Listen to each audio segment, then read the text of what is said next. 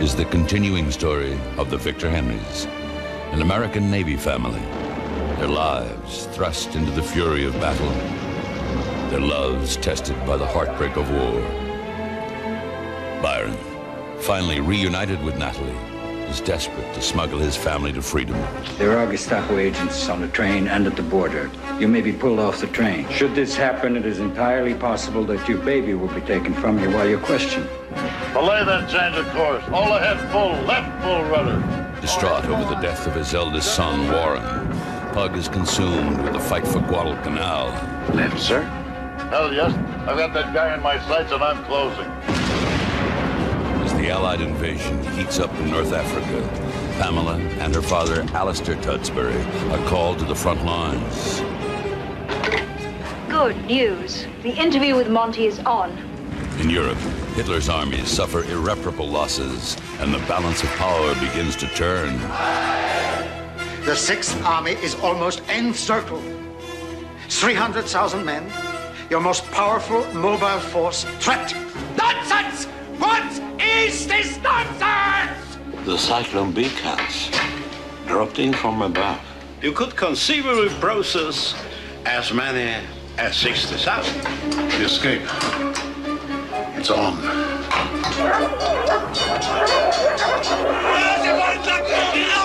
Torpedo! Torpedoes on the port bow, bearing 350!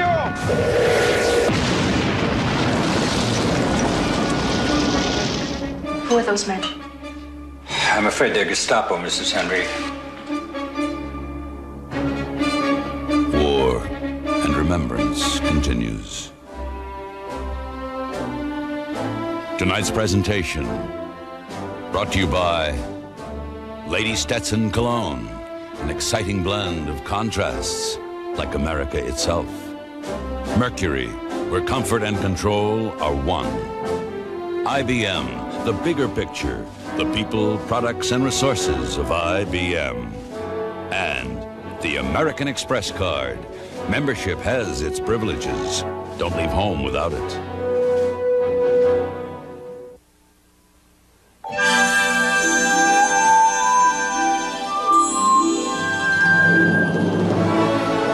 Being a Mercury, Topaz not only knows how to hold people, but also how to hold the road. It's a car that unites comfort and control. Picture yourself in a Mercury. Now get $400 customer cash from Lincoln Mercury on Topaz. Oh, look at this. It's priceless. Naturally. It's Mom and Dad's 50th wedding anniversary. Here we go. Oh, wait, I'm going to charge it with the American Express card. That way it's automatically insured.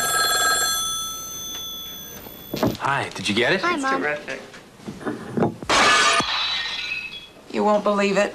Don't worry. Remember, I used the American Express card. So it's insured. Lost, stolen, or damaged. A way to protect the things you buy. Membership has its privileges. They say drink plenty of fluids. What do they know? Swallowing's total pain. When your throat hurts, Chloraseptic works on contact.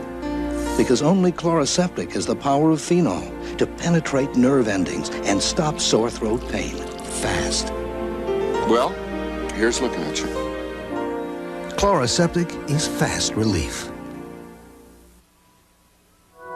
Discover the fragrance of America. Lady Stetson.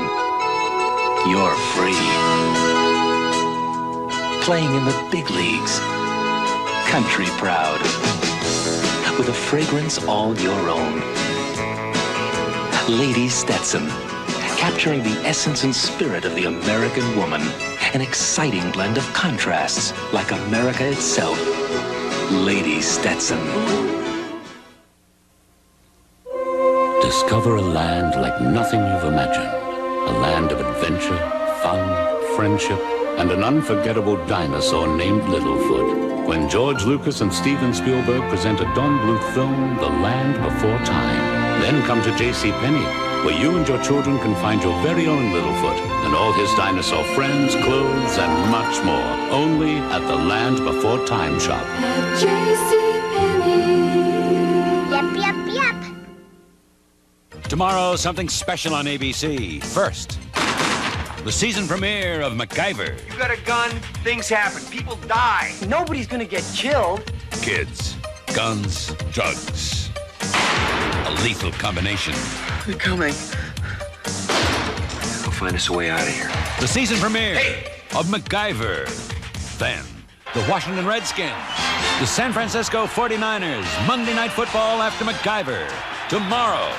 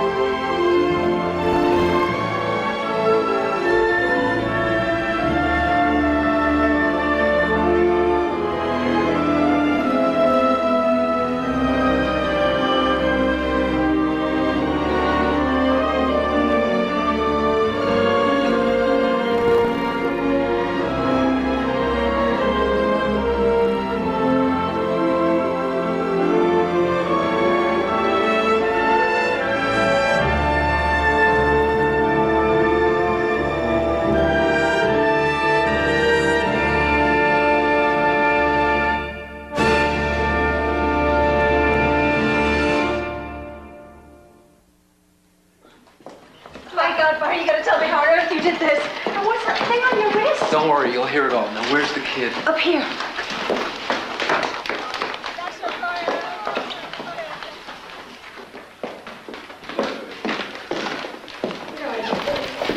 There. That's your son. What do you think of him?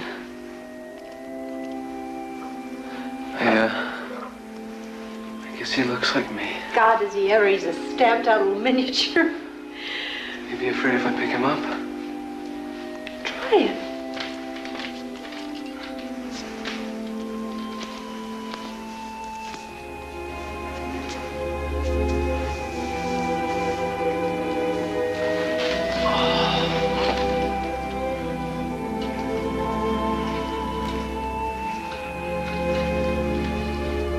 Hi, boy. I'm your dad. He's a heavy little guy. What have you been feeding him? You wouldn't believe me if I told you. Octopus, blackbirds, anything. He's a traveling man, you know.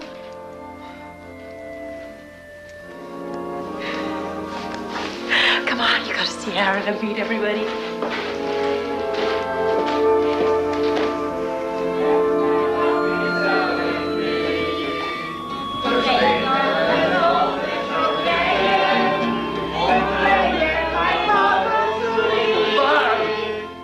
Utterly incredible. Aaron, oh.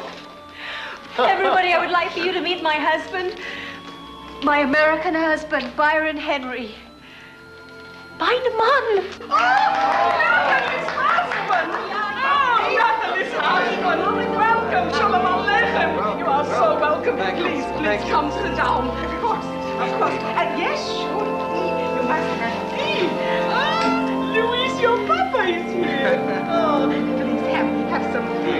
Louis, there's your Papa. Papa is here. Oh, isn't this wonderful? Why don't you eat, please? You must be hungry. There. Louis?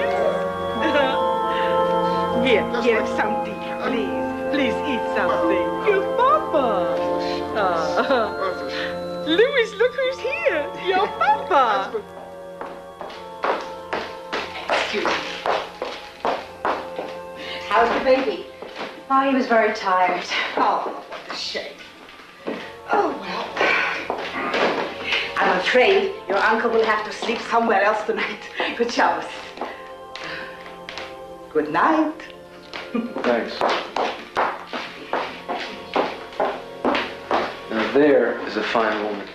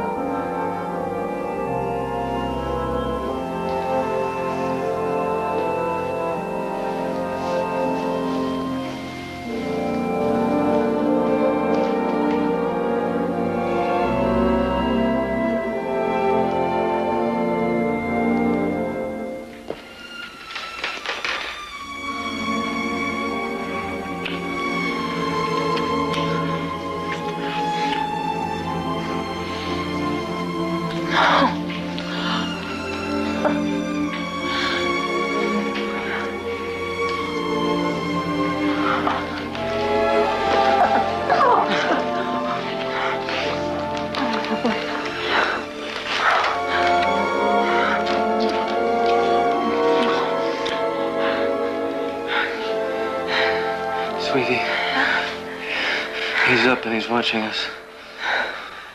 Oh, it's all right. It's only a year old. He's just curious as a raccoon. Oh, raccoon hell. I think he's taking notes. That kid has got grown-up eyes. Actually, honey, why don't I just put him back to bed, huh?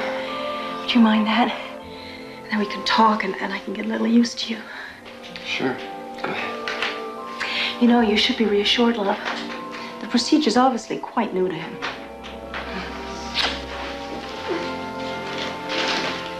Does he really walk and talk? Walk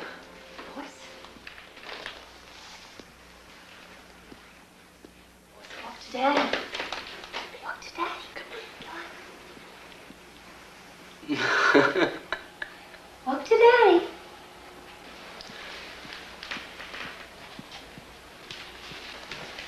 You're supposed to clap when he does that.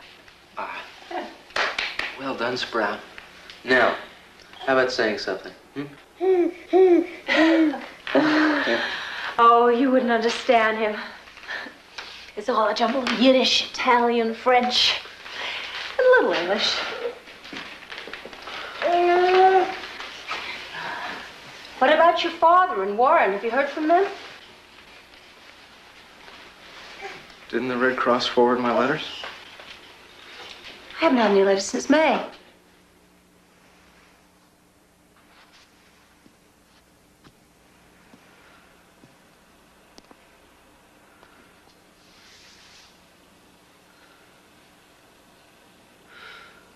Warren's dead. He was killed in the Battle of Midway.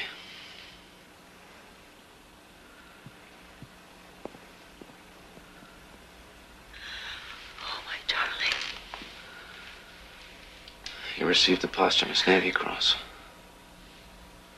Byron. Byron, I can't believe it. Listen to me. The train for Lisbon leaves at midnight. You better start packing. Packing? You mean we're leaving now, tonight? Yeah. Now, Aaron will have to wait till the Consul General clears him, but I'm taking you and the baby with me. My God, Byron. Did the Consul General say you could? Not yet. We're going to his apartment now.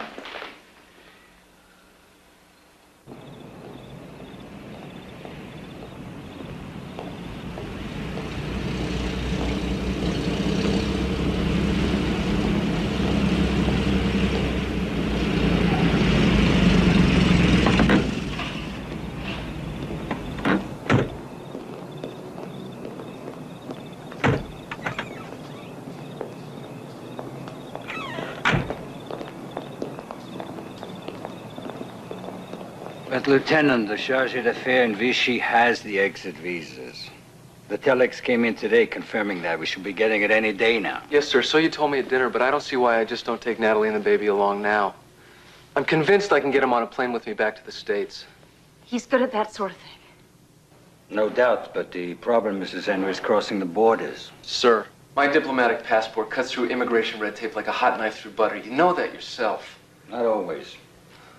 Suppose you run into a nasty French border inspector or a German agent. I'll have a story. Like to hear it. The baby got sick in Gibraltar. We rushed him to Marseille at night. We didn't bother with the visas. Look, I'll talk in broken French. I'll yell. I'll be the dumb American official. I'll make it stick. Unfortunately for your story, I've never seen a healthier looking baby. Mrs. Henry, are you willing to back up this story? Look, sir. Once we're on the train, we'll have it rehearsed and down cold. Please don't worry. Lieutenant, I want to talk plainly to your wife. Go ahead. Mrs. Henry, as I said, there are Gestapo agents on the train and at the border, and they do exactly as they please. You may be pulled off the train. She won't be, and if she is, I'll go with her. And something else. Should this happen, it is entirely possible that your baby will be taken from you while you're questioned. That's how the Germans do things. And once you and the baby are in custody, I can't help you. We have a file of such cases pending now. People halted with questionable American documents. Some of them are already in Reef Salt. The concentration camp. You are trying to frighten her. I'm trying to be honest with her. Are you, young fellow? The risks are negligible. I'm willing to take them. It's not up to you. We're gonna chance it. You are not! You are carrying top-secret war documents. If you fail in your bluff, the Gestapo can arrest you and confiscate that pouch. I'm the senior American officer in this area. I'm warning you not to do this. Very sorry. Byron, it's only a few more days. Why take such a risk? Go, please. Just wait for us in Lisbon. Damn it, Natalie. All hell's about to break loose in the Mediterranean. At the first sign of trouble, they'll close the borders. Good God, honey, we went from Krakow to Warsaw in the middle of a war, and you never turned a hair. We have Lois now.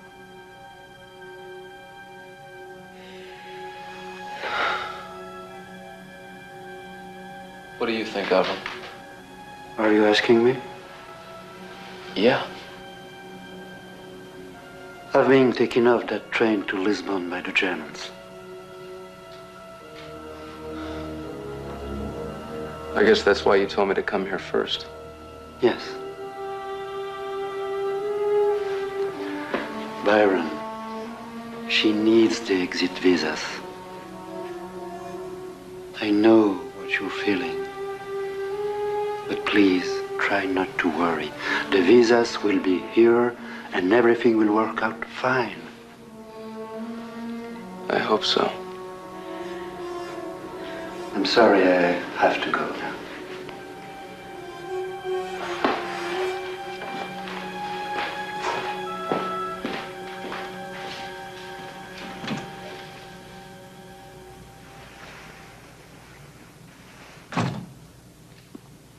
I'll have Mrs. Henry's luggage brought in. Now that she's here, she'd better remain until the visas come. In the morning, I'll send for Dr. Jastrow. As soon as they're ready, I'll escort them to the border myself. I'll have my driver take you to the train. Would you like some time alone with the family? Yeah, thanks.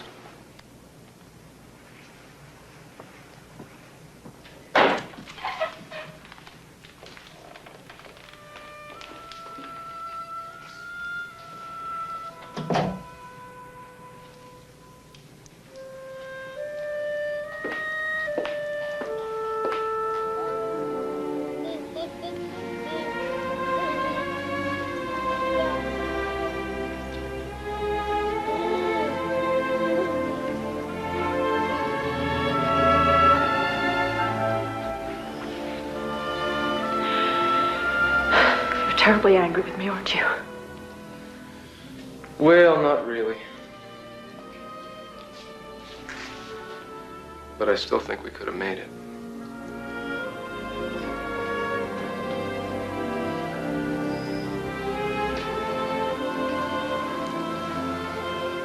I'm sorry, Byron.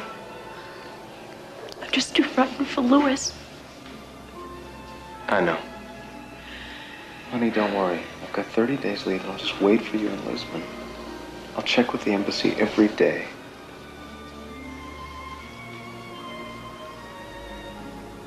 I doubt I can book that honeymoon suite in Estoril.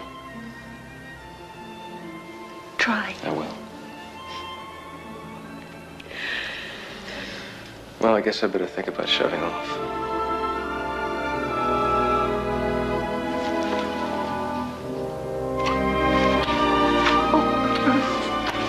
Byron, I'm sorry.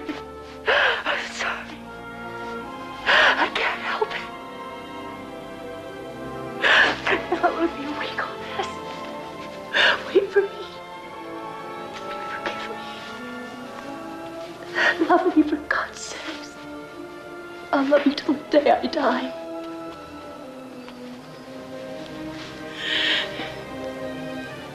Natalie. The two of us will never die, don't you know that?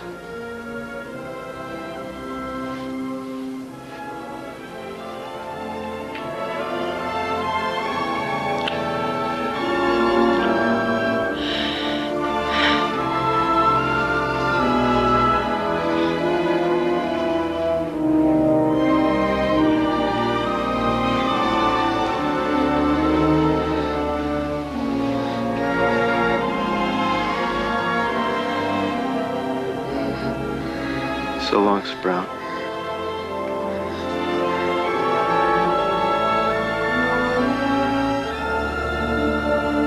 I'm glad I got a look at you.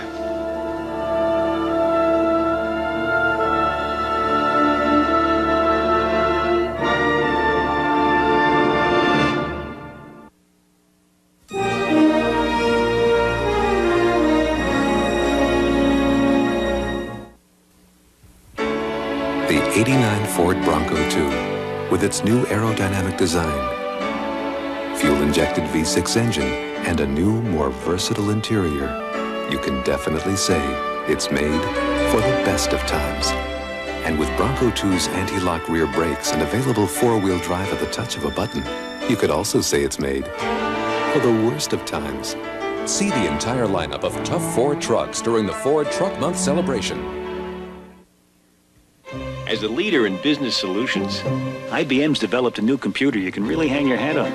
The IBM Application System 400. Whether you're in construction, banking, or mining, education, from manufacturing to medicine, retailing to ranching. The IBM Application System 400 can give you specific solutions for your specific business, no matter what hat you wear. Oh, look at this. It's priceless. Naturally. It's Mom and Dad's 50th wedding anniversary. Here we go. Oh, wait, I'm going to charge it with the American Express card. That way it's automatically insured. Hi, did you get it? Hi, Mom. Terrific. You won't believe it. Don't worry. Remember, I used the American Express card. So it's insured. Lost, stolen, or damaged. A way to protect the things you buy. Membership has its privileges. Ford profiles in quality. Dealer service. At Ford, we're committed to building the highest quality American cars and trucks. As a Ford dealer, we want to back that up with the highest quality service in America. That's why we can offer 6-year, 60,000-mile powertrain warranties. And we can back it up with lifetime service guarantees. We're as determined to provide quality care as we are to building quality cars and trucks. At your Ford and Lincoln Mercury dealer, quality is job one. Herman Wouk's War and Remembrance will continue in a moment. This is ABC. An extraordinary purchase at Hills. We got a great deal on these Lee custom blue jeans for boys. A deal so good we lowered prices that were low to begin with. So now these Lee jeans for boys are just $9.97 at Hills. This extraordinary purchase means extraordinary savings. Where else but Hills could you find Lee jeans for under $10? Hills has low prices every day and the whole store to prove it. Check us out. Monday, David Brennan. And $20 million in gems.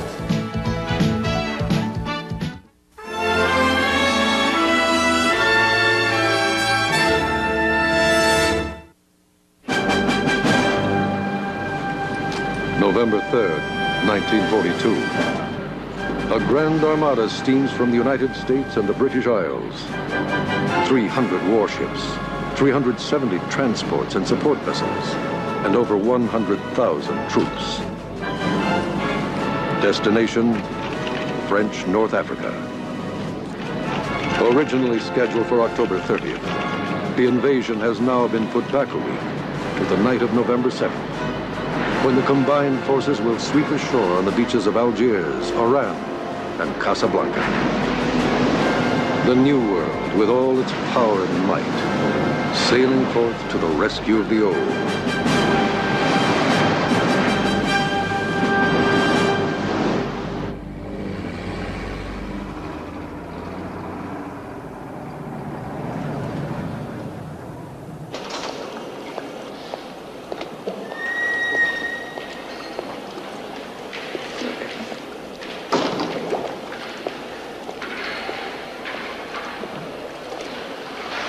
Hello, Mr. President. Hello,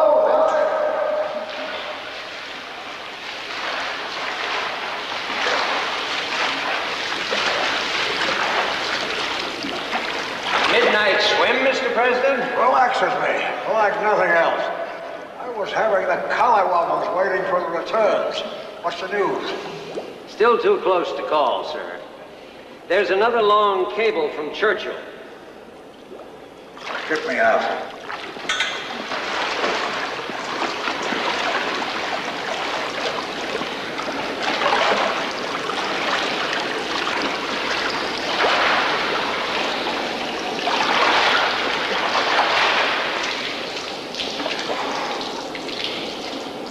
Any word from the Navy and the torch forces?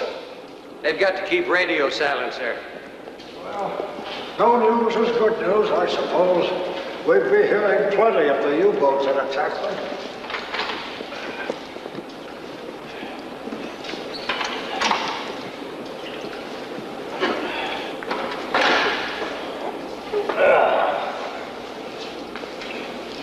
It's a miracle, Harry. The U-boat sank nearly 1 million tons last month, and yet that gigantic torch sails out undetected. But it's still 5 days from Africa. You know Eisenhower said that the decision on Torch may go down as the blackest day in history? Generals get paid to worry, Harry.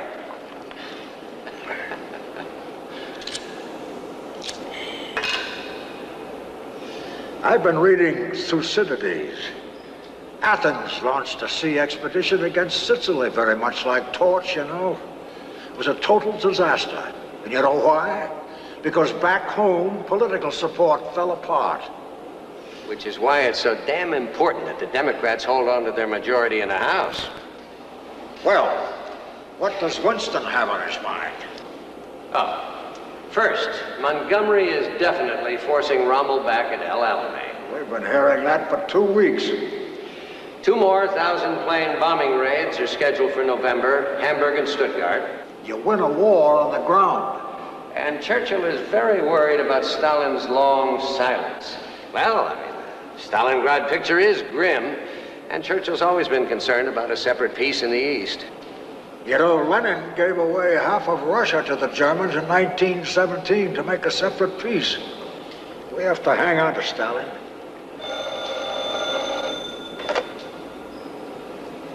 Mr. Hopkins, for you, London. Oh, excuse me, Mr. President.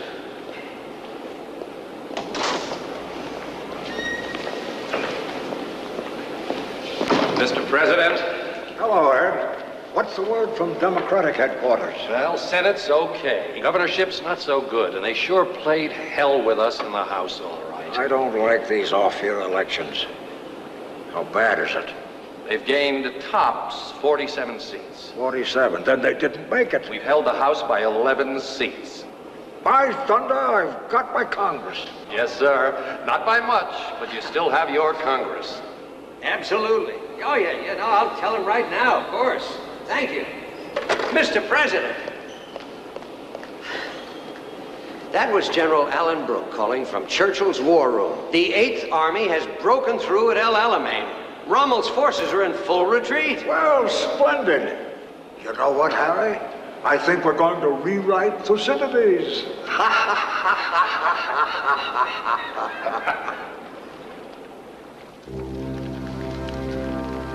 The sun hangs huge and red above the far dust-streaked horizon. The desert cold is already falling on Kidney Ridge.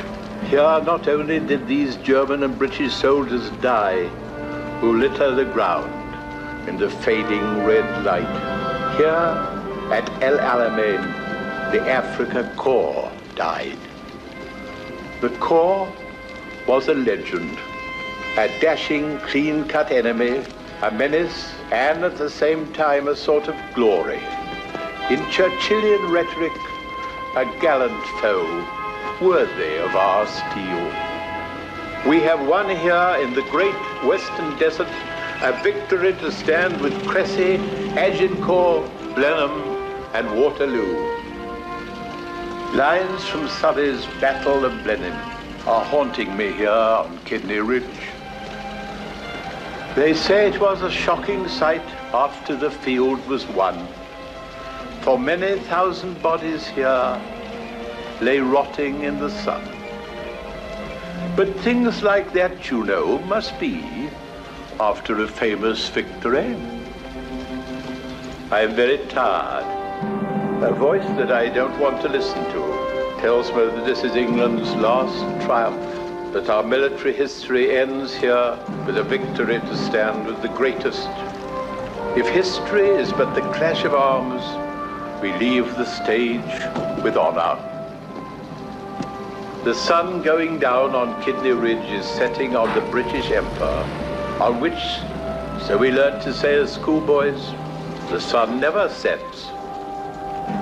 I take a last look round at the dead of El Alamein and mutter a prayer for all these poor devils, German, British, who sang Lili Marlene in the cafes of Tobruk.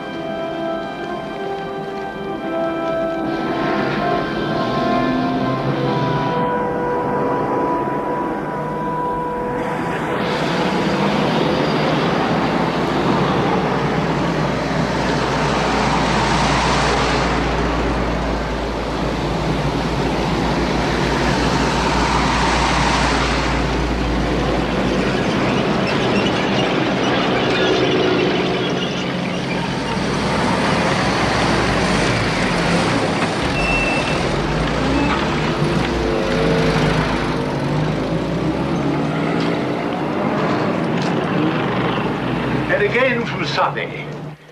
It was a very wicked thing, said little Wilhelmina.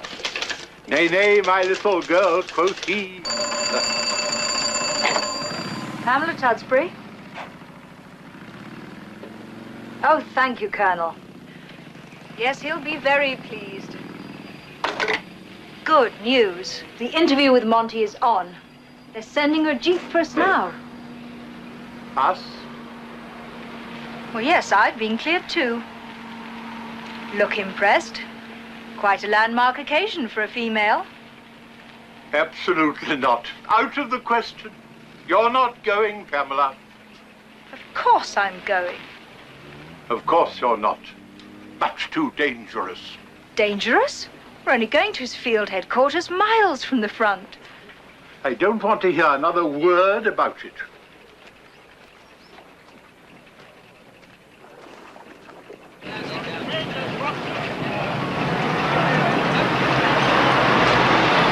Ready, Mr. Tudsbury, sir.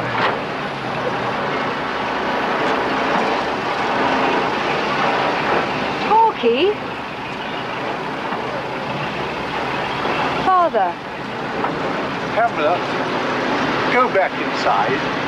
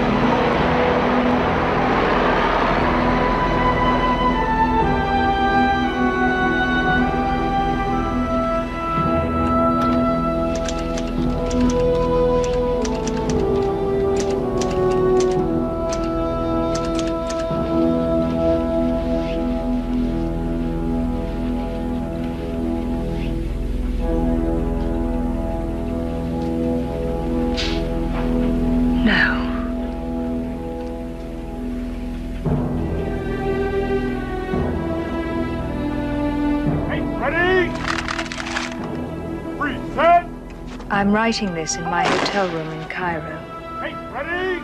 As a World War I reserve officer, my father was buried with honors in the British military cemetery outside Alexandria.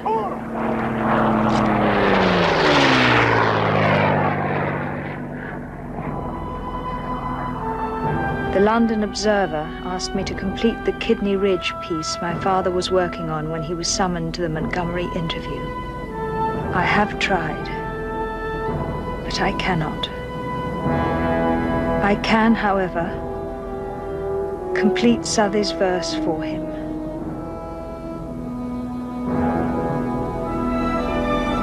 It was a famous victory.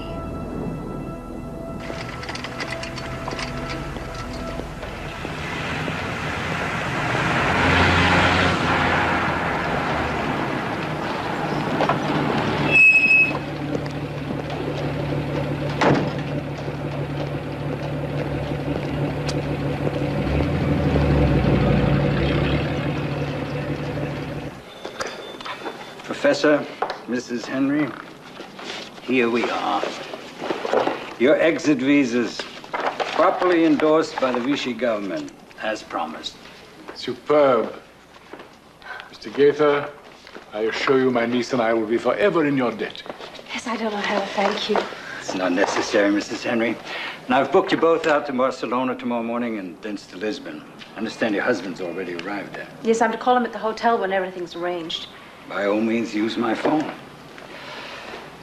Professor, may I offer you a drink to celebrate? With the greatest pleasure. Thank you, Mr. Gale.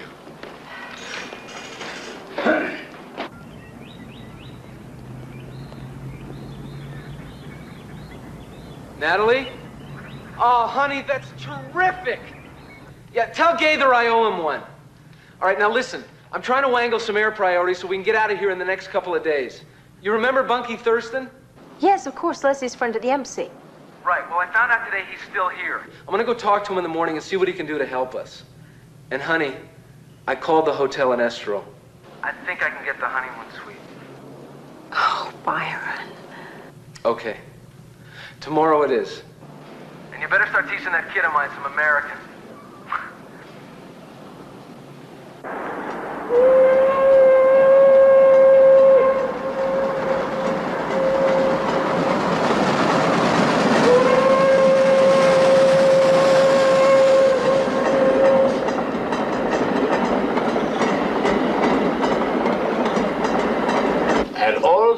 convoys passing Gibraltar. The Fuhrer knows about it. He is not concerned. Yeah. But where are they heading for? Intelligence says maybe it's a landing in Sardinia. Now, the Fuhrer thinks it may be an attempt to put troops behind Rommel. Therefore, I have ordered a heavy concentration of defenses around Tripoli.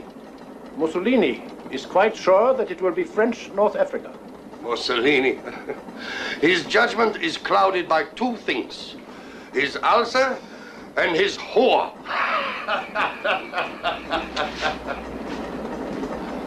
Gerardo and Melu.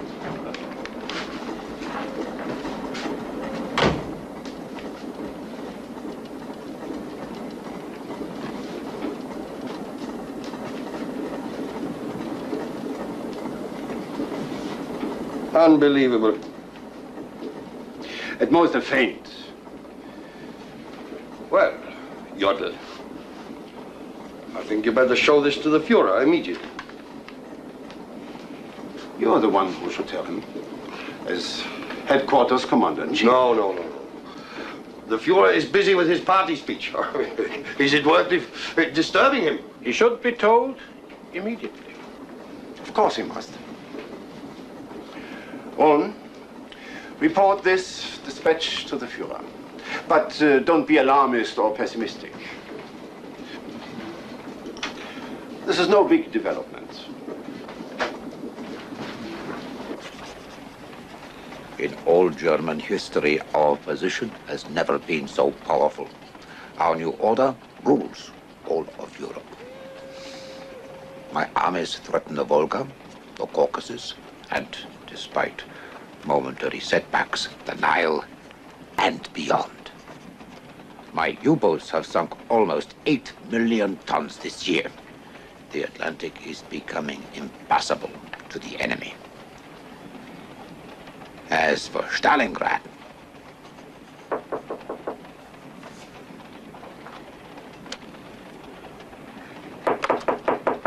Yeah.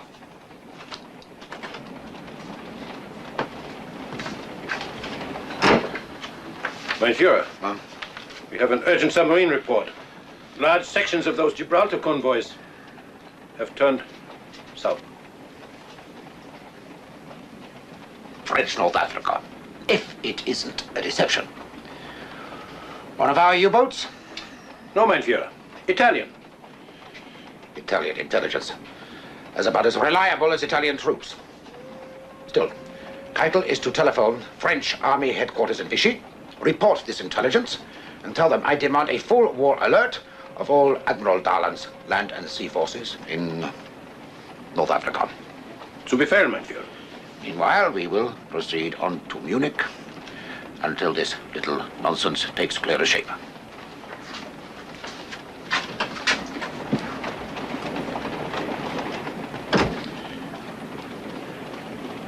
French North Africa. Knock Italy out of the war. The weak opponent. Not a bad move. If that's it. Roosevelt!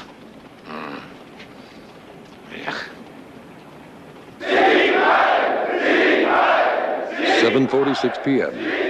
Adolf Hitler addresses the party faithful on the 19th anniversary of his famous Deer Hall Putsch.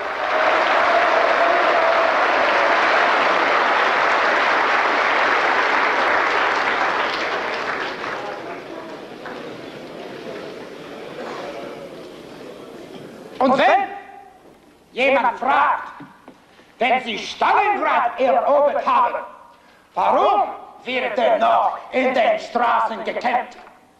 Antworte ich, das ist ein zweites Verdammt nicht lohnt. Es ist mir wohl egal, ob es 1, 2 oder 3 Monate dauert, bis die letzten Ratternester ausgeräuchert sind. Da wir in Stalingrad 1000 Jahre bleiben werden.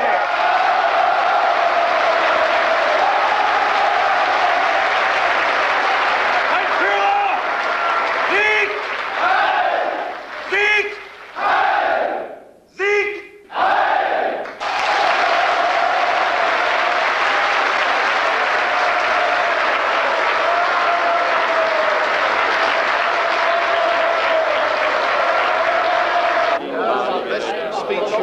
in your political career.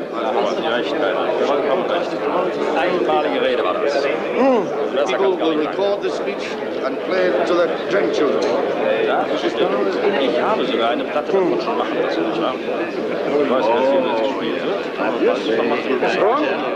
What news? Mein Führer, I regret to report absolute betrayal. British and Americans are waiting ashore, and Dallon has ordered ceasefire throughout French North Africa. Darling! Our man! How could he suddenly turn so rotten? The treacherous swine! I understand that most forces there are obeying him, laying down their arms. Vichy apparently is impotent. Have Ribbentrop notify Mussolini and Laval. They've to come to Munich immediately. We confer tomorrow morning on the future of France. Yes, mein Führer. Keitel! Mein Führer. Prepare emergency plans for landing in Tunisia in force within 48 hours. The cowardly French won't fight Roosevelt's rabble of green draftees. We will. Zu Befehl, mein Führer. Also, alert the necessary units for the execution of a plan and on highest urgency, we occupy the rest of France. Yes, mein Führer. Best Panzers! I want my best Panzers thrown into Tunisia. The Deutschland, the Adolf Hitler Leibstandarte. Yes, and the Hermann Göring Panzers too. That cowardly, bloodthirsty lunatic Roosevelt and his drunken lapdogs Churchill have stepped into the quicksand. North Africa will be their political graveyard. And with Rommel taking over all command, he'll push Roosevelt's nigger troops back into the sea. And with those extra forces all across, we'll push him right back, this time to the Nile. Mein Führer, with you, the world's greatest military genius leading us, this is bound to be a very positive development. Oh, yes. True turning point.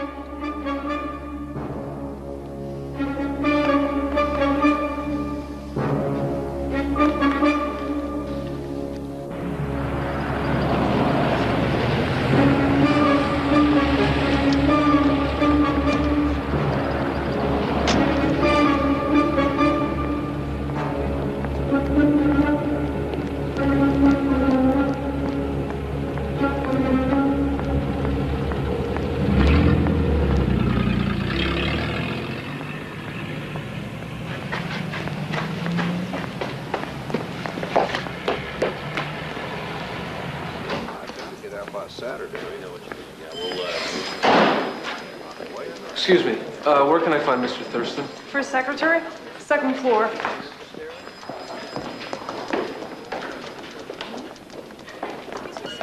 Yeah? That's what it says. Uh-huh. Yeah. Mm-hmm. Yeah. No. You guys gotta deal with it, right? Byron Henry! Hey, Punky. What are you doing in Lisbon? Natalie and her uncle are coming in from Marseille today. Marseille? Yeah. Natalie?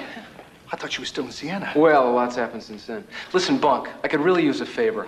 I need air priorities for all of us on the next Pan Am out of here. Byron, nobody's coming in from Marseille today. Why not? What's going on? Haven't you heard?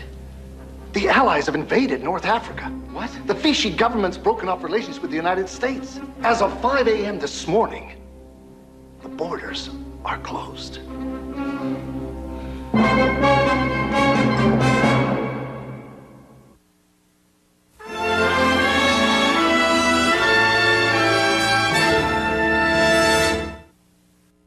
The new bailiff has Harry hot under the collar. Tomorrow on Night Court.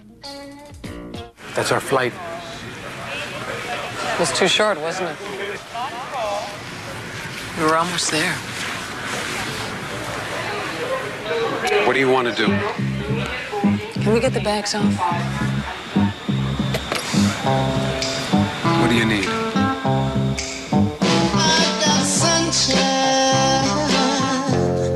On a cloudy day,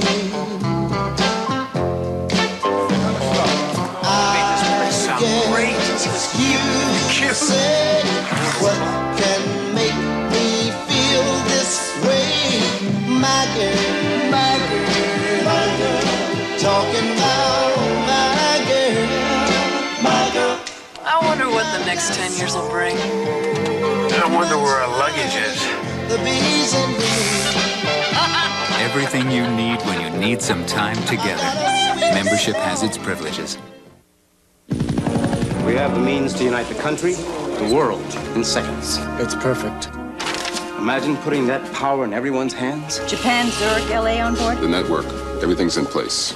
Network secure. Banks should be this secure. Activate the network. Introducing MCI Fax, the world's dedicated fax network. Now send documents with the speed, the quality, the power only a dedicated network can provide. What a beautiful day for a revolution. With MCI Fax, it's there already. I got it. Now people who work at home can get a great deal on an IBM PS2. The boss will love this. The affordable PS2 Model 25. Distribution, of course. Why didn't you think of that? Get instant credit, a cash rebate, plus a whole lot more. That was inspired. Aha! Right. I'll sleep on it. Visit your IBM authorized dealer for details about a special offer on the PS2 Model 25. Introducing a completely different Mercury Cougar.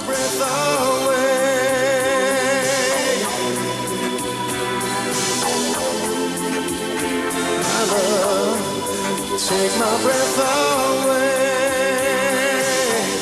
Introducing pulse quickening comfort.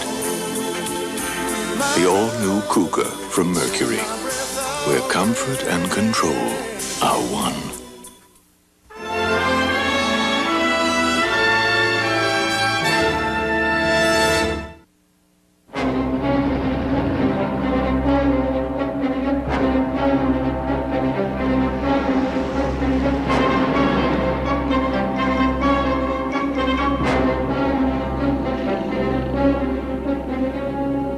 Gentlemen, I'm afraid I have some very serious news. I've just been informed that in violation of the armistice agreement, the German army this morning has crossed the borders to begin the occupation of Vichy France. Furthermore, I was also informed that we are to be interned by the Vichy government. Please, let me finish. You are correct. Technically speaking, they have no right. Although they did break relations after the landings, we are not at war with Vichy France. As a practical matter, however, we will be taken by bus to Lourdes, where we will be confined along with other Americans from the occupied region until the Vichy government decides what to do with us. As most of you are aware, the usual drill in these circumstances is for the belligerent countries to exchange internees. Many Vichy personnel are still in our country. Vichy wants to be sure they be sent back safely. So there's no reason, I repeat, no reason to assume this situation is in any way different. We will be going home, and soon, of that I can assure you. All right, that's it. The buses will leave tomorrow morning promptly at 8. If anyone has a specific problem, Mr. Jones will be glad to talk to you. Professor Chastro, Mrs. Henry, may I see my office?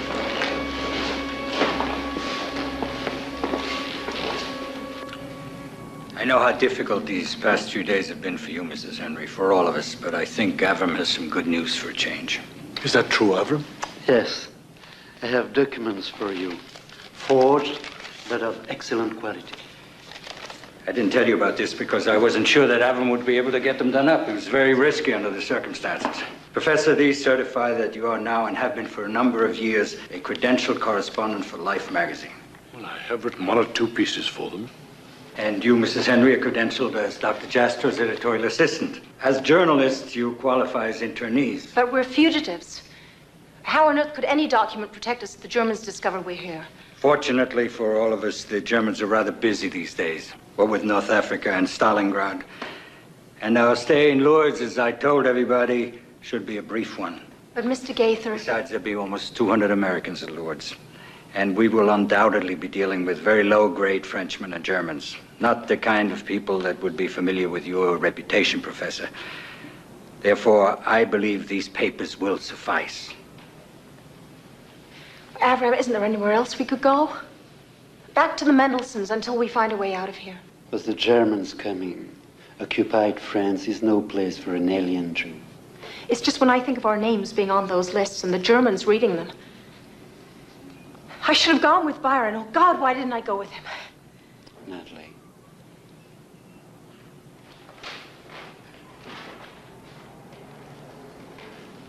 Natalie, your best chance now is with the Americans. This exchange will be made. What will you do? Play hide and seek with the Germans for a while. Then I go back into business. Remember, next year in Jerusalem.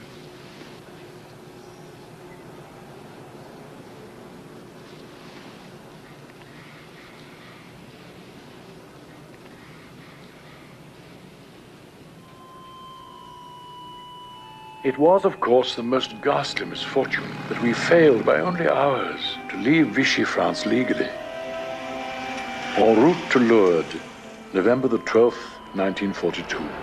I write this entry as I sit on the bus with the other American internees. My only hope is that this pilgrimage town will hold for us the same miracles it supposedly has held for so many others down the years.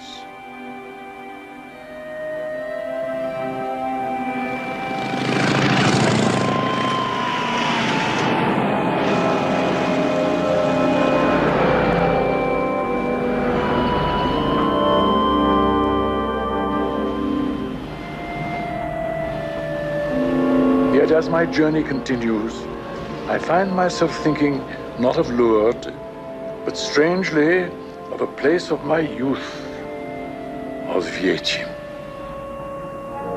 During our stay in the Mendelssohn apartment, we heard much grisly talk about the rumored atrocities in the East, mass shootings, gassings, death camps.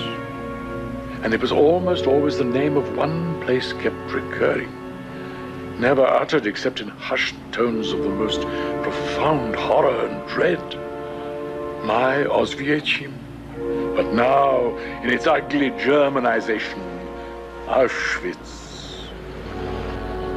So if these rumors are more than paranoid fears, the place where I studied as a boy, the place of so many fond childhood memories, may well be the center of the whole horror.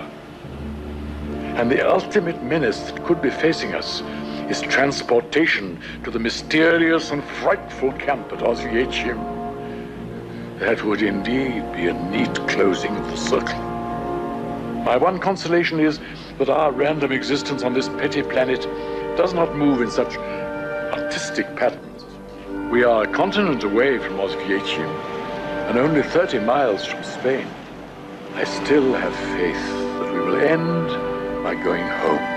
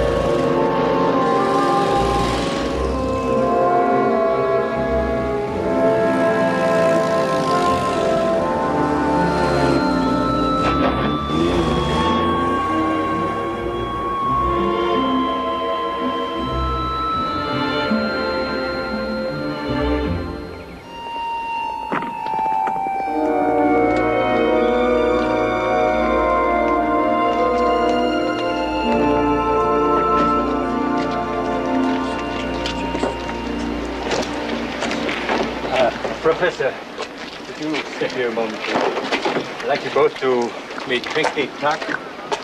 He is formerly our charge in Vichy, now is responsible for all of us here at Lourdes. Pink, Dr. Aaron Jastrow, and his niece, Mrs. Natalie Henry. My pleasure, Professor. Mrs. Henry. Why, that's a fine-looking young man you've got there. Thank you.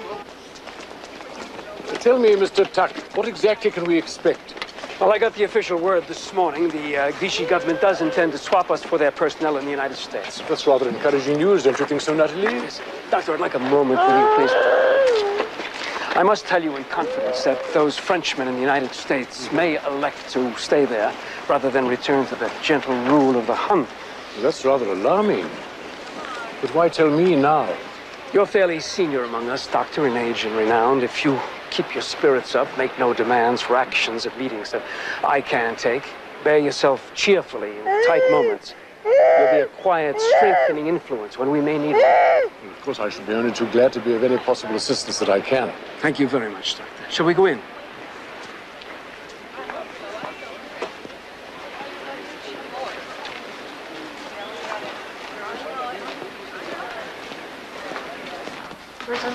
I think down here. Oh, Tom, I want to see you downstairs in 5 minutes.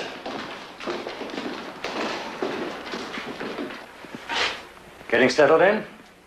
Yes, fine. Everything all right, Professor? Fine, thank you. As a matter of fact, I'm finding this mountain air rather invigorating. How's the baby, Mrs. Henry? I'm sound asleep already. Well, it was a tiring trip.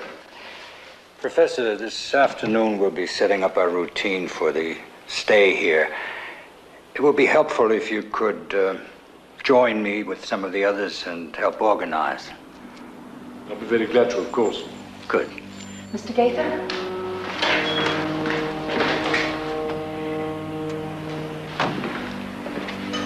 Who are those men? I'm afraid they're Gestapo, Mrs. Henry. They're being posted at all 4 hotels. What if they start examining our papers? They have no right to.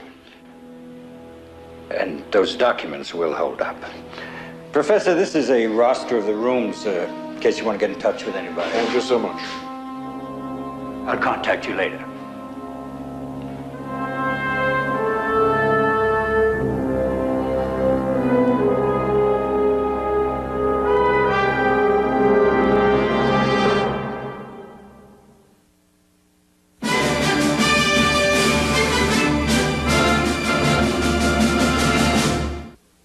Meet Pamela, who's been hearing impaired since birth. Today, her world is changing with the aid of an IBM computer. Ooh, ee, ah. Ooh, ee, ah. These may look like games to you, but they're actually part of an innovative system developed by IBM researchers to help people with hearing and speech impairments develop their vocal skills. Motor Deco. That is a booth. This system, called Speech Viewer, is one more example of how the people at IBM put technology to work. Not only in business, but in life. My name is Pamela.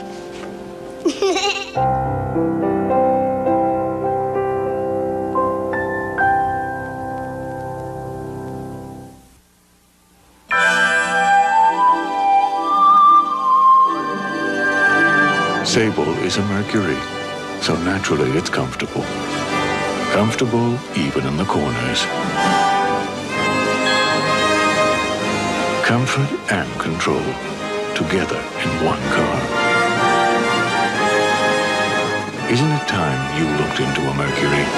Now get $500 customer cash from Lincoln Mercury on Sable.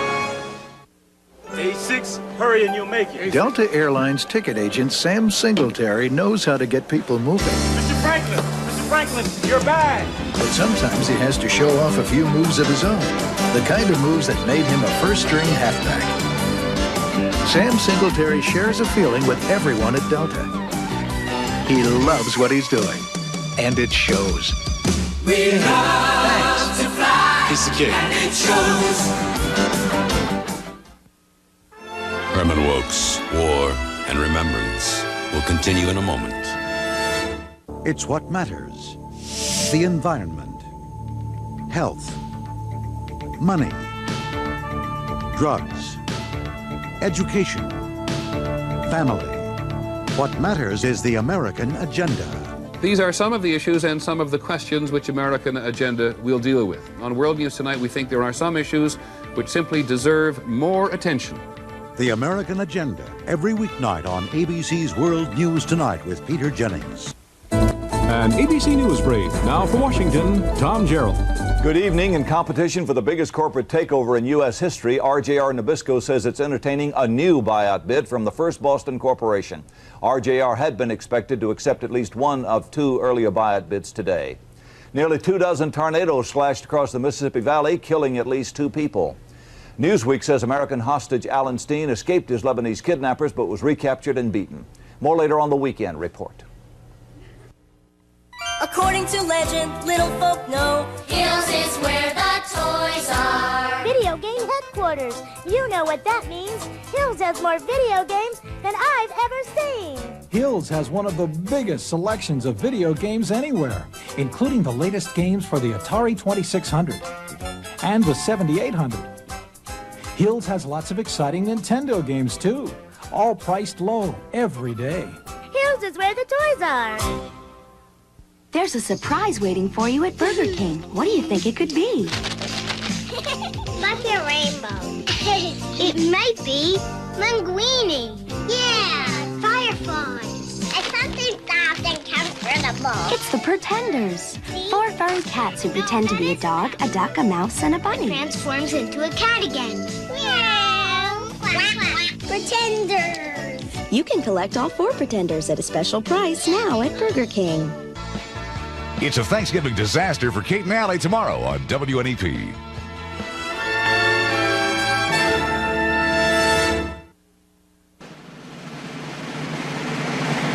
On the Eastern Front, Adolf Hitler continues to feed whole armies into the meat grinder of Stalingrad's ruined streets. Meanwhile, Stalin grimly positions 1.5 million fresh troops with masses of tanks and artillery north and south of the embattled city. Under the cover of a heavy blizzard in sub-zero weather, the Red Army attacks.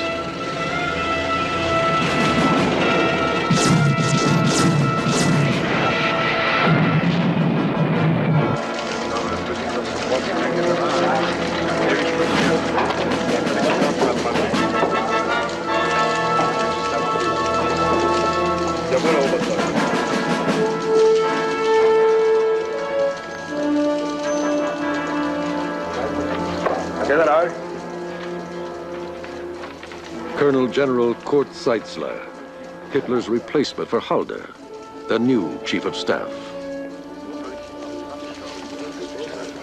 Keitel, this just came in. They must take it to the Führer at once. Even so, Zeitzler, I strongly advise that you do not disturb the Führer at this time. It is long after midnight. He did not sleep well on the train from Berchtesgaden. The fate of the Sixth Army may be sealed in hours. Manstein and Goering will be here in the morning. There's plenty of time then to discuss all of this at the Situation Conference.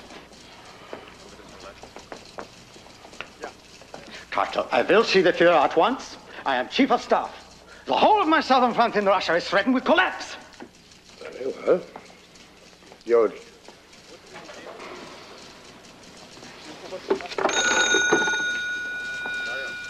Den Führer, bitte. Steady, Zeitzler, you're new to the job. We've been through tougher ones than this on the Eastern Front.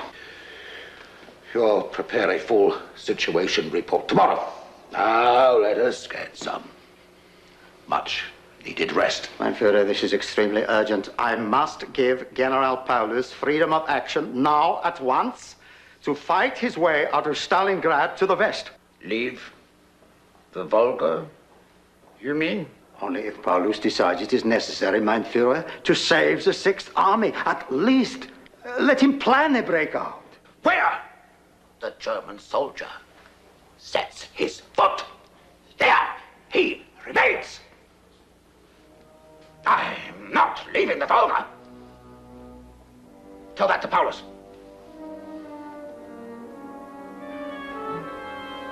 Führer, it grieves me, but I must tell you this. The Sixth Army is almost encircled. 300,000 men, Your most powerful mobile force threat. Nonsense! What is this nonsense? It's true, mein Führer. The Russians have torn open the Romanian front on the north and are closing with a pincer attack. You yourself assured me by telephone, not 6 hours ago, Zeisler, that the 48th Corps was closing that breach in the north. Mein Führer, I said they were counterattacking. They fought hard, very hard, but they were cut off and surrounded. Overwhelming superior numbers. The whole Panzer Corps cut off by the Russians? Who commands that corps? General Ferdinand Heim, a very capable officer. You will order General Heim to report here to Rastenburg immediately. He will be court-martialed upon arrival and executed by firing squad. Oh, mein Führer, surely. An inquiry into the circumstances first. Göring will head the court-martial. He will choose his own court. Zu Befehl, mein Führer. Situation conference at 10:00 hours. Yes. Tomorrow, order!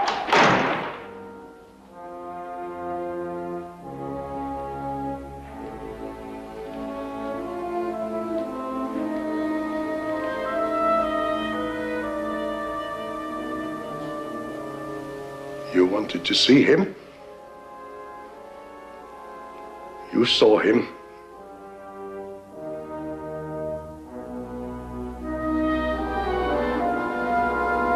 Then I don't have to leave the Volga.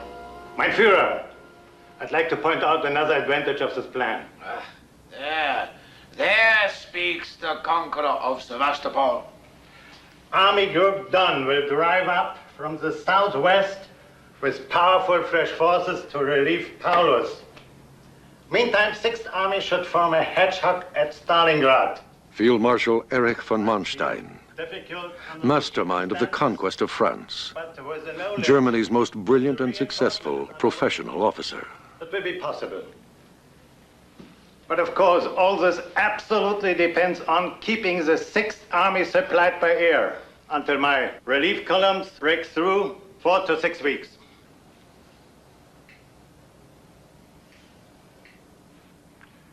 No problem. Right, Marshal, with all respect. I lift 500 tons a day in this weather. And with the Luftwaffe already tied up in supplying Tunisia. Mein Führer, supply by air to Paulus' army is a matter of life and death.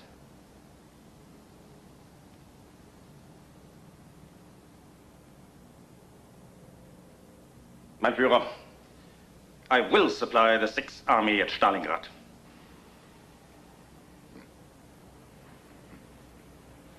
Then it is all decided. The 6th Army will hedgehog where it stands. General Paulus' command will henceforth be known as Fortress Stalingrad. The relief of Fortress Stalingrad will be the mission of Army Group Don under Feldmarschall von Manstein. I will supply the necessary, fresh, powerful forces.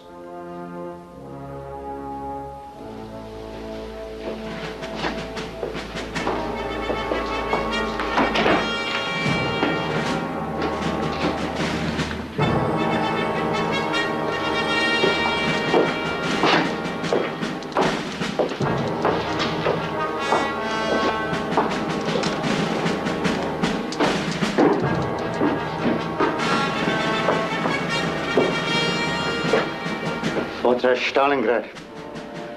Goering's airlift is nothing but empty talk. It's hopeless. He simply says whatever the Führer wishes to hear.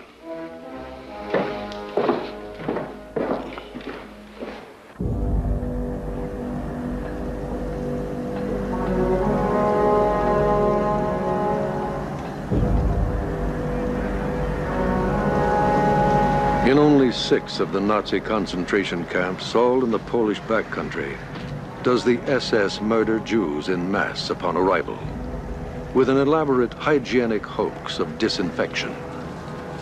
The German names for these places are Chelmno, Belzec, Sobibor, Treblinka, Majdanek, and Auschwitz.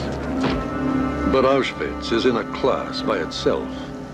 At once the biggest asphyxiation center, the biggest corpse robbing center, and the biggest slave factory center in all of German-ruled Europe.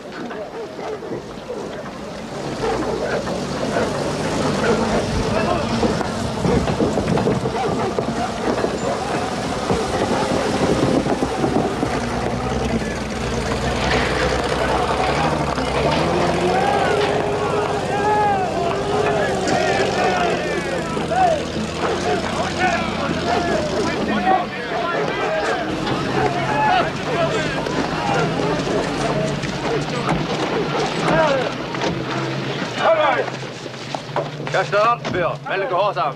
Von Krematorium 2 mit 50 Häftlingen und 20 Zivilisten beschäftigt bei der Vorbereitung der geplanten Besuchsreihe. Bitte mir sofort.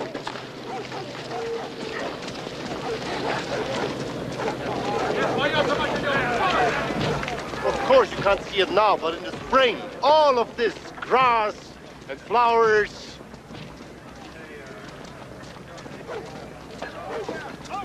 Please.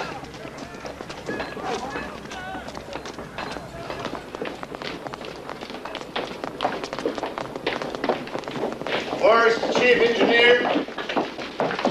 Our chief engineer, Herr Prüfer. Herr Standartenführer Blobel. Herr Littler, Standartenführer. Herr Prüfer is with Topf and Son, Erfurt. Yeah, I know the firm. When do we fire? We'll start the blowers in an hour. Ignition shortly thereafter.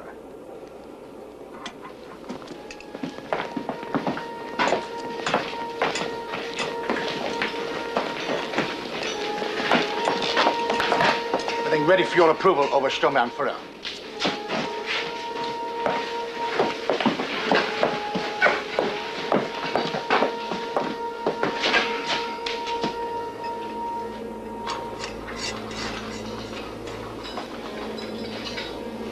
How many will this hold? 2,000-3,000? Yes.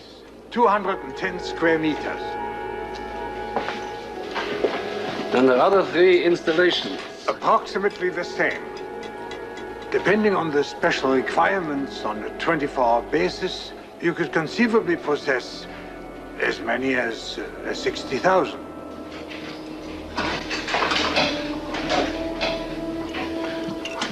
The escape. It's on. When? Tomorrow night. Come. The Cyclone B-caps dropped in from above. And the gas comes out through this wire netting.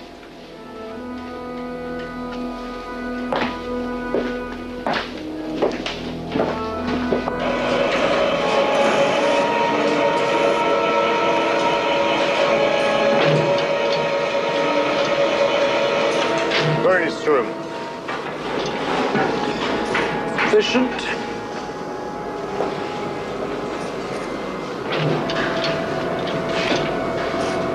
Examination and collection. Gold teeth, hair.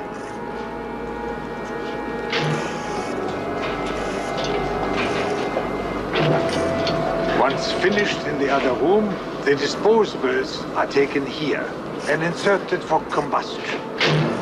Adults 2 or 3 at a time. Children 4 or 5. 3-stage furnaces. Stage 1, powerful electric motors. Force air to stage 2.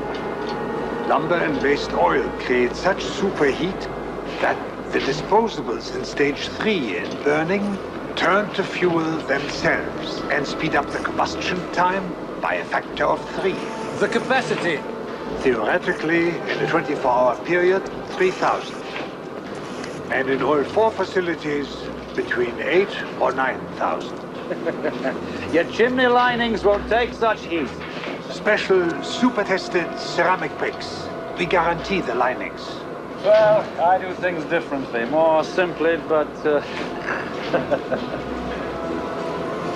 Los, Leichenabladen. Zack, zack. In actuality, the highest daily number ever to be gassed and cremated will occur in 1944, during the extermination of the Hungarian Jews. In one day, 24,000 men, women, and children.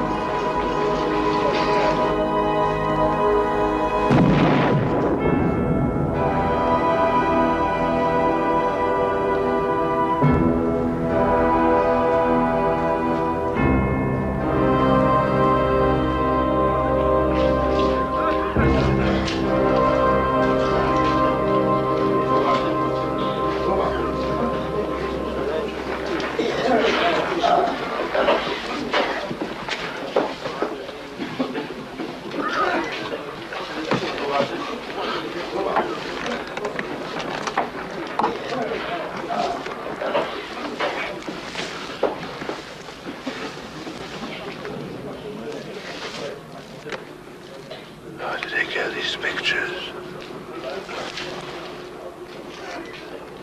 The less you know, the better.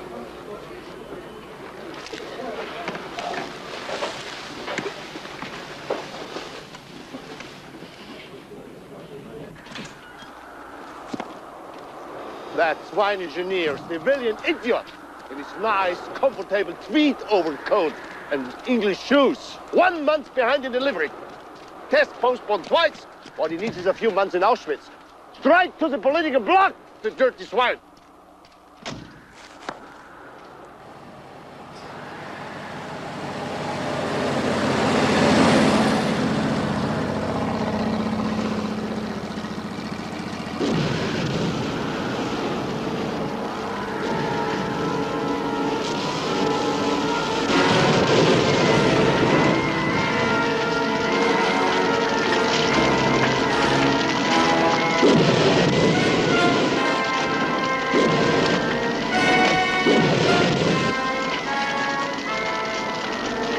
Surely not flamethrowers. So inefficient, so wasteful.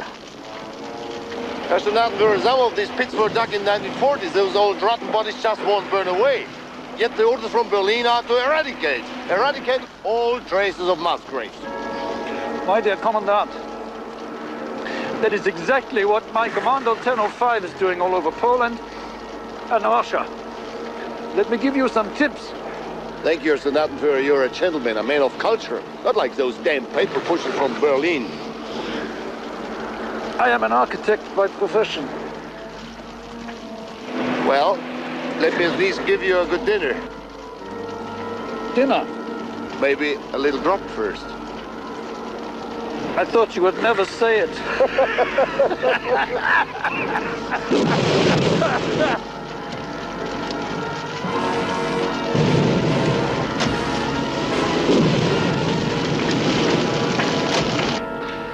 My compliments, Frau Hess.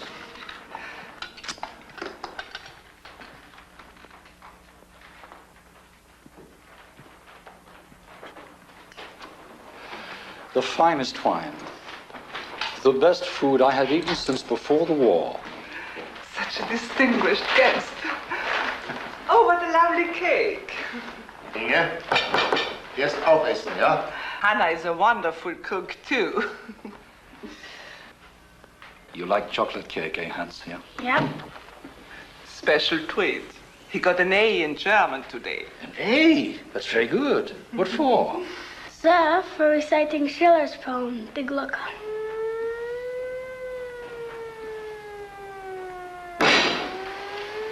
Old times. Excuse me.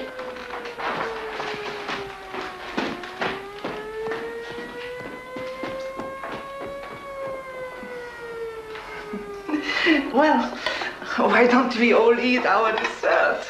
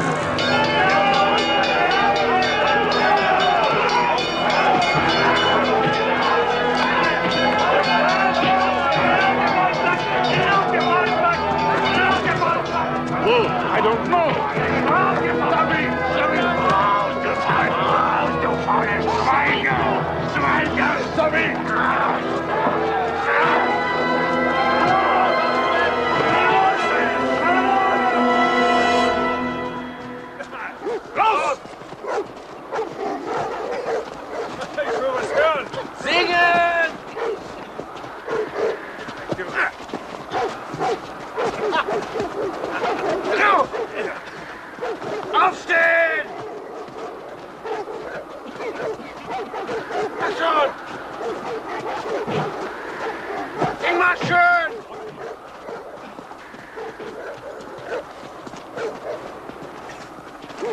Weiter!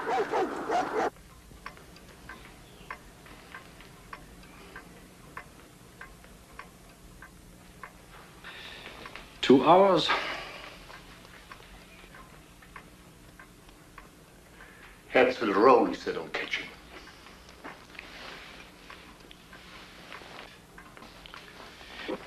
This has been a continual problem, hasn't it, Rudi? Reichsführer Himmler has mentioned it on a number of occasions.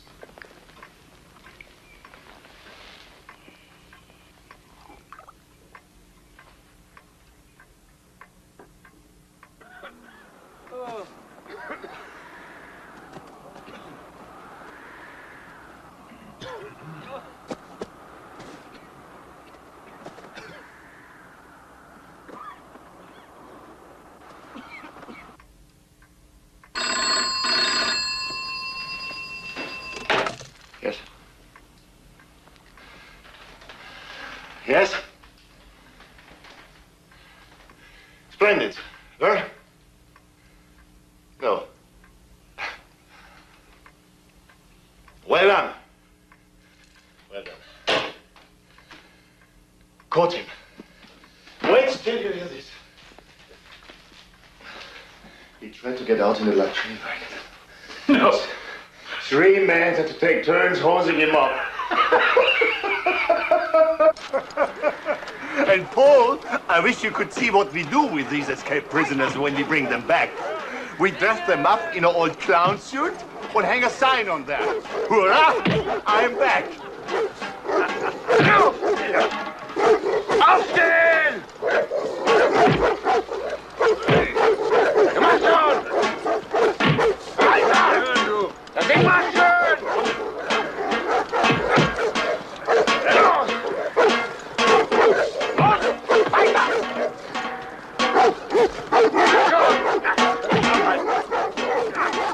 Da kannst du schön sehen! Du läufst dich wieder weg. Hände vorwärts!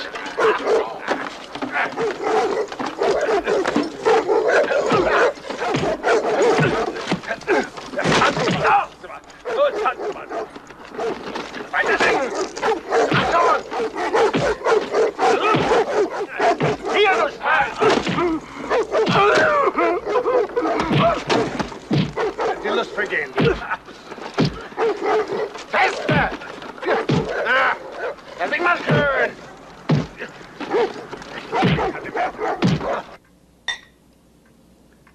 An escape that fails is good for discipline.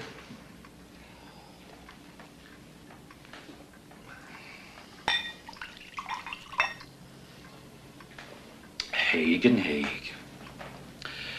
I still can't get over it. Such luxury. Plenty more where that comes from, Paul. You should see what these Jews bring in with them. And as a gift from me to you, a case along with some decent brandy and a few boxes of Havana cigars will be delivered to your airplane. Fine, Rudi, fine. Thank you. Now sit down. Let's talk business.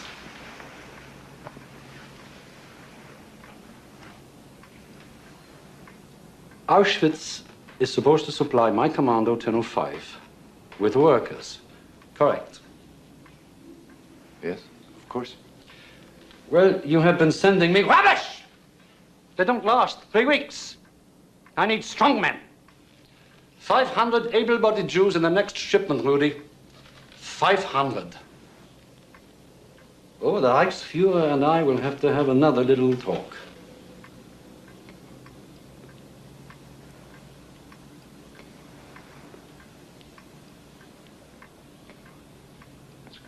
The crematorium.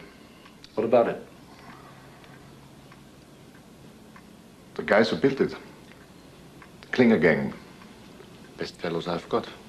400 or 500 of them. You for immediate liquidation.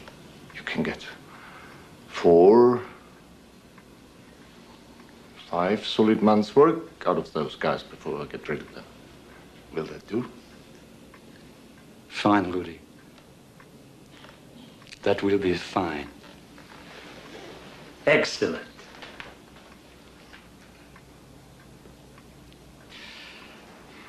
Haig and Haig.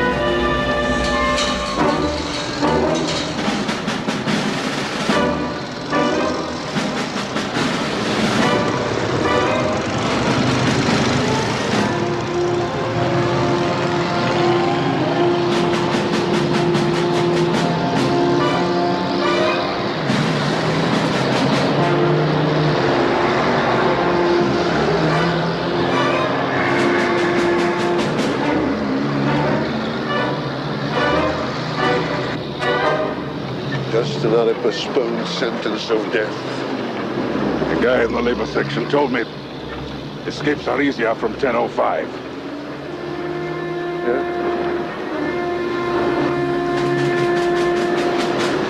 You got the film? Yeah. The address in Prague? God be with us. Amen.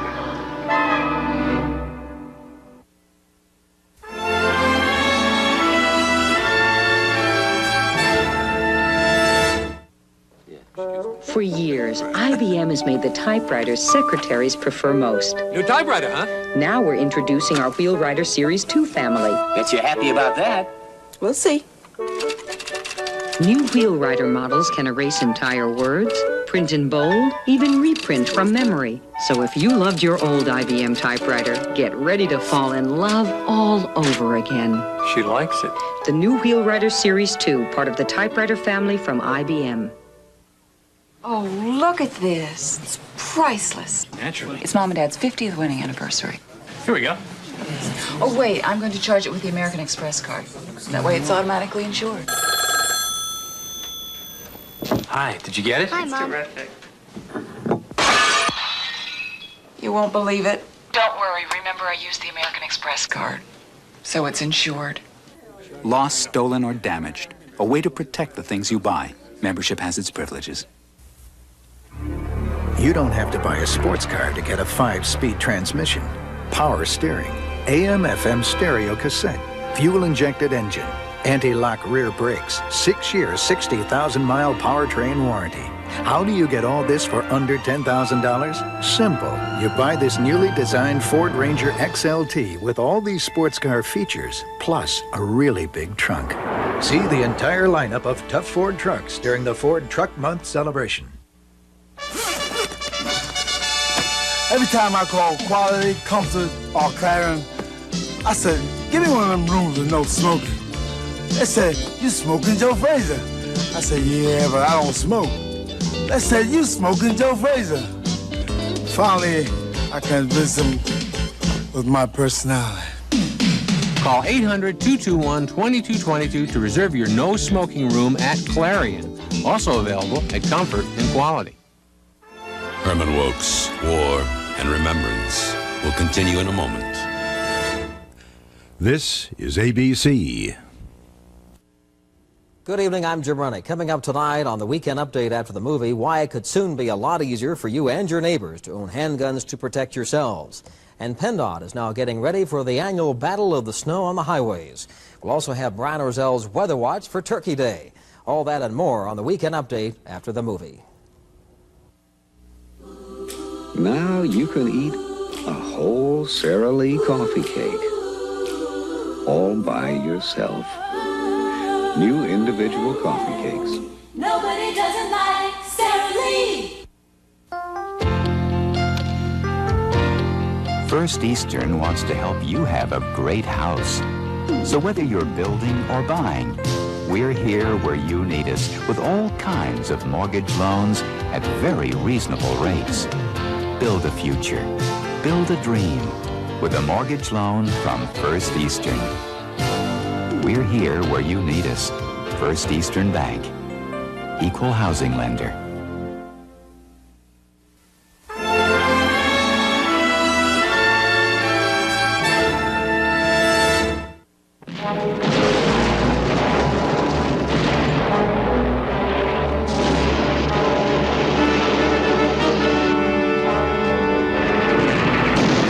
The battle for Guadalcanal is in its fourth bloody month, and while the toll has been heavy on both sides, the United States is gradually gaining the upper hand. The Japanese have lost over 20,000 of their best troops, 500 aircraft, 15 warships, and large numbers of transports and troop carriers. The United States, 2,000 dead or missing, 300 aircraft, 20 combat vessels, including the fleet carriers, Hornet and Wasp. And like the Japanese, many more transports and troop ships. So many ships of both sides have been sunk that the Marines dug in on the island, called the waters off Guadalcanal Iron Bottom Sound. And the end is not yet in sight. We're zeroing in now, Captain. Our salvos are bracketing them.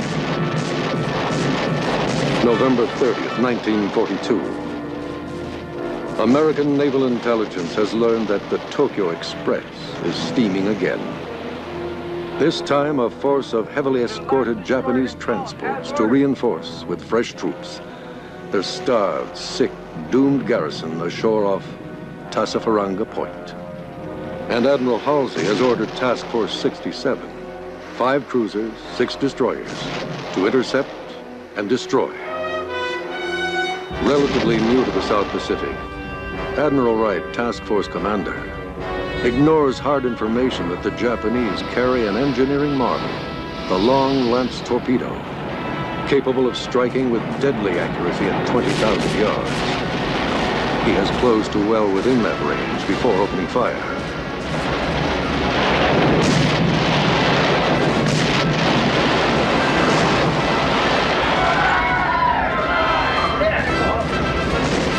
Caught by surprise, the Japanese have but one option.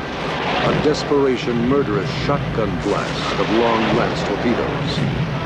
And within minutes, Tassafaranga turns into one of the worst disasters the American Navy will experience in the course of World War II.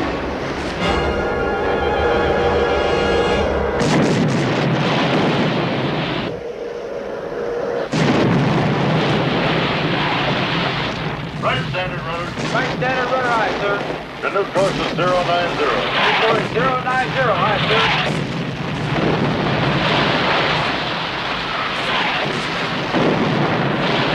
Oh my God, Captain. The Pensacola II. 3 heavy cruisers. For 1 jet destroyer. 3 magnificent ships. Belay that tangent course. All ahead full, left full rudder. Engines answer head full, sir. Left full rudder, aye, sir. Left, sir? Hell yes, this is total disaster. We straddled those bastards with our left salvo. I've got him in my gun sights and I'm closing.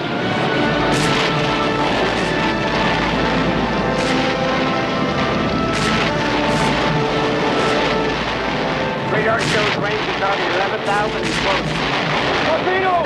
Torpedoes off the port bow, bearing 350. Left full rudder. Left full rudder, aye, sir. Port back full. Port back full, aye,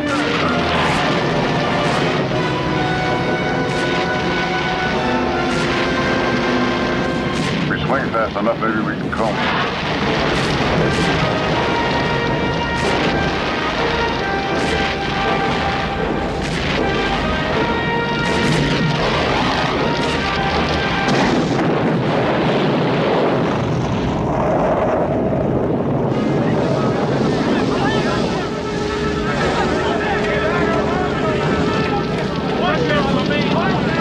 This is the captain speaking. Flood magazines on number 3 turret and jettison 5-inch ready ammo. Repeat. Flood magazines on number 3 turret and jettison 5-inch ready ammo. Acknowledged.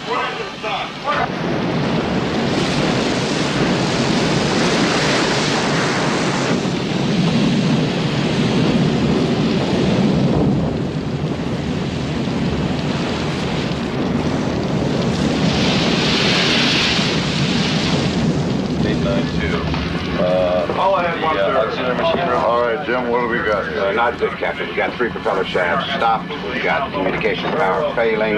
Oil and water in the 4th and 5th decks, flooding the whole deck. Well, we've got to keep it together till we get to Tulagi, 18 miles.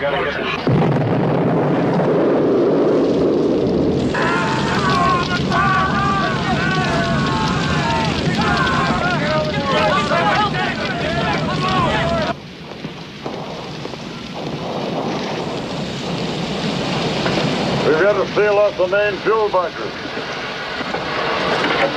Aft fire room. Secure all fuel and steam lines. Pump overboard all port water ballast. Sir, the task force commander aboard Honolulu.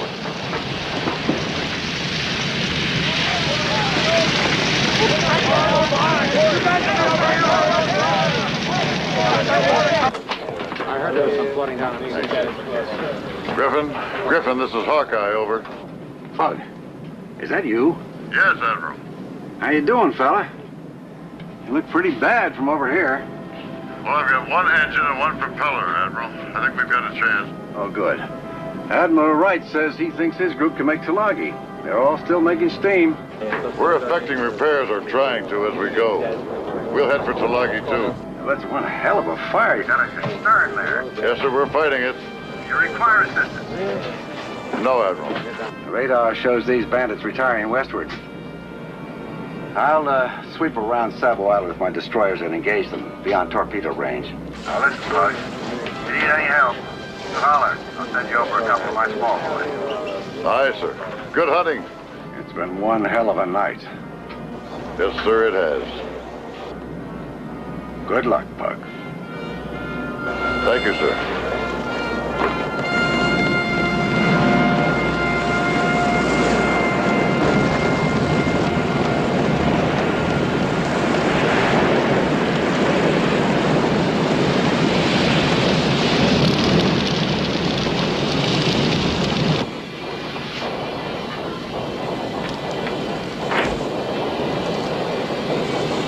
What's the list now? 18 degrees, sir. Better lie too, sir. Lied too. I just got her on course. If we can keep her afloat till dawn, we might make Tulagi right behind the rest of them. Shoring is giving way on the 4th and 5th decks, sir. Now, what do we do, Jim? Just let her drift, filling up with seawater? I'll take some turns off the engines. With any way on it all, we won't hold out to sea. Captain, the loop supply to number 4 engine is failing. Pumps can't overcome the lift. The bearings are burning out. I see. Maybe I will ask the Admiral for a couple of destroyers. I guess you should, sir. I'm going below with Chief Clark and see for myself. You get on the horn and ask Griffin for those destroyers. Tell him we're afire, dead in the water, listing 18 degrees and down hard by the stern. Aye, aye, sir. Griffin, this is Hawkeye, over.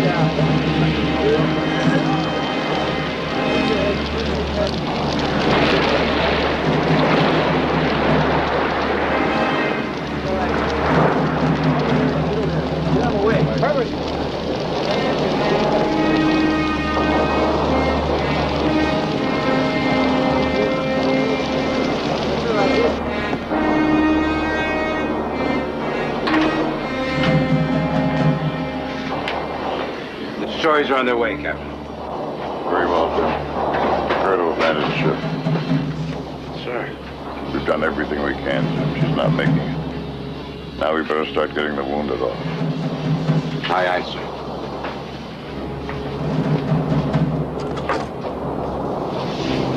Now hear this.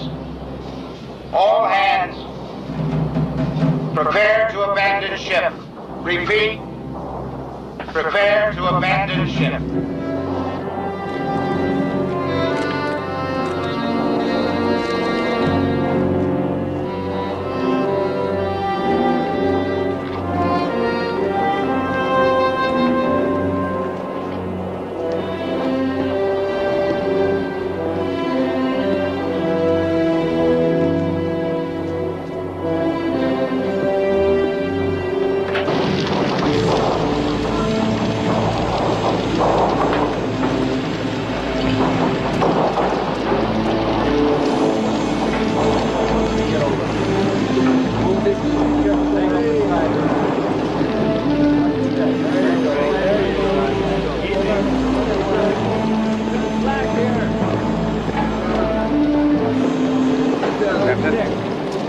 Last of the logs and codes, sir. Crew is mustered at abandoned ship stations. Count is taken of killed, missing, wounded. Roster is complete. As complete as it can be, sir. Okay, Jim. Abandon ship. Aye, aye, sir. Abandon ship! Abandon ship! Pass the word forward! Abandon ship! After you, sir. No. Well, I'm not going down with her, if that's what you're thinking. I wouldn't be much good to the war effort under 400 fathoms. I rounded up a gang of volunteers under Chief Clark. If we can keep her afloat till dawn, we might be able to get a tow line on her. I'd like to volunteer for that duty, sir. Some of the bunks are still working now. If I could counter flood, I might be able to... Negative, Commander Gregg. You're needed in the boats. Aye, sir. What was that last count? 54, Captain. Dead. Missing. 217. We sure hauled ass, like the Honolulu. No, sir. No, sir. You couldn't have done anything else, Captain. You couldn't let the bastards get off scot-free. On your way, Jim.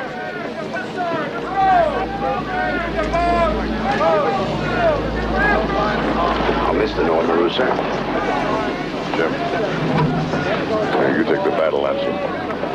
Fly it on your next command. Yes, sir. Go ahead.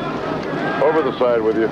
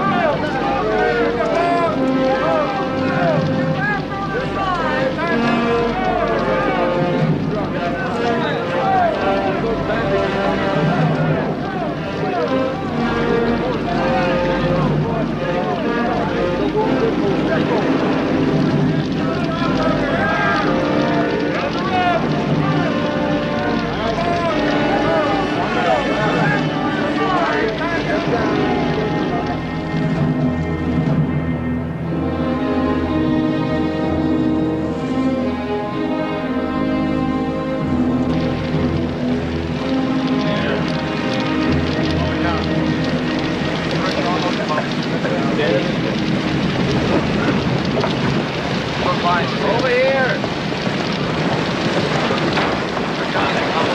Well, at least those destroyers have started fishing our men out of the water now, sir. Yep. Chief, she could capsize any minute. I'm afraid you're right, sir. Let's abandon ship. Aye, aye, sir. Abandon ship! Let's go!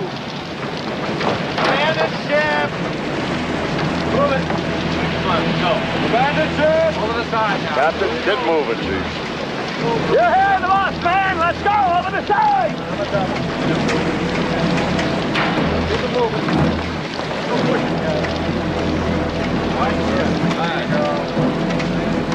Ready, next one.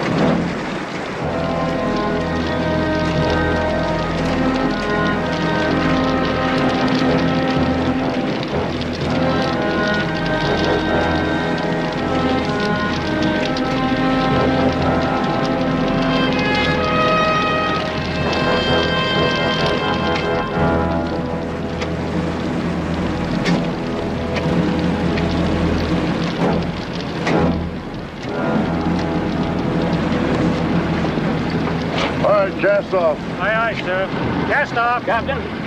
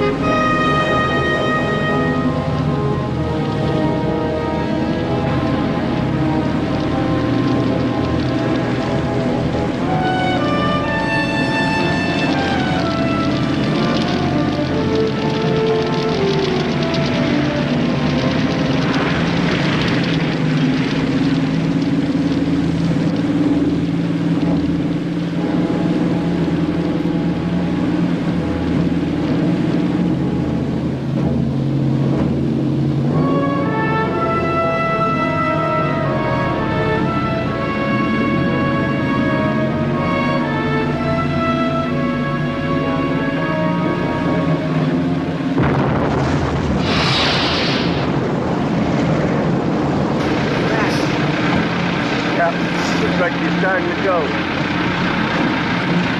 Jackson, slide to.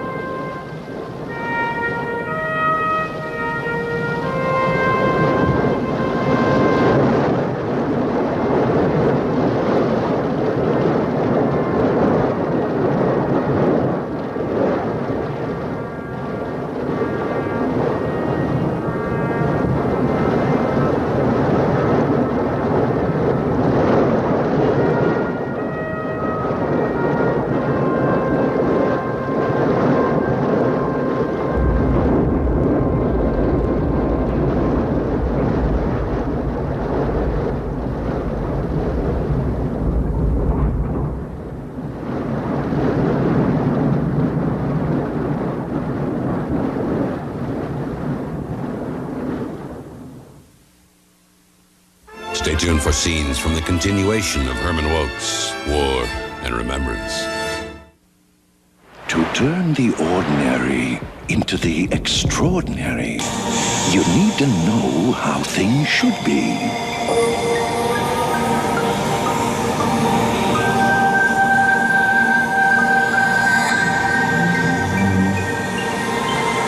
Fabergé, what an egg should be. Stradivarius, what a fiddle should be. And Lincoln, what a luxury car should be. Bill Pace, top breeder of champion field spaniels. They're a bunch of happy, healthy dogs. They got good shines to the coats. They're full of energy.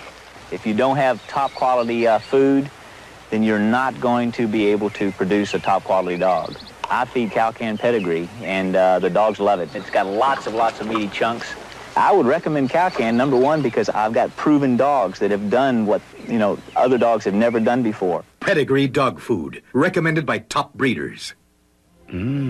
What's that fragrance you're wearing?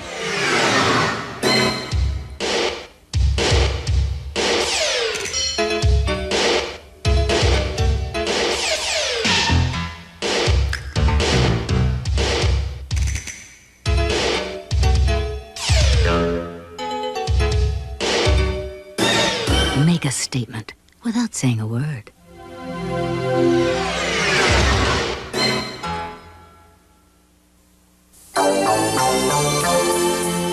Introducing a completely different Mercury Cougar.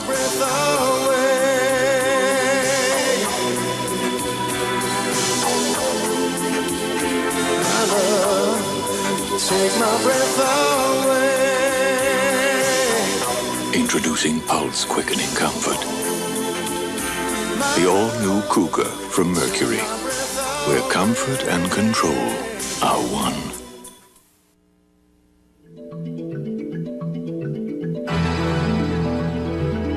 Newswatch 16. If you're looking at the sodium, then you have to pick a different soup. If you're looking at the calories, you have to go to a different soup. There are so many different soups out there, and they all seem to have different focuses. It's very confusing. Soup is anything but simple. Okay, you found a soup that's healthy, but now the trick is getting the most for your money. Tomorrow on Newswatch 16 at 5. Discover a land like nothing you've imagined. A land of adventure, fun, friendship, and an unforgettable dinosaur named Littlefoot. When George Lucas and Steven Spielberg present a Don Bluth film, The Land Before Time. Then come to JCPenney, where you and your children can find your very own Littlefoot and all his dinosaur friends, clothes, and much more. Only at the Land Before Time shop. Yep, yep, yep. Announcing a dramatic breakthrough in shaving technology. The new Remington microscreen says they've got everything under control. Disaster at Silo 7, Sunday. A new car has arrived. It comes with a well-earned reputation of quality and design. And the automotive press here has already begun to praise it for its styling and value. The interesting thing is that here is Japan, and the car they're importing is the Ford Taurus. Now save $700 on Ford Taurus, only at your Quality Plus Ford dealer.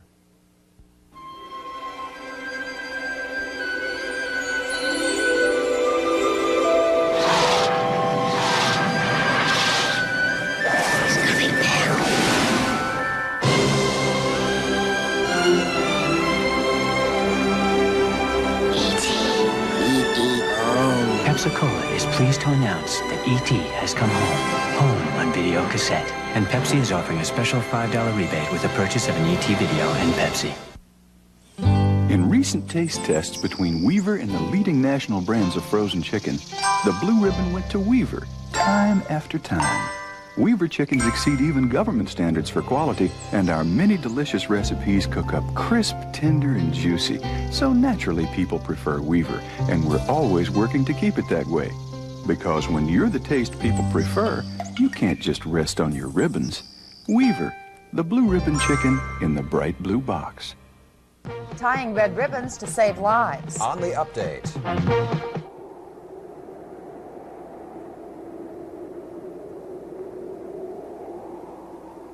Tonight, on War and Remembrance. Welcome to Germany. You are asked to place your package on the tables provided for inspection. I wish you a pleasant stay in beautiful Baden-Baden. Byron must never, ever find out about us. It's none of his business. Well, Pug, Admiral Stanley feels sure he could use you in Moscow. Aye, sir. Pamela, I was flabbergasted to read about your engagement. I didn't realize you were still in Washington. Well, I'll be moving on soon. Probably to Moscow. Now I will show you what the Germans have done to the rest of our city. Look, if we don't say our government believes that the Germans are committing genocide against the Jews, if we don't talk about the wholesale extermination of women and children, then who cares? We must help the unfortunate Jewish race wherever we can, within the law. Unconditional surrender, gentlemen. Nothing less. With just 2 words, 2 sledgehammer words, he has announced that we are losing the war. Cowardly swine! There's only one way to save Germany now. Kill him. Natalie's no journalist, sir. The documents are fraudulent. The documents break down. She's gone. The baby, too. They know who we are.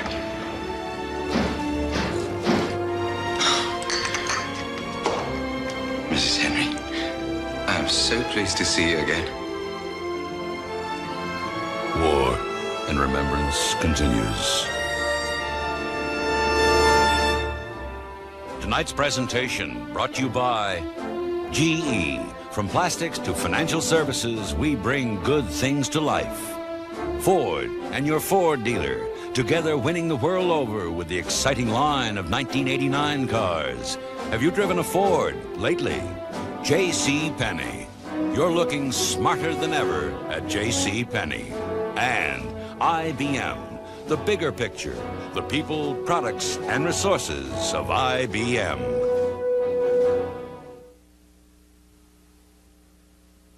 With its 24-valve V6 engine, double overhead cams, and 220 horsepower, the new Ford Taurus SHO isn't for everyone. In fact, only a select number will experience this sport interior and performance suspension. The new limited production Ford Taurus SHO. Power in the hands of a fortunate few. Have you driven a Ford lately? What's that fragrance you're wearing?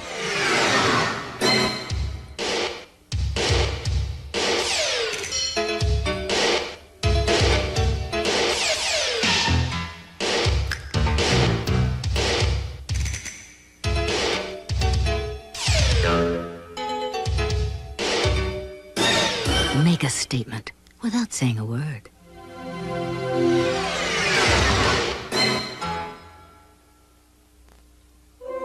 Discover a land like nothing you've imagined. A land of adventure, fun, friendship, and an unforgettable dinosaur named Littlefoot. When George Lucas and Steven Spielberg present a Don Bluth film, The Land Before Time. Then come to J.C. Penney, where you and your children can find your very own Littlefoot and all his dinosaur friends, clothes, and much more. Only at the Land Before Time shop. J.C. Yep. Here, Kitty Morris. I never knew how much I loved you till you went away. Have you seen my cat? I give up everything I owned to have you back today. Morris, I wonder where you'll sleep tonight. If you're alone, if you're alright. Did you find someone who loves you more than me? What are you doing tomorrow? That can't be. Come on, sweetheart. I miss you, you're my only friend. I'm gonna feed him anyway. If I could hear your voice again, I'll gladly give you 9 lives for the one you've given me. I'll gladly give you 9 lives. You're found. I didn't know I was lost. For the one you've given me. Next Tuesday, Tony has some competition. Someone's jealous. I live. On Who's the Boss? Yes. Then, Do it for humanity. Strike It Rich Do it for the children. with Roseanne. Do it for the stinking $100. Bingo. And 12 years, 120 guests, and 50 shows later, the biggest laughs, the tenderest moments. don't miss the 50th Barbara Walters special, 1 week from tonight.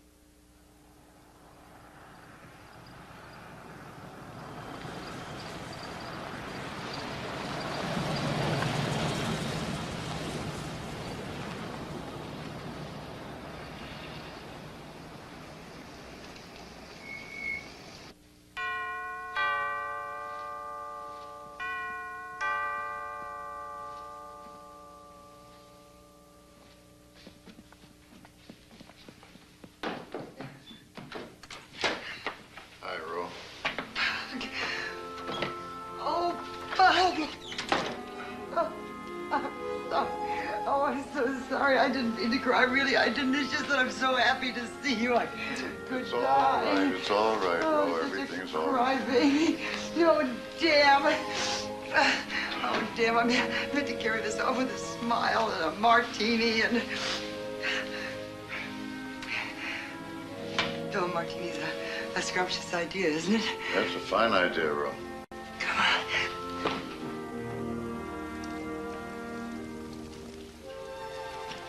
Well, now, let's have a look at you.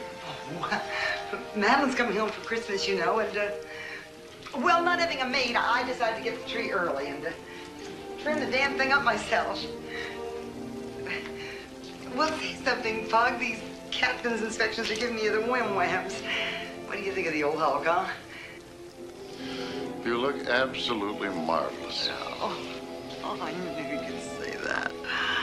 Oh, and look at you. Oh, so smart. Oh, a few new gray hairs, you old thing. But very attractive.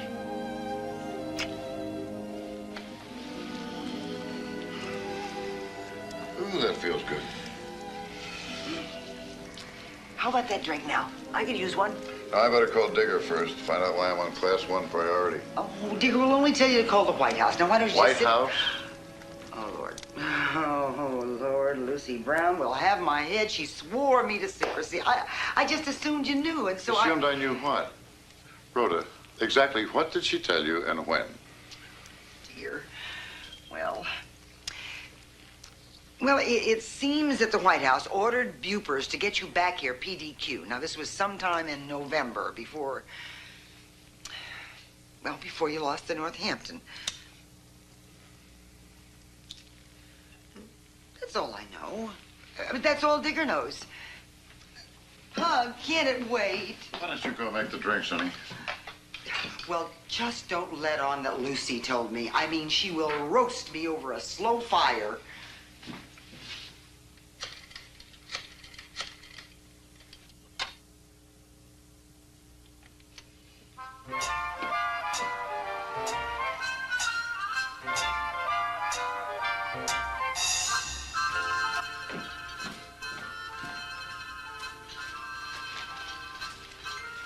Martinis.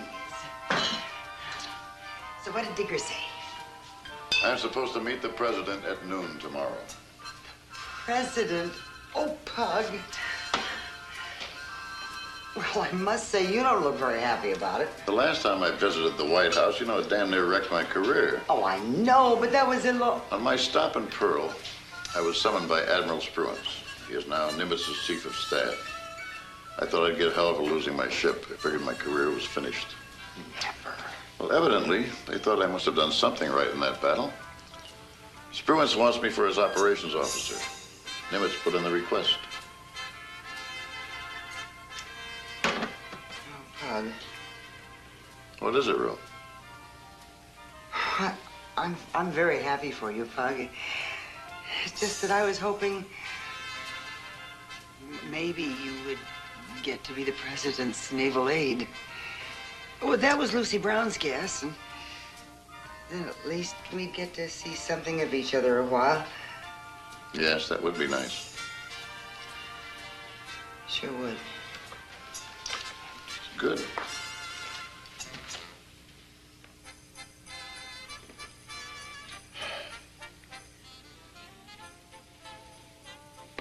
Do you want to talk about the Northampton, Pug? We got torpedoed and we sank.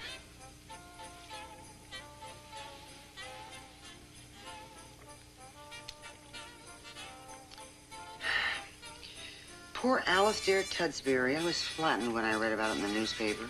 Yes, that was a shock. Damn pity. But at least old Talkie died with his boots on. I wonder what Pamela will do now. I saw them when they passed through Hollywood. Yes, I got your letter.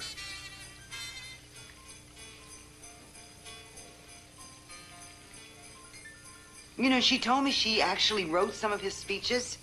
Yes, she was ghosting quite a bit of his stuff there toward the end. Now, how about that dinner?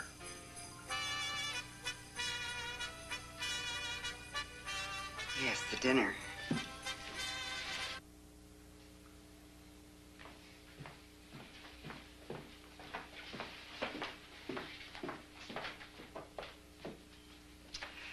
I think that's enough wine, dear. Negative. This is my homecoming. I'm celebrating. Now, where was I? Well, you were telling me about New Caledonia, where you took the Northampton after Midway. Oh, right. Yeah, madhouse. All those fussy French colonialists overrun by American war making. Halsey's running the whole damn South Pacific campaign from Noumea. There's a few Navy nurses, some French girls, and they're surrounded 4 deep by colonels and captains. The lieutenant hasn't got a look in. Warren didn't like that. Yeah, we're sitting in the bar at this musty French hotel, and Warren leans in, with that grin, and he says, Dad, what these girls are forgetting, when the uniform comes off, the more stripes, the less action. Only Warren, huh? I'm afraid you're not making much sense, dear. What? Well, you just said you and Warren were together, and he cracked a joke. Oh, yeah. Well, I guess I could do with some coffee. I don't think coffee will help much, dear. No? That is discouraging.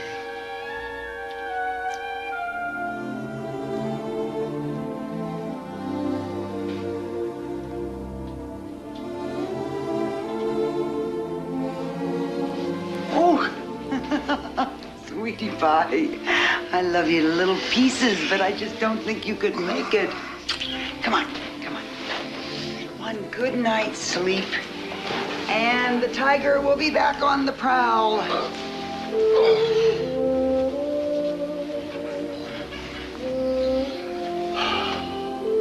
It's good to have you back. Sorry about this.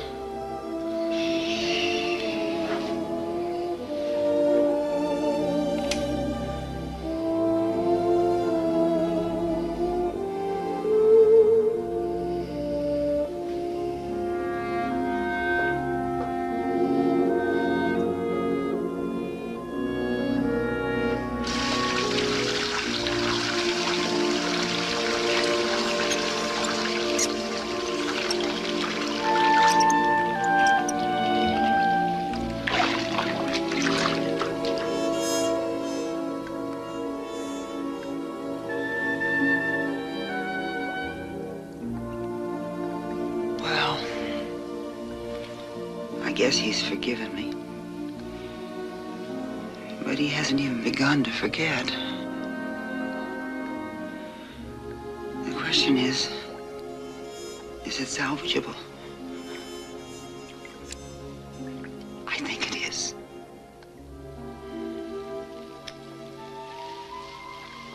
All in all, it wasn't such a bad first day.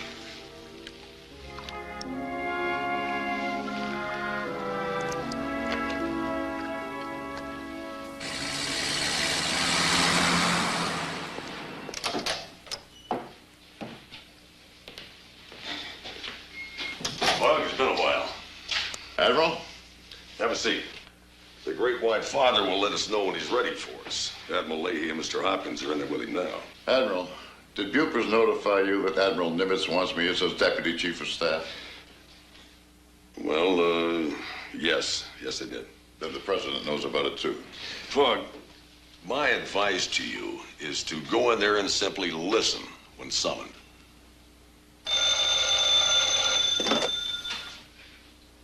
Okay. Thank you. We're on. It's a bad situation, Harry, but we're Mr. President, Captain Victor Henry. Well, Pug, old boy. Mr. President?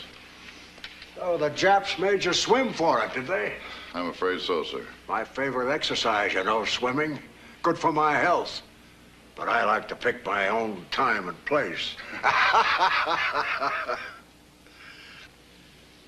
You remember Harry. Pug? And I'm sure you must know our head of Joint Chiefs, Admiral Lee. Yes, sir. Pug, I regret the loss of that grand ship and all those brave men. The Northampton gave a fine account of herself, I know that. I'm glad you got away safe. Thank you, sir. Tell me something, Henry. Exactly what happened out there off of Tassafaranga. I've been reviewing the records. We found ourselves in torpedo water, sir, after opening fire at 12,000 yards. We did have intelligence, Mr. President, that the Japs were building a remarkably long-legged torpedo.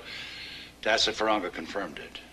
Notice that you mentioned those torpedoes in the conference before the battle, Henry, and suggested commencing firing at longer range. Yes, sir. It's too bad someone didn't listen, Bill. Why do you suppose that was? We're looking into it, Mr. President. Care to comment on that, Henry? No, sir. Well, as said, Mr. President, it's being looked into.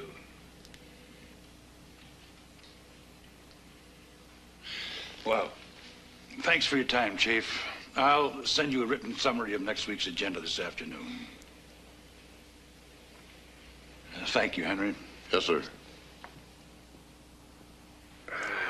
Sit down, Pug.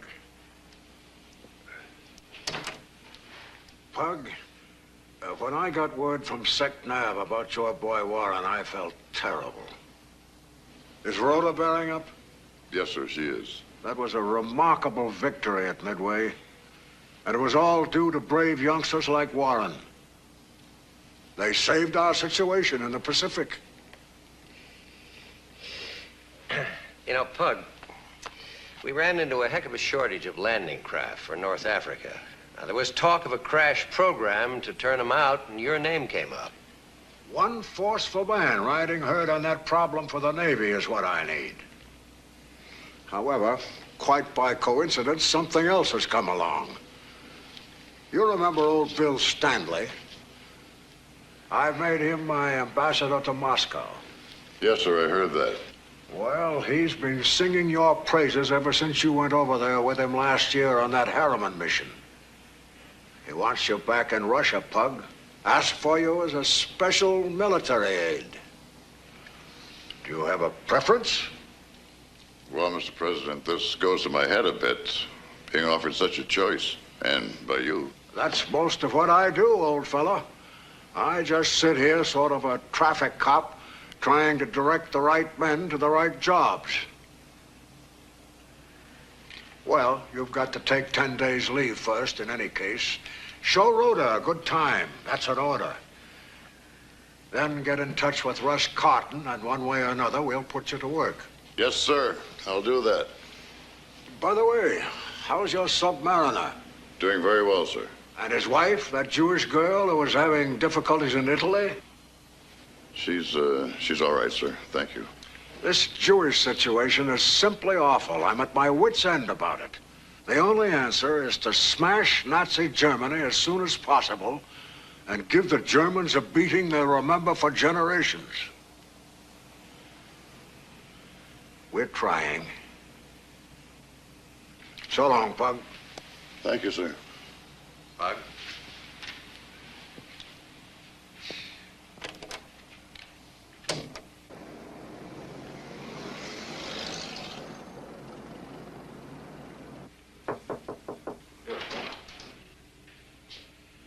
Hello, Foxy. Slope, you made it. Good to see you. Where'd you shoot that thing? Siberia? It's just about. Well, here it is. Good.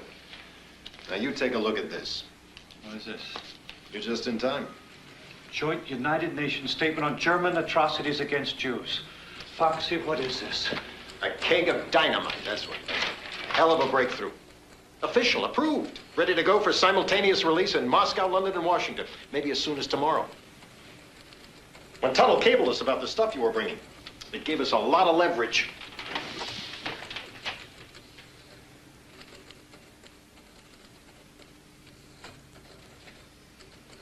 Who made these cuts? They castrate the thing. Les, that's a very strong document. Look, don't give me that. Look, if we don't say our government believes that the Germans are committing genocide against the Jews, if we don't talk about the wholesale extermination of women and children, then who cares? Then it's just about Jews, far-off bearded kikes. Les, that's an overwrought emotional reaction. Now, you're tired. You're damn right I'm tired. You know, I have just come 5,000 miles with these documents. Now, I want to know who made these cuts. They came from the second floor. Here.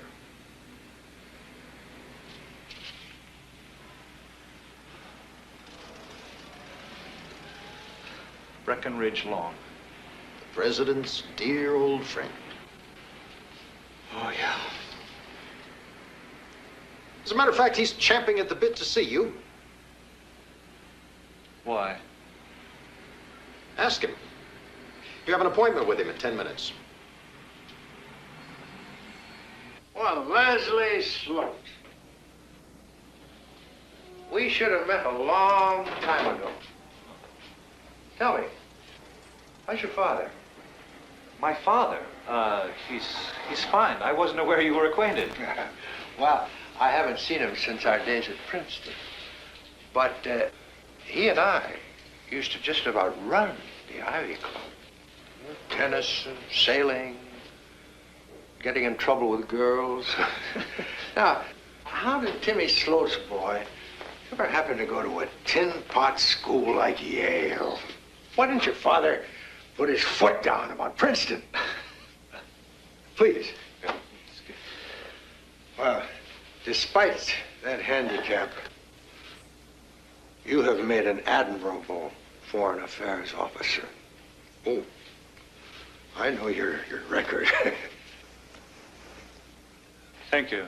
The fact of the matter is, that's why I wanted to see you. I need help. A special kind of help. You do? Indeed, yes.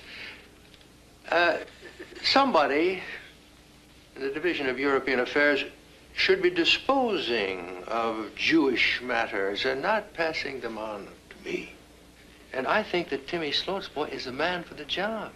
And your reputation, being a sympathizer with the Jews, is a wonderful asset. Sir. Breck. Breck. Yes. I don't want to be placed in such a position unless I can really do something to help the people who come to me. Of course. That's what I'd want you to do. But the existing regulations make that almost impossible. Oh.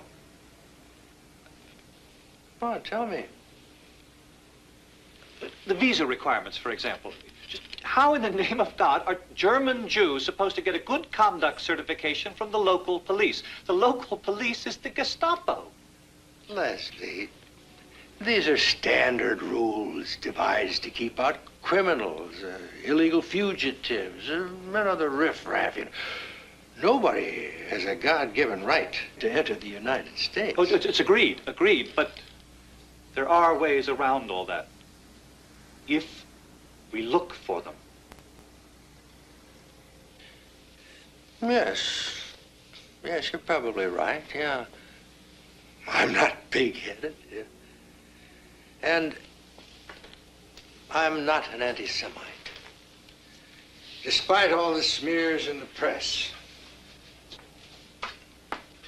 Hopefully, our joint statement will go some distance to silence that kind of thing. Have you had a chance to look at it? Well, as a matter of fact, I have. And, Breck, if I may speak candidly. Oh, please, please. I'm terribly concerned about the deletions in that statement. Oh, as am I, Leslie, as am I. But try to understand.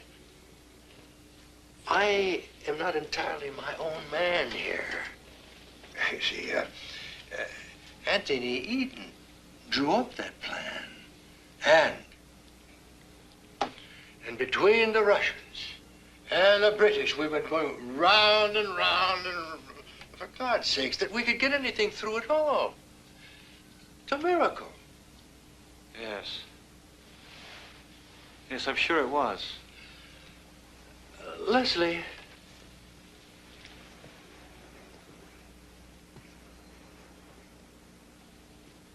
I truly believe we must help the unfortunate Jewish race in their time of agony, wherever we can,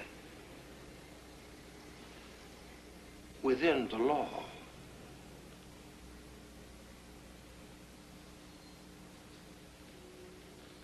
I need your help.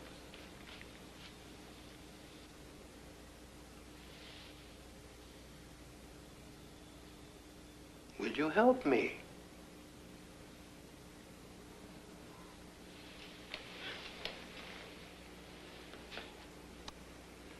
I'll try, sir. I'll try.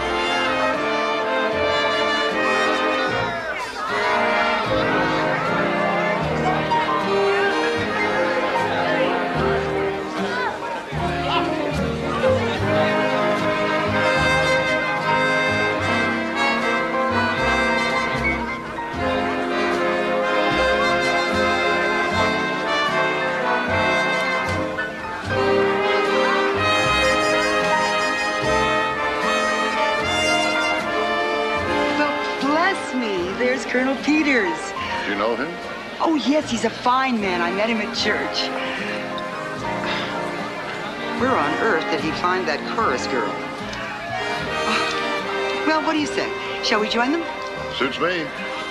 Oh, I don't know. Can I trust you at the same table with that blonde floozy? Come on.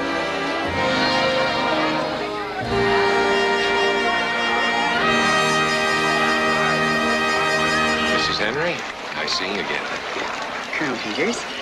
My husband, Captain Henry. Colonel Peters. Captain. Susan Wiley, Captain, and Mrs. Henry. Susan. Pleasure meeting you. Miss Wiley. General, how are you? It's good to see you.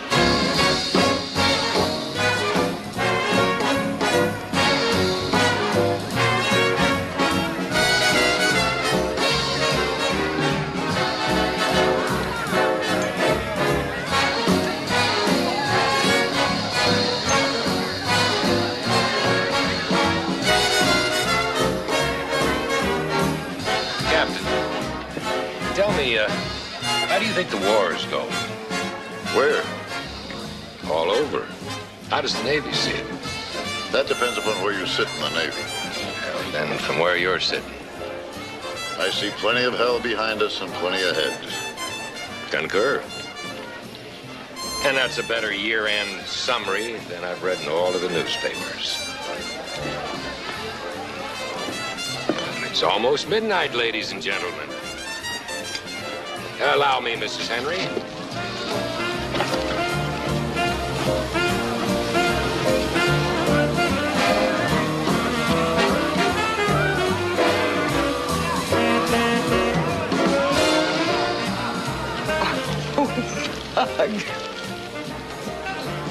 Happy New Year, Rhoda.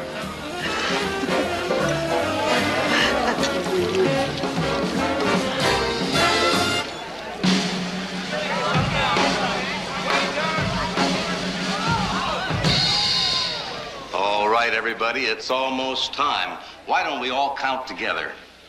And 10, 9, 8, 7, 6, 5, 4, 3, 2, 1.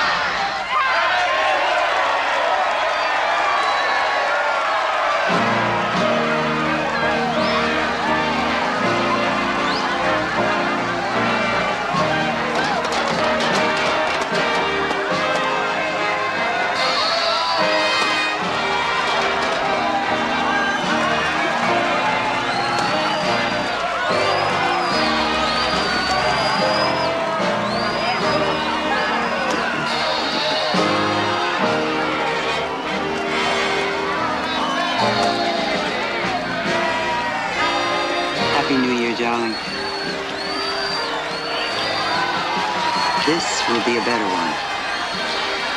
Let's hope so, Will. Let's hope so.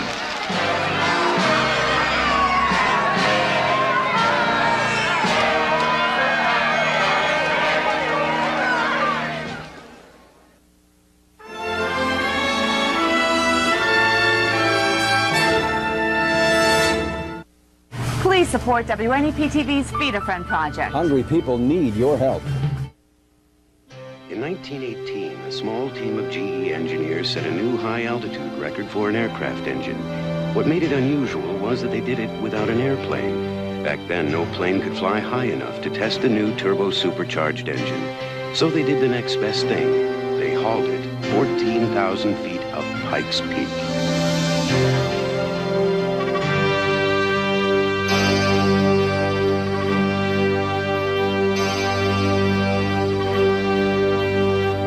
After several fits and starts, this remarkable new engine roared to life. And it is the same ingenuity and team spirit that has brought GE from America's first jet engine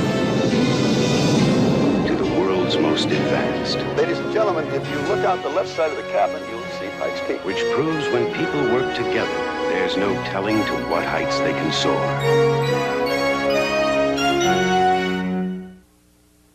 Uncle Alex, this store is a lot bigger than your old one. Oh, you betcha. More parts, bigger inventory. Maybe you should get an IBM PS2. Huh, what do you want me to do, throw out my old PC? They'll work together. And my PC software? It'll run it and a lot faster. You're kidding. You know, I could use extra capacity. Maybe I should get a PS2. Congratulations. You didn't. I did. The Personal System 2, part of the bigger picture for your growing business from IBM. The orange is 100% pure. New Minute Maid Premium Choice is 100% pure. Squeeze the orange for fresh-tasting juice that's not from concentrate. For Premium Choice for fresh-tasting juice that's not from concentrate. Nature's perfect package, man's perfect package. But maybe this really isn't as perfect as this. After all, ever tried to reseal an orange? New Minute Maid Premium Choice for juice that tastes fresher. You'll have to squeeze it yourself. Tommy! Dad, I'm practicing. Well, practice eating your breakfast. So, you busy later on? You want to rake a few leaves? No. Mom, did Kevin call? Ooh, Kevin. Kevin, only about 4 or 5 times. I saw him giving Debbie Green a ride yesterday. Grow up. Cut it out. Teach him shoot. Outside with that. Bye, Mom. The new 96-ounce bottle from Minute Maid. Who's Kevin? A new way to get a handle on your morning. Last week, ABC's World News Tonight with Peter Jennings introduced a vital new nightly feature, The American Agenda. Tomorrow, the environment is the issue. In Ponca City, Oklahoma, the soil is saturated with waste from a nearby petroleum refinery.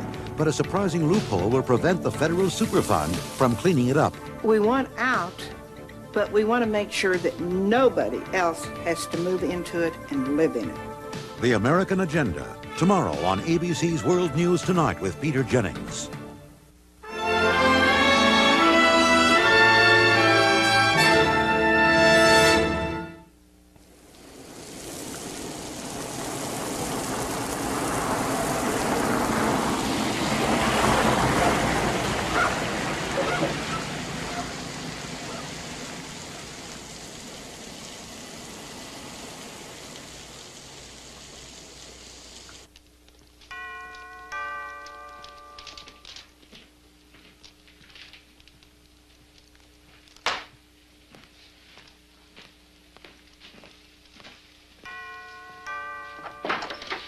Hello, Leslie. Hello.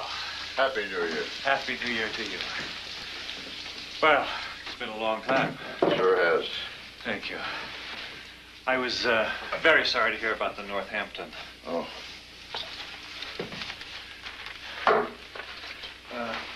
I was just checking to see how we did with our joint United Nations statement.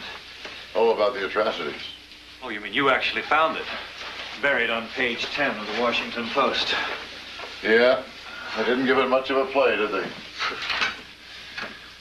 Well, I shouldn't be surprised, I guess.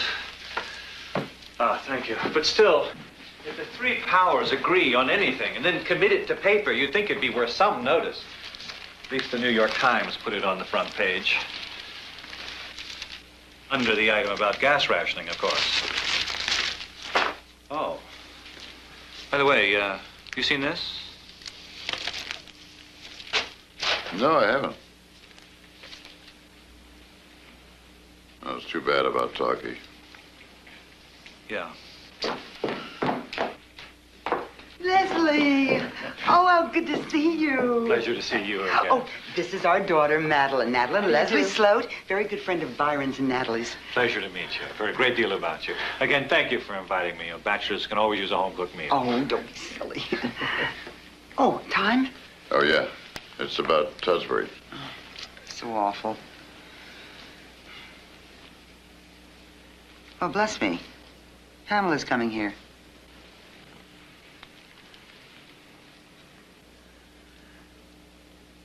And she's engaged to Lord Burnwilk. Did you know that, Pug? No, I didn't. Well, she's done very well for herself, hasn't she? I remember when I met her. Lord Burnwilk was there, too.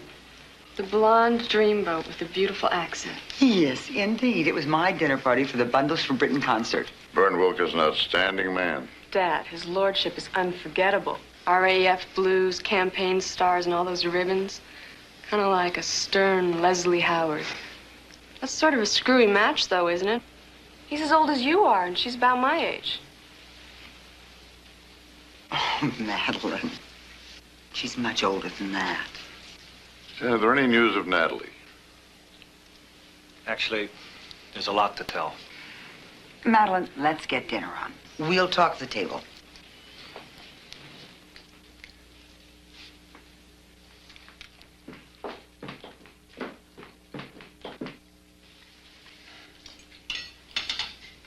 But why Lourdes? Why were they interned there? We don't really know. But we are sure that the Vichy government put them exactly where the Germans wanted them. Well, then can't the Germans take them whenever they feel like it with their uncle and the baby and just ship them off to some ghastly camp? Oh, Madeline. No. That is the problem, exactly. And we just have to hope that it doesn't happen.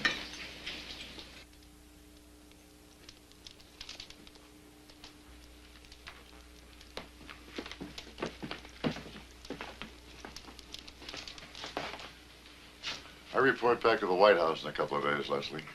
Is there something I can do for Natalie? Actually, that's what I want to talk to you about. Do you still have your contact with Harry Hopkins? Well, he still calls me Pug. All right, then. There was no point in alarming you before, but the fact is their position's become extremely precarious. We're no longer dealing with the French for this group. The Germans have taken over the negotiation. How come? They're trying to include in the swap a whole swarm of agents from North Africa and South America. See, with the Germans involved, this enormously heightens Natalie's danger. What can the White House do? Get her out of Lourdes. How? Through our people in Spain. See, the Spanish border isn't 40 miles away. Informal, quiet deals can be made. Sometimes indirectly, even with the Gestapo. I'm not saying this will work. I'm saying we better try it. But how? I know who to talk to at State. I know where the cable should go. A phone call from Harry Hopkins will enable us to move. Look, I don't want to sound frantic, but I urge you to try this. If this war goes on 2 more years, every Jew in Europe will be dead. Natalie's no journalist. Her documents are fraudulent. The documents break down. She's gone. The baby, too. This is the time to cash in whatever credit you have at the White House. Just try to get Natalie out of Lourdes.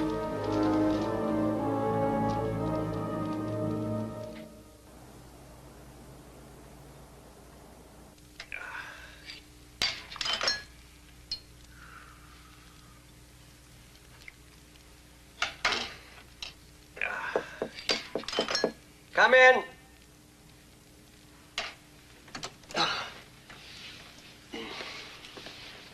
Captain Victor Henry. Hello, Pug. Thank you for seeing me, sir. Always a pleasure. I'll be going, Mr. Hopkins. Have a seat. Little historical trivia for you. Do you realize that it was in this room that Abraham Lincoln signed the Emancipation Proclamation? No, sir, I didn't. Well, this is where he did it. There's a real coincidence. I've been meaning to get in touch with you. You been giving any more thought to our landing craft problem? Yes, sir, I have been thinking about it. Well, I hope you're going to sign on for it. You lick this one, Pug, you'll be a hero. Also be an admiral pretty soon. Actually, sir, I haven't made any decisions yet. What I'm really here to see you about is my daughter-in-law. So that's still a problem, then, I take it. Yes, sir. She and the baby and her uncle, Dr. Jastrow, are with the American internees in Lourdes. As you know, sir, they're Jews. I was hoping that something might be done to get them out of there ahead of the others. Lourdes, huh? Okay, let me take a look at that. This is Hopkins. Oh, hello, Mr. President. Right away. By the way, sir, Pug Henry is here. Yes, of course, sir. Boss wants to say hi to you, Pug. Follow me.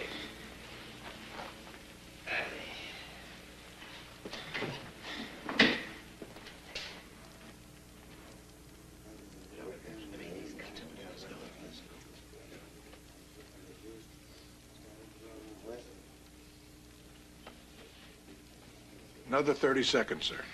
It's been in long enough.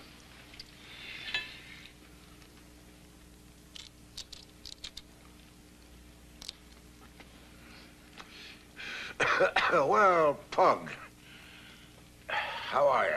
Very well, sir. Did you and Rhoda have a nice New Year's? Yes, Mr. President, thank you. Good, good. Now, what were you and Harry cooking up just now? Where do you go next? Moscow or landing craft czar? Mr. President, Admiral Nimitz has requested my services as Deputy Chief of Staff for Operations.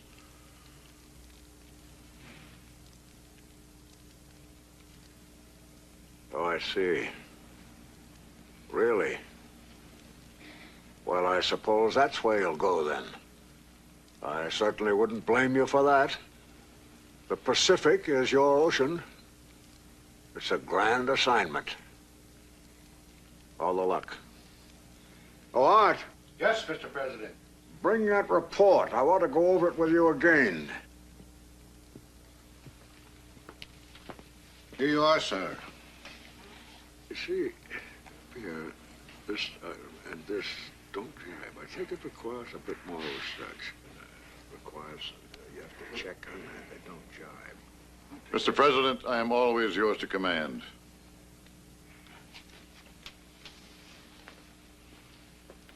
Well, Pug,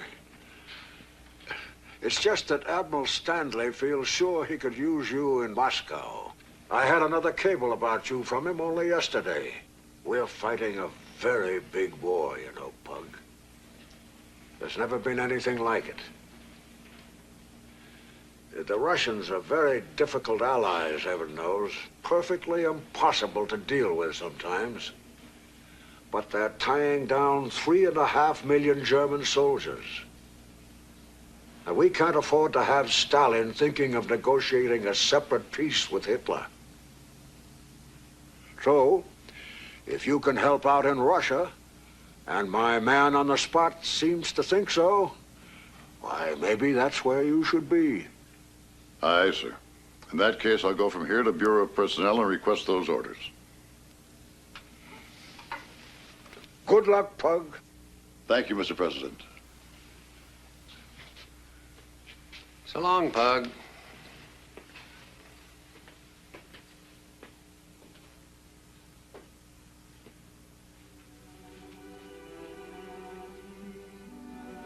It'll mean at least a year, won't it, Pug? It'll be a long time. still hoping for Washington. It's what the president wants, Ro. The president. We've certainly come a long way, haven't we, Buck?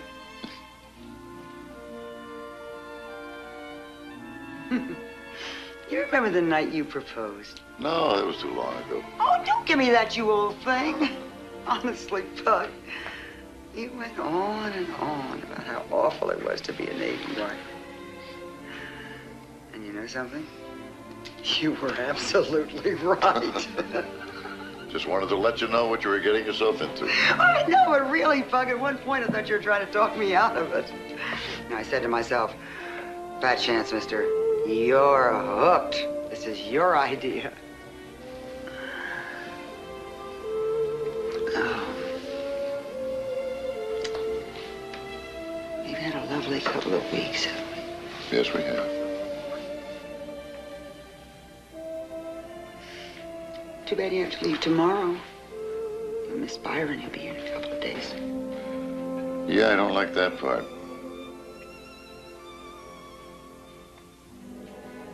You miss Pamela Tudsbury, too. Yes, I'll miss Pamela Tudsbury, too.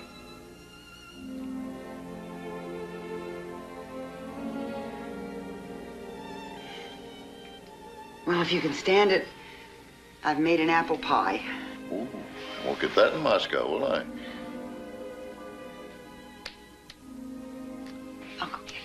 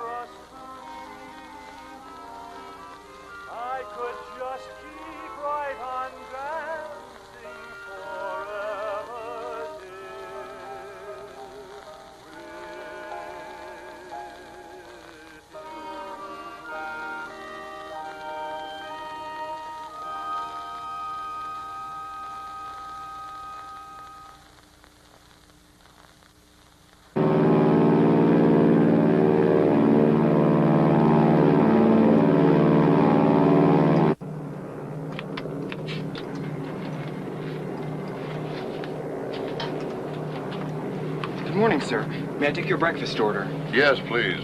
I'd like ham and eggs and pancakes.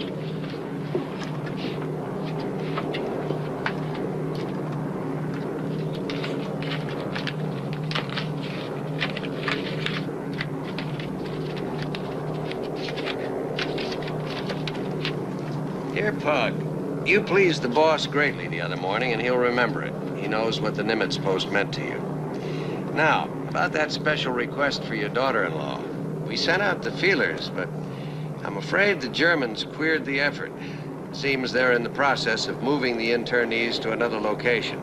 Exactly where, we don't know yet. But I don't want you to worry, Pug. Sumner Wells says that he truly believes they're in no hazard, and that negotiations for exchanging the whole crowd are well along. Good luck in Moscow.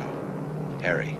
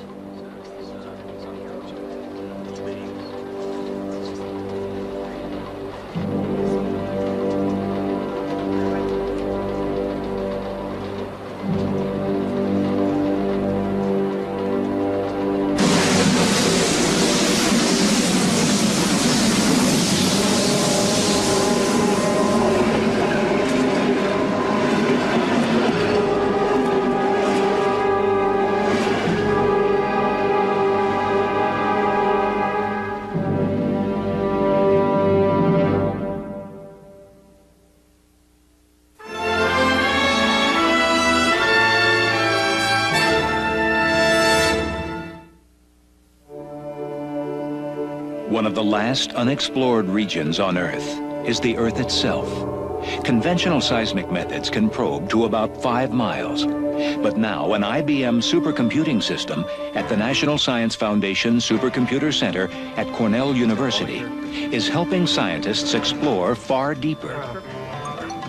The system, the first ever to link 6 large-scale processors in parallel, analyzes seismic data at extremely high speeds. And now geologists are charting the Earth's crust 20, 25, even 30 miles deep, making discoveries no one suspected were there. IBM supercomputing systems are also helping to open new doors in fields like chemistry, medical technology, and in many businesses. Supercomputing, another example of IBM technology at work.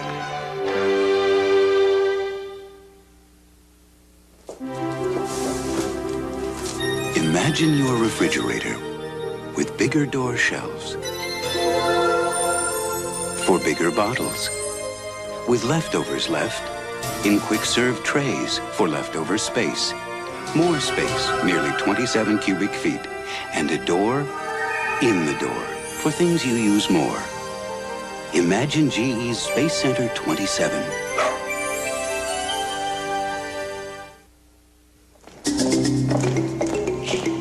The Ford Mustang LX convertible. With its impressive list of standard features, it's just what the doctor ordered. Open up and say,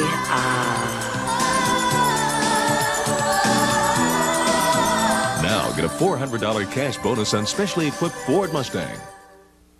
His albums sell in big numbers. How will he do on the big screen? Tomorrow, more of our talk with Phil Collins. Also, David Hartman continues his series, The Cops. Plus Steve Guttenberg. And where did they ever get the name Goo Cluster? Tomorrow on Good Morning America.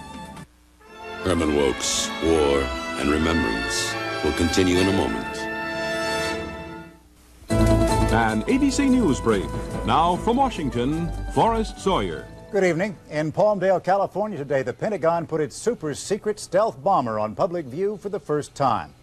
President-elect Bush met in Houston with Mexican President Carlos Salinas and promised never to neglect U.S. friends in this hemisphere.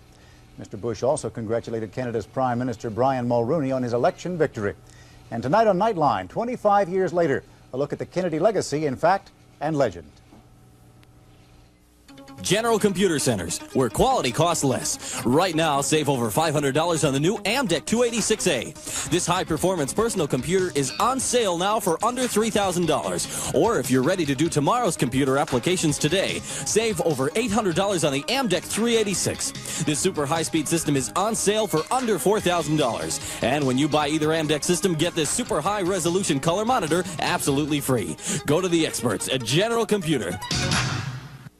There's a surprise waiting for you at Burger King. What do you think it could be? Must be a rainbow. It might be linguine. Yeah, fireflies. It's something soft and comfortable. It's the Pretenders. 4 furry cats who pretend to be a dog, a duck, a mouse, and a bunny. Transforms into a cat again.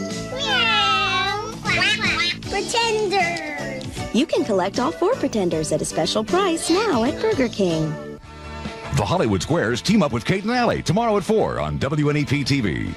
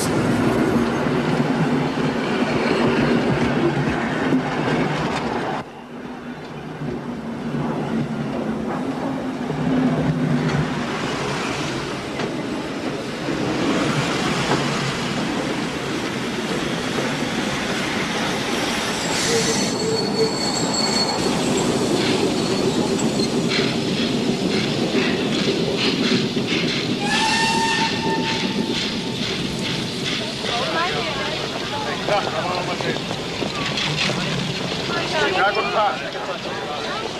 Haben Sie eine angenehme Reise gehabt? Gibt es schon eine Liste?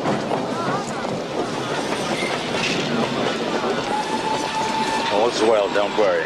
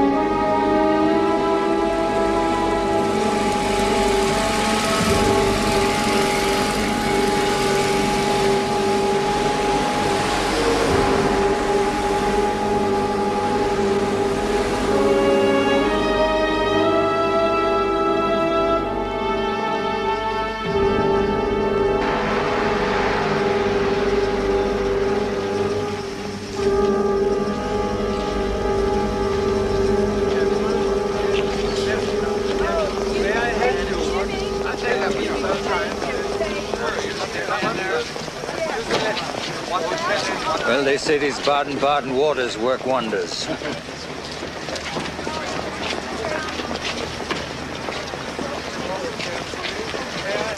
Now, ladies and gentlemen, we'll be quartered at the Brenners Park here until the exchange takes place, which negotiations are still in progress.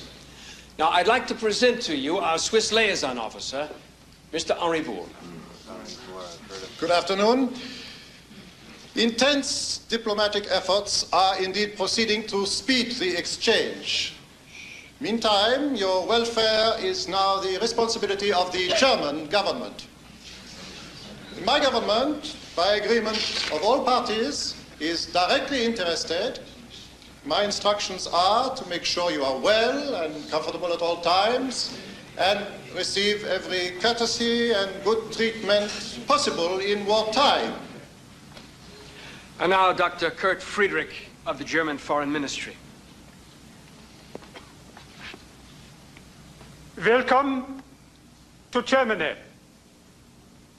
You are asked to place your package on the tables provided for inspection. All shortwave radios will be confiscated. You will be allowed to listen to German radio, and you will have German newspapers and magazines. After package inspection, and you have been shown your rooms, lunch will be served in the main dining room. I wish you a pleasant stay in beautiful Baden-Baden. I've had enough of your excuses, and now I want action.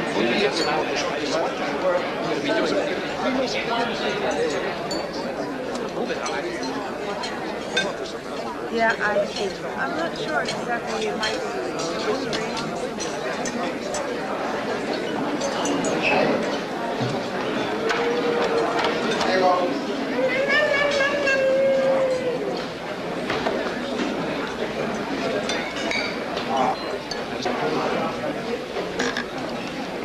This hotel once had a reputation for its cookery.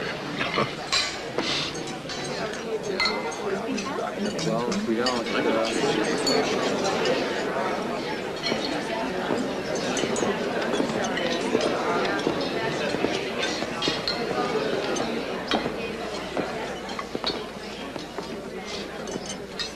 Professor Aaron Yastra, author of A Juice Jesus, I believe? Yes, indeed, Dr. Friedrich. Professor, may I say, I am a long-time admirer of yours. Your book should be required reading for all aspiring theologians. Jesus the man walks in the pages. I am honored to serve as your host. I've not been translated into German. I thought I'd be quite unknown here. Come, Professor. Your name on the roster might as well have been in electric lights. I see. The top floor suite you and your niece have been assigned. With the fine river view? Is it adequate? Oh, perfectly. Indeed, quite luxurious. And you and your baby, Mrs. Henry. You're comfortable? Yes, thank you. Good. It's the hotel's best accommodation. When you're settled in, sir, perhaps you and I can chat and discuss your work and literature in general. I'm a lover of serious history. Of course, I shall be perfectly at your disposal.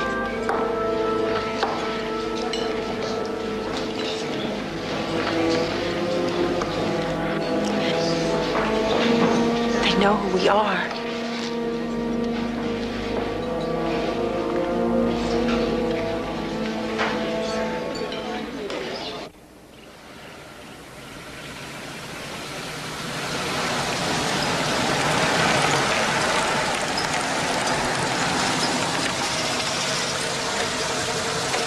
That'll be 80 cents.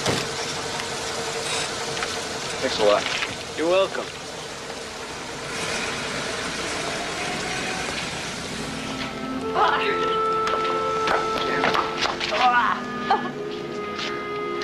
How have you been? Okay. Let me look at you. Becoming more like Warren. I'll never be like Warren.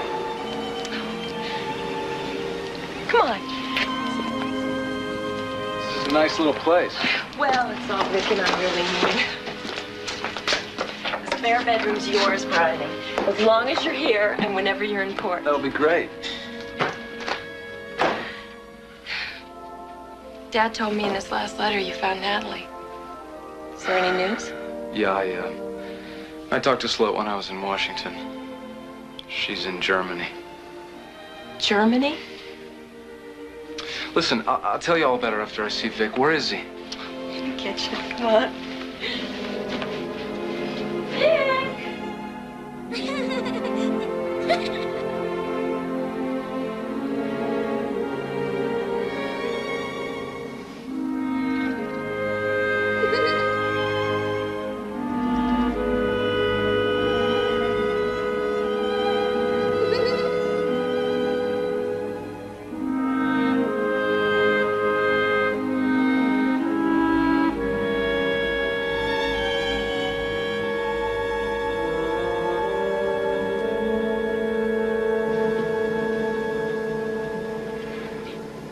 Hey, Skipper. Yeah. Byron! Lady, it's great to see you. All I can say is about time. Welcome back. Thanks. Where'd the little sign come from? Al Halsey's got it hanging over his HQ in the Solomons. That's our religion these days. So how do you like the moray so far? Pretty sweet, huh? Makes the devilfish look like a sardine can. Well, you better fall in love with her quick. First patrol's in 2 weeks. Great! Come on, let me show you around. This way. Magnificent, isn't she? These fleet submarines are a new breed. Range, speed, maneuverability, everything. And maybe 40% of her effectiveness wasted on lousy torpedoes. What, they haven't replaced the Mark 14s yet? Nope, and the damn magnetic exploders are still failing. So I'm just gonna have to jam her in close and shoot for contact. Makes life interesting for all hands. Yeah, I guess so. Hey, listen, I got a great idea. You know, I'm staying with Janice. Why don't you come by for dinner tonight? I'm sure she'd love to see you. Maybe some other time, all right? Here, let me show you the forward torpedo room.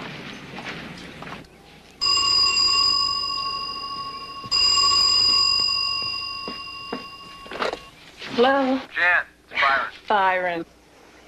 Listen, I got bad news. I won't be home for dinner tonight. I've got the watch. Oh, that's too bad. Everything okay? Yeah, everything's fine. Good. Well, listen, I'll see you and Vic first thing in the morning. We'll be looking for you. Especially Vic. It's only been 1 day and already he's asking for his Uncle Briney. That's great. Give him a hug for me. I gotta go. Will do. Bye.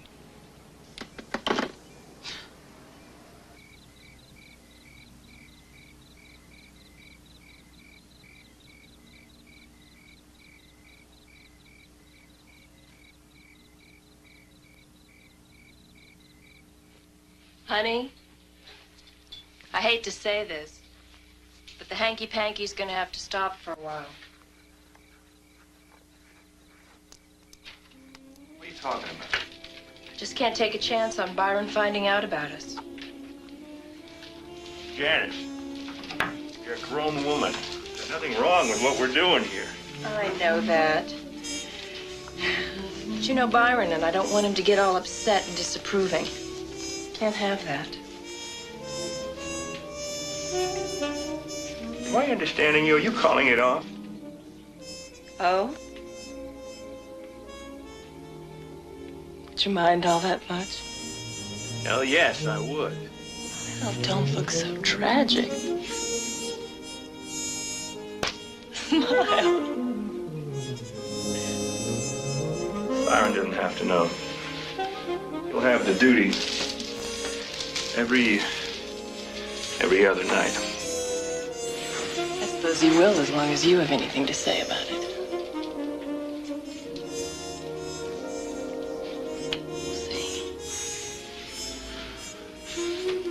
Byron must never, ever find out about us. Janice, it's none of his business.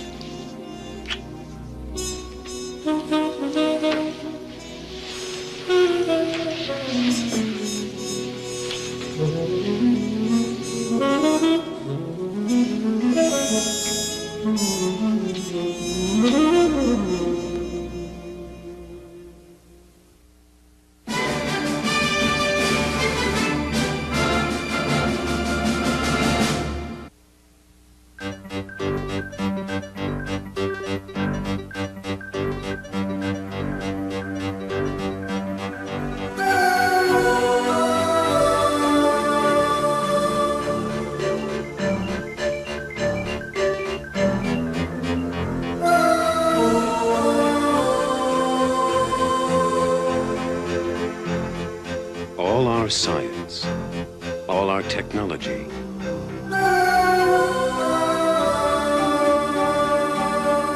All our mathematics, our computations.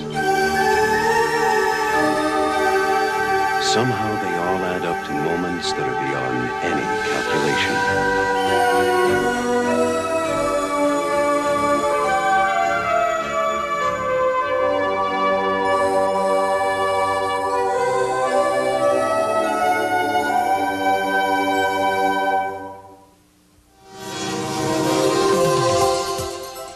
This sedan offers a refreshing blend of form and function.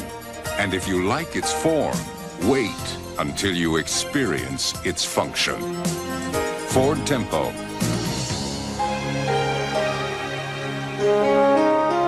A more sophisticated way to express your driving ambition. Now get a $400 cash bonus on Ford Tempo.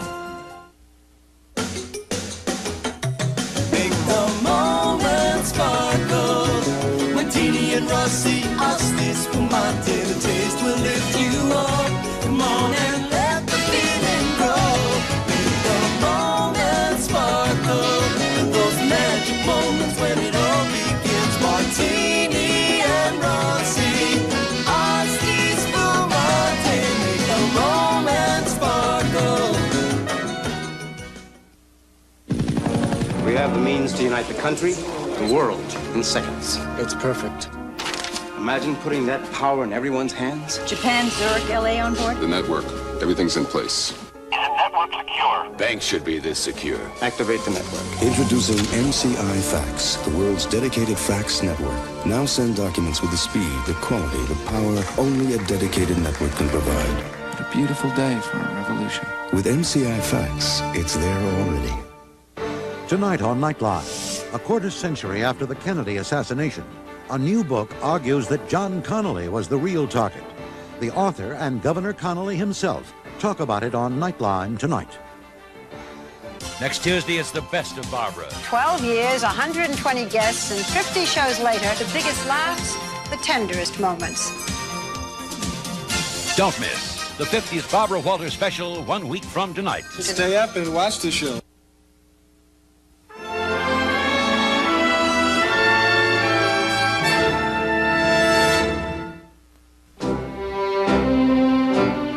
Casablanca, January 24th, 1943.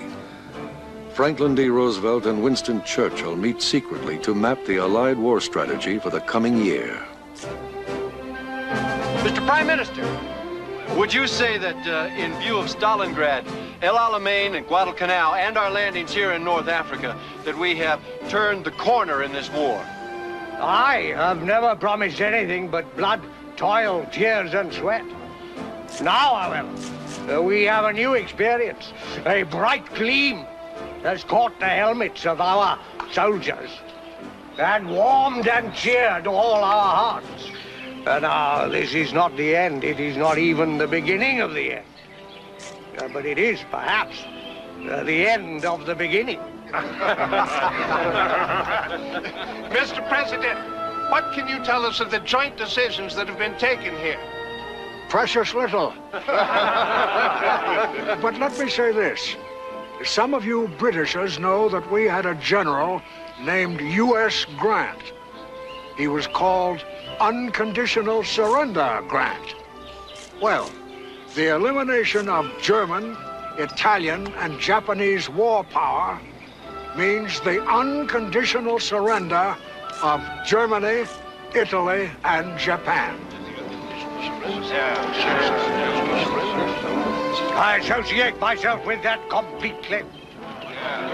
Mr. President, doesn't this unconditional surrender give the dictators a propaganda tool to prolong the war? I will answer that. Negotiations with Hitler are impossible. He's a maniac. With supreme power to play out his hand to the end, which he will. Therefore, so will we. Unconditional surrender, gentlemen. Nothing less. Prime Minister, Mr. President, does the British President?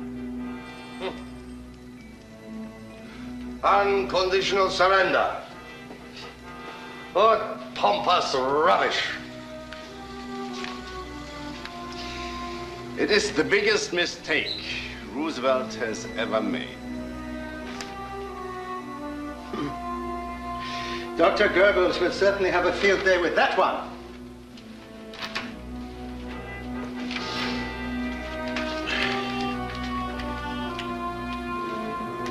In my opinion, there is only one propagandist in the world who is shrewder than Dr. Goebbels. Who is that? Franklin Roosevelt. Do not any of you gentlemen realize what a masterstroke this is? With just 2 words, 2 sledgehammer words, which are even now ringing around the world, he has announced that we are losing the war. And to forestall any possibility of a separate peace in the East, he has publicly assured Stalin that the Allies are in it to the end.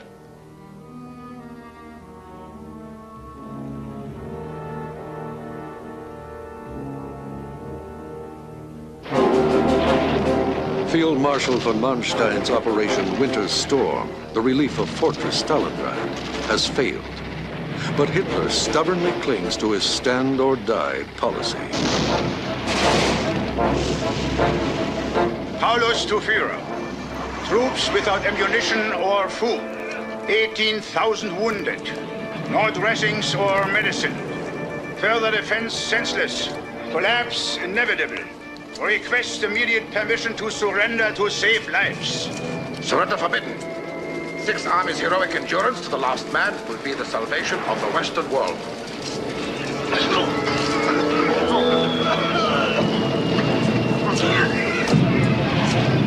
Paulus to Führer. Fortress can be held only a few days longer. I shall order breakout in organized groups to the southwest. Breakouts forbidden. You will hold your positions to the last man and the last round.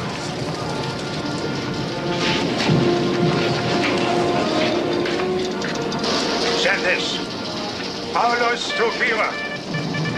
Final collapse a matter of hours.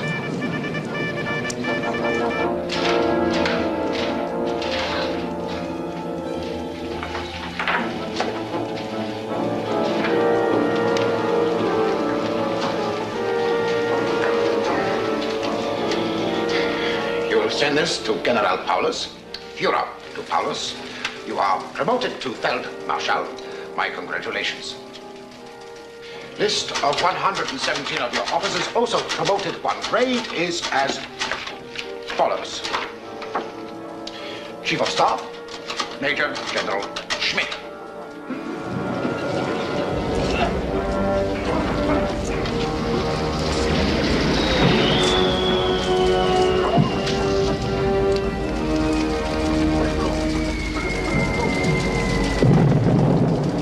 Good news, Schmidt. Congratulations, Generalleutnant. May I be the first to congratulate you, Feldmarschall. He didn't commit suicide. He didn't have the decency. He surrendered. Most surprising. No sense of honor, my Führer. They've got a German Feldmarschall. No other Feldmarschall has ever been captured alive. What treachery! What disgraceful behavior!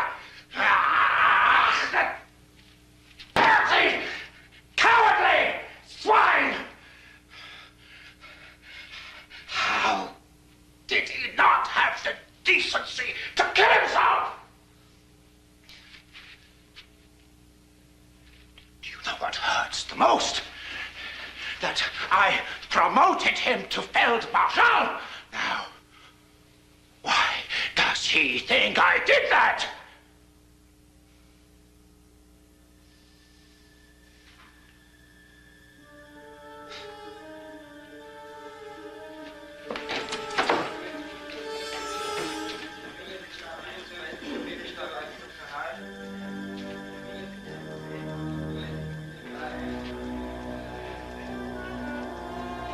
200,000 soldiers died for him. 100,000 became prisoners of the Bolsheviks. That doesn't upset him. Paulus didn't shoot himself. That upsets him. Somebody always has to be wrong. But he never is.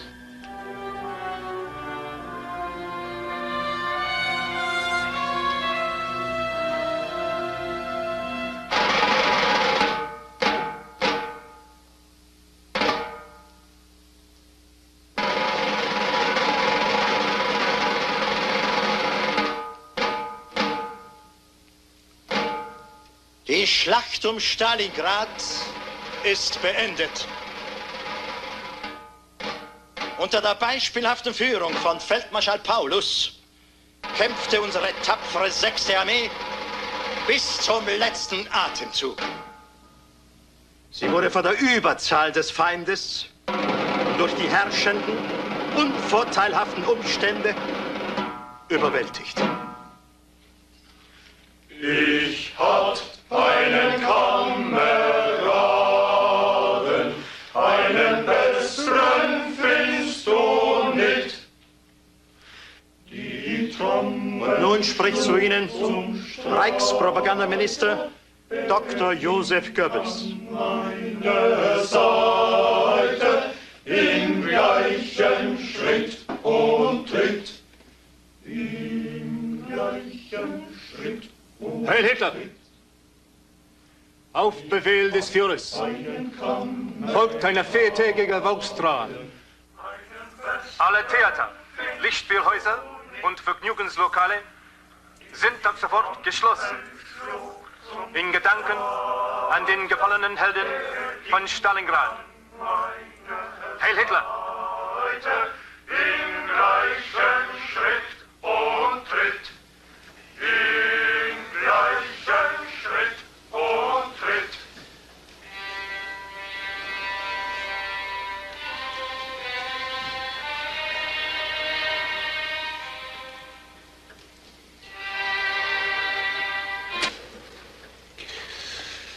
You predicted it, Halder. That was why he fired you. There's only one way to save Germany now. Kill him.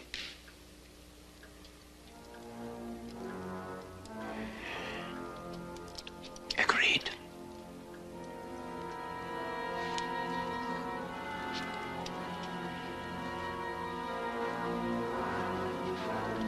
But how and who will do it?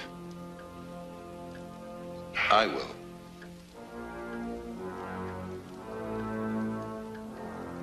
Count Klaus Schenk von Stauffenberg, scion of ancient German Catholic nobility, career army officer.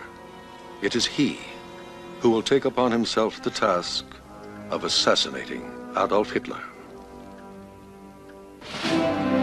7 days later, on the other side of the world, Hitler's Axis sustains another staggering blow.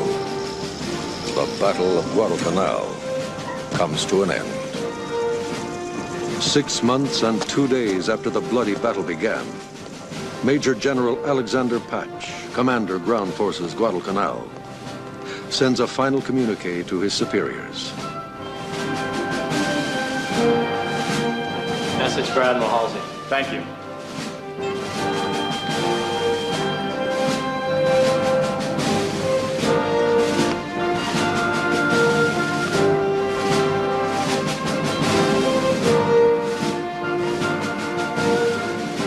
Gentlemen, from General Patch, good news.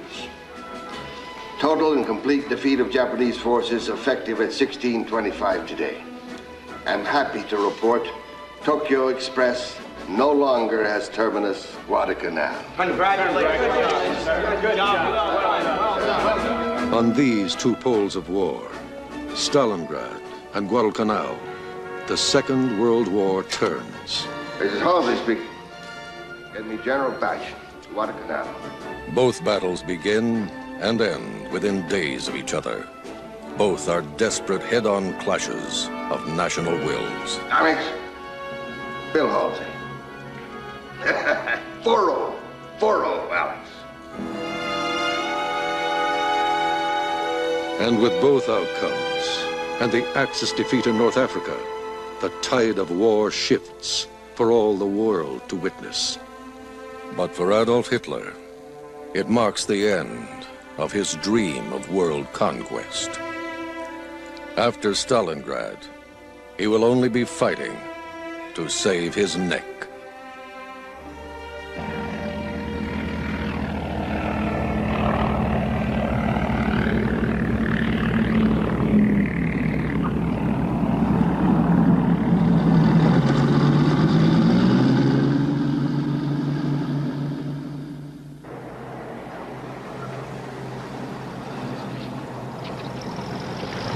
Great news from Guadalcanal, Henry.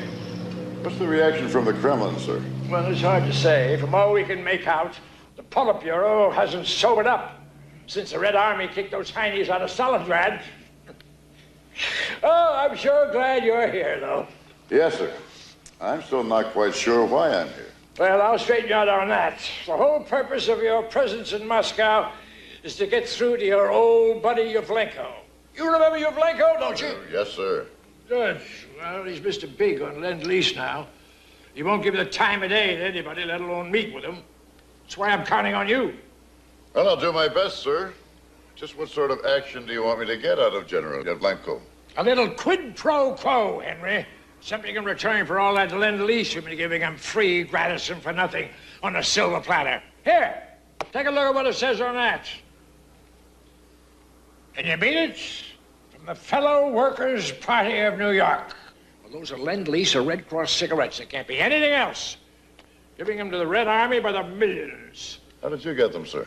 On a Czech diplomat came in to me last night, said he got them from a Red Army officer. Told him the fellow communist comrades in New York are supplying the whole Red Army.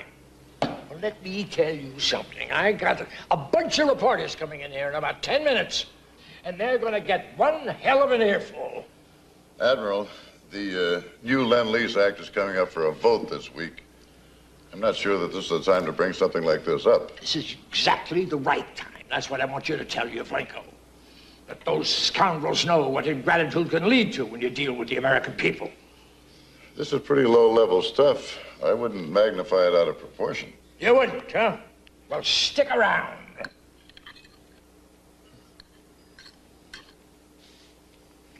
You know, boys, ever since I've been here, I've been waiting for some acknowledgments from the Russians that they're getting help from us and the British. Now, I don't mean only Lend-Lease.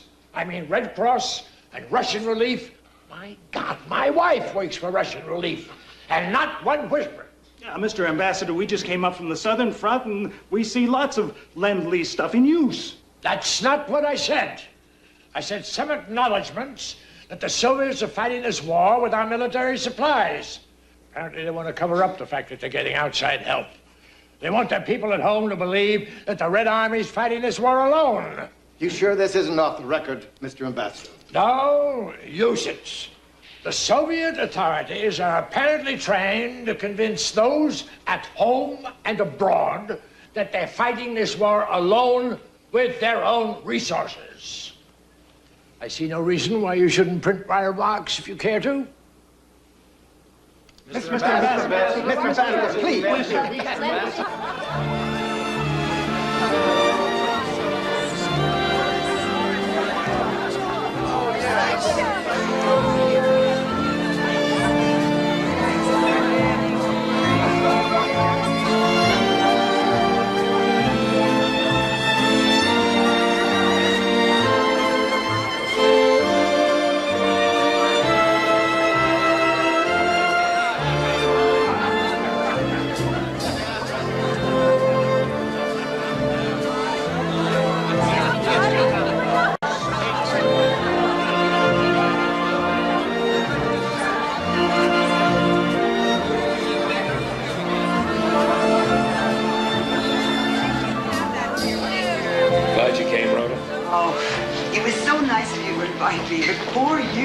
It's been so long, I've almost forgotten how to dance. Speaking of that, what do you say? Why, Mrs. Henry.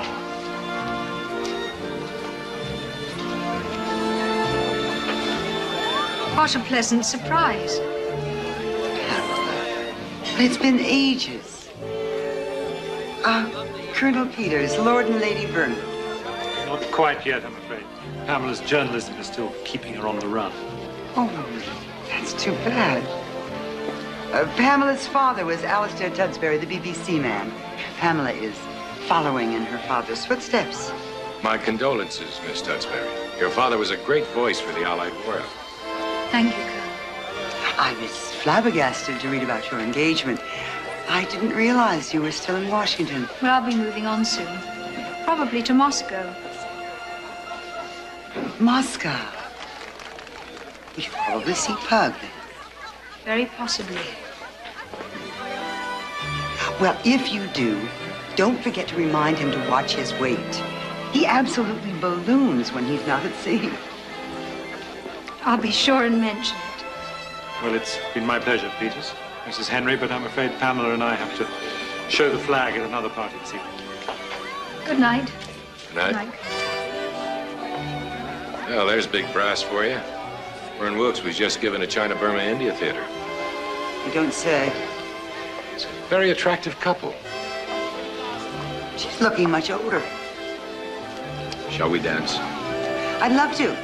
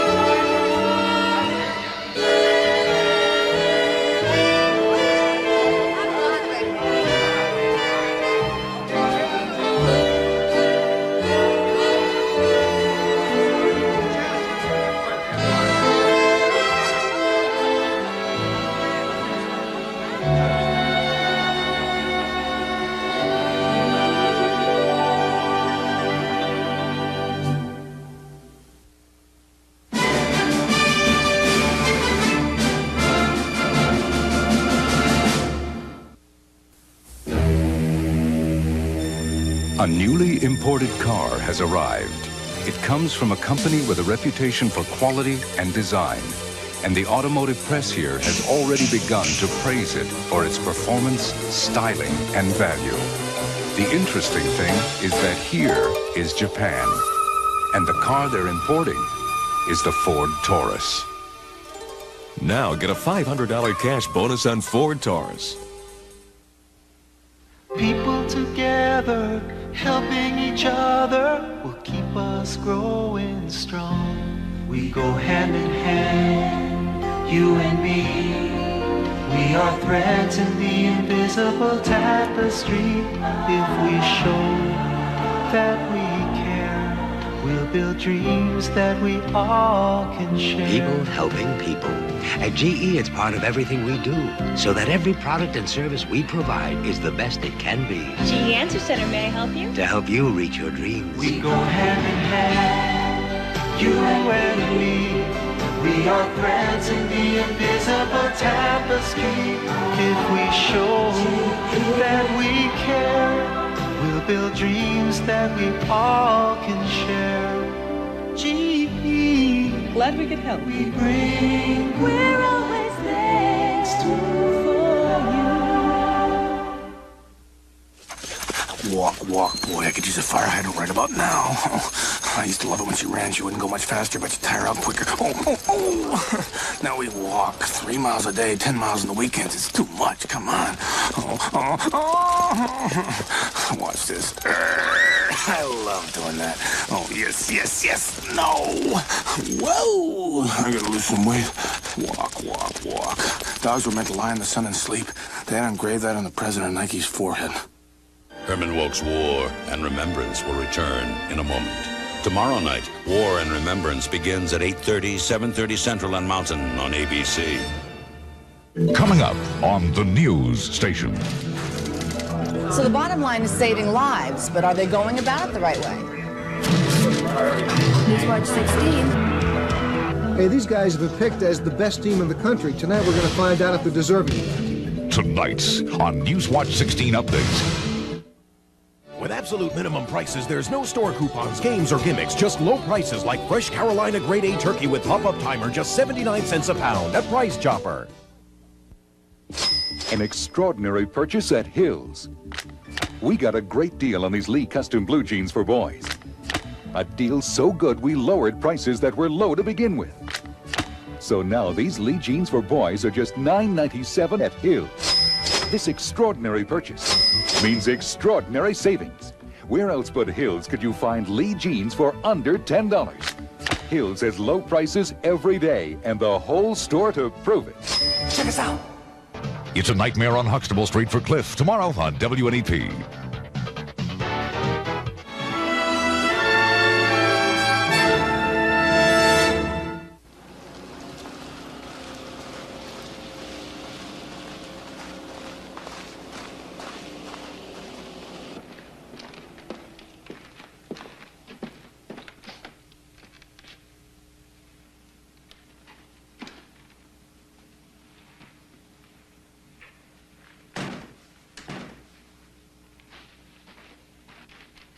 Thanks for seeing me, General. It's good to see you again. Not at all, Captain Henry. I remember well our last time together. Sit.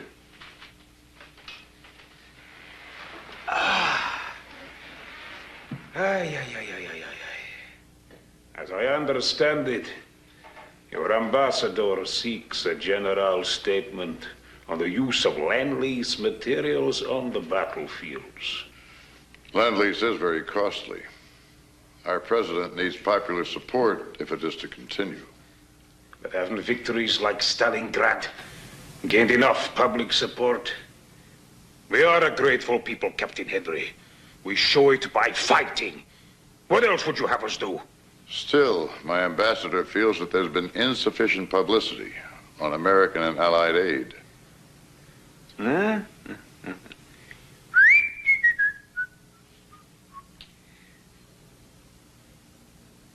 You toured the front at a bad moment in 1941. Well, by a pleasant coincidence, I can offer you another such trip. I'm about to leave Moscow to inspect the Lend-Lease situation in the battlefield.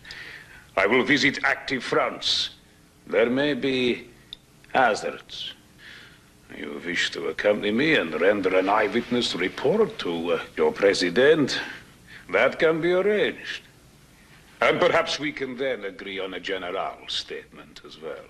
I accept. When do we start?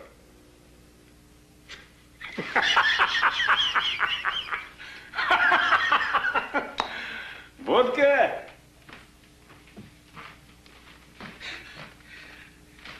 When we make a start, American style.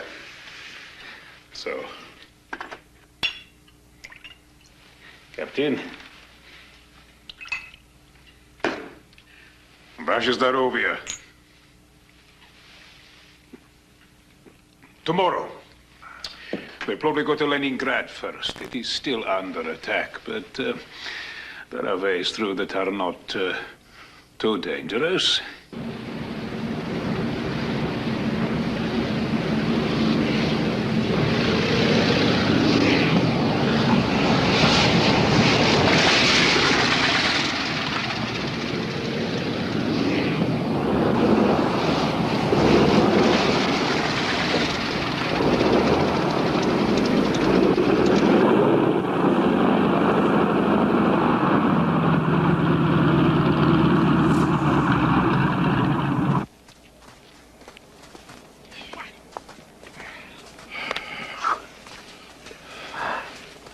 Don't the Germans shell the tracks? Constantly, and we keep fixing them.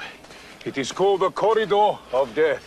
But we will not be going into the city that way today. No, we are traveling over the ice in one of the truck convoys. Vladimir!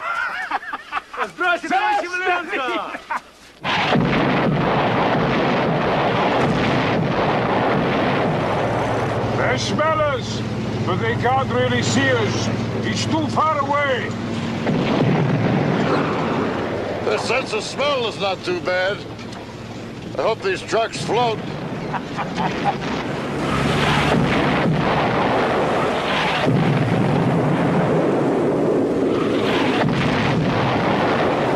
Я думаю, мест на 100 человек хватит. Ну хорошо, пойдем, пойдем.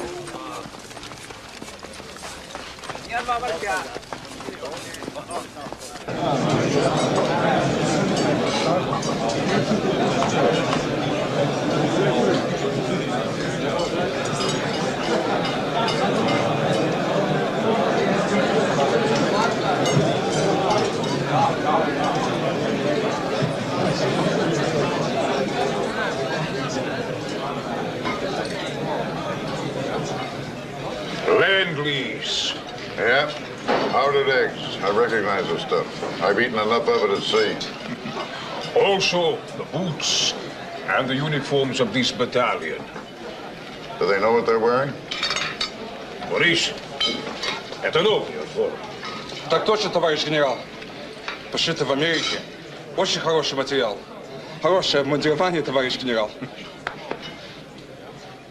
Also, Russian body.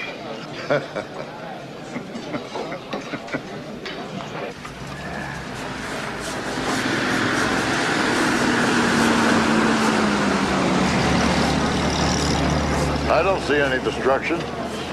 No, not here. It's a beautiful city. It was. Now I will show you what the Germans have done to the rest of our city.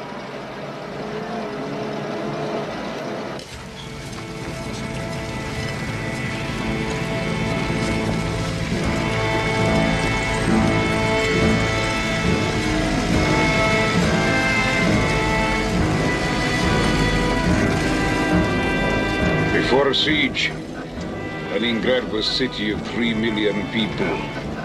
Now, 600,000.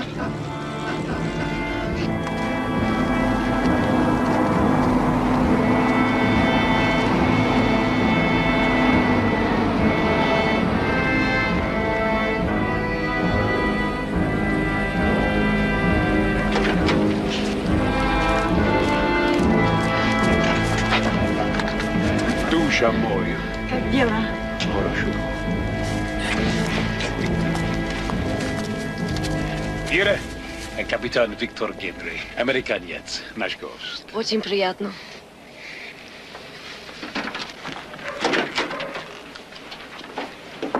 My daughter-in-law Vera invites us to her apartment.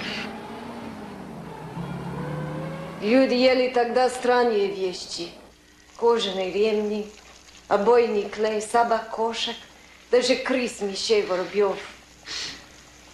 В больнице рассказывали жуткие истории. Я приготовила их с опилками из вазелина. Ужасно. Вот это тошнило, но хотя бы что-то было в животе. Выдавался кусочек хлеба, я все маме давала.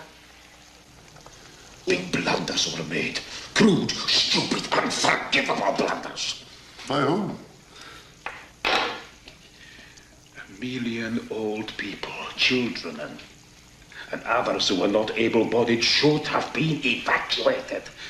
With the Germans 150 kilometers away and bombers coming around the clock.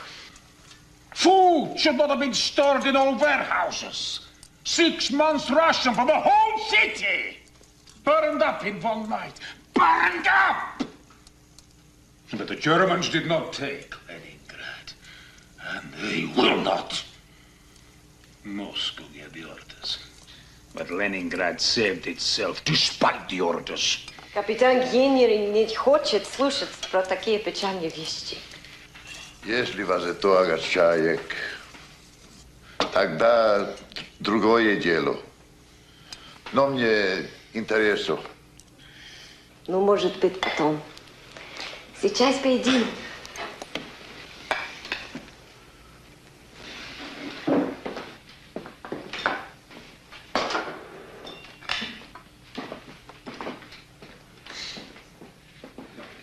That is my son. Fine-looking young man. I believe you told me you have an Aviarta son. It did.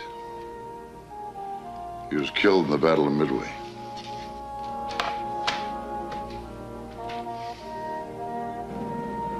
His name? Warren.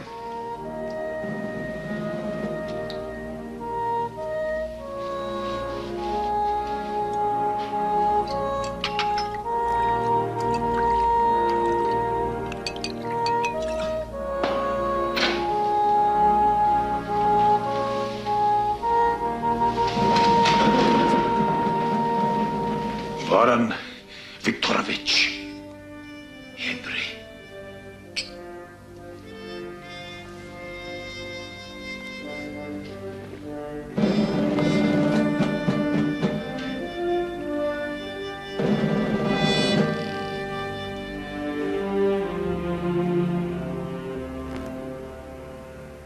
And so, Mr. Hopkins, with regard to the question of a separate peace, on which you have specifically asked for my judgment, at this point, such a peace would be a betrayal.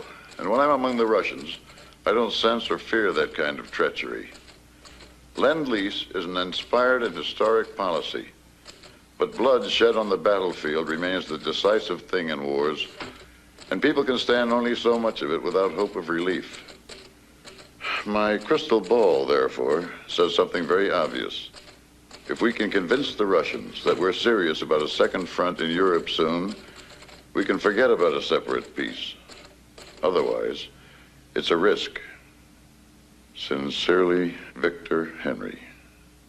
Stalingrad, Leningrad, all those other Rusky cities you've been to. Boy, you have covered some ground. I'll bet those boys in the Foreign Office have their noses out of joint. Outstanding, Pug. Admiral, I'm the beneficiary of a delusion that around here I'm somebody. You are somebody. Let me have that report the soonest. You know, Pug, my head may still roll from that press conference I gave, but by God, it worked. I beg your pardon, Admiral? Haven't you heard? There's been a rash of Lend-Lease stories in the Soviet press. That and your old buddy Yavlenko's finally come around with those statements I've been after. By God, they'll think twice before kicking us around anymore. Admiral, they're putting up a magnificent fight along a 1,000-mile front. They're breaking Nazi Germany's back, and they're suffering horribly. There's your quid pro quo. Yeah. Hey, how about the Germans retaking Kharkov? That confounded maniac Hitler's got 9 lives. You ought to have seen the down-in-the-mouth Ruskies at the Swedish embassy last night. See you later, Bud.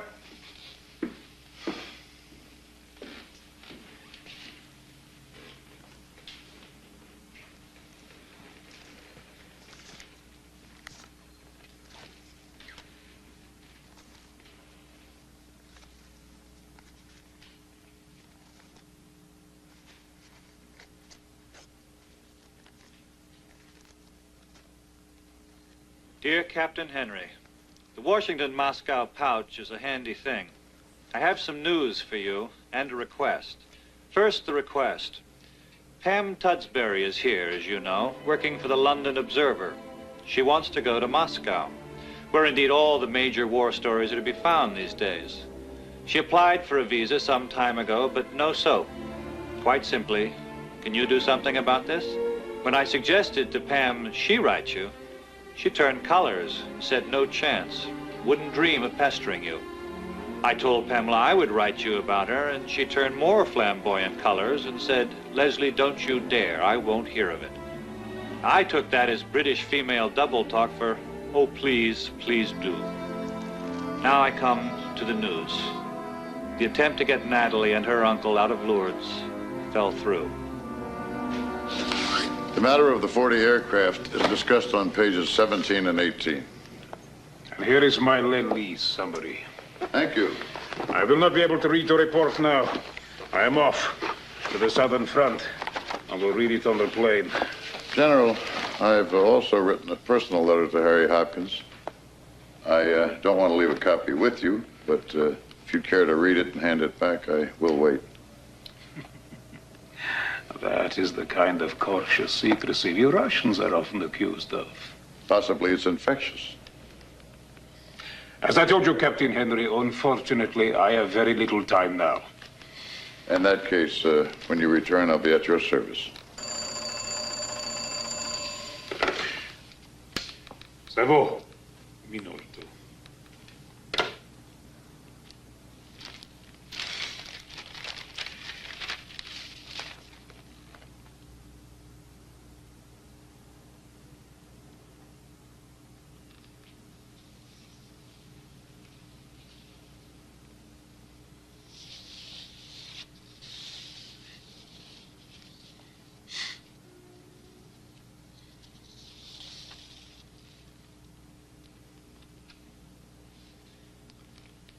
If you have any comments, I'll transmit them to Mr. Hopkins. You may not like what I have to say. That doesn't matter. Your talk of a separate peace is provocative and naive. Now I must go.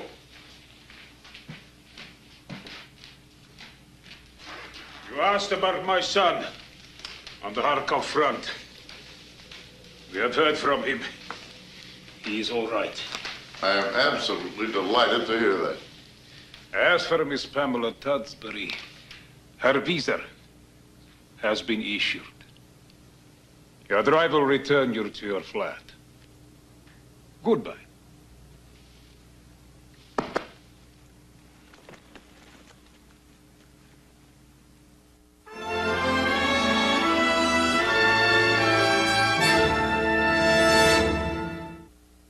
Dreary morning. It makes you want to crawl back out of the covers. It's coming up on 6:40 a.m. Forecast calls for I was sleeping, sweetheart.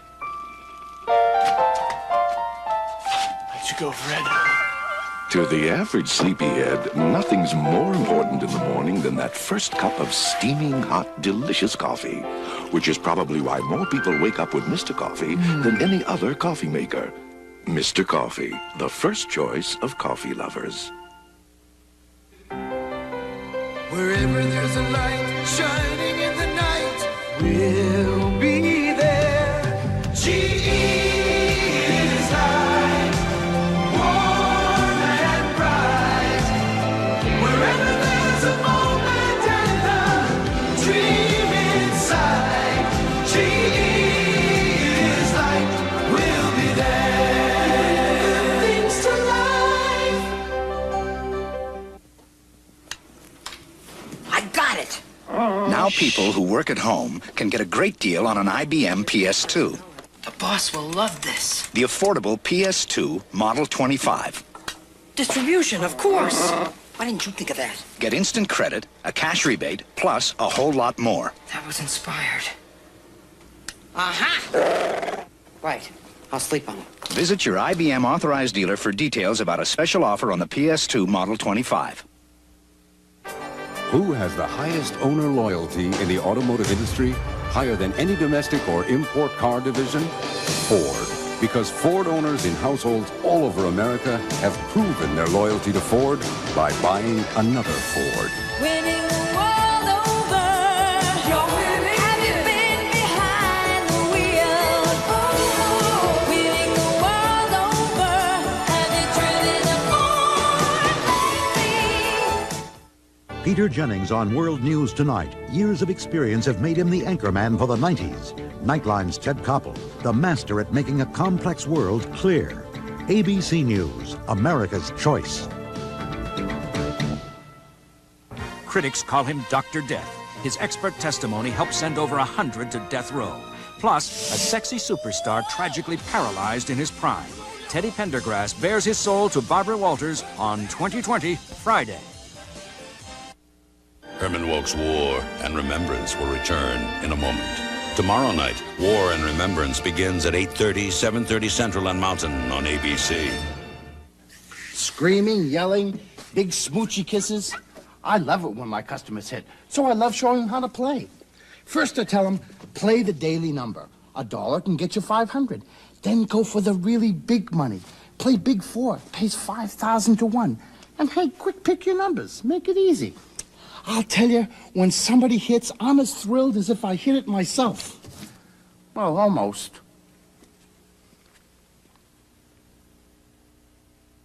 Some people think that all Sunday newspapers balance out the same. Wouldn't it be nice if they all had what was in the Sunday Times leader? All the national and neighborhood news. All the sports. Business news. The Times Leader TV book, where the sales are, and the area's only Sunday classifieds. There's just so much in the Sunday Times Leader it makes the other papers seem like lightweights. The Sunday Times Leader. There's more in it for you. Dan's date is risky business tomorrow on Night Court.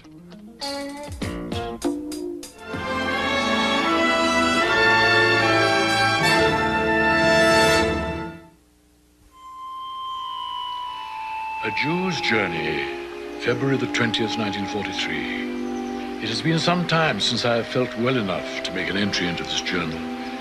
Shortly after our arrival here in Baden-Baden, almost 2 months ago, I began to suffer from severe gastric problems. And just last week, I became so ill that our American doctor, a Red Cross man, requested my hospitalization. After every conceivable gastrointestinal examination, the diagnosis is an ailment known as diverticulitis, and the treatment, a special diet, bed rest, and continuous medication. This morning, for the first time since I left the hospital, I'm at last feeling a little better.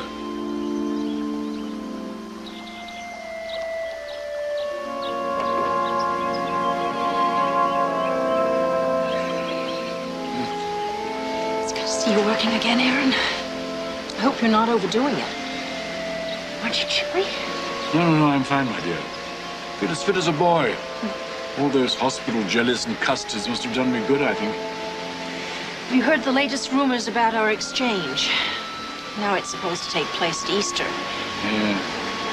The Germans showing their civilized respect for religion, I suppose. Well, we shall see. Aaron?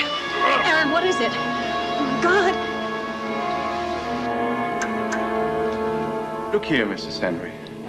You can just see the developing lesions in the intestinal wall. I'm afraid it will require surgery, but unfortunately, we don't have the facilities here. Then what do we do? Paris, Mrs. Henry. The best man for such surgery is in the American hospital in Paris.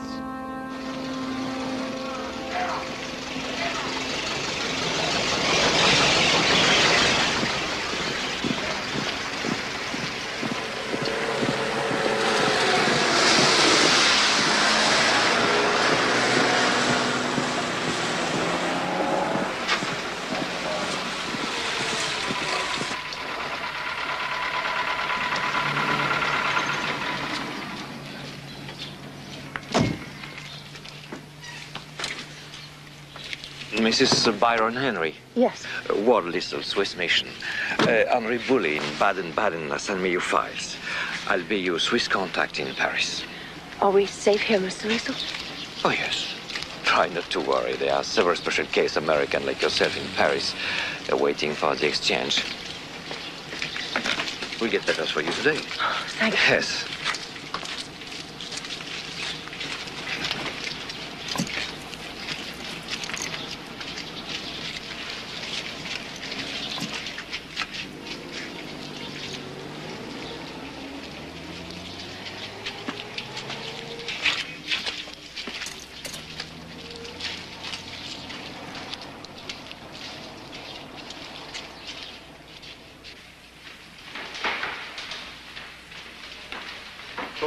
Ah, monsieur Listal. Je pense que c'est le fameux écrivain en question. Oui, professeur Aaron Jastrow. Ah, De la part de l'ambassadeur d'Allemagne. ah, de la part de Otto Abetz lui-même. Oui, vous constatez que Otto Abetz souhaite que le professeur reçoive les soins les plus efficaces possibles. Une lettre extrêmement curieuse, surtout étant donné les circonstances actuelles. Et vous remarquez que les autorités d'occupation, dans ce cas présent, estiment que les problèmes raciaux ne doivent pas être pris en considération. De toute évidence, les préjugés de race ne passent pas la porte d'un hôpital.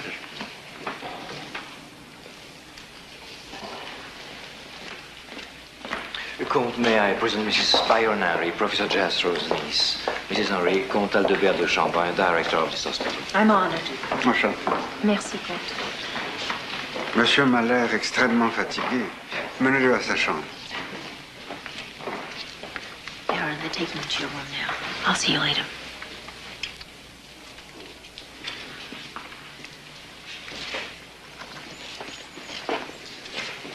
Madame Dufay can relieve you of any burdens. Thank you, but my only concern is for my uncle. When is he to be operated on? The surgery is scheduled for 8 o'clock tomorrow morning.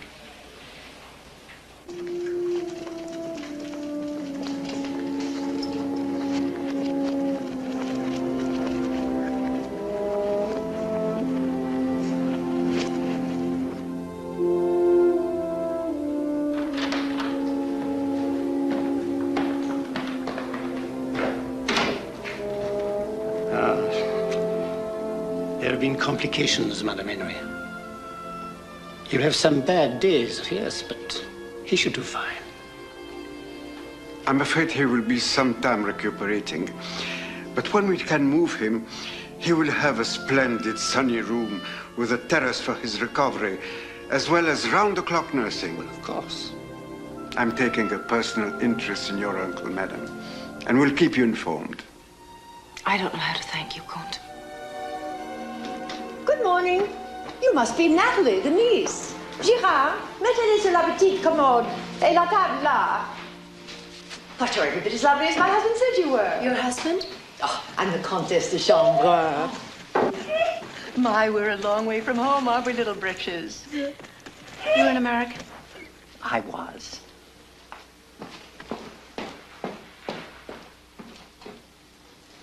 Your uncle, the author, I take it.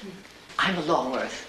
I'm related to the Roosevelts by marriage. Of course, we can't count that man in the White House right now.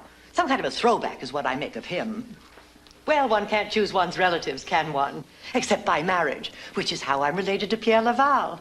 Our son married his daughter, a lovely, frail little thing. Did I mention that? No, I don't think you did. Well, he'll be the savior of France, that's what. That the Allies flock to de Gaulle utterly amazes me. Nothing but a posturing charlatan with that horrendous nose. The statement that France lost a battle and not the war is irresponsible rubbish. Why don't you join me in my husband's office for a cup of tea? There's something I'd like to discuss with you. I know, tastes like boiled grass. It's verbena tea. It works miracles for the digestion. Anyway, there isn't any other kind to be had. Your uncle seems very ill indeed. He almost died of internal hemorrhaging. Oh, dear me. My husband says he won't be able to return to Baden-Baden for some time. Now then, the Comte tells me you're Radcliffe with a Sorbonne graduate degree. Yes, in another lifetime. Don't be soppy. As it happens, I manage the American Library. The girls who helped me all went home when the Boche got on the march. How would you like to do something useful? Oh, I'd love it. But what about my son? I'll arrange for someone to take care of little Yankee Doodle. Now, then it's all settled. You'll work for me. By the way, where are you staying? I found a boarding house. A boarding house? Absolutely unacceptable. The hospital provides perfectly adequate lodging for its staff close by, and there'll be more than enough room for you and the boy. We'll go take care of that right now, and you'll come to work for me at the library.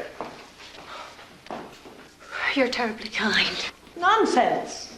I want to get back to writing on my book about the clowns in Hamlet and Macbeth. Daddy. I'm a Shakespeare scholar. Of sorts.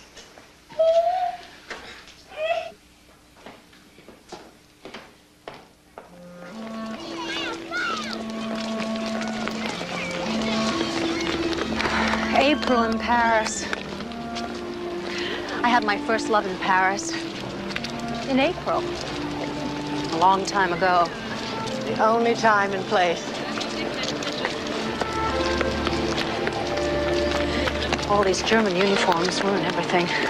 One soon stops noticing them. One soon doesn't notice those yellow stars either. Never, not me. Well, If the British hadn't left us in the lurch at Dunkirk, you wouldn't be seeing that in Paris now. Unfortunately, my dear, that Churchill is nothing more than a drunken loudmouth. Come, let's have lunch.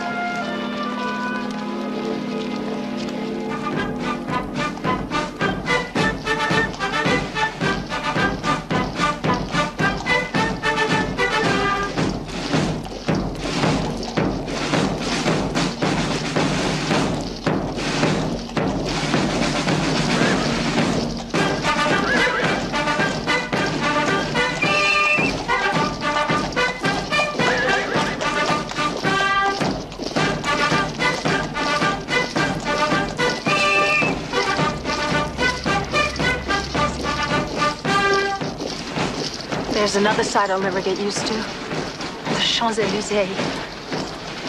Believe me, the Boche are a lot better than the Bolsheviks. If only Hitler had the sense not to invade France and to finish off Russia instead, he would have been a world hero today. Now, we have to wait for the Americans to rescue us. So, Natalie, is your uncle pleased with the nice sunny garden suite in our convalescent home? He's a bit dazed by the luxury and all the good treatment. As am I. Why is that? You know the occupiers requested it. I know. I wake up nights worrying about that. My child, what nonsense. There's nothing in the least strange about it. After the exchange, your uncle will no doubt be talking to newspapers and magazines about his treatment at German hands. This is a chance for them to counter the unfavorable opinion they've been getting on their Jewish policy. So you really think it's just a propaganda ploy? My dear, the Germans are a coarse and thick-headed lot, but they display a certain brutish cunning when it comes to propaganda. That Dr. Goebbels is quite clever in his heavy-handed way. In any event, what other explanation can there be?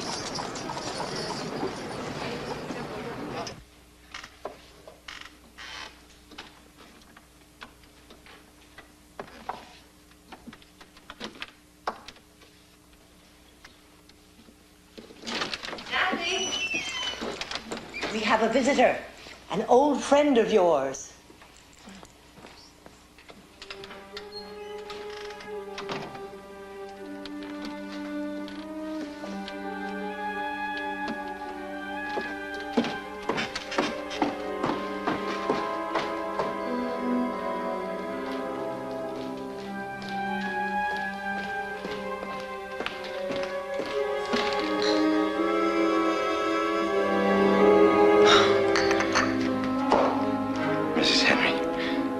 So pleased to see you again.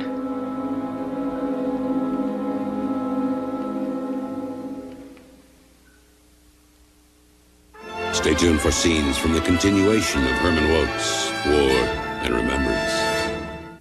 A performance you won't forget.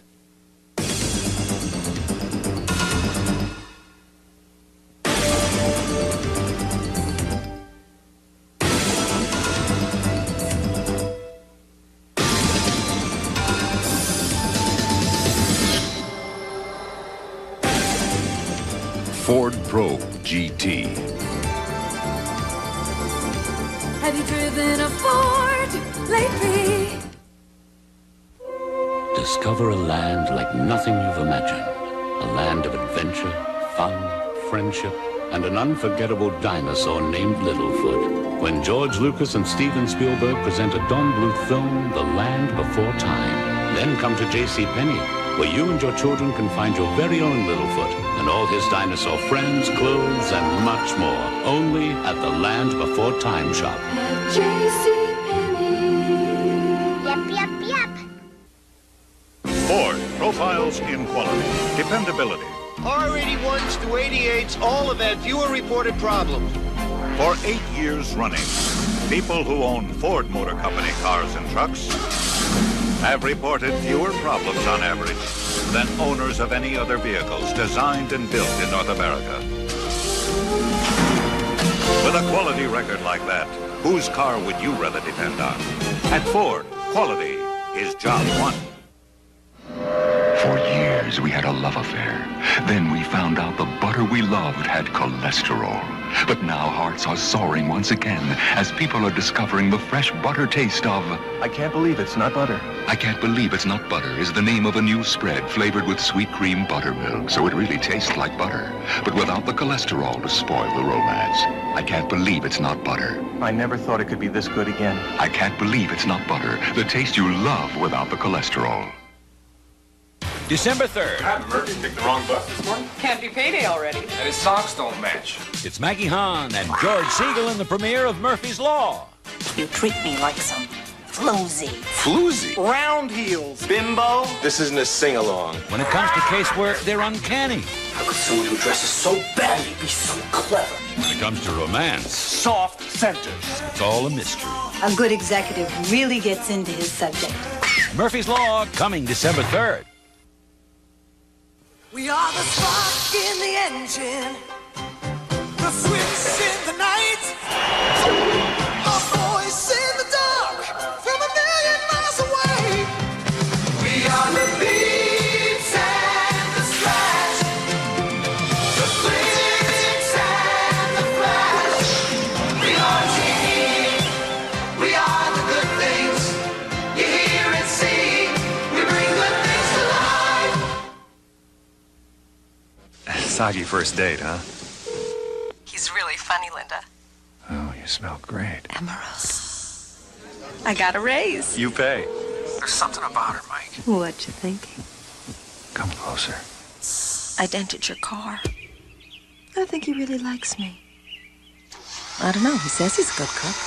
This is going too well. Let's stay in tonight. Linda, I think he's the one. Once you hear it, you gotta get near it. There's a whole lot of nothing going on. You want a snack? You gotta get that pack. There's a whole lot of nothing going on. Incredibly delicious and so full of energy, Planters nuts are one irresistible snack. Once you hear it, you gotta get near it. There's a whole lot of nothing going on. Planters. Tomorrow night. It's pressure from the Gestapo. Never lets up. That was for Natalie, wasn't it? Nothing in Germany escapes me. Never forget that. Are you married yet? Not yet. Americans under Swiss protection. The boy will be taken to the children's home. Oh, my God. The conclusion of War and Remembrance, tomorrow at 8:30, 7:30 Central. Parental discretion advised. In 2 weeks, prepare yourself for a great night of TV. Because the Tuesday lineup is finally here. So, what do you think? Starting with an all-new Who's the Boss? Keep an eye on my buns, will you? Okay. Hi-ho, Silver. Followed by an all-new Roseanne. It's not fair. Well, neither's 18 hours of labor giving birth to a kid who won't even back in the living room rug. Mom, am I ugly? Of course you are, honey. You look just like your daddy. Then the biggest premieres yet. Dave and Maddie are having a ball. And Moonlighting, the show you loved, is back. Then the return of the Emmy-winning 30-something. What? Nothing. Michael. Women. Can't live with them. Can't kill them.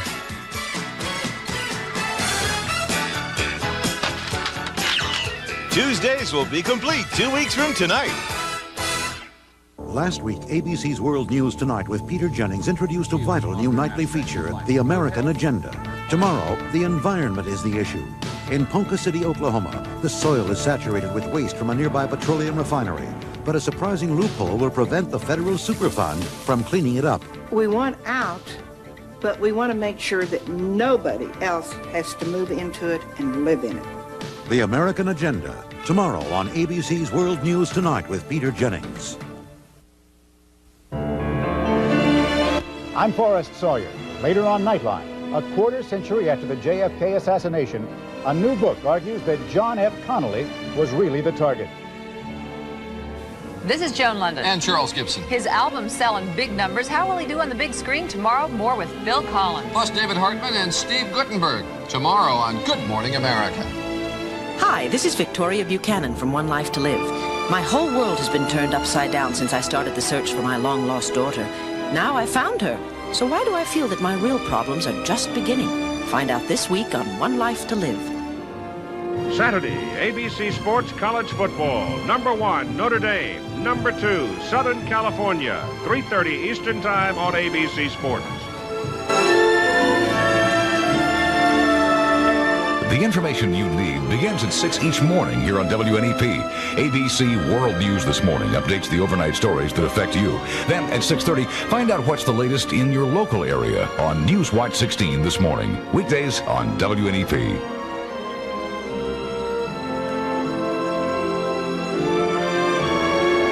There's Disorder in the Court, Monday through Friday at 5:30 on WNEP. Join Judge Harry Stone and his sidekicks Dan and Bull for Courtroom Comic Relief. Watch Night Court during the day at 5:30 after Newswatch 16 at 5. Join WNEP TV for The Cosby Show, weeknights at 7. There's plenty of comedy when Cliff, Claire, and the Huxtable kids share a little family togetherness. It's a house full of love and laughs. Watch The Cosby Show, weeknights at 7 on WNEP.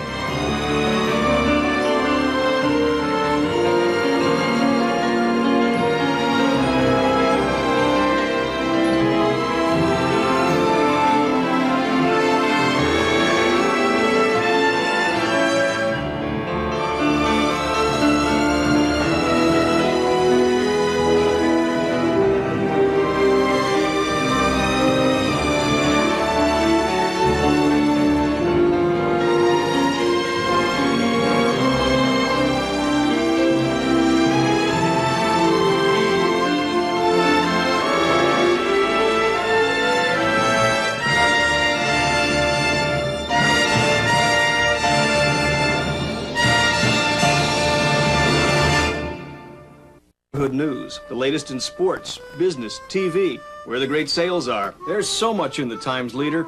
It just wouldn't seem like morning without it. But honey, we don't subscribe to the Times Leader.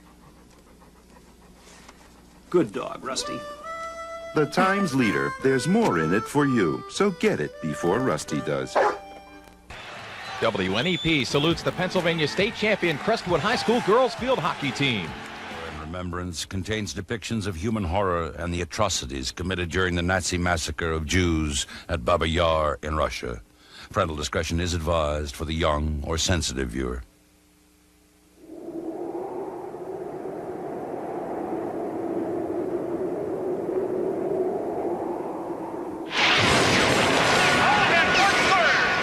Tonight, the war reaches a turning point. The saga of the Victor Henrys reaches a chilling climax.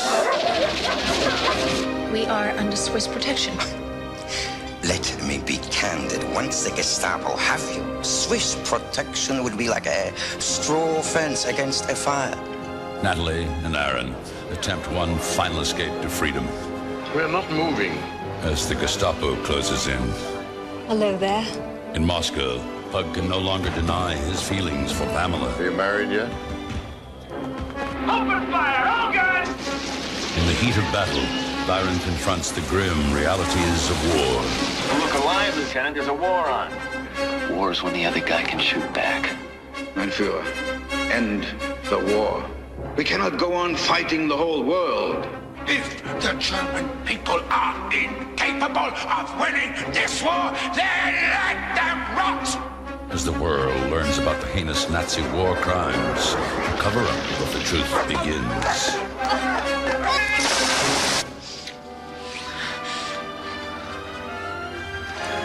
That was for Natalie, wasn't it? Well, look at this, Aaron. They call it the Paradise Ghetto. You don't have to stay there until the exchange, and then you'll be on your way home. I'm sure of it. Stay under the water as long as you can.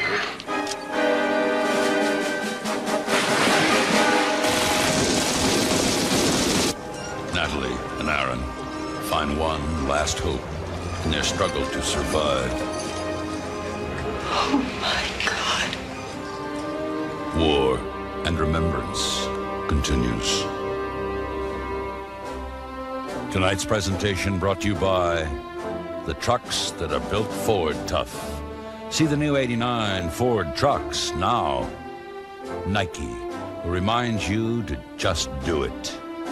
MCI, let us show you how much better a long-distance company can be.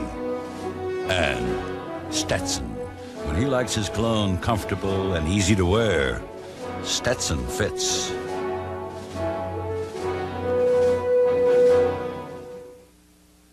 The handsome, dashing Ford Aerostar for 1989. It's really quite a van about town. Traveling with the sports crowd. Playing the market.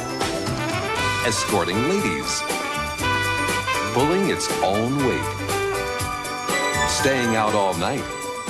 And powering its way to the top. Ford Aerostar. It's in a class by itself. Now get a $500 cash bonus on Ford Aerostar. What's that fragrance you're wearing?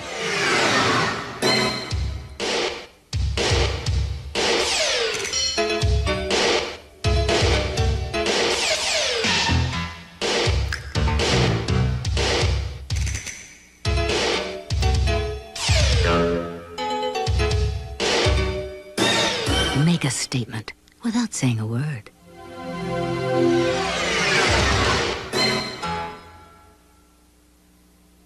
Playing Santa just got easier. JCPenney is kicking off its 3-day sale with 2 hours of extra savings this Friday from 8 to 10 a.m. Save 30% on men's dress shirts, women's winter weight sleepwear and robes, and all tops and bottoms for boys and girls, infants and toddlers. Don't miss these early bird specials Friday from 8 to 10 a.m. and the 3-day sale this Friday, Saturday, and Sunday. JCPenney, we bring out the Santa in you. JCPenney. My phones have funny little noises on them. You're setting me up, Nick. Mel Gibson. I'm sorry. I didn't mean to hurt you. Just looking at you hurts more. Michelle Pfeiffer. Maybe you've got guilty knowledge that can help me do my job. So, what else you know about me, Nick? Kurt Russell. I want to get this straight. You kill me over money? Oh, that's a lot of money. What's it gonna be, Nick?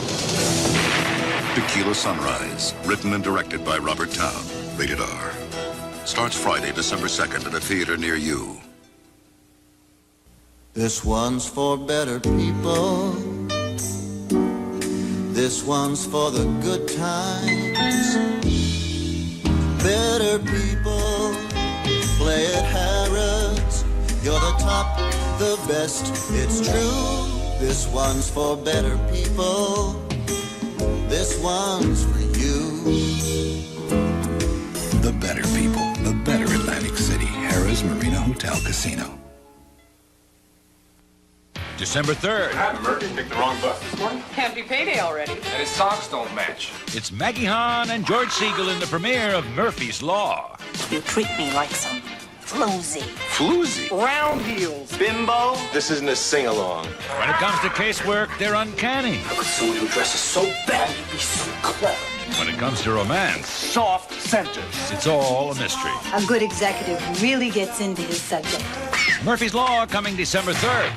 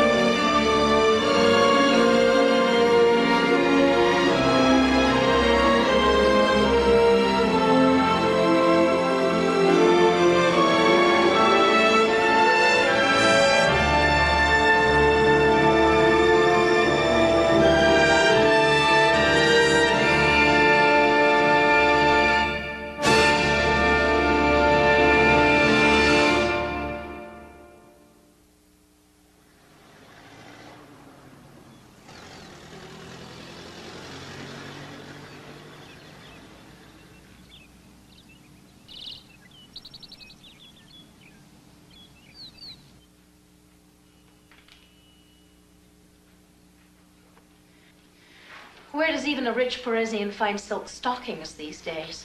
One does not ask, ma chérie. Your niece is so kind to lend me all these things. My niece does as she's told. You're going to the opera with the German minister. You can't wear your old clothes. How can you possibly do this? And apart from being an enemy alien, he knows I'm Jewish. The Germans please themselves. Ils sont les vainqueurs. Herr Beck is no exception. Perfect. I've been living out of his suitcase for a year. I feel so strange. You feel beautiful because you are beautiful. Here's your perfume. Thanks. Some of mine. My niece always smells like a flower shop. Madame, your gentleman is here in his car. Thank you, Janine. Oh, madam, you are ravishing. Merci bien. Bye, Louis. Oh, don't cry. Mommy will be home soon. Don't cry. I'll be home soon. On your way. Vas-y. I'll look after him. Sur la pente d'Avignon, l'on est danse sur la pente d'Avignon, l'on est danse tous à rond.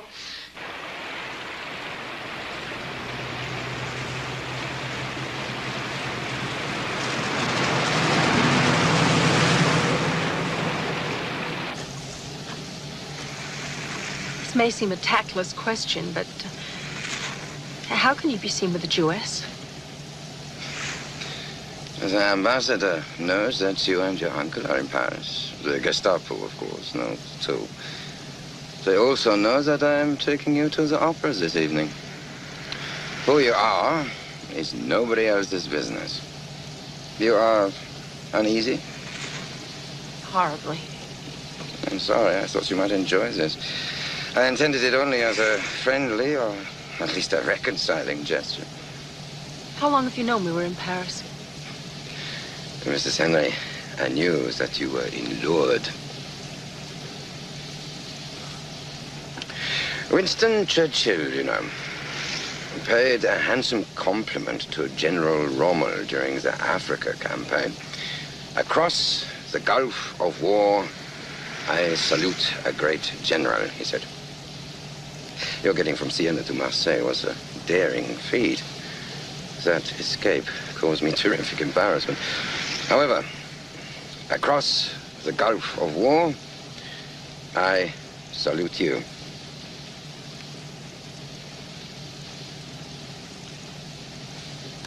You have courage.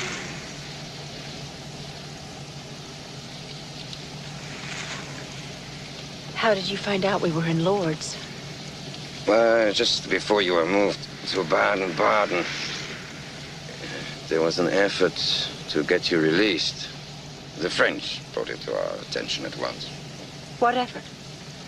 We never heard of any such effort. Yeah, sure.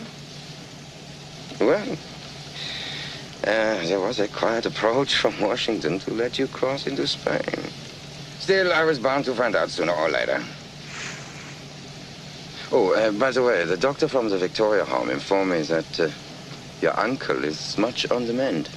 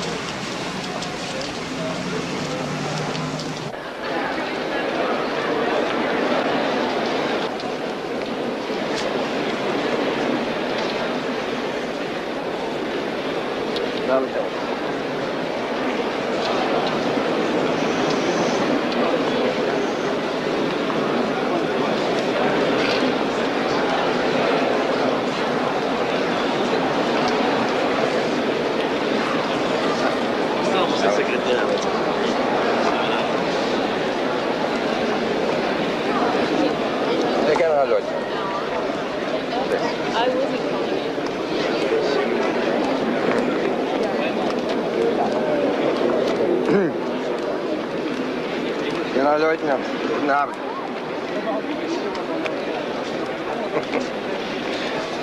Can you tell us the difference from peacetime Paris? No Jews. Yes, that is a change.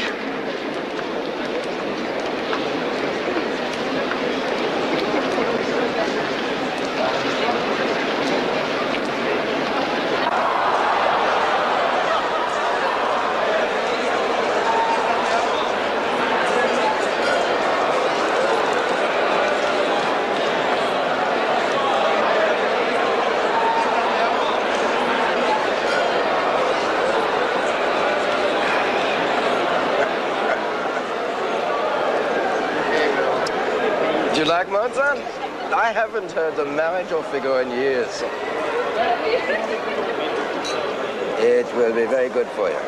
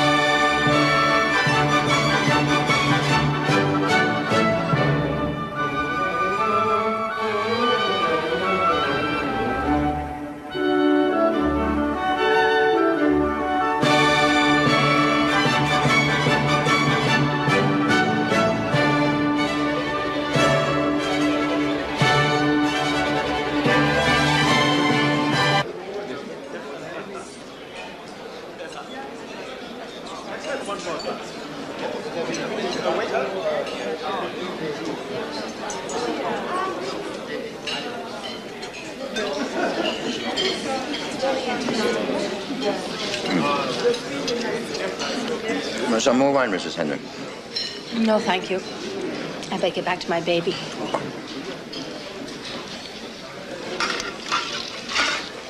Mrs. Henry, may I be direct? Of course.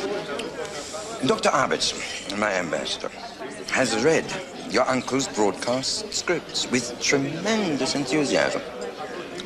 It is not too late for Professor Jastrow to deliver them. You're still interested in the broadcast?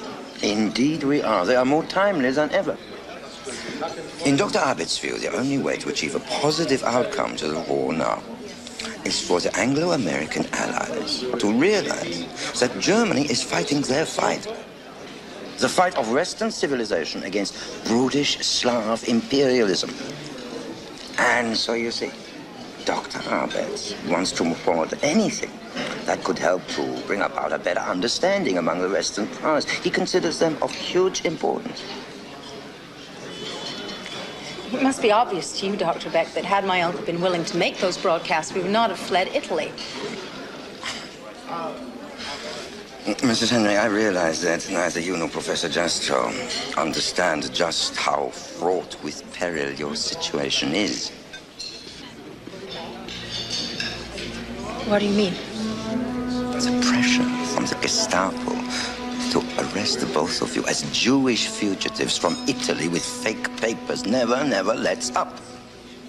Thanks only to Dr. Arbitz were you permitted to go to Baden-Baden from Lourdes. He is your shield and hope. If you had known our whereabouts since Lourdes, why didn't you contact us then? With the exchange negotiations in progress, neither Baden-Baden nor Lourdes seemed the place to raise the matter. Therefore, the mischance of your uncle's illness proved almost a blessing in disguise. And it was you who brought us here. I confess. But I promise you, Mrs. Henry, my reasons were not entirely selfish. I am extremely fond of your uncle. And I was convinced that it was here in Paris that he would receive the finest care. Mrs. Henry, I must warn you to consider this very seriously. If Dr. Arbitz withdraws his protection, then the Gestapo will at once sweep you in.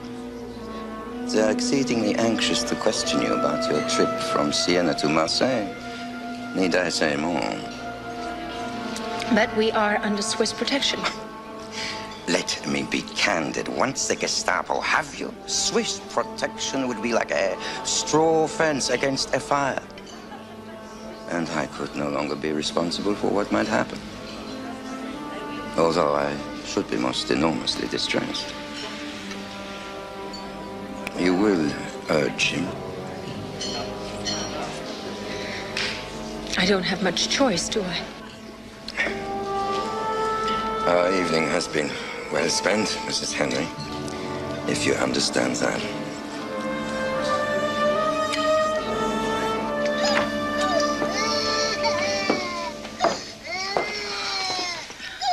I couldn't get to sleep until you come back, madame. He cries for you. Oh, that's all right, Janine. You can go now. Thank you. Good night. Good night.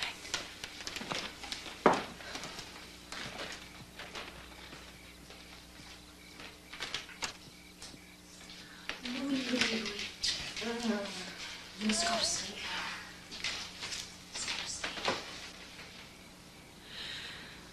Und der Luis Wegele steht da glorweiß Siegele, das Siegel ist gefahren handeln, das wird dein Beruf, Rogenkäse mit Mandeln. Schluf, Schaluila, schluf. Schluf, Schaluila, schluf. Ai, Lulu.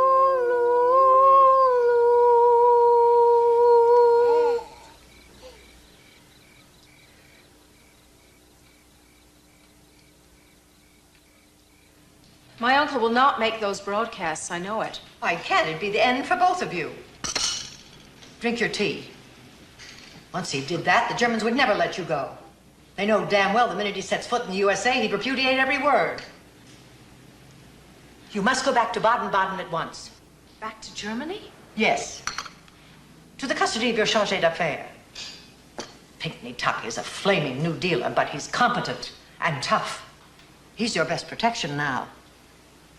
Well, you must remember that there are a lot of German internees in America that the Germans want back very badly. Here in Paris, the Swiss can only go through the motions. Tuck will fight. All right, I'll do what you say. Good. Now, you say Beck has gone to Stuttgart?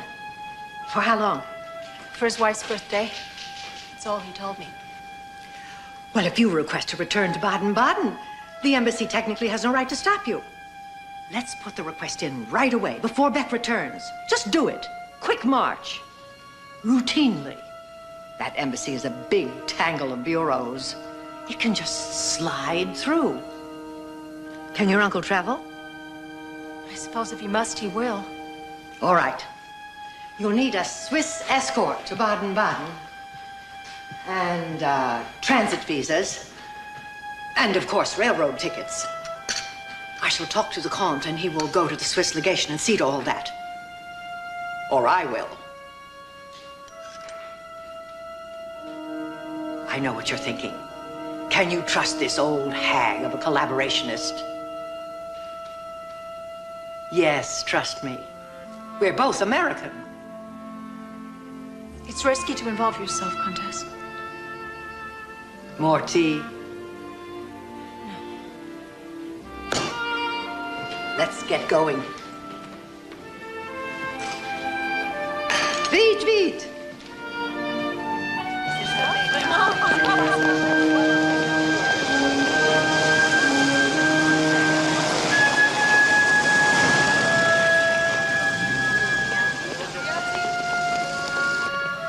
"15 minutes to train time. We'll be there in 5. Aaron, are you chilly? No. Warm as toast. The Swiss consul will be there. Waiting outside the gare. Or so the Comte says. We're so grateful to both of you. Write me all that from Baden-Baden. Cheval! cheval, oui. Horsey. Horsey?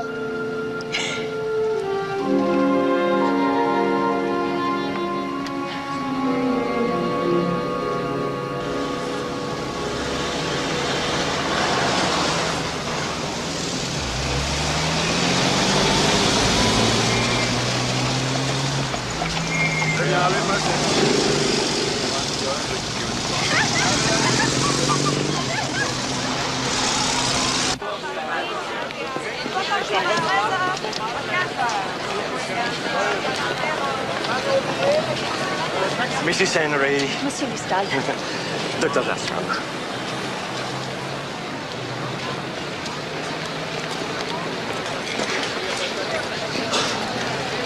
Comtesse de Chambray. Ah, oui? Listen, Swiss Legation. Enchanté. It's so nice to see you again. I shall be accompanying you to Baden-Baden. All is in order. The German embassy made no difficulties. It's all quite routine. We have a first-class compartment to ourselves.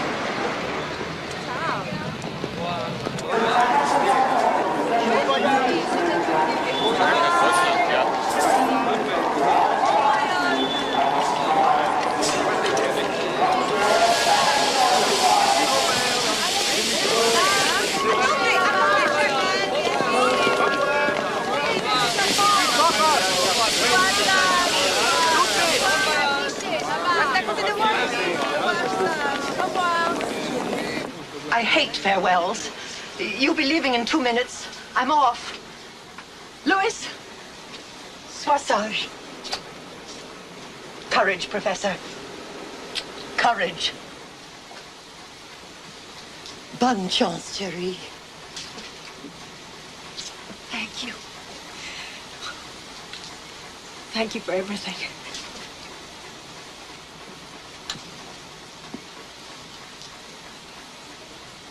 Gardez-les bien. Bien sûr, madame.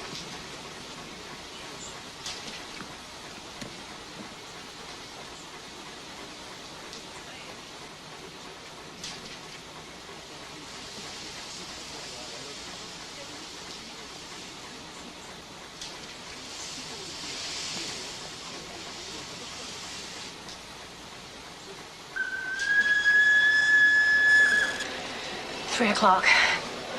Here we go, thank God.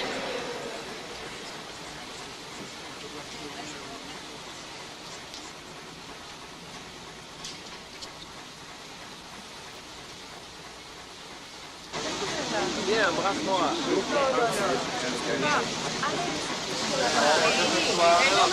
On les valide ici.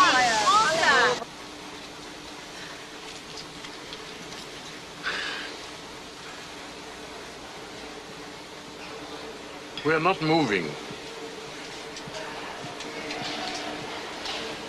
Wartime always delays.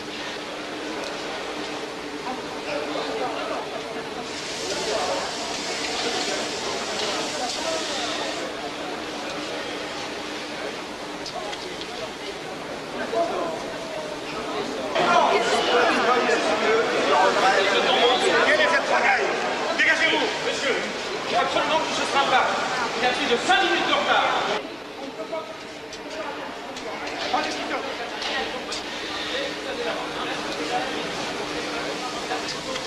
On ne peut pas attendre plus longtemps. Ce n'est pas très important. Il y a des autres très importants qui viennent. C'est pas important. Attention. Allô, d'accord.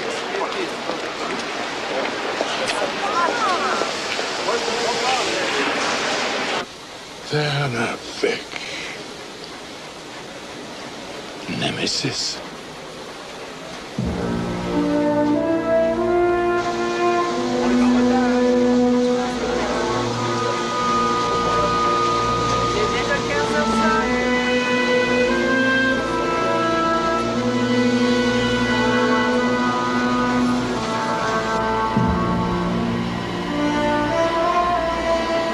I'm sorry, but he's not well enough to travel. Heart action weak. Blood pressure high. Lungs congested. No, not possible. But the hospital discharged him. Please, Mrs. Henry, Dr. Grass is Ambassador Arbert's personal physician. I'm perfectly fine. There's no earthly reason that I'm not able to travel. Professor, you are a responsibility of my government. My car is ready. Professor. Our papers are in order. We will not get off this train. It will not leave until you do.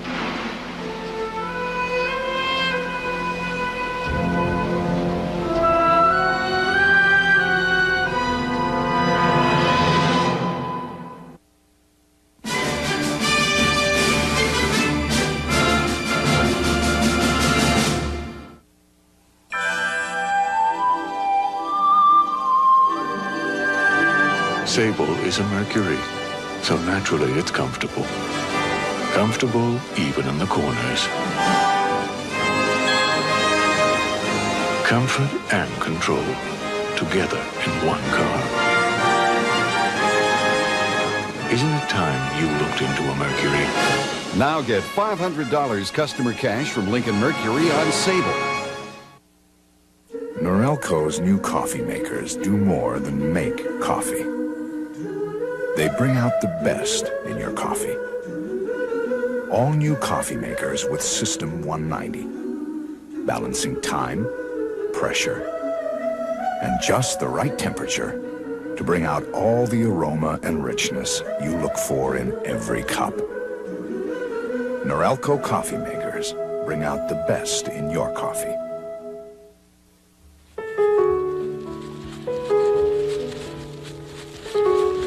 A few years ago, I would have had trouble walking up this hill. I smoked, I drank, I was fat, and I hadn't done a lick of exercise in my life. So I started jogging. Who says you can't run away from your problems?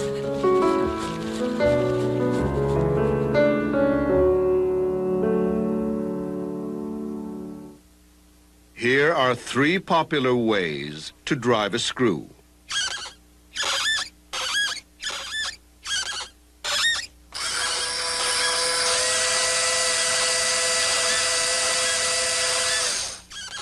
We can only take credit for 2 of them. The Skill Twist and the new Skill Super Twist, part of the complete line of cordless power tools from Skill at hardware stores and home centers. To turn the ordinary into the extraordinary, you need to know how things should be.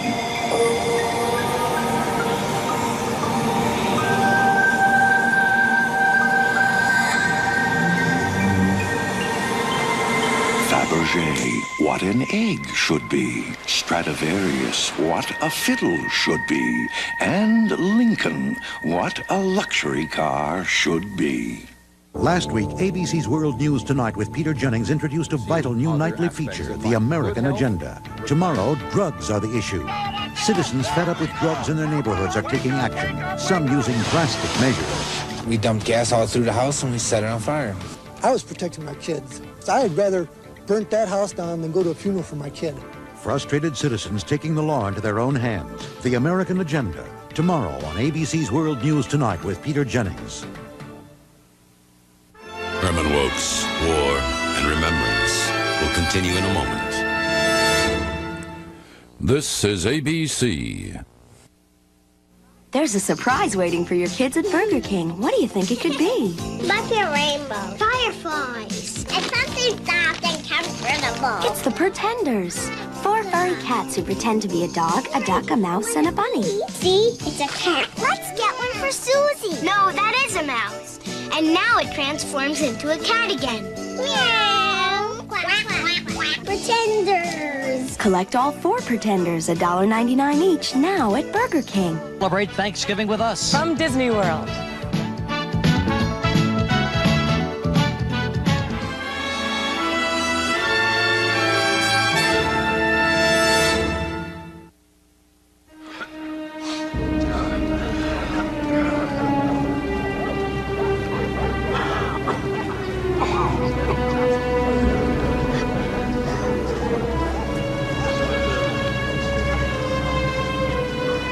SS Colonel Paul Blobel's Commando 1005 has become the custodian of the great and sacred Reich secret.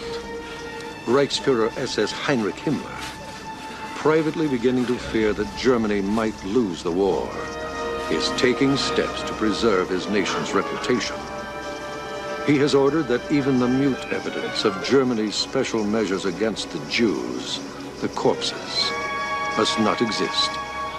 And so Commando 1005 will open and clear all the mass graves throughout Poland and Russia, burn the bodies, shovel the ashes into the pits, level them off with dirt, and scatter them with grass seed.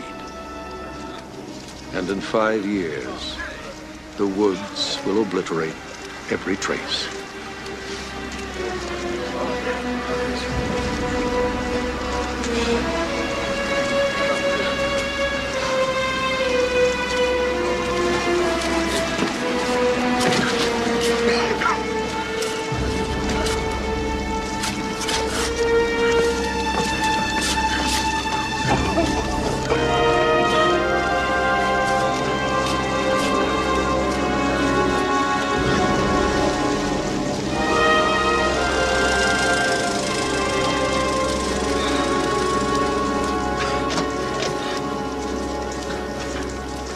System.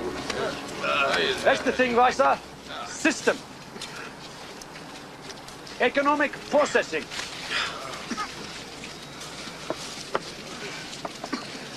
These fellows search. These pull out dental gold and so on.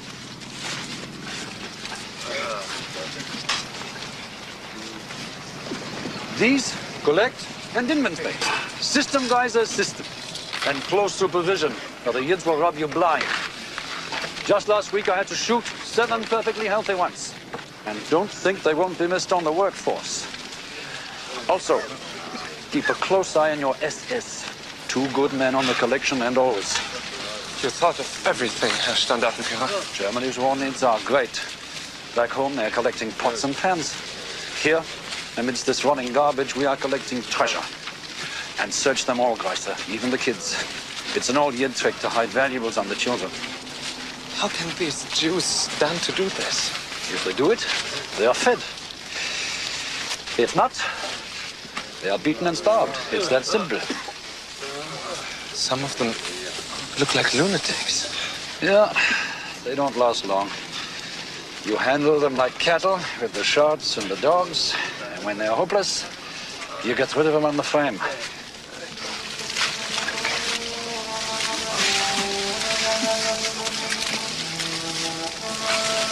We catch them in a good moment. We take their guns. We kill as many as we can. We head for the woods. No. Say the young guy with Blobel. He's the one who'll be taking us to the Ukraine. That's the place to try. We'll make it, I tell you. I'm ready to die trying. The idea is not to die. The idea is to bring the films to Prague. I can't take much more than this. Kim krasicho Adonai, Adonai Shima bekoli, Yena ozlecha kashuvois lekol tachanai. Stop those damn sounds, listen to me. They had no Jewish burial. It's for them. Saying the psalms for the dead is a great mitzvah. It's a godly thing. You stand in this pit. You handle these horrors and you talk of God. Where was he when they were shot? Where is he now? I don't know. Maybe you didn't deserve a miracle that would have saved us. I don't know.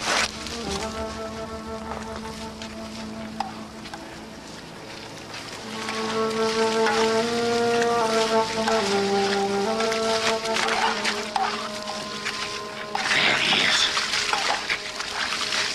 Lisa.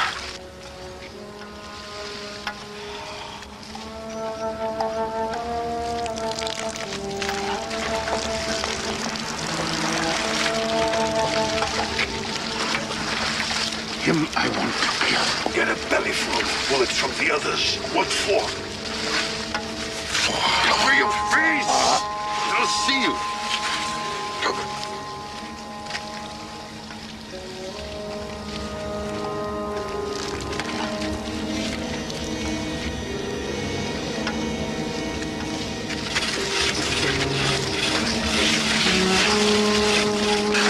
get the idea. A layer of bodies with rags well soaked in waste oil, a layer of wooden ties, more bodies with oil, more wooden ties, and so on. Finally, a drenching of gasoline with the steel rails on top to hold the pile steady. And how many on such a pile? Well, about 1,000. More than that becomes top-heavy. Also, always put it up well to windward. It helps the stink.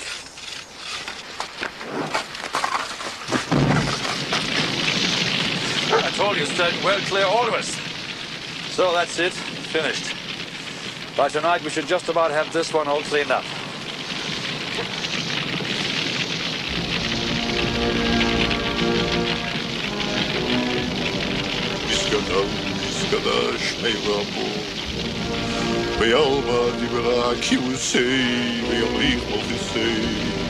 וחיי חור ויומי חור וחיי דחול בסיס רועל ולאו קרים ומי יש מרבו וברח נעלם נעלם ברח להשתלח מספר מספר להתנסה להתחדש.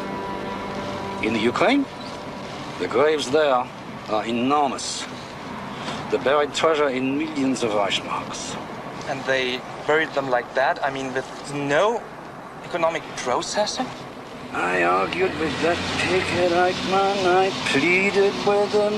Now, shoot him, bury him, on to the next town. The worst was Kiev. I had no choice. I had to follow Eichmann's orders.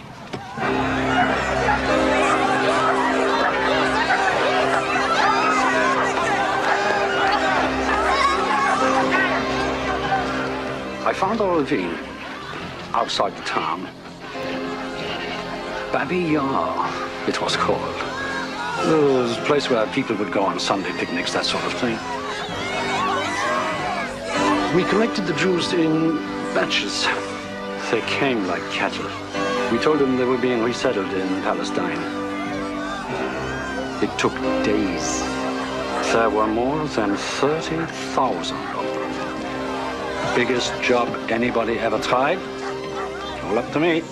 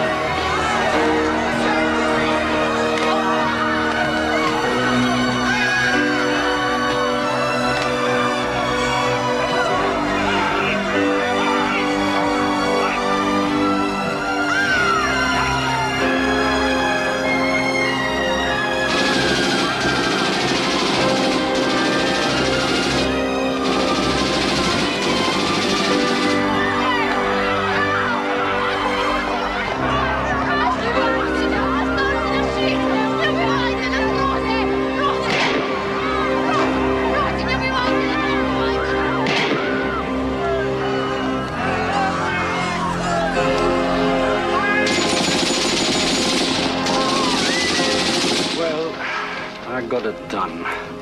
But what a botch. Not only didn't the army keep the civilian sightseers away, half the rubberneckers were German soldiers. Disgusting. People watching executions like it was a soccer game. Loved eating ice cream, even taking pictures. Pictures of women and children needing to be shot in the back. That was damn hard on the morale of my rifle squads, let me tell you. Didn't appreciate getting into such pictures.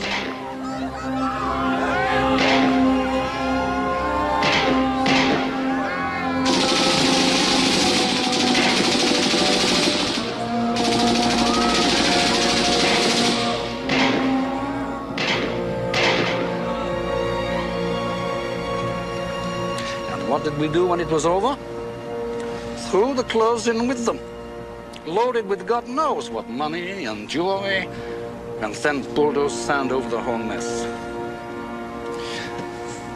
Between you and me, and let this go no further, I sent a secret protest to Himmler, I proposed economic processing. I proposed what they now do in Auschwitz. I proposed Commando 1005. And I designed the flame.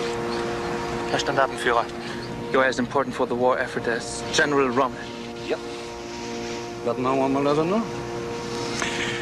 Here is my sacrifice for the fatherland.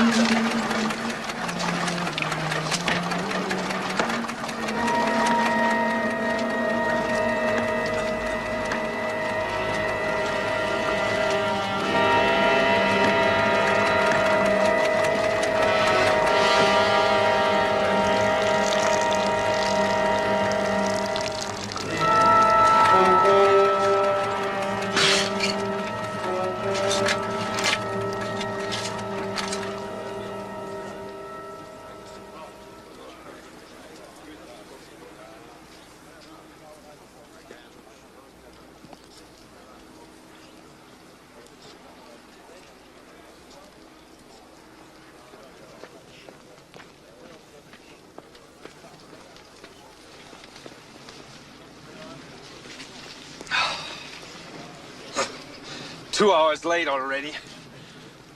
Russian equipment, Russian railroaders. Ja, immer.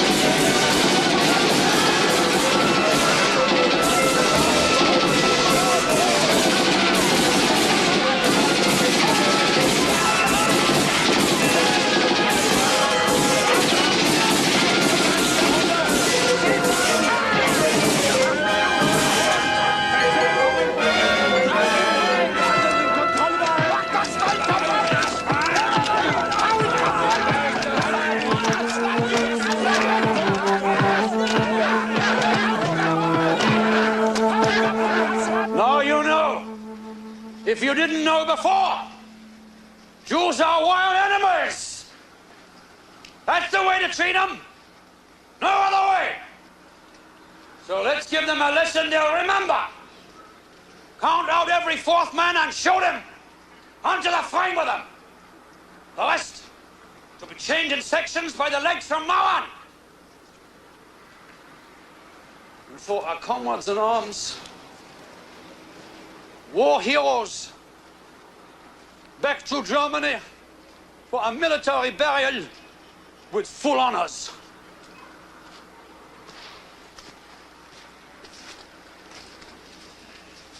Into the flame with this! Like that!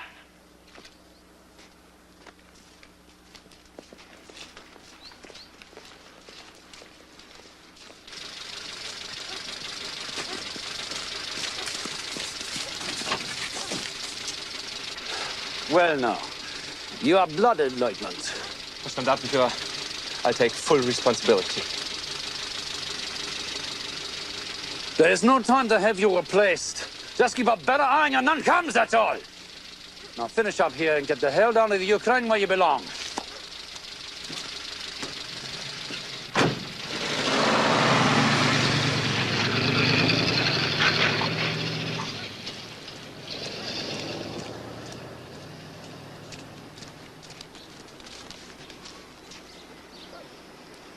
Get this garbage out of my sight! Into the truck! Calco.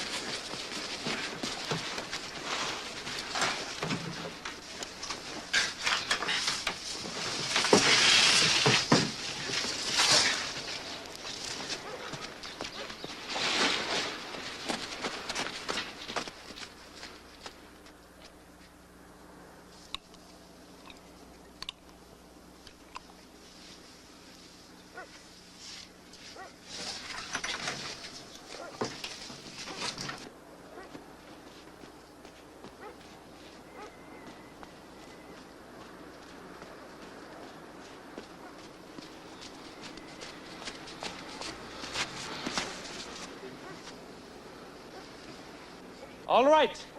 Count off 1 out of 4. Let's get this over with. Erste Reihe, ein Schritt vorwärts! 1, 2, 3, 4! 1, 2, 3, 4! 1, 2, 3, 4! 1, 2, 3, 4! 1, 2, 3, 4! 1, 2, 3, 4! 1, 2, 3, 4! God, du hast compassion who dwellest on high, grant perfect peace beneath a shadow of thy divine presence. In the exalted place, the one, the holy and pure, who shines in the brightness of the firmament to the soul of the Shmuel the Nahum Mendel, who was murdered, I did not see, but Shmuel Zichro. Asireyu v'seise knafei chalolomi Yisro Nishmaslo Yisro Adonai Hu b'chalasho Omei.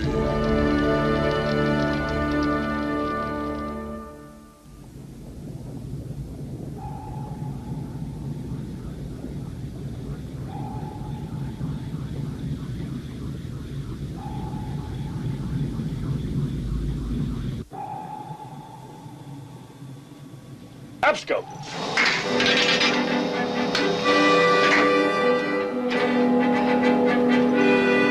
Here he comes. Range. Mark. 1,700 yards. Downstroke. All hands hear this. That Jap destroyer is combing our torpedo wakes and heading straight for us.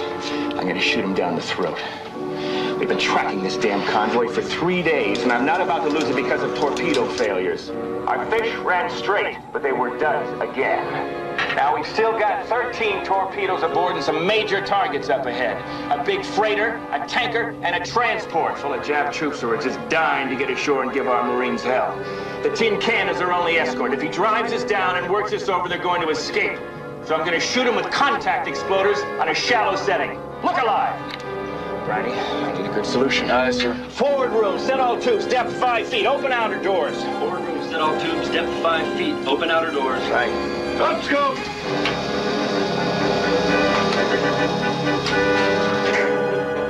Range. Mark. 1,500 yards. Bearing. Mark. 350. Target angle on bow. Port 5. Estimated closing speed 40 knots. Range. Mark. 1,150 yards. Range. Mark. 1,000 yards. Bearing 348, drift into port. Angle on bow 0. Stand by to shoot. Speed steady at 40 knots. Angle on the bow 0. I have solution light, sir. Fire 1. Fire 2.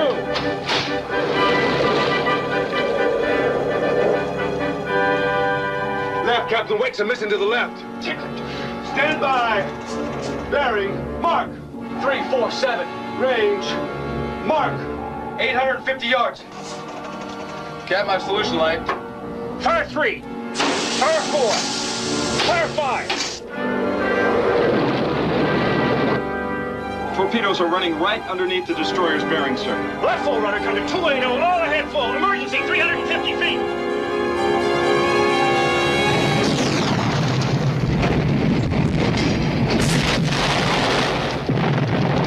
Oh my God, Captain, you blew his bow off. Belay that last order. Keep me here. All ahead 1/3. Let me have a look. Aye, sir. Answering all ahead 1/3. Yeah. All right. All right. Yeah.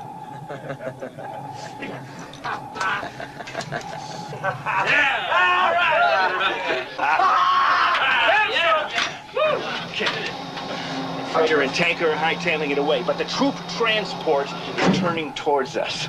Start reload forward, Rue. Start reload forward. Captain must be demented or panicked. Either way, it's great for us.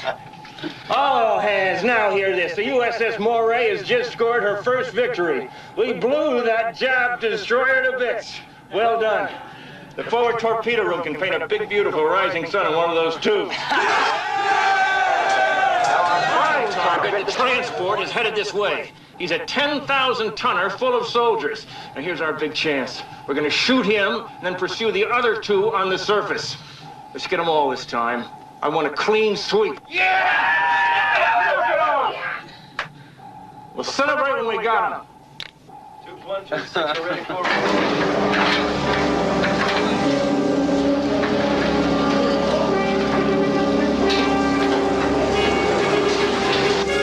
Two and 6 are ready forward, sir. Open outer doors. Up, scope. Bearing. Mark.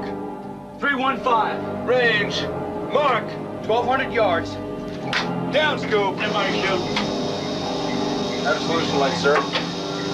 Fire 1. Tube number 1 fired electrically, sir. Fire 2. Number 2 fired electrically. Fire 6.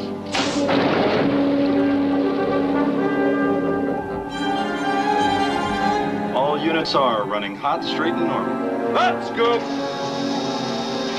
Okay, come on, baby, come on. 3 sweet ones on target all the way, Skipper. Torpedo run to target 2 seconds, sir.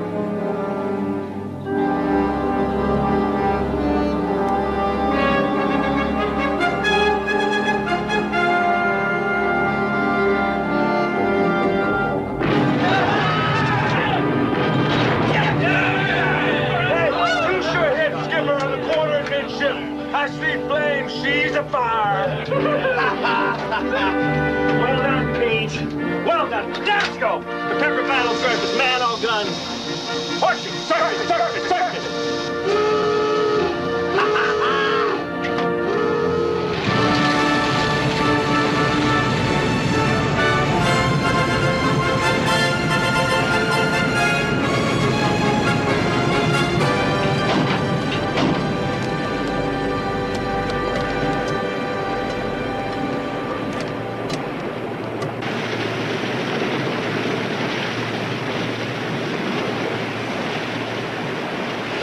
Take it forward! Take it forward!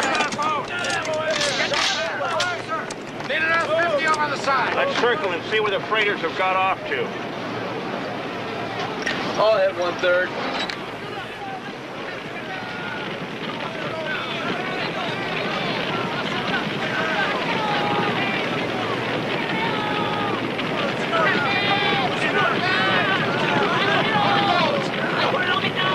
Like ants off a hot plate, huh?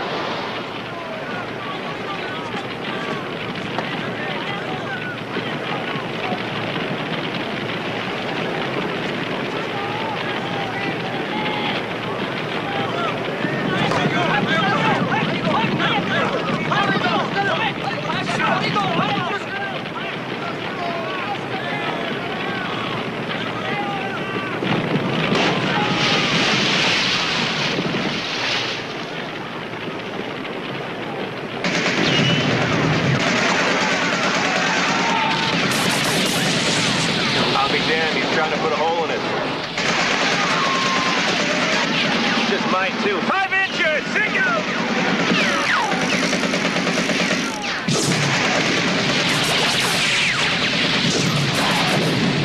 Come on, 5 inches! Finish him!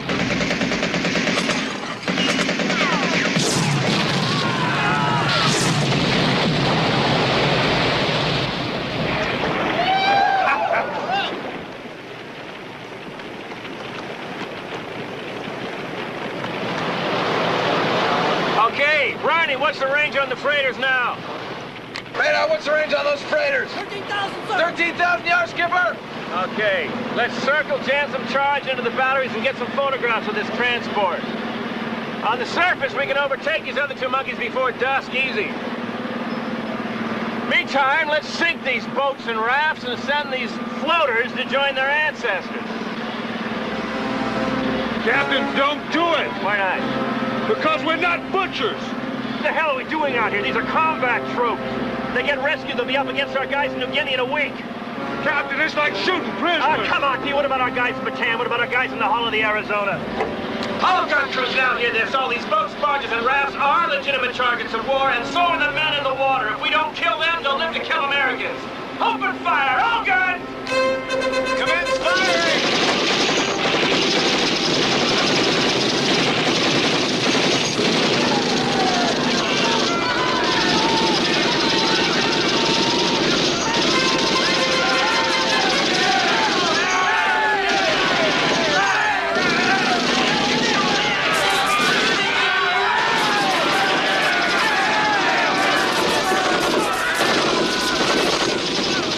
I'm going below. Very well, Pete, go ahead.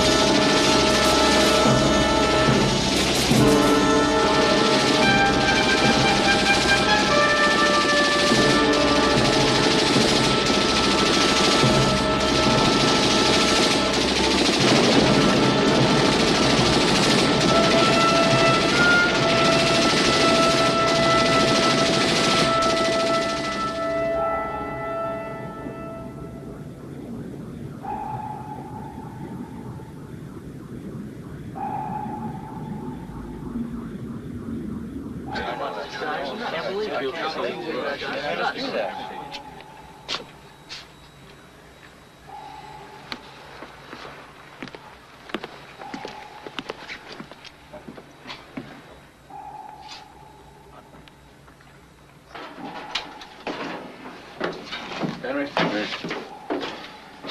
5,000 yards, broad on the starboard quarter. Hold down. We got the bastards, Briney. I'm going to attack. Sir. Look alive, Lieutenant. There's a war on. Wrong, Skipper. War is when the other guy can shoot back. You know, I can hack. You're not agreeing with my decision, Morning. No, it's not just me. It's the entire crew. They should be as high as a kite, and they're not. No. The crew will come around when the action starts. You're the guy I'm wondering about.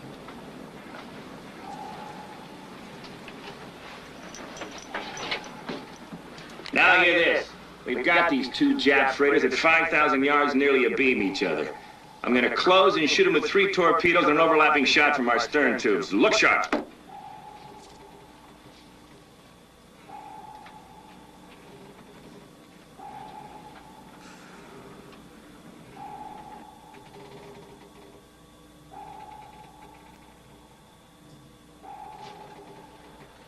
Final bearing and shoot.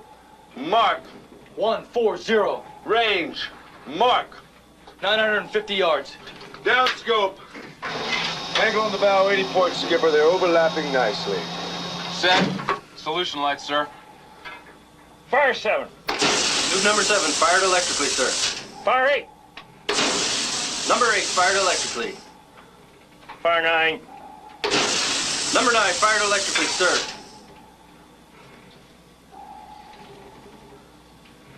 Torpedoes running hot, straight, and normal. On bearing.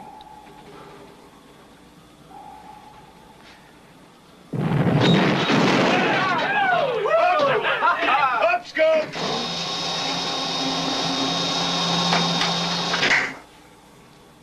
One hit, Skipper. Forward or stacks. What about the other one? No luck, sir. Very well. Service!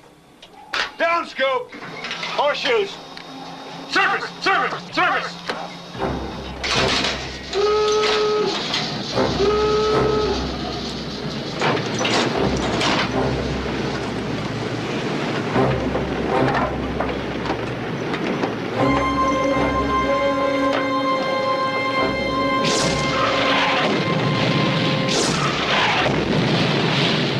But they've got some 3-inchers.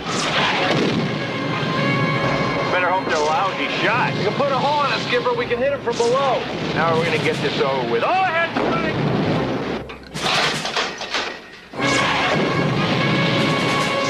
Hang on, one chance, port. Steady as you go. Stand by to shoot 2-3. Parachute 2-3. All ahead, 1/3.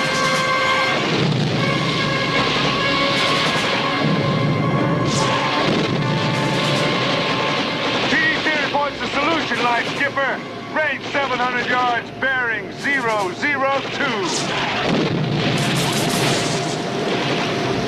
Point blank, Briney.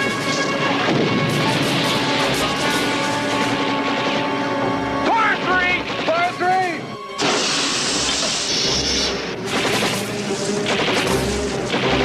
Left full runner!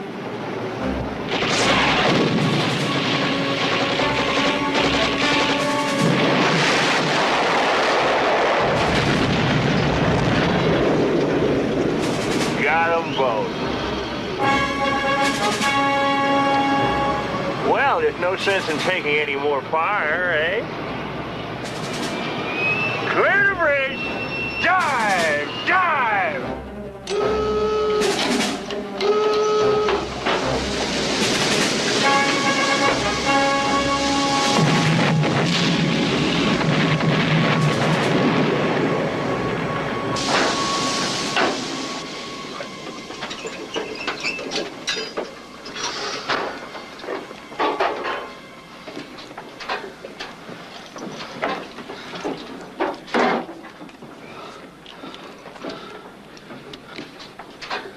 Attention all hands. I'm so proud of all you guys, I could damn near cry. You are the best sub-crew in the whole damn Navy. And let me tell you something else. The moray has just begun to kill Japs. We're gonna go back there and put our last fish in that cripple, and then it's all ahead flank for Pearl. And when we pass Channel Boy number 1 in 10 days' time, we're gonna tie a broom to the periscope. Clean sweep! God bless every one of you.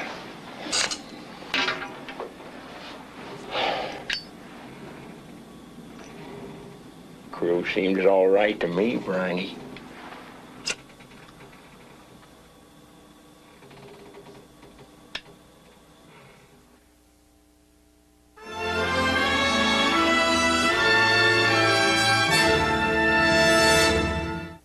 Give me a hot, dusty day any time of year. Give me my favorite Ford and mud up to here, 'cause I love getting dirty. Love getting dirty. Yes, I love getting dirty. So give me rain and puddles in my 4x4. Give me a brand new Ranger and I'll never be bored, 'cause I love getting dirty. The newly designed Ford Ranger. Yes, I love getting dirty. See the entire lineup of tough Ford trucks during the Ford Truck Month celebration. Dark, dreary morning. It makes you want to crawl back under the covers. It's coming up on 6:40 a.m. Forecast. Mama's sleeping, sweetheart. Let you go, Fred. To the average sleepyhead, nothing's more important in the morning than that first cup of steaming, hot, delicious coffee, which is probably why more people wake up with Mr. Coffee than any other coffee maker. Mr. Coffee, the first choice of coffee lovers. We have the means to unite the country, the world, in seconds. It's perfect. Imagine putting that power in everyone's hands. Japan, Zurich, LA on board? The network. Everything's in place. Network secure. Banks should be this secure. Activate the network. Introducing MCI Fax, the world's dedicated fax network. Now send documents with the speed, the quality, the power only a dedicated network can provide. What a beautiful day for a revolution. With MCI Fax, it's there already. You know, looking like you never get any older is not all it's cracked up to be. You don't get the respect you deserve for the amount of time you put in the business. You can't grow a decent mustache, and you have a tough time getting the 30% seniors discount at Quality, Comfort, or Clarion. Could drive a guy to drink. Call 800-221-2222 to reserve a room with a seniors discount at Comfort. Also available at Quality and Clarion.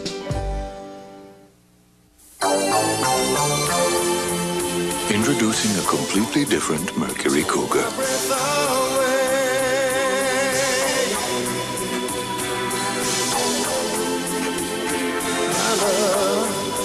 Take my breath away. Introducing Pulse Quickening Comfort. The all-new Cougar from Mercury, where comfort and control are one. Tuesday, it's the best of Barbara. I would like to be a superstar. I hate the word superstar. 12 years, 120 guests, and 50 shows later, the biggest laughs, This is where I will make all of my children. the tenderest moments. It hurts me if people don't like me. Hear Richard Pryor lie. I was on fire. Were you on drugs? No. And watch Clint Eastwood flirt. We could try it and see if it worked out. It's 2 hours of television's greatest interviews. Don't miss the 50th Barbara Walters special Tuesday. Herman Wouk's War and Remembrance will continue in a moment. This is ABC. According to legend, little folk know Hills is where the toys are. Video game headquarters. You know what that means. Hills has more video games than I've ever seen. Hills has one of the biggest selections of video games anywhere, including the latest games for the Atari 2600 and the 7800.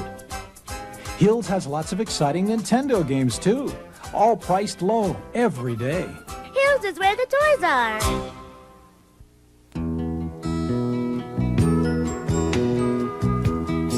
Things sure have changed since I was growing up, Stephanie and Philip. How, Grandpa? Today, your mom and dad have you covered with Blue Cross and Blue Shield protection. We didn't have that years ago. And when you turn 19, you'll be covered on your own. Make sure your 19-year-old has the best Blue Cross and Blue Shield coverage. And what do we say? Stay healthy. There's bad news on Night Court tomorrow on WNEP.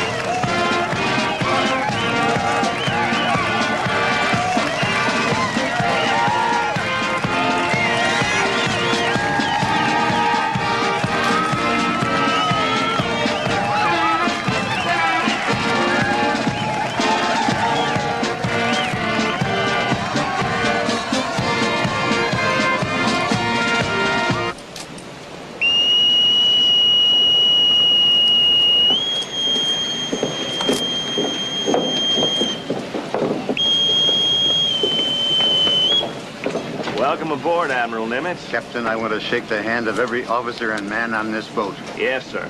Well done, Captain. Thank you, sir. You'll follow me, please?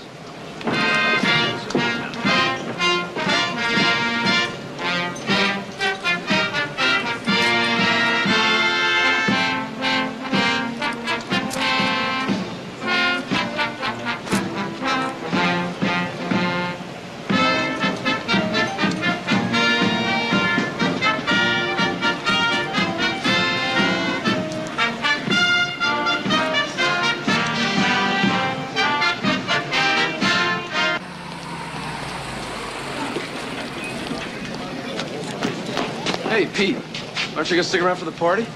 No, Briney, I just can't seem to get in the mood. Yeah. See this?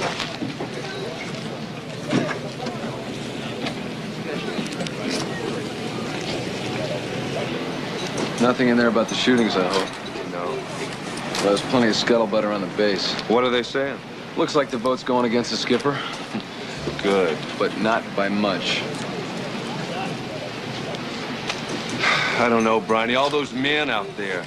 And he honestly believes that he did the right thing. I know. Word is ComSubPac's recommending him for a second Navy cross. Tell you, when Nimitz finds out about those shootings, I doubt it. Some war, Pete. Some war. I'll see you around, Briney.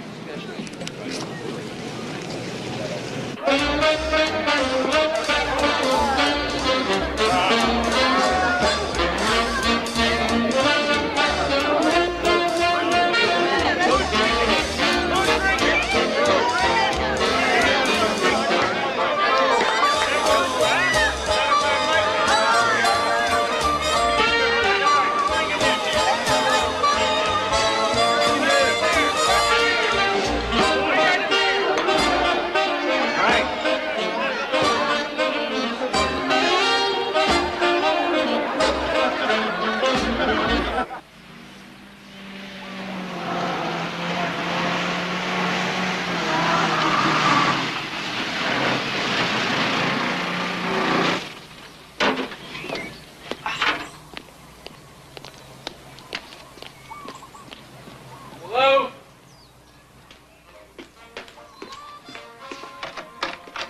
Jan? It's me, Briney. Hey. Byron.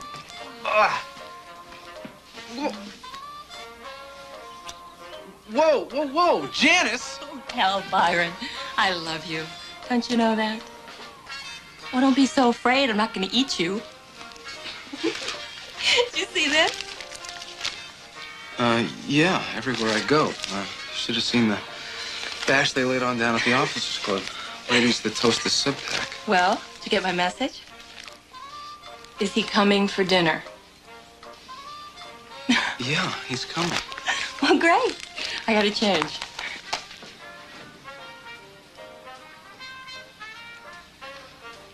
Well, Captain, I'm surprised you didn't get waylaid by a dozen adoring females. Well, I did. But I fought them off. Oh, single-handedly? Well, of course. Oh, I did not come empty-handed. Here, this is for you. And this is for you, Mrs. Janice Henry. And for you, Captain. What? Oh, hey, this is for you, Lieutenant Henry. Right there. You know, he is the best damn submariner in the fleet. It's just what I needed, Captain. All conquering heroes in the dining room.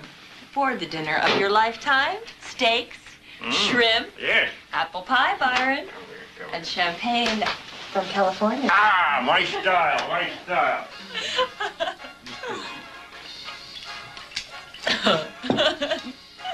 Okay. Now, you two, stay clear of my kitchen. Aye, Captain. I'm going to clean up. Got it now. Thank you. Oh, lovely, ooh, I am gentle as a bird in morning.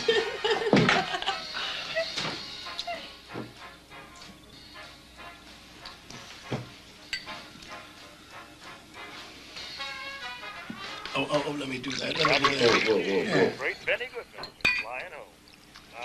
Glenn Miller. String of pearls.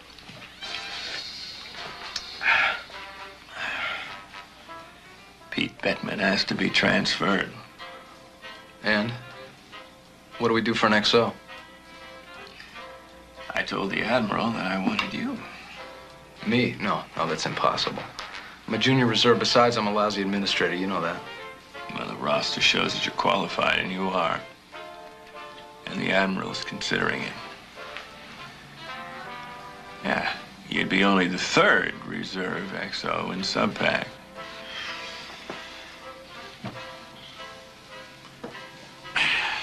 But the Admiral's inclined to give me what I want just now.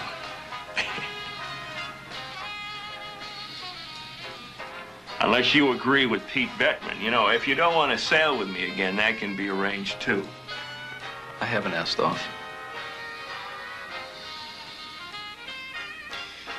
Let's get this thing settled once and for all.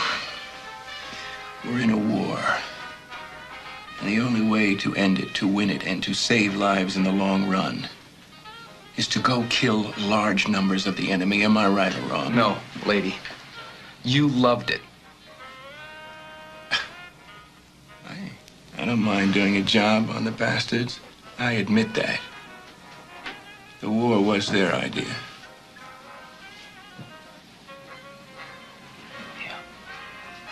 You know, I think you've forgotten that they killed your brother. I said, I haven't asked off. Now drop it.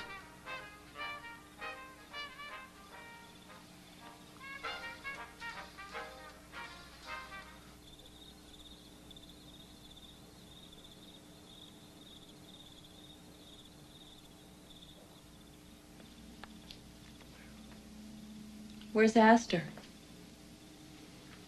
Byron. Where's Astor? Oh, you got smashed and took off. Well, on your feet, sailor. It's time for you to hit the rack. Yeah. Oh, what a day. You haven't said anything about Natalie since you made port. Is there any news at all? I'm gonna try to call the State Department in the morning. For all the good that'll do.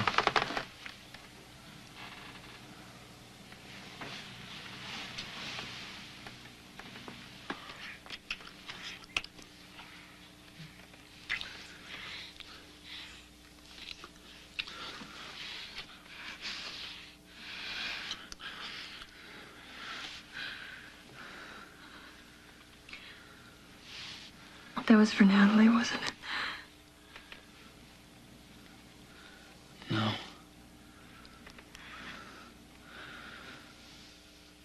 Good night.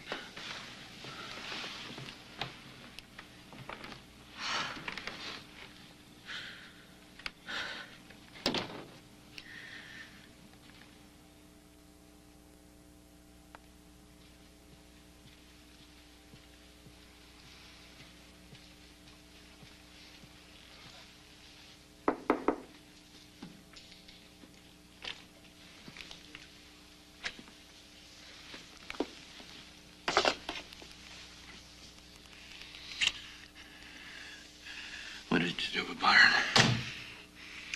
Sleeping like a baby. Hell, you ought to be with all the champagne I poured into him.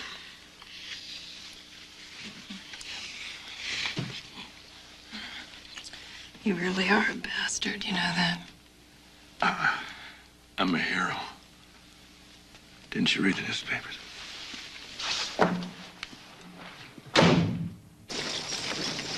Los! Esta, espera!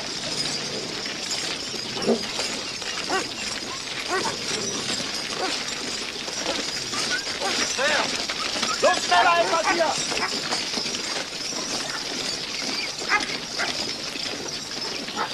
Ja, weiter jetzt!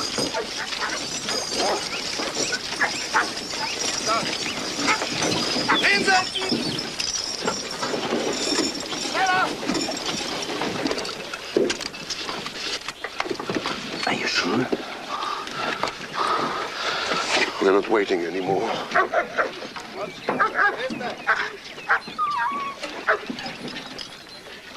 chains. Okay. Stay under the water as long as you can, huh?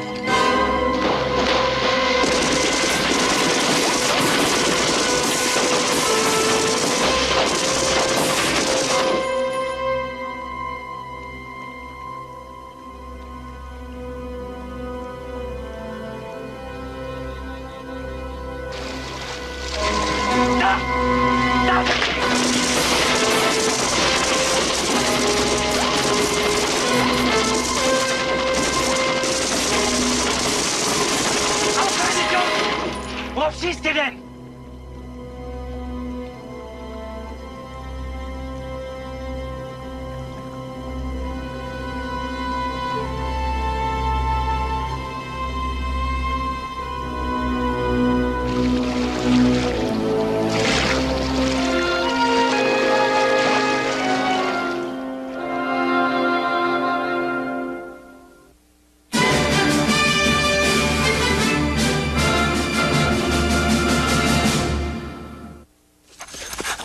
Walk, boy, I could use a fire hydrant right about now. Oh, I used to love it when she ran. She wouldn't go much faster, but she'd tire out quicker. Oh. Now we walk 3 miles a day, 10 miles on the weekends. It's too much, come on. Watch this. I love doing that. Oh, yes. No. Whoa. I gotta lose some weight. Walk. Dogs were meant to lie in the sun and sleep. They had engraved that on the president of Nike's forehead. We have the means to unite the country, the world, in seconds. It's perfect. Imagine putting that power in everyone's hands. Japan, Zurich, LA on board? The network. Everything's in place. Is the network secure? Banks should be this secure. Activate the network. Introducing MCI Fax, the world's dedicated fax network. Now send documents with the speed, the quality, the power only a dedicated network can provide. What a beautiful day for a revolution. With MCI Fax, it's there already.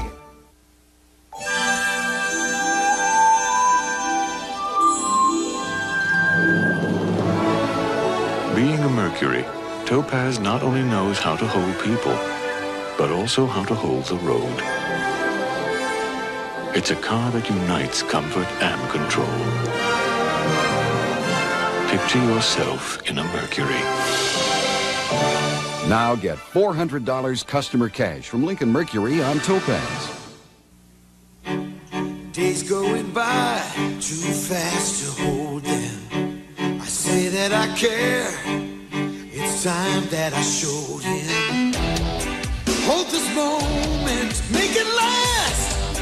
Before the present becomes the past. Make time stand still. Life's best moments. Stop them and hold them instantly with our best camera ever, the Spectra system. Make time stand still. Have you read your horoscope today? Millions of people do. But is it fact or is it fiction?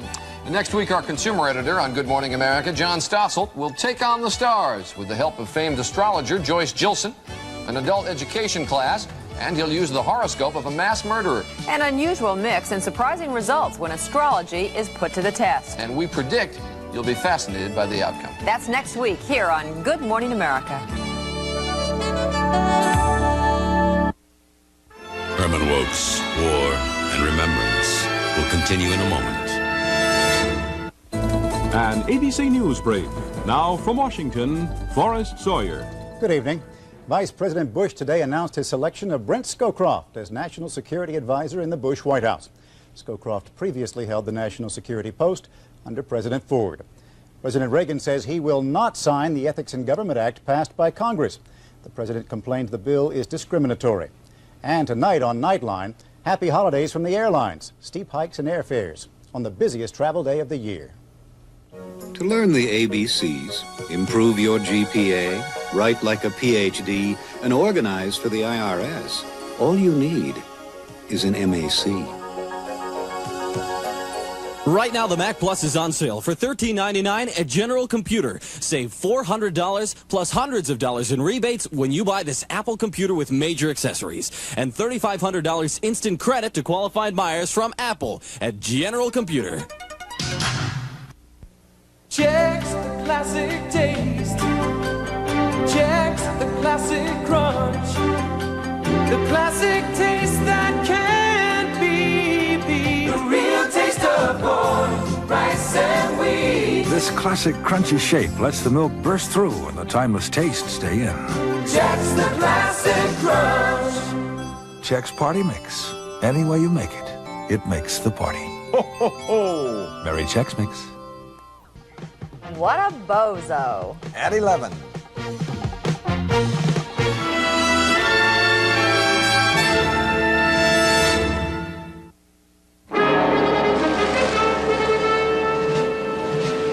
May 10th, 1943. The fighting ends in North Africa. After more than 2 years of bloody warfare, 250,000 German and Italian soldiers have finally laid down their arms. For the Third Reich, it is a second Stalingrad. 2 months earlier, ill and discouraged, Field Marshal Erwin Rommel, the brilliant Desert Fox, returned to Berlin in a futile effort to persuade Adolf Hitler to pull his troops out of Africa. And now, with the final collapse of his vaunted Africa Corps, he has been summoned for another meeting with the Fuhrer. My friend, I'll be waiting. And Erwin, be careful. Yes.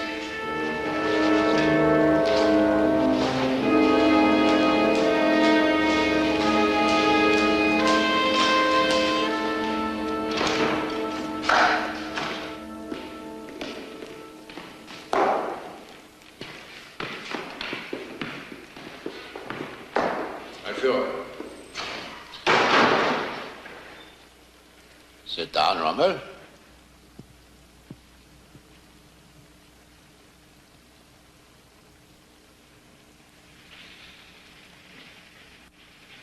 I should have listened to you. Now, it is too late. It's all over in Tunis. My men. I keep thinking about them. They're lucky. The Stalingrad heroes are prisoners of the Bolsheviks. Your men will get fat on American prison rations.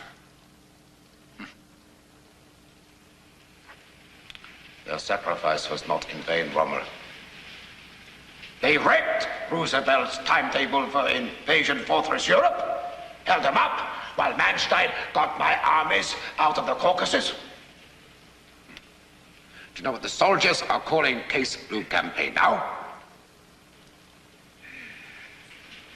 Caucasus round trip. You know that, my Führer. Rommel, nothing in Germany escapes me. Never forget that.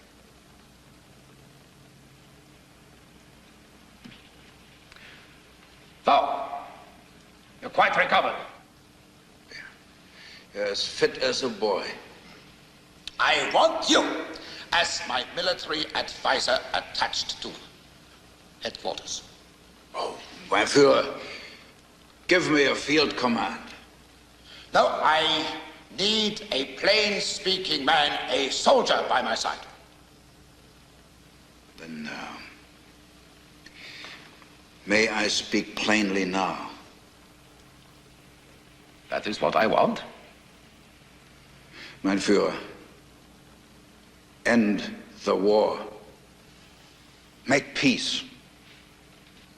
We cannot go on fighting the whole world. There's not much chance left of winning this war. I know that.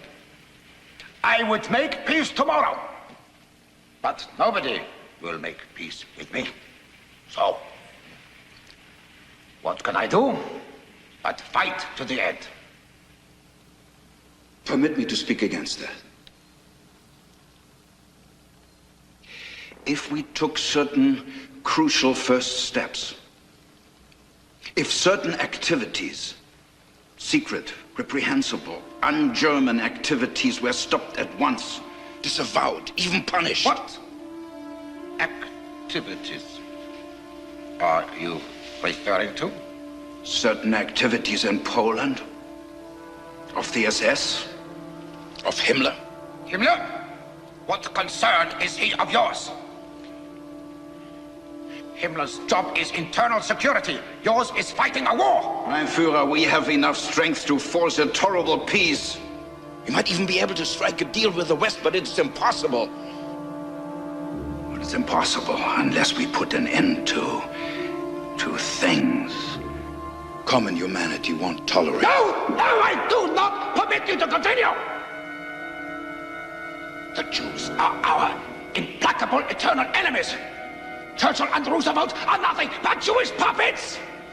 The Jewish Bolsheviks in the East and the Jew plutocrats in the West have ganged up to destroy us!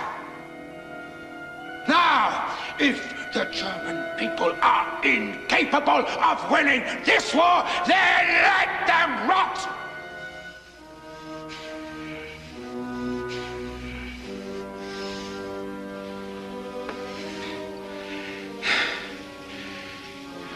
The best are dead. Anyway, I will fight for every street, for every house. Nothing shall be left. If a great race dies, then it has to die heroically.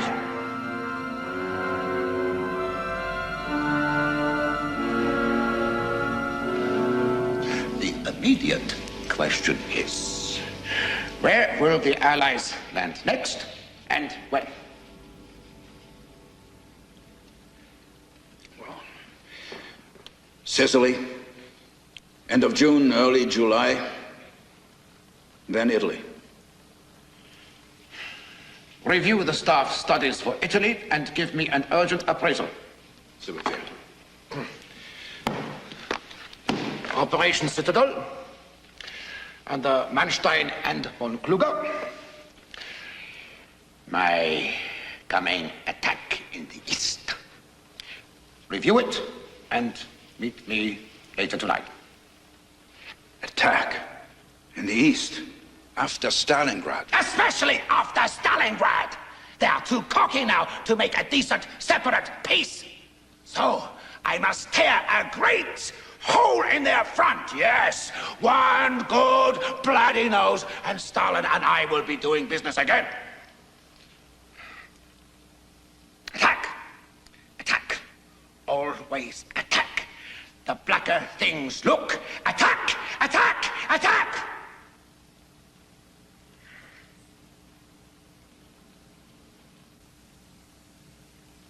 Operation Citadel begins in late June.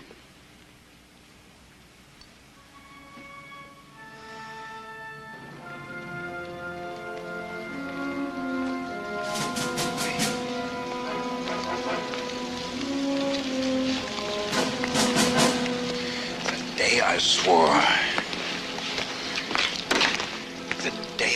a soldier's oath of loyalty, I would have never believed that such things could be perpetrated by my own government. So, now you understand. Hold or die. Fight to the last round. No retreat. He can only wade deeper and deeper in blood, dragging the fatherland after him. Unless what? Unless somebody, some heroic personage is ready to step in to depose him and end the war.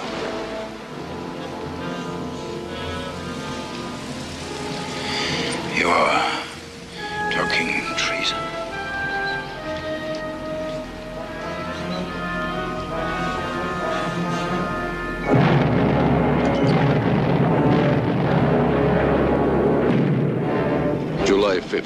1943. Early dawn.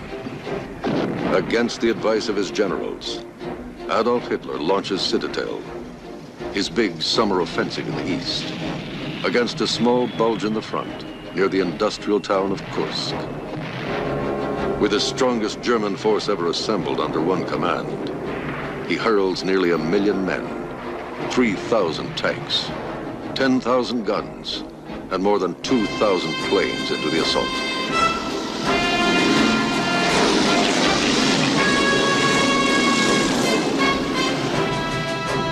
But this time, there is a breach in German security, and the Russians are ready. Lying in wait with almost 1.5 million men, 20,000 hidden guns, 3,600 tanks, and over 2,000 warplanes. They hit the Germans with a blow of such force that the invaders are all but stopped in their tracks. For 5 days, the battle rages.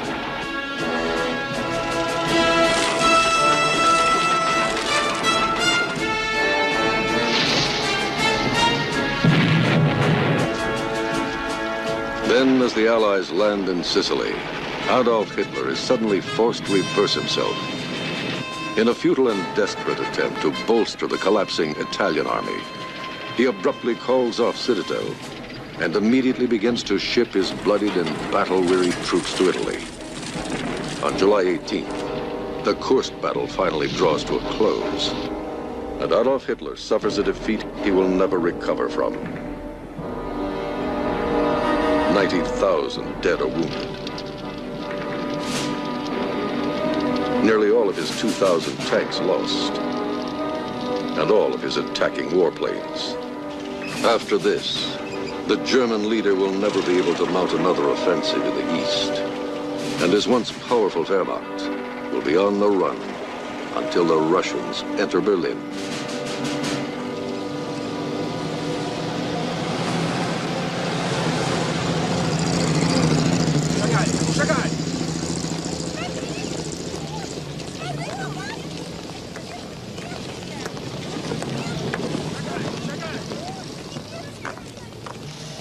Quite a bit different from the last time I was here. When might that have been, miss? 1941, December. Ah, yes, ma'am. The war's quite a bit further away now. Thank God.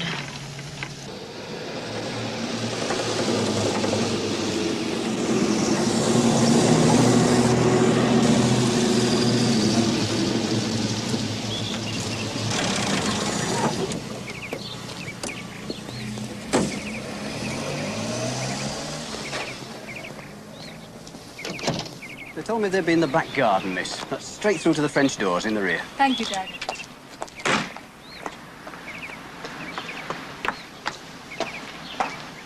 Ah, the Viscountess, Mr. Ambassador. Pack it up, Philip. Hello, my dear. Hello, Mr. Ambassador. How long have you been here? Seems like a lifetime, but only since Stalingrad.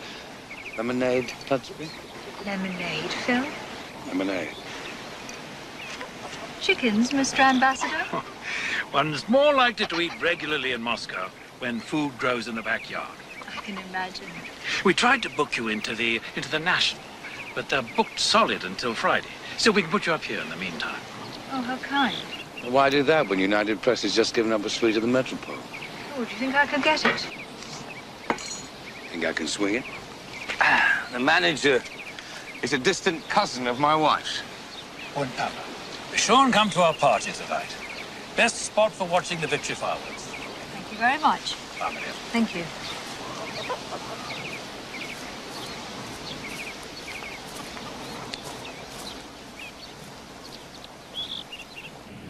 What victory? The Kursk salient. Well, surely you know about it. It didn't get much play in America. The invasion of Sicily has been the big story. That's typical Yank editing. Sicily, a sideshow. Oh, come on, Philip. I mean it. Hitler's offensive at Kursk was the biggest tank battle of all time, pal. And the Russian counterattack has finally broken the backbone of Jerry's line. Well, that is something to celebrate. Yes. Stalin's ordered the first victory celebration of the war. 120 artillery salvos. It'll be something. Well, I suppose I'd better come to the party then. You had. The entire Yank mission's coming. All except Captain Henry, that is. He won't be there. Oh, won't he? You've met him, then? Made a point of it. Doesn't say much. They say he gets things done. That he does. Well, he's off in Siberia now. Just as well. Why's that? I look like death.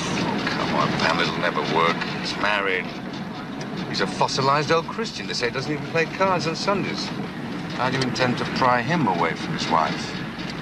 That does not deserve an answer. I love it when you're angry. How's your wife, Philip? Oh, Valentina. Oh, she's fine. She's still touring the front with her ballet troupe. Thanks for asking, Tubbs. Baby, please come back, or you'll break my heart one day. 'Cause I don't want one without you. No,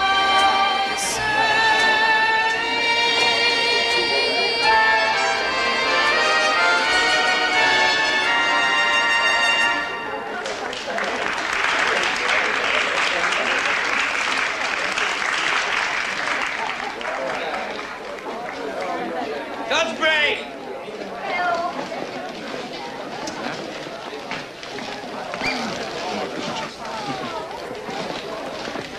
One of their great tank commanders. He fought at Kursk. So I gathered. He told me he'd killed many Germans. underneath the lamplight, by the barricades. That's strange, isn't it? The only decent song of this whole bloody Holocaust is a cheap, weepy Hun ballad. That you loved me. Reminds me of North Africa. What the hell? Shall we, Pamela? Why not? Orders came for sailing somewhere over there.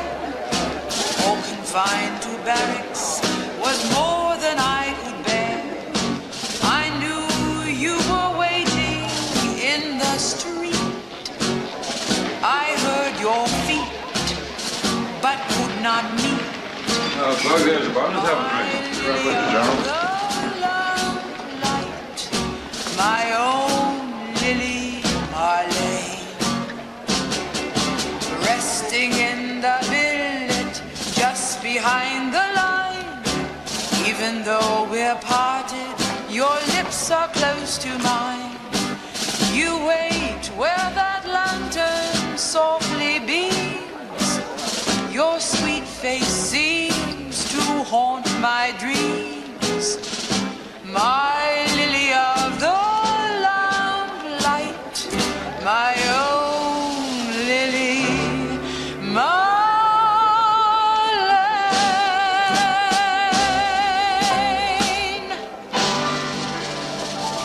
Attention, everybody!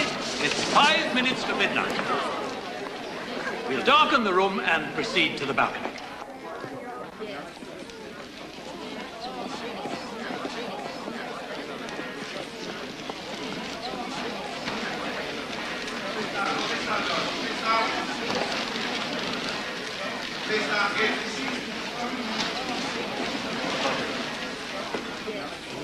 Hello, Pamela. Hello there.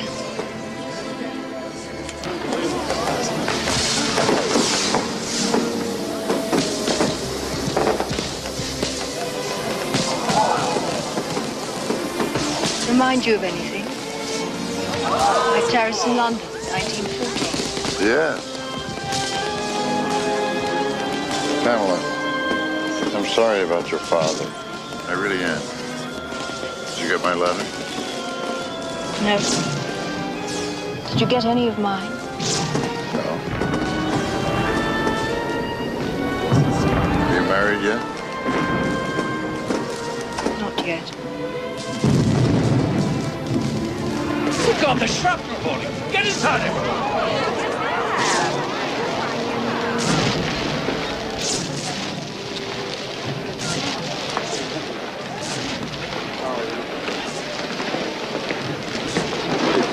play a flag. Too bad they're not as free with cooperation. General Fitzgerald, Miss Pamela Tutsbury. How do you do? Pamela, what a pleasure to meet you. I was with Duncan Burton Wilk 3 weeks ago in New Delhi. He'd just gotten word you were coming. He's a very happy man. Now I see why. Is he well? Well, getting along. That's a thankless war theater, the CBI. Well, Pug, I guess we better get back to those charts. I'll make my farewells, Pamela. Yes, sir. I'm sorry I've got him on my hands. I'm pretty well tied up. Can we see each other tomorrow? Oh, I can't tomorrow. Foreign press has been taking on a tour of the cursed battlefield. When will you be back? I'm afraid not for a week. Too bad. I bumped into your wife in Washington. Huh? How does she look? Very well. She told me to tell you to watch your weight. Shore duty. She knows me.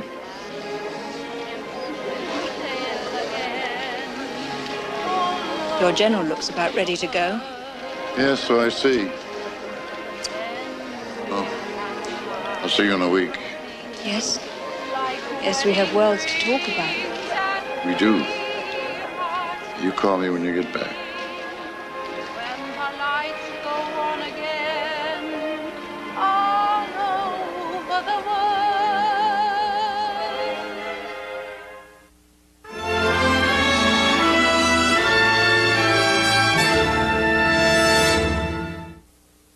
Ford, profiles in quality, prevention. A small imperfection in a part can be overlooked by the human eye. That's why Ford has installed vision machines like this on many of our engine and transmission assembly lines. These machines help detect imperfections before they are assembled in our cars and trucks. At Ford, we believe in prevention. This profile is one reason Ford Motor Company has designed and built the highest quality American cars and trucks on average for 8 years running. At Ford, quality is job one.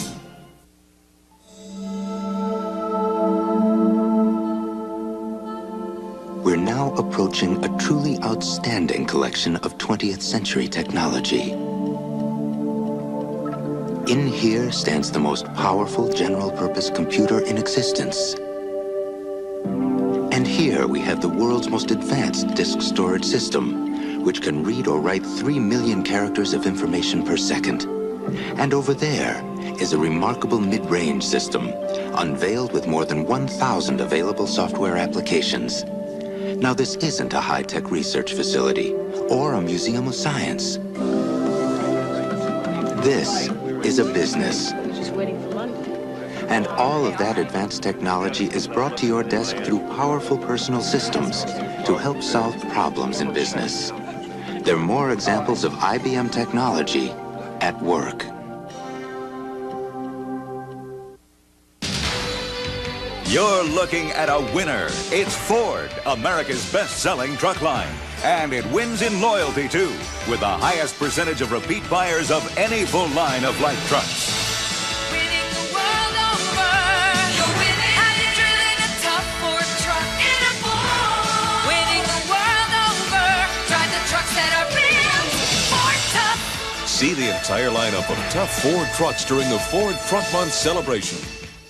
Peter Jennings on World News Tonight. Years of experience have made him the anchorman for the 90s. Nightline's Ted Koppel, the master at making a complex world clear. ABC News, America's choice. Critics call him Dr. Death. His expert testimony helped send over 100 to death row. Plus, a sexy superstar tragically paralyzed in his prime. Teddy Pendergrass bears his soul to Barbara Walters on 2020 Friday. Herman Wouk's War and Remembrance will continue in a moment. This is ABC. Coming up on the news station. Police have found the body of a child. They say it's a newborn baby, a boy. They don't know who he was, and they don't know how he died. Tonight on Newswatch 16 Updates at 11. With absolute minimum prices, there's no store coupons, games, or gimmicks. Just low prices like fresh Carolina Grade A turkey with pop-up timer, just 79 cents a pound at Price Chopper. chocolate is scrumptious when it crunches. That's why I love Nestle Crunch. Milk chocolate, that's creamy. Blending Krispies, ooh, so dreamy. Gotta have it, it's so scrumptious. Love that chocolate when it crunches. Scrumptious, chocolate is scrumptious when it crunches. That's why I love Nestle Crunch. Kate makes a borrower's blunder tomorrow at 4:30 on WNEP.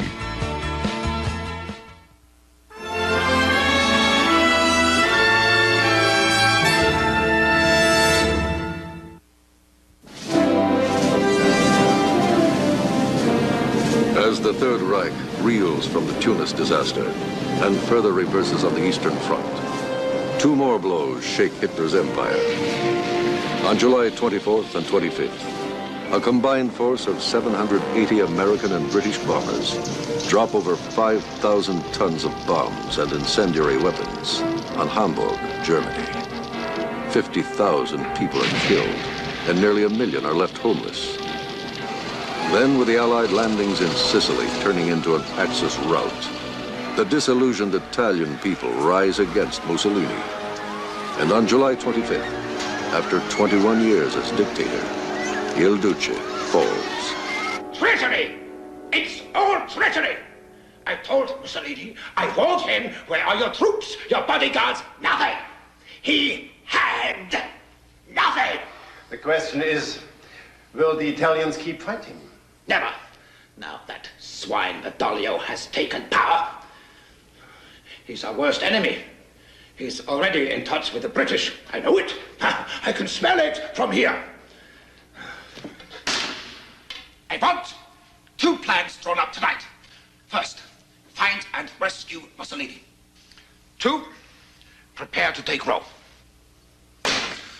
Clean out that scum, that rabble, that royal family. I'll make them crawl. I'll put the Duce back in power in a week.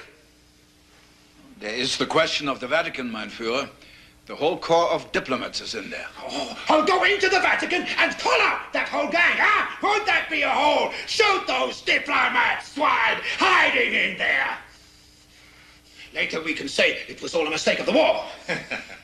Clean out that whole pus of priests! What do I care? The Vatican, an abscess of swindling Jew religion. Jesus was not a Jew. He was the bastard son of a Roman soldier. And Paul, the greatest Jew swindler of all time. Mein Führer, we have 70,000 troops in Sicily. They must get back quickly to the mainland. At once? Absolutely. Seitzler, Jodl, see to it. Blow up the equipment. Just bring back the troops. Sicily is done for. Yeah. I'll have to fight the Allies on the mainland. We'll need every last man. And Robert, take charge up north. Stand by to seize the Alpine passes and roll in every available division to disarm the Italians at the first false move. Absolutely, mein Führer. They're probably plotting to change sides right now. Treachery! They're all traitors except the Duce. I want him rescued no matter what. That way, I'll preserve the Axis and the Pact of Steel. Zu Befehl, mein Führer. It will be more than 2 months before German commandos finally locate and rescue Mussolini. And on September 23rd, 1943, the deposed dictator, under the Führer's orders, will proclaim the new Italian Social Republic in the north. But Il Duce will prove to be nothing more than a puppet, and his new government only a figment of imagination, propped up by Adolf Hitler's waning military might.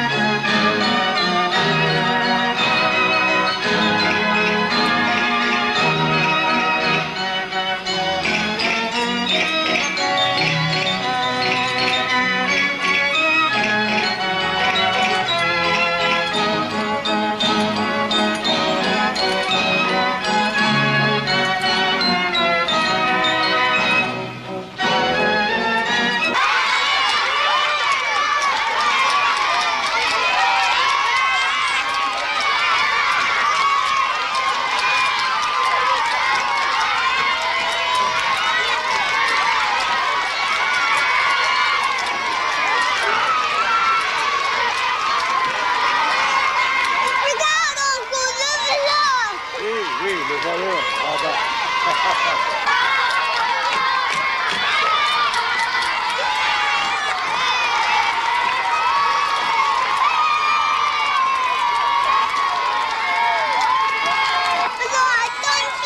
Yes, that's right. Le voleur, the thief. The thief? Oui. Le méchant. There you are. I've been looking all over the park. We have to go home now. Word from the Swiss. The train to Prague leaves at 8 tonight, and we're on it. Prague, then it's quite definite. We'll be joining a large group there and going on to Theresienstadt together. Still no word of why we're being sent to this place? No. The Countess has been checking it out, and it doesn't sound at all bad. It's an old issue, December. But the article on Theresienstadt is excellent. It's a German magazine, pure Nazi propaganda, of course, even though it is written in French. True. But the feature articles are meaty and well written. See, Natalie?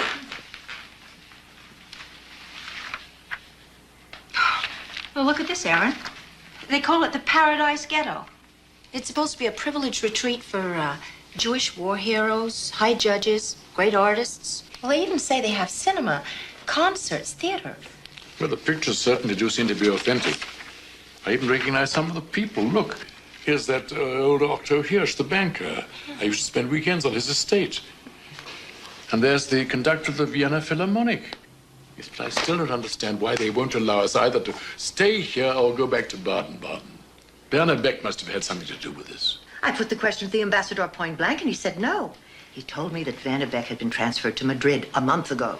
And Ambassador Ibetz made no further mention of those damnable broadcasts? Not a word. Mystifying. In any event, you'll only have to stay there until the exchange, and then you'll be on your way home. I'm sure of it.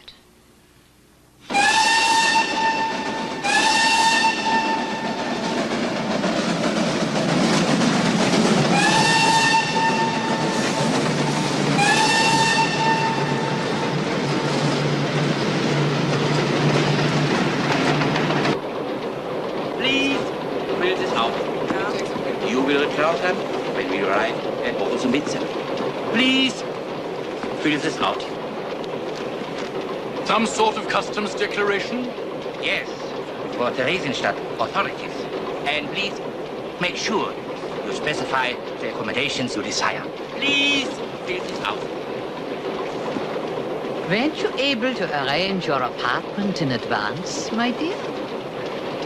No, but we were assured the accommodation would be more than adequate. And you? Oh, we bought ours ages ago. Guaranteed. 4 rooms facing south with a view of the lake and 2 bathrooms. Guaranteed?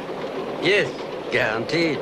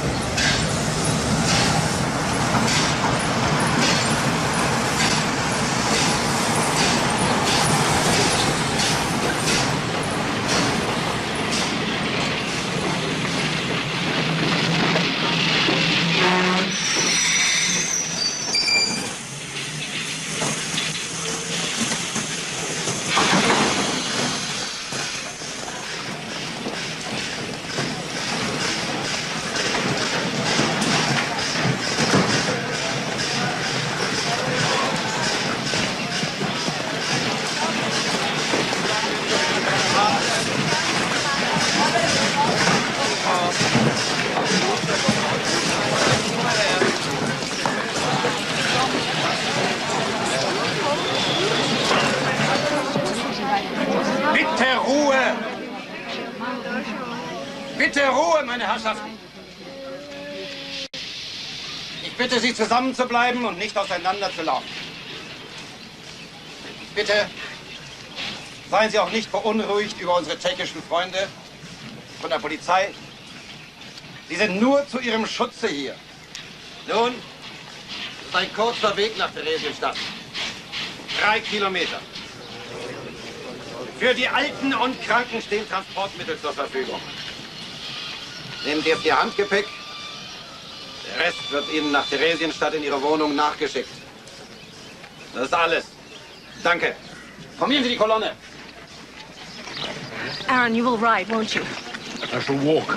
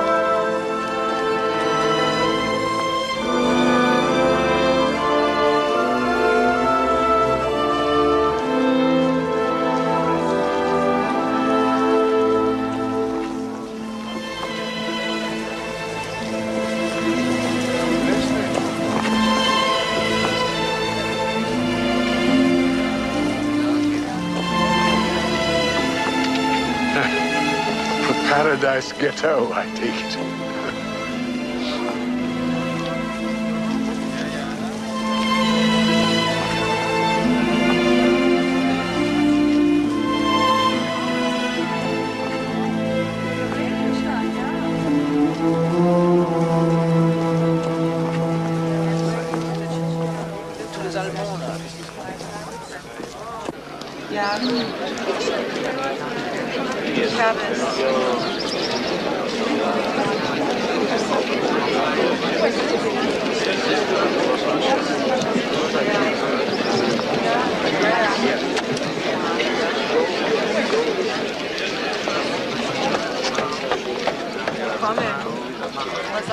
Attention!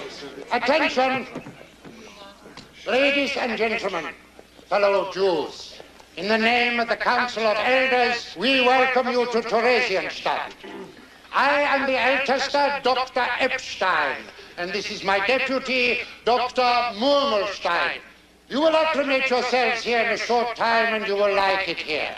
Only Jews live in Theresienstadt, and we govern ourselves. And all the jobs in Theresienstadt are done by Jews. The manning of our police, public health and fire departments, and even our own bank. Everyone who can work has the duty to work and will be drafted according to their vocational skills. So we are well aware that life in Theresienstadt may require certain adjustments. And I want to reassure you that we of the Council of Elders will do what we can to make these adjustments easier. However, for the continued well-being of the community, there are certain rules that must be followed. It is important for everyone here to understand that these rules will be rigorously enforced. By welcoming you warmly, we admit you to the municipality of Theresienstadt. And now please, go to the registration tables. Achtung, Juden, Achtung! When you reach the tables, you will surrender all valuables. Currency, cigarettes, cosmetics, jewels. Anybody caught trying to hold back any forbidden object will be arrested and severely punished. After you have been allocated your billets and given your mass tickets, you will move immediately to the examining rooms. You will disrobe You will be searched, and you also will be examined by the doctors of Reich for your fitness to work. When finished, you all will be dislodged. Cooperate. Make no protest. Remain silent. Move to the tables. Yeah, I hadn't counted on this.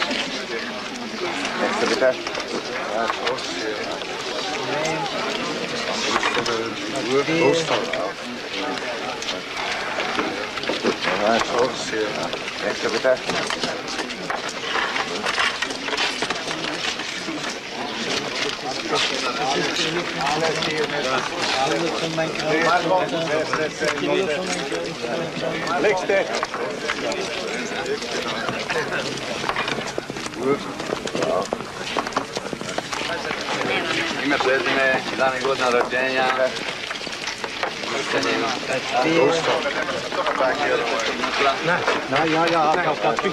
Nein, die muss ich aus. Ime, prezime, dan i godina rođenja. Imate plata,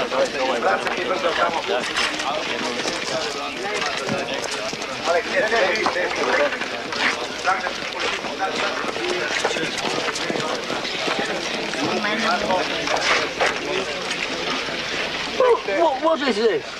What about our apartment? I paid a fortune. I have an official economy ministry receipt. Yeah. Uh-huh. We have an apartment. Your apartment? Yeah, 4 rooms. With a view of the lake? Yeah. Take your papers and into the examining room. Quick, march. They have an apartment. No, not... Come on. No, not my coat, please. I'm begging you. Papieren bitte Name. Your papers, please. Name? Dr. Aaron Jastrow, my niece, Mrs. Natalie Henry, and her son, Louis. Americans? Yes. Under Swiss protection. Part of the Baden-Baden internee exchange. Housed temporarily in Theresienstadt by order of Herr Abetz of Paris. You will turn over your valuables. Now! No, but if you would allow me... Valuables! On the table! Schnell! Und der Schauführer. One moment, please. You're Dr. Jastrow? Yes? The Reichsman Security Office has advised us of your coming. These are important prominents. Special status. Take them to these quarters. Thank you. Not at all, Doctor. Enjoy your stay in Theresienstadt. Please, if you will come with me.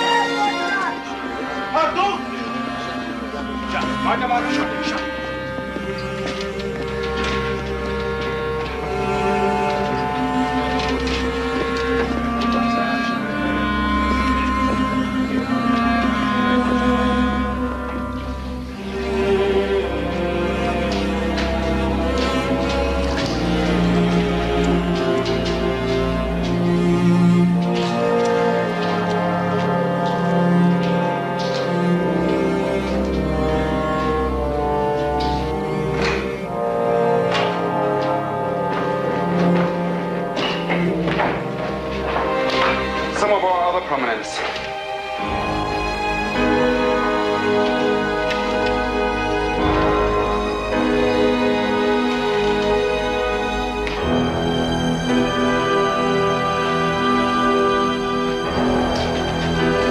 Your work assignments will be given to you by the labor section. The boy will be taken to the children's home tonight No. for his own health regulations. You will have daily visiting privileges.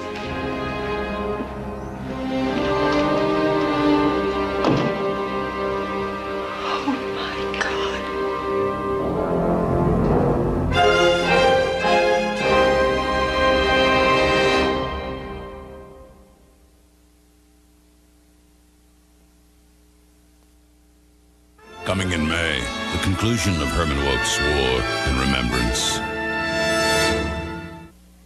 Playing Santa just got easier. JCPenney is kicking off its 3-day sale with 2 hours of extra savings this Friday from 8 to 10 a.m. Save 30% on men's dress shirts, women's winter weight sleepwear and robes, and all tops and bottoms for boys and girls, infants and toddlers. Don't miss these early bird specials Friday from 8 to 10 a.m. and the 3-day sale this Friday, Saturday, and Sunday. JCPenney, we bring out the Santa in you. JCPenney. Easy for you. Need help? Yeah, and I've got 10 minutes to get to the radio station. Ah, here's the problem. Easy for you. Ever listen to KBLY? Should I? Stetson Cologne. Comfortable, easy to wear.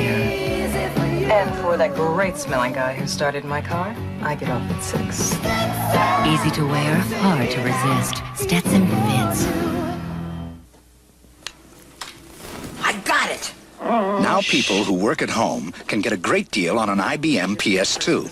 The boss will love this. The affordable PS2 Model 25. Distribution, of course. Why didn't you think of that? Get instant credit, a cash rebate, plus a whole lot more. That was inspired. Aha! Right.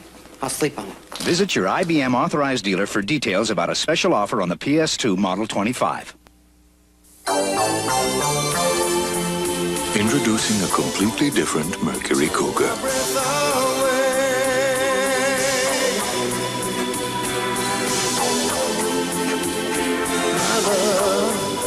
Take my breath away. Introducing pulse quickening comfort.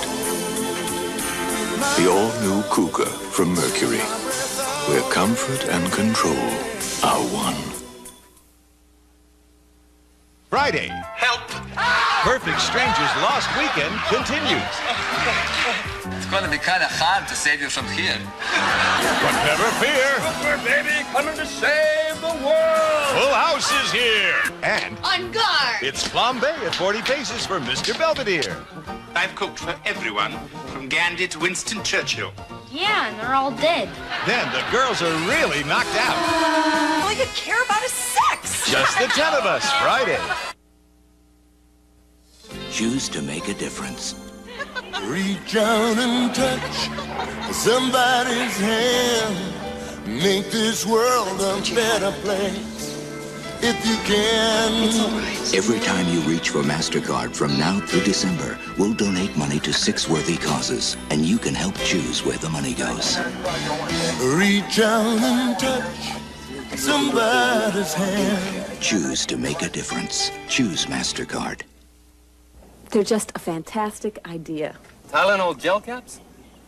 Powerful pain medicine. They're solid, and they go down easier than capsules. Tylenol gel caps have extra strength pain relief, concentrated into a solid center that's gelatin coated, so they're strong and easy to swallow. They made Tylenol even better. Gel caps work fast, and they're strong. You want something strong? Gel caps. Tylenol gel caps. Extra strength Tylenol gel caps. It's not a capsule, it's better. You know, some things in life are as inevitable as the tide. I always thought there really wasn't anything I could do about my hair loss, until I talked to my doctor. He diagnosed my problem. We talked about the treatment options. It's good to have the medical facts. And the fact is, there may be some hope for me. See your doctor if you're concerned about hair loss. Next Wednesday will be the biggest night on TV. Everything's happening on ABC. First, when you take up photography, it ought to be a snap. The final project requires students to take a nude study. But the only way you'll get an A is to be a model student. Michael Seaver? CJ Powell? Are you ready for me? Hey, come on in. So, should I take my clothes off here or what? Get set for an all-new episode of Growing Pains. Then, there's a substitute teacher in math class. Arvid's father. Pi over 4. But as the problems start to multiply... I'm losing control. The class is divided. What did you get, Arvid? 87. 87? They're really dumb. I am not a moron! It all adds up to an all-new head of the class. It won the Emmy for Best Comedy Series. Now, The Wonder Years is back. It was Winnie, all right. Winnie, who had dumped me, stomped on my heart, left me in the dust for a lousy 8th grader named Kirk McRae. But I had my dignity. I wouldn't let it show. You guys going out with anybody? Nah, not right now. He's going out with this girl, Winnie Cooper. We broke up. Whoa, Winnie, she's pretty cute. A little flat, but cute, man. Kevin likes him flat. Don't miss the season premiere of The Wonder Years. I'm here to shave you. Gannett News Service says Hooperman is a warm, dramatic comedy brilliantly played by John Ritter. It's cold. The Miami Herald says this is the one Ritter fans have been waiting for. And TV Guide says enjoy John Ritter as Harry Hooperman. Ritter comes off the screen as the kind of thoroughly likable fella you could trust with either your wife or your life. He's a television natural. Hooperman is a delight. Would it be all right if I beeped you sometime? From the creators of L.A. Law, Hooperman won the Emmy Award for Best Direction. John Ritter brings Hooperman back in 1 week. And at last, the season premiere of the show People magazine called Inventive, Inspired, and Brave, China Beach. What do you know how to play? War. You gotta be kidding. Steel. We're going to make this the best damn base in Southeast Asia. I'm not going anywhere. I live here. You'll leave before I do.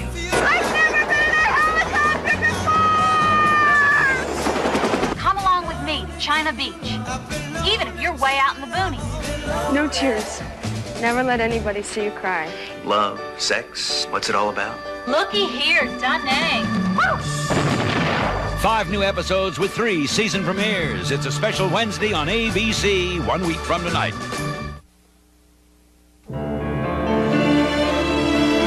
War and Remembrance is available on video cassette from ABC Distribution Company. For those of you who may have missed any of the program or wish to experience it again, the complete miniseries is available for sale or rental at a video store near you. I'm Forrest Sawyer. Later on Nightline, on this busiest travel day of the year, a look at the nation's airlines. 10 years after deregulation, are consumers any better off?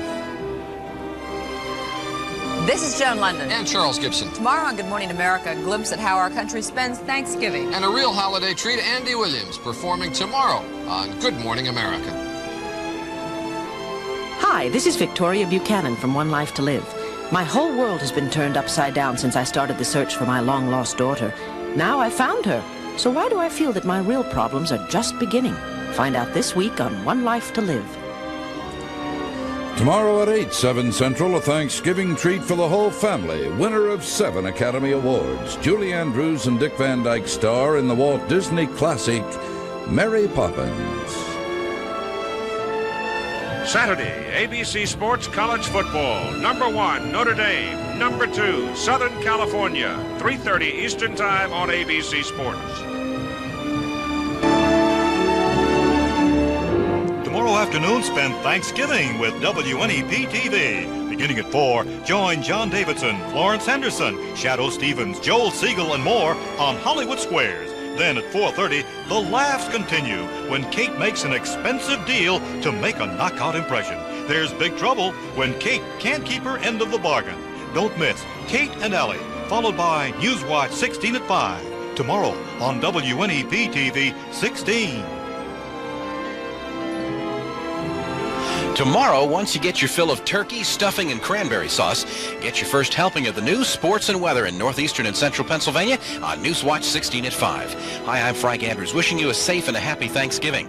Also inviting you to join me and the entire Newswatch 16 team at 5. Tom Clark will tell you what to expect from the weather from the biggest shopping day of the year. Jerry Gartenberg will have very important shopping tips with a special Action 16 report. We'll see you tomorrow evening on Newswatch 16 at 5, only on WNEP TV 16. You're looking smarter than ever at JCPenney. And MCI. Let us show you how much better a long-distance company can be.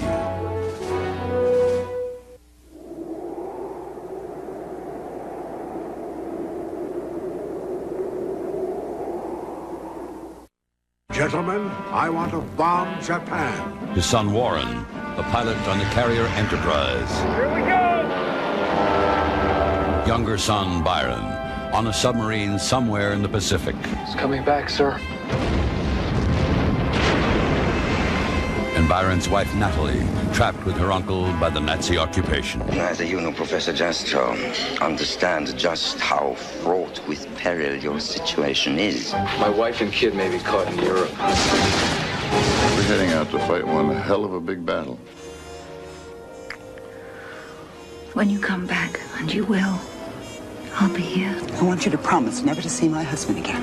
I can't do that. Hitler orders the beginning of his final solution. The Germans are committing mass murder. Perhaps genocide under the cover of war. But Aaron's cousin, Beryl Jastrow, escapes. While half a world away, A victory in the Pacific. We need a huge victory now. the war cost Pug his battleship, as well as the life of his son. A brief reunion for Natalie and Byron. I'm convinced I can get him on a plane with me back to the States. It marks the beginning of a nightmare. As of 5 a.m. this morning, the borders are closed. What? I should have gone with Byron. Oh, God, why didn't I go with him? It was for Natalie, wasn't it? Pug's new duty takes him to Moscow, while Natalie finds herself imprisoned at a place known as the Paradise Ghetto. The boy will be taken to the children's home. Oh, my God. And now,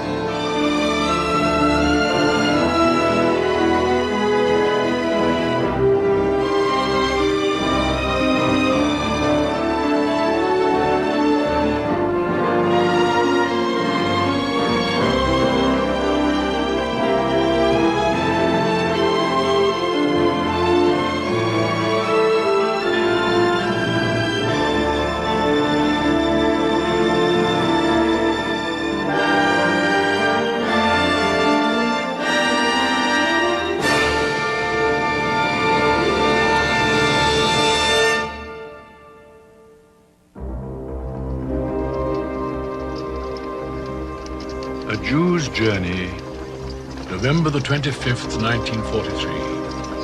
Theresienstadt, Czechoslovakia. The Paradise Ghetto. The most fantastic and monstrous hoax in the history of the world.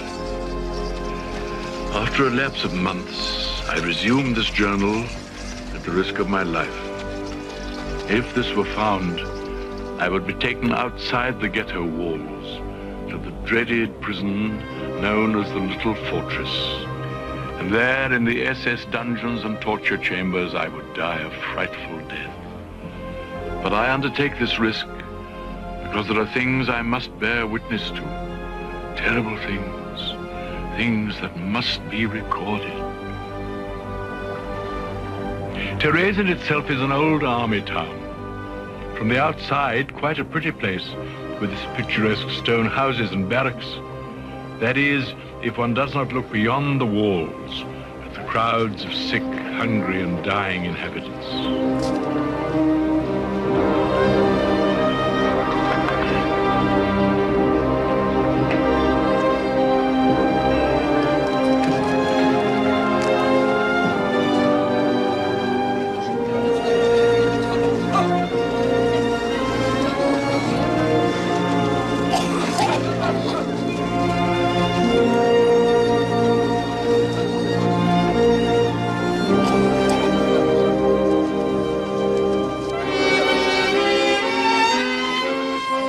Nightclubs do exist. There's nothing to eat or drink, but comedians and musicians abound.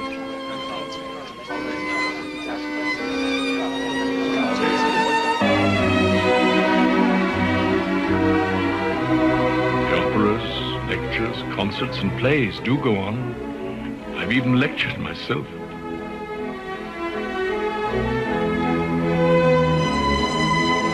Shop windows full of goods stolen from the half-dead throngs drifting by. But naturally, nothing is for sale. This colossal fraud helps support the Nazi claims that the Jewish camps in the East are all like Theresienstadt, just not quite so luxurious. In reality, it is like a town on the edge of a disaster area, overrun with refugees, except that the disaster keeps mounting and the refugees keep piling in. Their numbers relieved only by the enormous daily mortality rate from starvation and disease. But the most terrifying aspect is the fearful black cloud that hangs over every Jew in Theresienstadt. Transport to the east.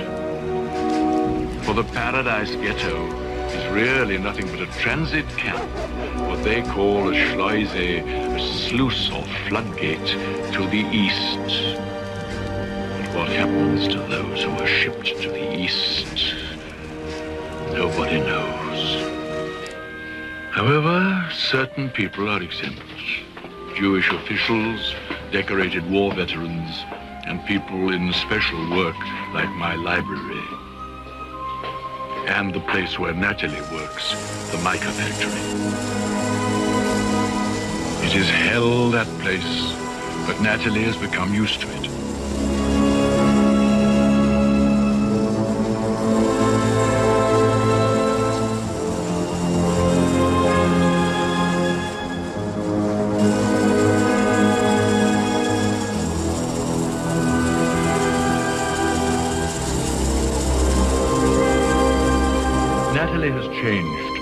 She is no more an American Jewess terrified of falling into German hands. Her whole being has a single focus now, to make it through with Louis and live. Separated from her in the toddler's home amid several hundred children, regimented by strange women in this damp, dark old stone house where the mortality is terrible, Louis is thriving like a weed. Whether his travels have hardened him, or as Natalie often thinks, the crossbreeding of the tough Jastros and the tough Henrys has produced a Darwinian super survivor, Louis is blazing with vitality. Louis?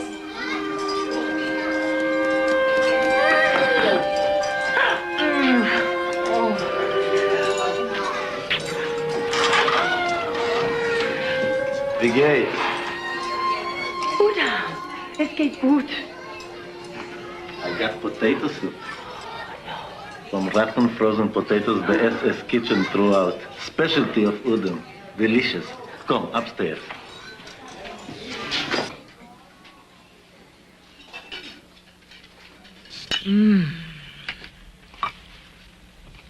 They won't have a puppet show tonight, after the string quartet. I have some new jokes. Can we rehearse now? You know, I teach English class at 7. It's simple stuff, won't take long. All right, after the soup.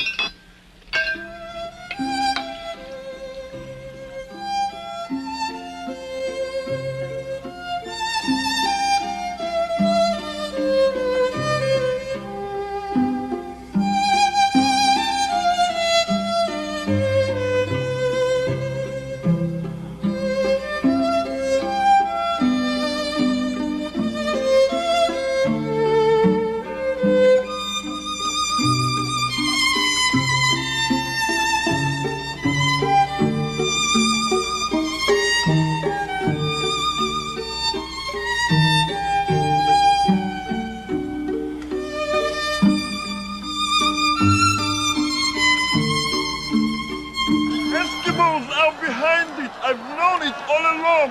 And your armies are suffering defeats on every front.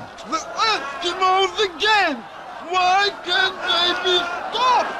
How many times have I ordered them annihilated? But, Your Highness, there are so many of them, and they will not cooperate.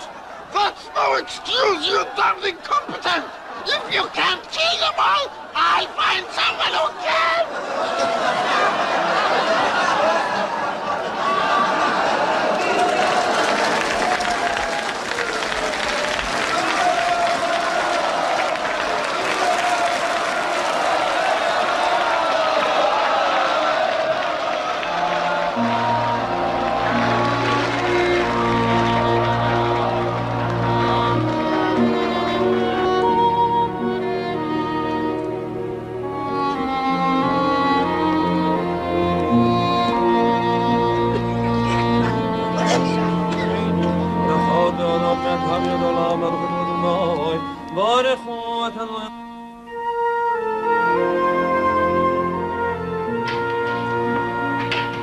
Aaron, you should have been there tonight.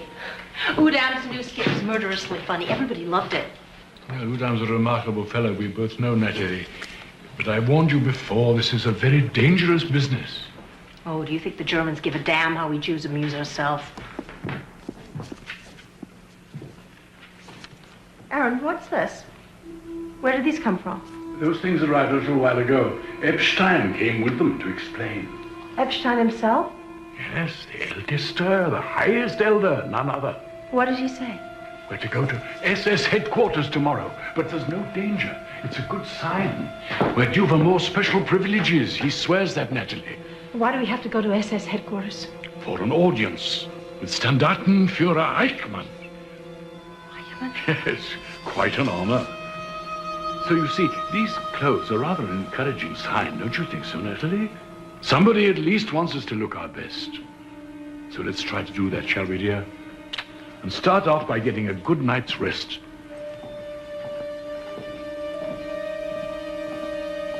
Standartenführer Eichmann. A remote, evil name, only whispered around the ghetto. Despite the modest rank, a figure of terror, standing not far below Himmler and Hitler. I believe we are about to find out why we are in Theresienstadt. May God, who owes nothing to a stiff-necked old heretic, help me to protect Natalie and Louis. The one reason for me to go on living.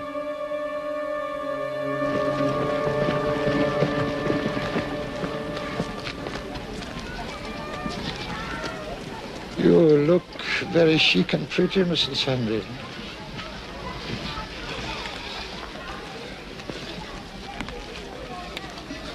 Sicher Eichmann.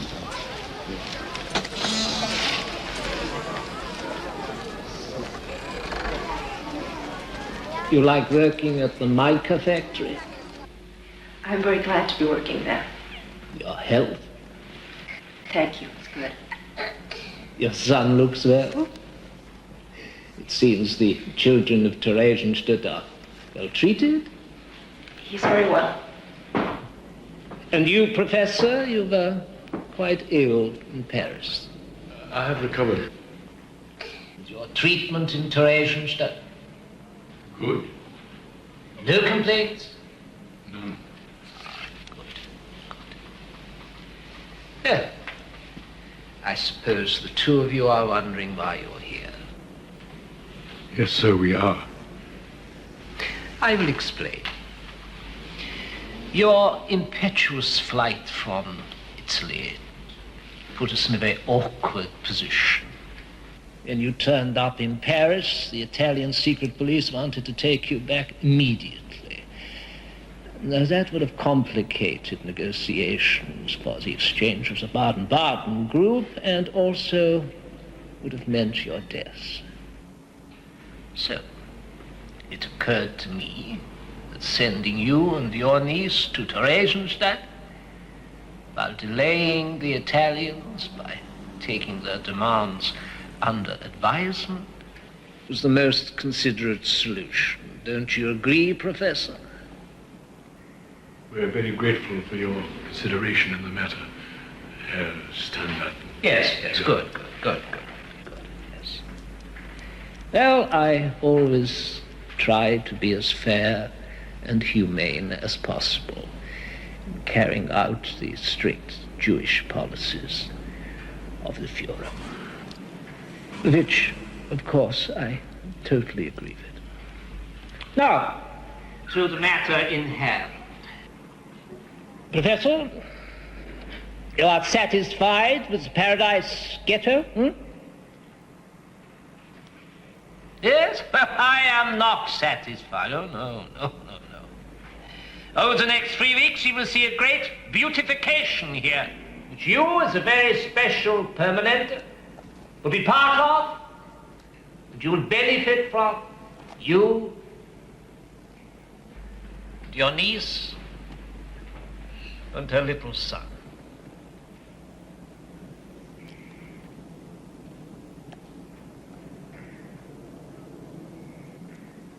Oh, yes.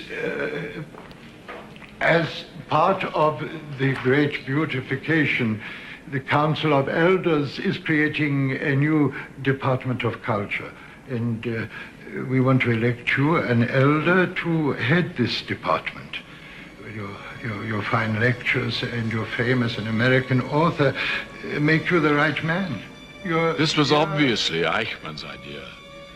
But the last thing I wanted was to become one of these elders who, for a few privileges, inflict on fellow Jews the harsh decrees of the SS. Professor? May I inquire, sir, have I any choice in the matter? If you do not have a choice, Dr. Jester, this whole conversation has been pointless. Now, I'm a very busy man. It would seem a fine job for you. With respect, sir, my health is frail. My work in the library occupies much of my time and energy. If I may, sir, I would like to decline.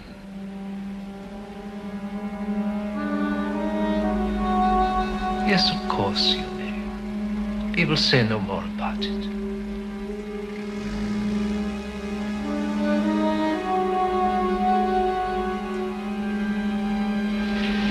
There is one other matter to be discussed.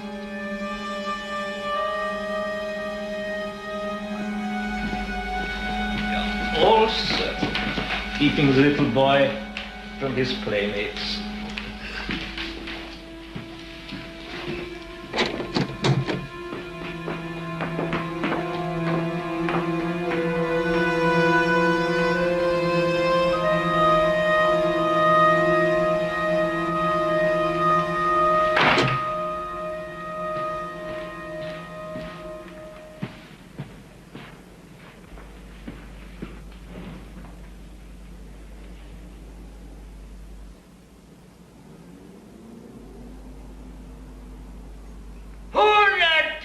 do you think you are? And where do you think you are? Phil? Speak up!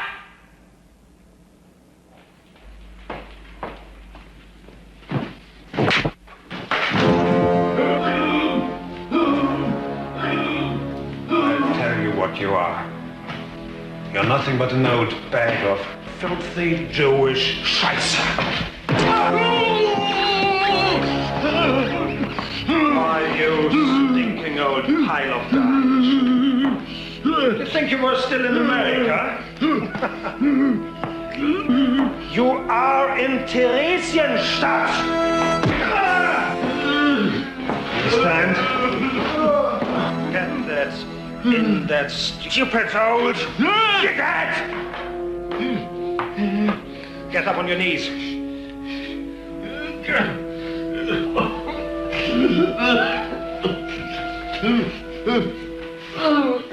Now tell me who you are.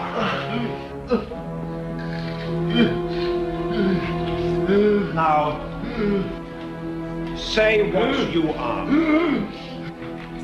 I am an old bag of filthy Jewish scheisse. Scream it, Joe. Scream it at the top of your lungs, or I'll kick you until you do scream it! I am an old bag of filthy Jewish scheisse. All right. Get up. You? Help him. Pick up his glasses.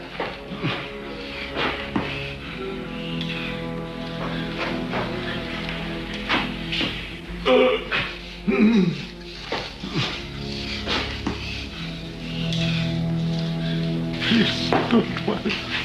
I beg of you, please. Don't worry. No, it will be. Sit down.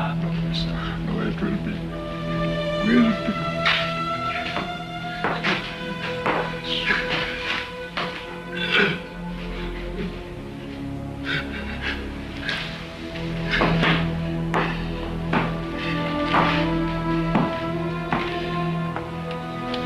So, tell us about your niece's filthy puppet shows attacking the Fuhrer. Oh, yes. Yes, we know about them. And the Talmud classes you have been teaching in defiance of the rules of the camp? Offenses punishable by death? If I may be permitted. Silence!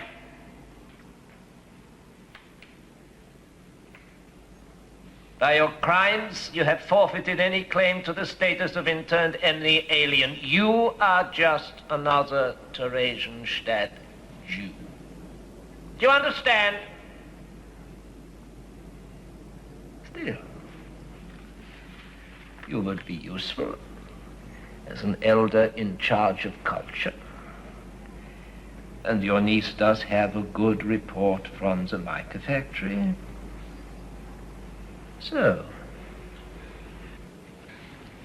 If I may be permitted to reconsider, I would be honored to accept the post of elder. Your acceptance is entirely voluntary, correct? Of course, Herr Standartenführer. As you will breathe nothing different to anyone.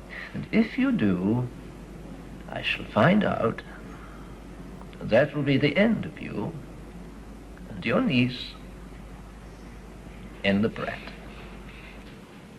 As you order, Herr Standartenführer. That is all.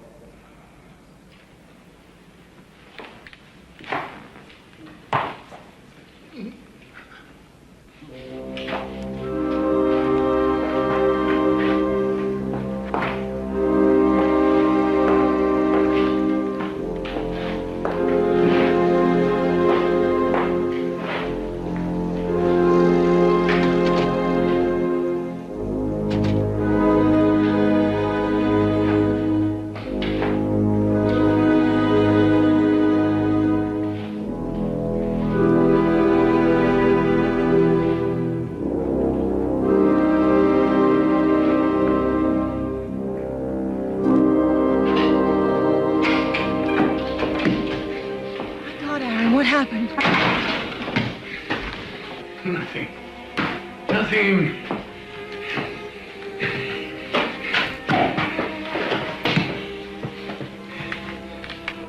I have accepted Eichmann's offer to become the elder in charge of culture. What did they do to you?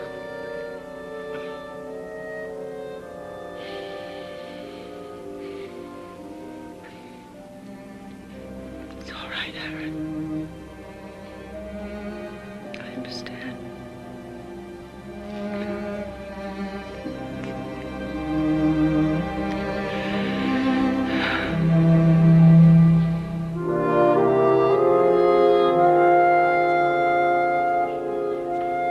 God forgive me for not letting them kill me. But if I were to have died, what hope would there be for Natalie and Louis? But what hope is there indeed? It is now painfully evident in this public use of my name and face that we are at last hopelessly beyond diplomatic rescue of any kind.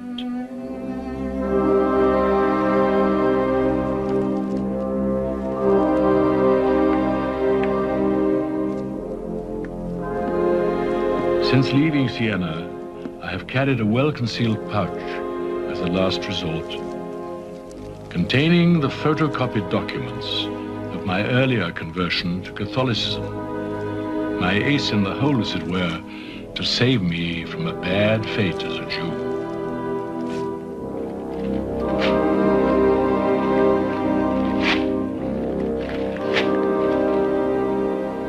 But this morning, for the first time in perhaps 50 years, I put on phylacteries borrowed from a pious old man next door. And I mean to do this in all the days remaining to me on this sick and stricken earth. Taking it all in from that moment in my youth when I turned my back on my religion until this morning when I entered SS headquarters, I have spent my life on the run. Now I turn and stand. I am a Jew. Thus, I answer Eichmann.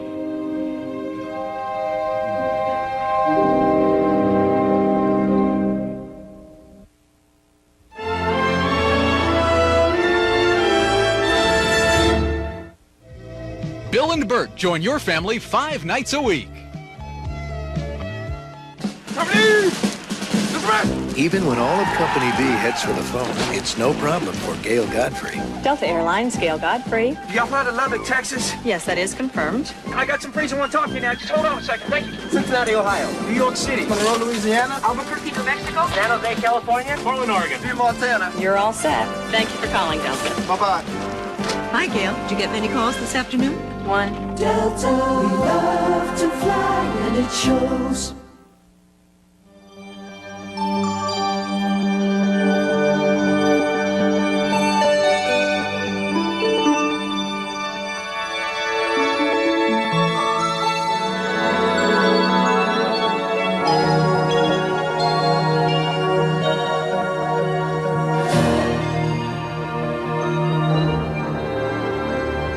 Get 2.9% financing or $600 cash bonus on 89 Ford Thunderbird.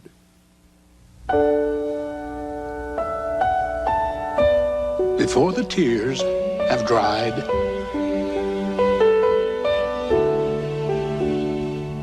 before the wonder is gone, before the moment is lost forever, we take it and share it with you like nobody else. Before it's a memory, it's Polaroid. Mrs. Kelly? I sure feel big. I got you. That mean 2 of everything? You're big for a reason. Just wait and see. That's it. Right there. What? Does this come in a double? I'll give you. Here's the outline of one head. And here's the other. The day I saw you, I have been waiting for you. Twins. How do you feel about little girls? Oh, I feel great about little girls.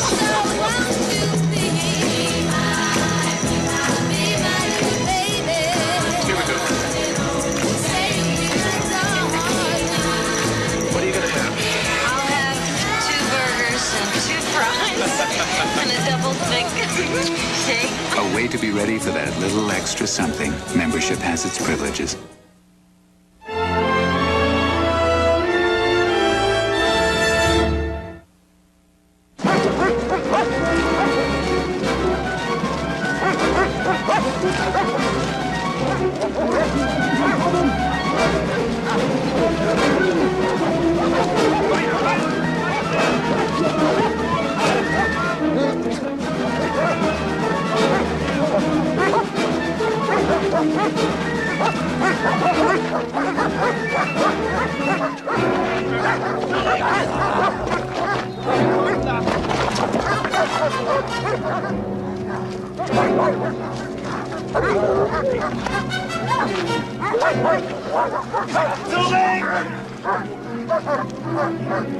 Erschießt ihn!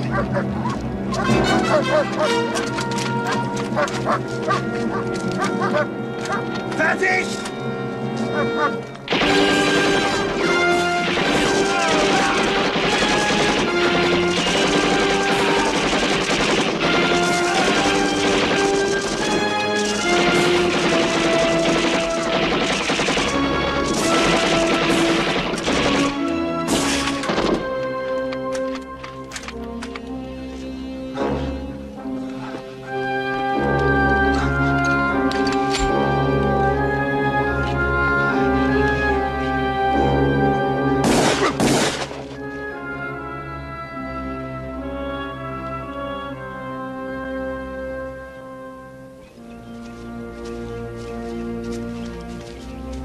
Дядя Миша интеллигент.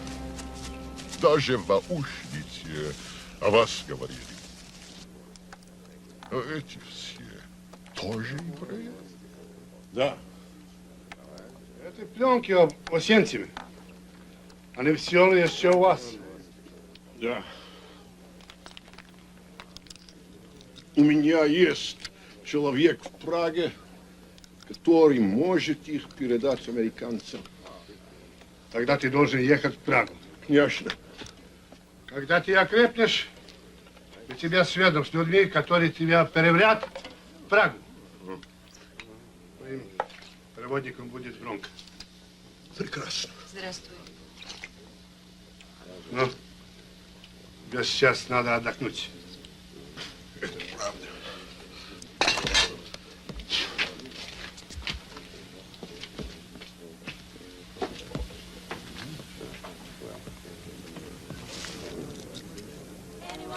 But me, anyone else but me. No, no, no, don't sit under the apple tree with anyone else but me till I come marching home. Don't go walking down Lover's Lane with anyone else but me, anyone else but me, anyone else but me. No, no, no, don't go walking down Lover's Lane with anyone else but me till I come marching home. I just got word from a girl who heard from the girl next door to me. Poor Valentina. That just loves to pet and Not having a very nice time at her own party, is she? How can you blame her? Being married to that one can't ever be easy. Excuse me. Phil's all right. He just likes the ladies and booze a little too much. Yes. Pity Captain Henry's stuck downstairs. Huh. You know Pug? Quite well. He and my father are good friends. Say, you know, they should be starting to carry them out of that meeting just about now. Why don't I see if I can find them?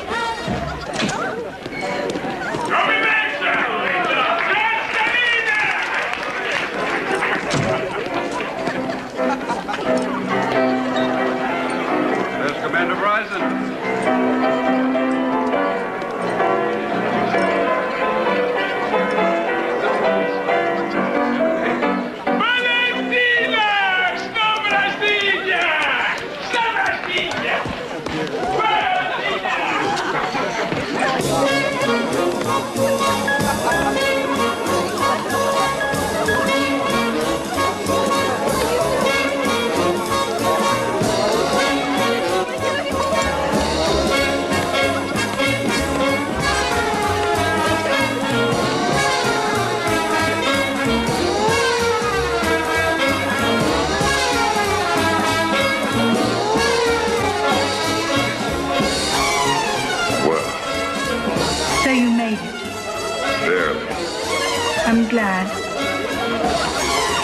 Lucky I got there when I did. Almost missed it. I think I'll go dancing.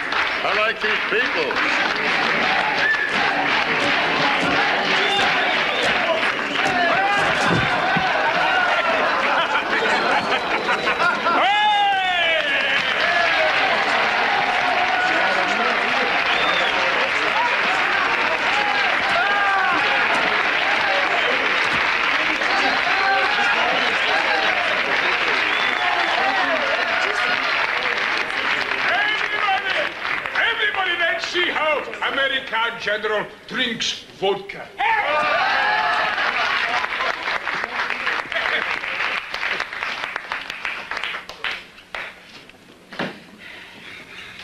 Uh-oh. We could have a problem here. Fitzgerald's not a drinker. Cheers. Cheers.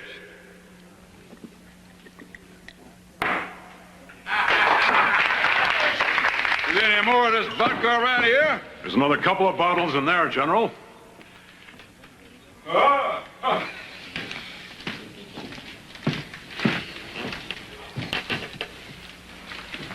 There goes one for Old Glory, Plug. Now,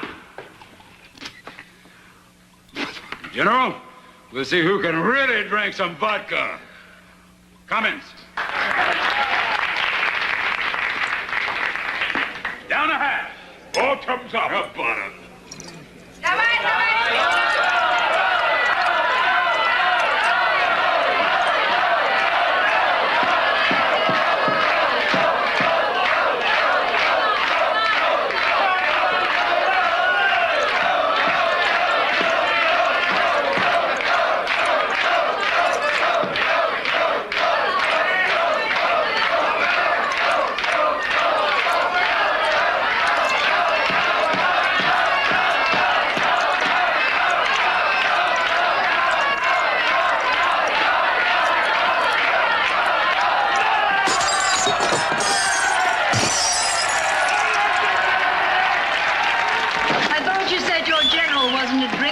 Shows you how much I know.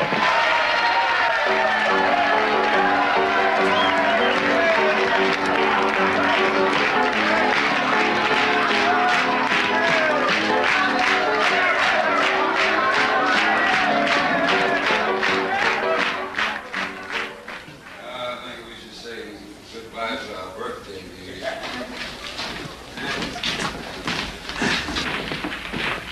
Happy birthday, Valentine. Sebo, General Spaso House.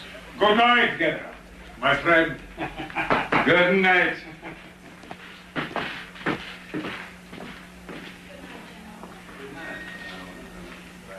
Probovita. Evo, davor.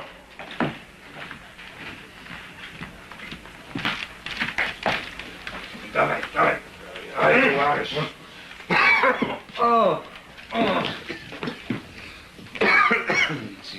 Good night, Mr.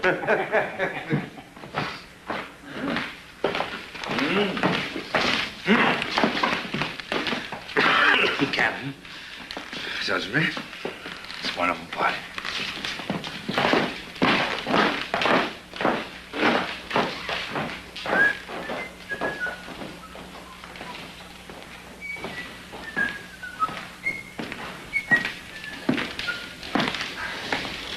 Miss Salisbury. So you will marry Air Vice Marshal Lord Duncan Burnvilk, who stole 40 air cobras from us. Evo? Sprasiti, Evo. Mi priately. What was that? I just told him that we were good friends. You're in Moscow, dear lady, because he got your visa. Henry, their boots, Dorok.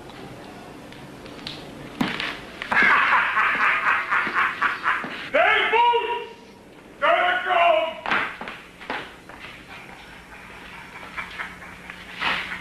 Their boots! Dorok!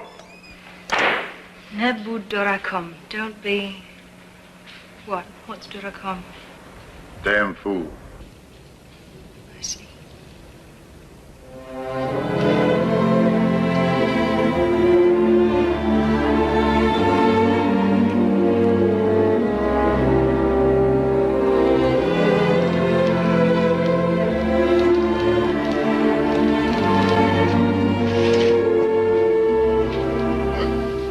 Morning.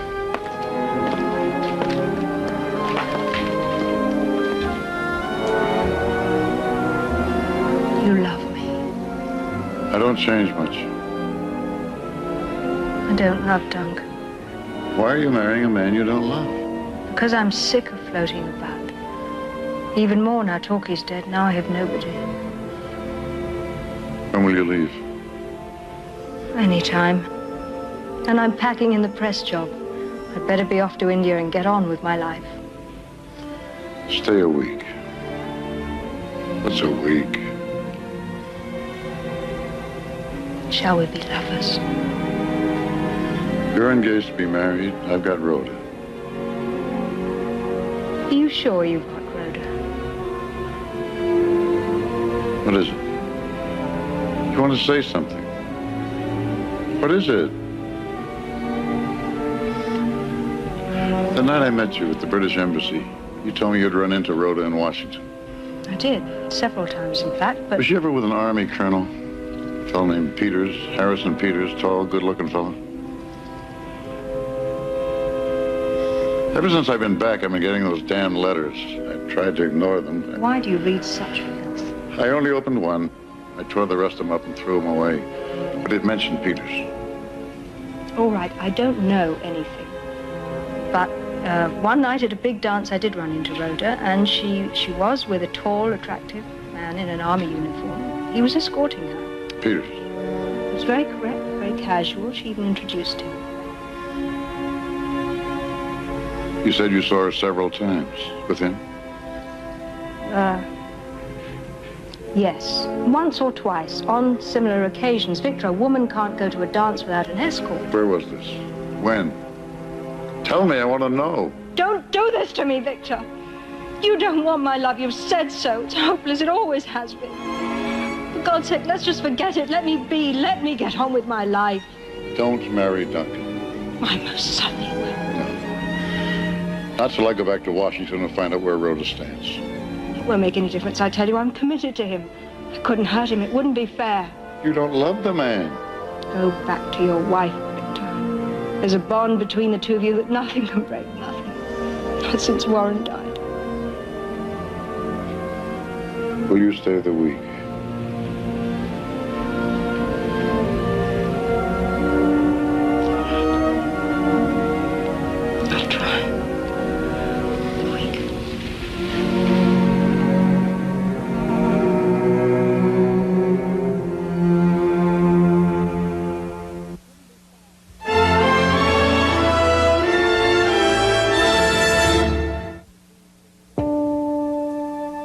Glasses on, please.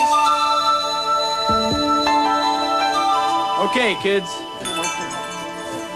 Today we're going to demonstrate a discovery that could change your lives. Oh, really? Fortune magazine called it a remarkable breakthrough. Time said it could change the world. They were talking about the Nobel Prize-winning discovery by 2 IBM scientists of a substance that carries electricity with no resistance and makes magnetic objects defy gravity. It could also lead to advances in many fields, such as transportation, medicine, and computers. It's a new kind of superconductor, one that works at more practical temperatures than ever before. This IBM achievement has sparked a new era of research and is fascinating not only scientists, but future scientists.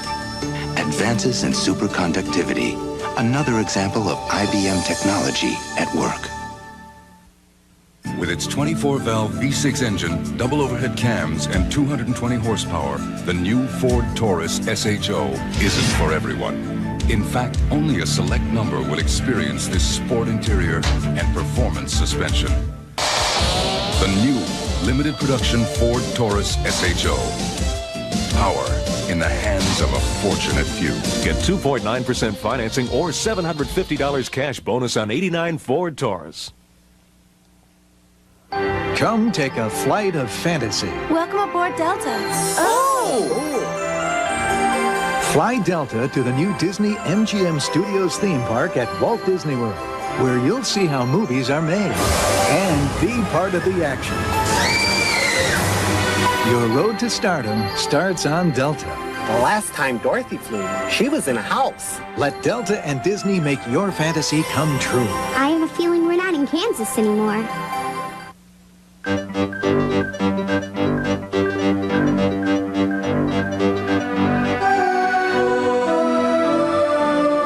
All our science, our technology, our mathematics, somehow they add up to moments beyond any calculation.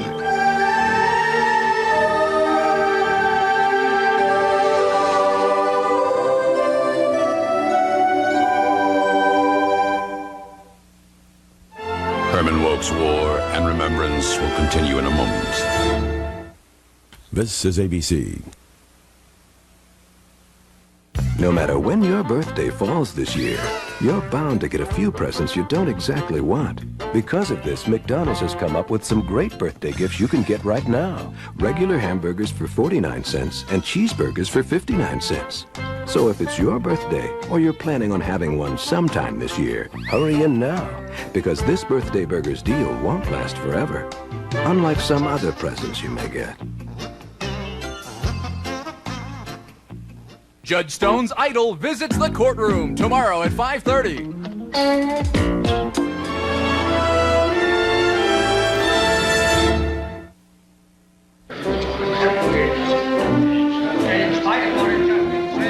November 28, 1943.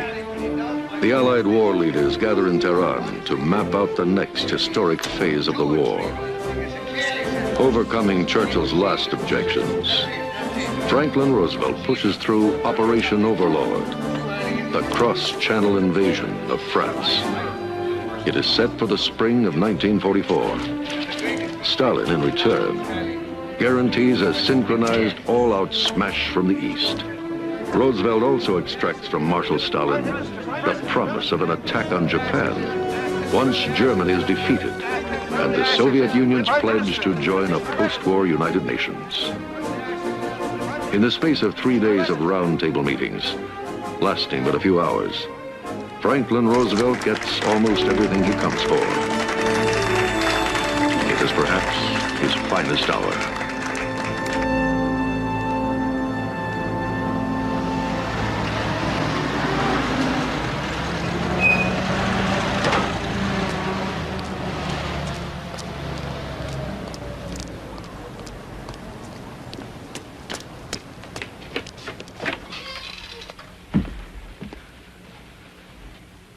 It's a pretty sober reception. Where's my welcome home drink? Byron, there's a letter from Natalie. It was forwarded by the Red Cross.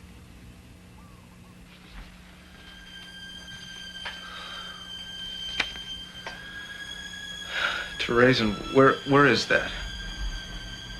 Czechoslovakia, near Prague. I've telephoned my father about this. He's talked to the State Department. Read your letter first.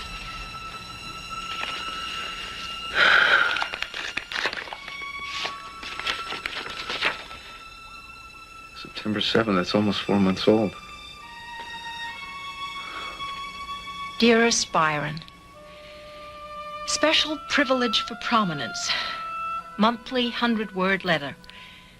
Louis, wonderful. Aaron, all right. My spirit's good. Right here. Red Cross food packages, extremely desirable. Don't worry. Theresienstadt special haven for privileged. We have second floor sunny apartment. Best here. Aaron, librarian.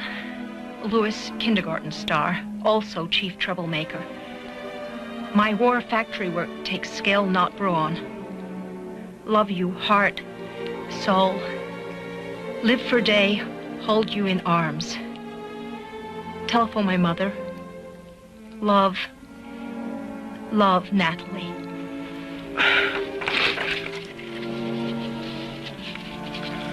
What did your father find out? You're to call State right away. I'm gonna try to call Slow, too. Byron, what did Natalie say? Is she all right? Read it. Then tell me what you think.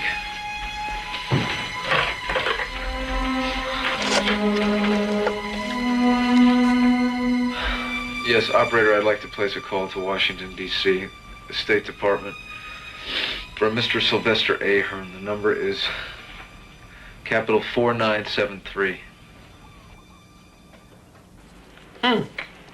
Well, quite a ray of light your wife's letter is, isn't it? Reassuring all in all, very reassuring. Definitely gives us something to work on. You must airmail a copy to us at once. Mr. Ahern, what do you know about this place? Are my wife and baby safe there? Well, after hearing from Senator La Couture, I did some checking. The Red Cross has no record of any releases from the model ghetto, but the Jastrow case is unique. I'd prefer to remain optimistic. Oh, you would you? Well, why don't you just tell me what you're doing about getting them out of there? Please, Lieutenant. Considering your wife is Jewish and was traveling illegally in German-occupied territory, she's fortunate to have landed where she is. Look, just switch me over to Leslie Sloat's office, huh? Ah, Leslie Sloat. Leslie resigned from the State Department quite a while ago. Resigned? Yes. All right, where can I reach him? I'm sorry, I can't say. Excuse me, Lieutenant, I have another call. Keep in touch by all means. Yeah, thank you very much.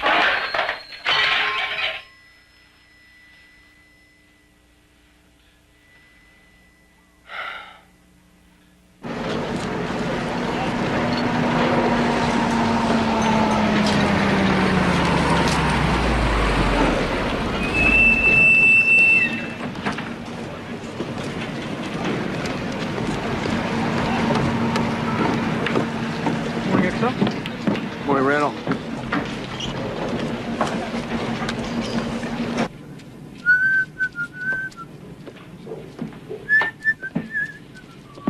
Hey, Myron. Hey. How's Janice? She's good. You been over to ComSub back? Oh, yeah. Admiral was okay. I didn't have to do a war dance. We got our electric torpedoes and a target ship for practice runs. That's terrific. You bet it is. Short turnaround, and it's back to the Sea of Japan. Tomorrow, captain's inspection. Friday, Admiral Nimitz is coming aboard to give the crew a unit citation for the first patrol. Huh?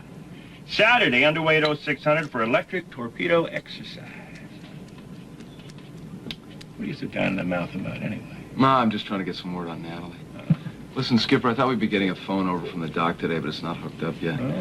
Will you give Janice a ring while you're ashore and tell her to call me at the O Club at 2200? Yeah, sure, you bet. Thanks.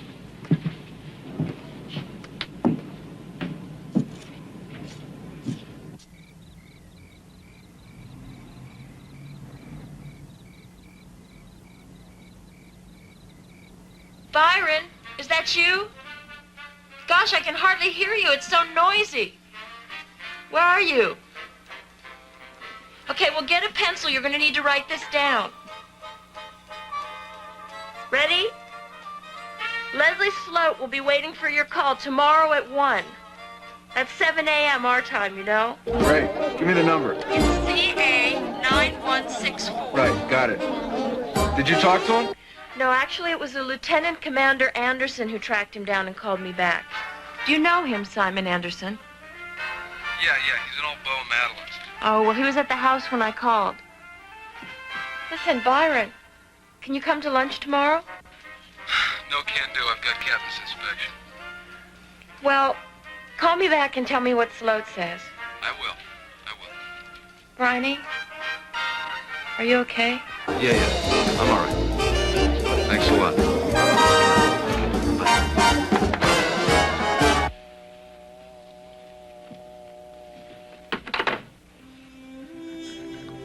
Still playing games with Byron while Natalie's in a damn concentration camp. Just shut up.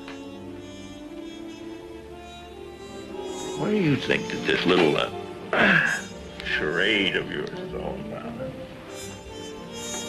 You honestly think that Byron needs protection from the facts of life? You don't know anything about Byron. And besides, I didn't say Natalie was in a concentration camp. Oh, yes, you did. Czechoslovakia, you said that. You're too drunk to know what I said. Listen, I'm sorry you had a disappointing patrol, but don't take it out on me.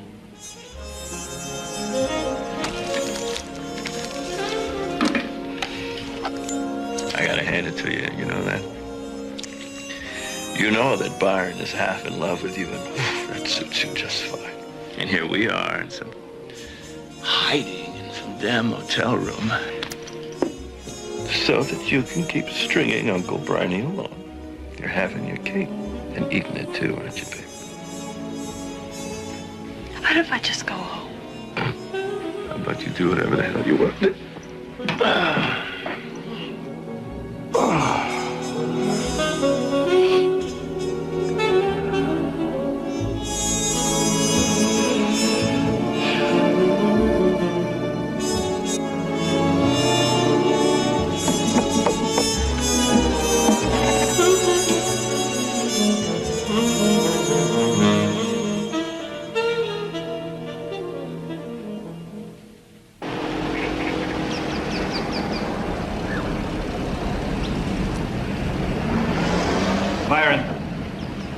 There's nothing that anybody can do. We don't know very much about Theresienstadt, except that it does exist. Maybe it is a haven for her. I just can't tell you. Send her the letters and the Red Cross packages that she asked for. And keep sinking Japs. You see, that's all that you can do. It doesn't help to go out of your head. I am not going out of my head.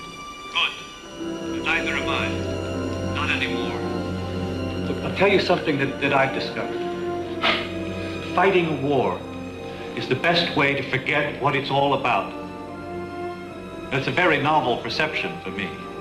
Enormously illuminating. Les, just tell me the truth. What are Natalie's chances? Byron, she's in a damnable situation. She has been ever since Aaron refused to leave Italy back in '39. And now, the fat's in the fire. But Natalie's tough and strong and clever. Just fight the war, Byron. Fight the war and try to put your wife out of your mind. And if you are a praying man, pray. I'll do some checking myself, and if I hear anything at all, I'll call you. Bye, Les. Thanks a lot. Bye, Byron. Is that all, sir? Yeah, Reed, that's all.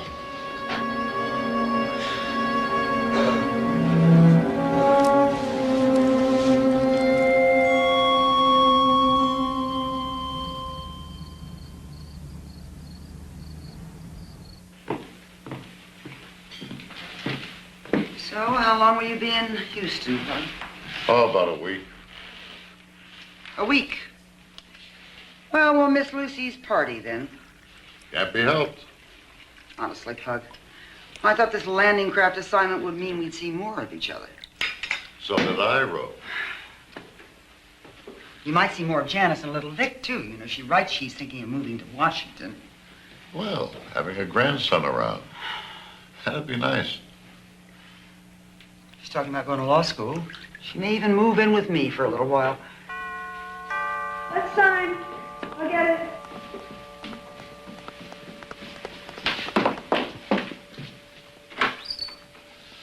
Hey, hon. Hi. Why don't you come in and say hi to my folks? Hello, Mrs. Henry. Sonny. Good evening, sir. Good evening. You still beached at that new weaponry laboratory, huh? It's interesting duty, sir. Heaven knows what he's up to. I can't pry a hint out of him. Good. Get used to it, my dear. They are all alike. Well, we gotta run. Gonna be late for the show. Nice seeing you again, son. Nice seeing you. Good night. You two enjoy yourselves. I like that boy. Had a long talk with Madeline last night. Had to do with that radio person, Cleveland. She was in tears. Now, don't tell me he's been phoning her again. Oh, no. She's quit him and she's not going back, so just put away your horsewhip, Pug. The Navy has carried the day. She expects him to propose any moment now. Well, I hope she has the good sense to accept. She'll pounce on him. Of course, she's utterly paralyzed about what to tell him about her escapades with Cleveland and New York. I hope you told her to tell him the truth. Ro, what did you tell her? I told her, wait till he asks. Ro, why don't we talk about Hack Peters, huh?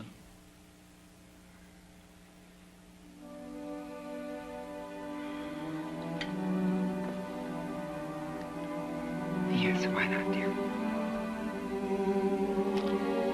Better fix us a couple of stiff drinks.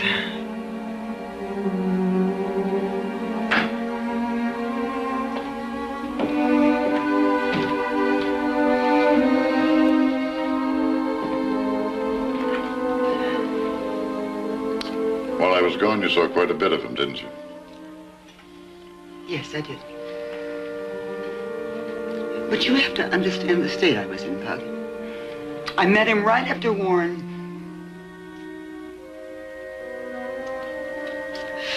Well, I needed someone. With you gone and me all alone in this big house. But you must believe me, Pug. The whole thing has been completely innocent. Nothing has ever happened. He has been utterly irreproachable. It's true, Pug. Believe me. He seems to think I'm some kind of perfection of womankind. I mean, can you believe it, Pug? Me? It's almost embarrassing being so... just so idolized. And since I've been back, have you still been seeing him? A few times. He's very sweet, Pug, and he makes me feel 10 years younger. Well, I guess the only question now is, would you be happier divorcing me and marrying him?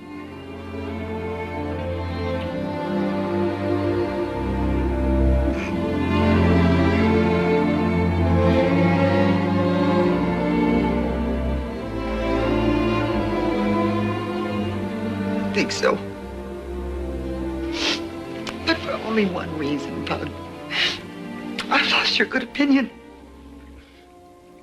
Oh, you've been kind and forgiving, but after being loved by you for so many years, it's wretched just being tolerated. You wake up every morning knowing that's all there is. But I'm sorry. I don't know what to say. I swear I never intended to make you feel that way. Oh, Bud. I know you didn't. It's just the way it is. And I don't think it's ever going to change. So, what do you want me to do?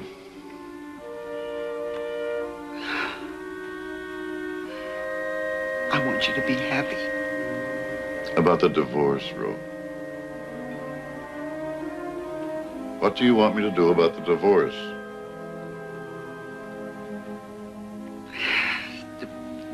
Divorce, I need some time to think. I'm sorry, I just don't know now. Okay, you and Peters talk it over. Whatever you agree on is okay with me. I'll do whatever you want me to do.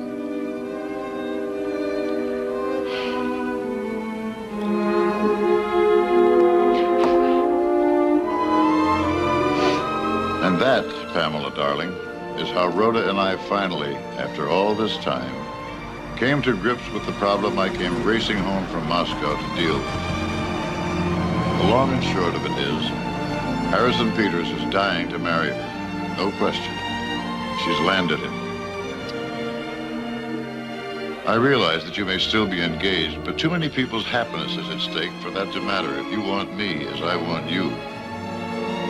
Marriage will not be, I grant you, like those tantalizing encounters in far-off places. But if God just gives you to me, I'll say, with everything that's gone wrong with my life, that I'm a happy man. And I'll try to make you happy. I hope this letter doesn't come too late. All my love, Victor. Ah, Miss Tunsbury. Yes.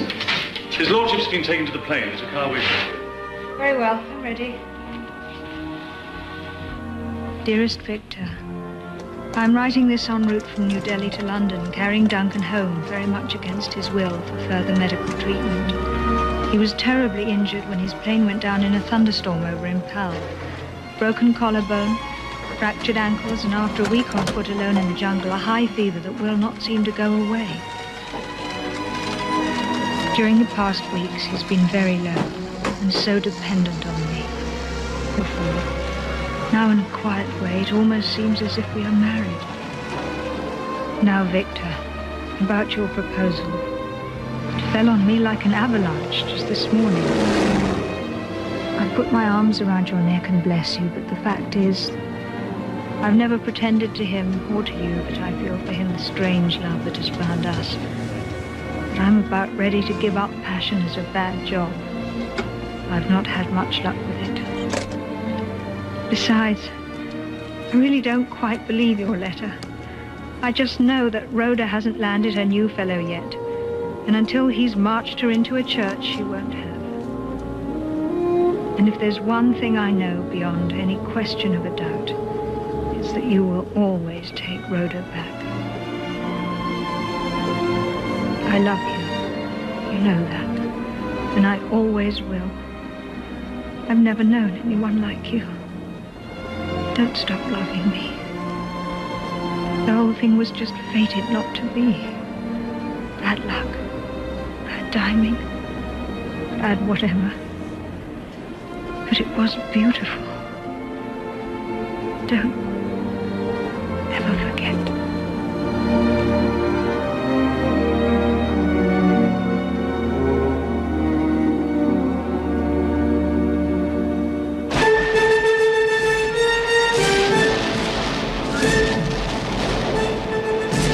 As the curtain rises on the third full year of World War II, Japan reels before an onslaught of massive U.S. war production and the improved skills of the American fighting man.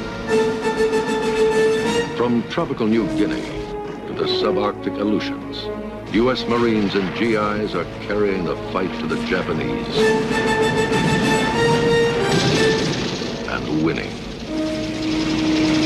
Bougainville, Etio Island, Tarawa Atoll, each a bloody stepping stone as Nimitz's fleet island hops inexorably across the Central Pacific to revenge Pearl Harbor and the GIs and Filipinos who fell at Bataan and Corregidor. But perhaps no branch of the American Armed Forces of the Pacific has struck a more devastating blow against the enemy than the U.S. Navy's submarine fleet. A new aggressive breed of skipper has taken the war into Japanese home waters. And by year's end, sunk 335 vessels. A staggering 1.5 million tons of shipping. Japan's losses are starting to outstrip her capacity to rebuild. And the attrition is seriously beginning to weaken her ability to make war.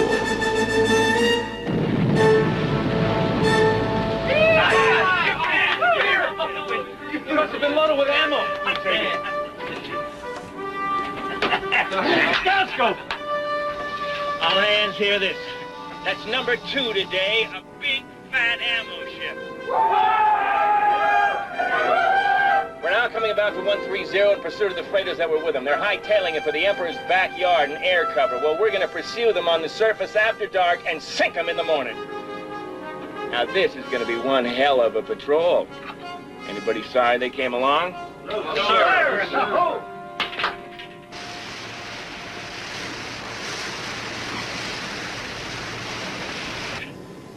Jacks goes 20. Full. C20. Up 40. I just hope you guys aren't playing for money, huh? No, sure. Yeah, right. How you doing, horseshoes? Oh, you don't know, Mr. Henry. Say, that was good shooting today. Well, we're not through yet, guys. Well, I'll tell you something. Captain Astor wants to go to Tokyo Bay in the morning. We go with him. Play that. Let's not give him any ideas, all right? See you guys later. You're bet.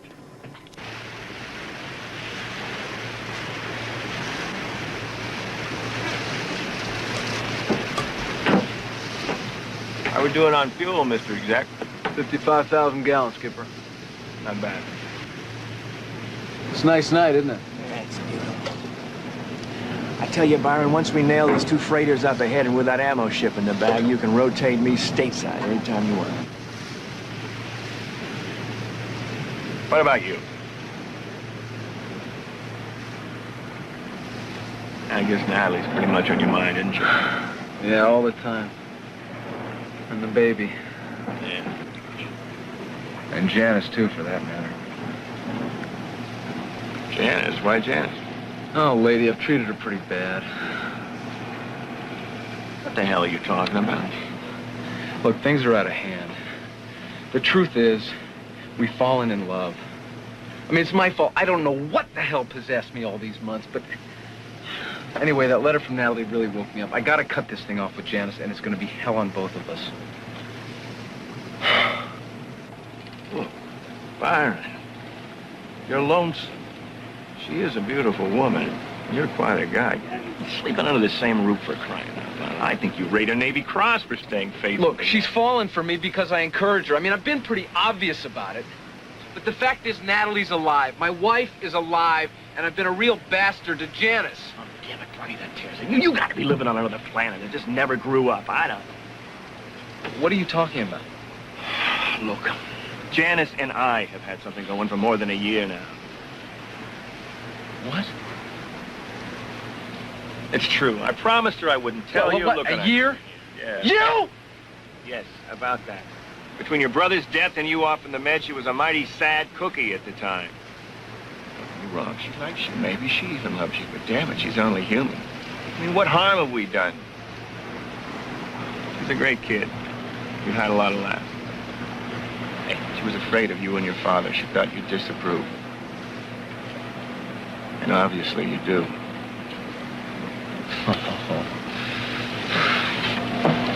Hey, come on.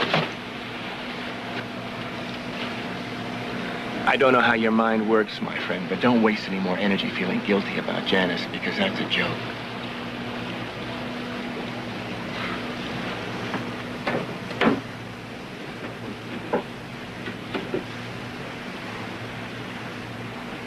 So, if he comes to the left, but if he maintains in that direction, then, oh, good. The SJ radars picked a hell of a time to crap out. We're socked in again. Visibility's down to 1,000 yards. We're trying to track him by sonar, but our last position is 2 hours old. And if he changes course, we could lose him. I don't see any reason why he'd change course, do you? Do you? Not unless he's hightailing it for port. Let's maintain our course and speed.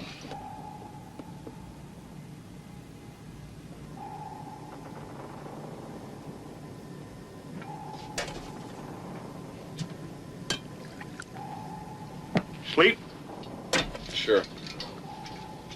You still sore at me? Why should I be? You took a load off my mind.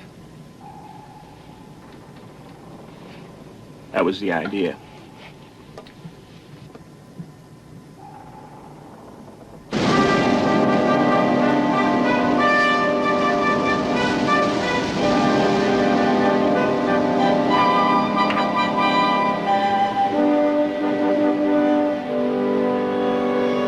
Ship broad on port bow. Range about 10,000. 10,000, they did change course. Damn, one of them's gone. Yeah, it's the same one. Same smokestack and goalpost. All ahead flank. Come left to 135. It's 5 miles. Unless he zigzags, he's made it. All right, we can catch him. What, you mean on the surface? Right, on the surface. Skipper, those freighters took evasive action. They're probably on full submarine alert. You have to assume they've been charting their course and speed all night and the planes are sweeping the area. Steady on 130. Lady, they could nail us any time now. It's a great morning, huh?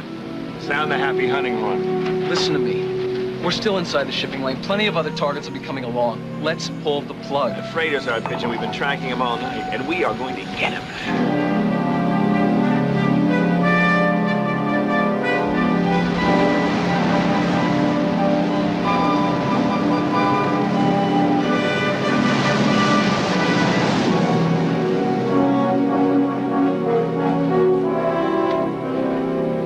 Well, Briney, what did I tell you? Now, isn't that beautiful? Okay, now, take her down. Aye, sir. Aircraft dead astern. 20's coming in low. Clear the bridge. You're down. Dive. Go. Get out.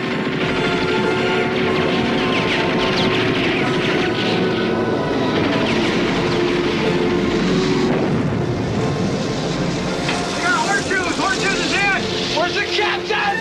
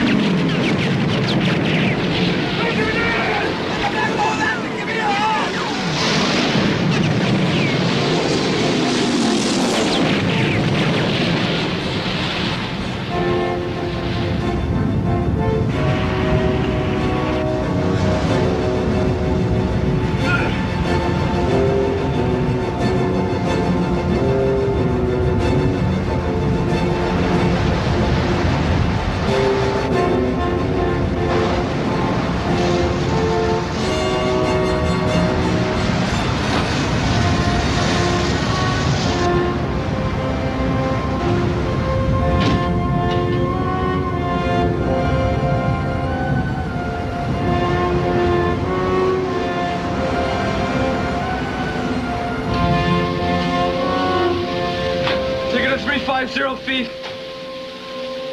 All ahead full. Answer all ahead full, sir.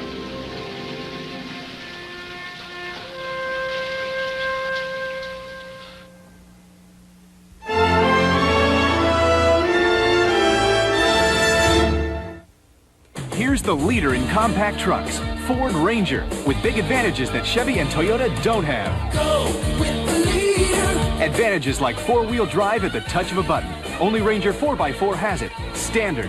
Go with the leader. And Ranger beats Chevy S10 in standard horsepower and torque. It's today's best-selling compact truck. Go with the leader. Ford trucks. Get 2.9% financing or up to $750 cash bonus on 89 Ford Ranger. What? Here's the outline of one head. And here's the other. My.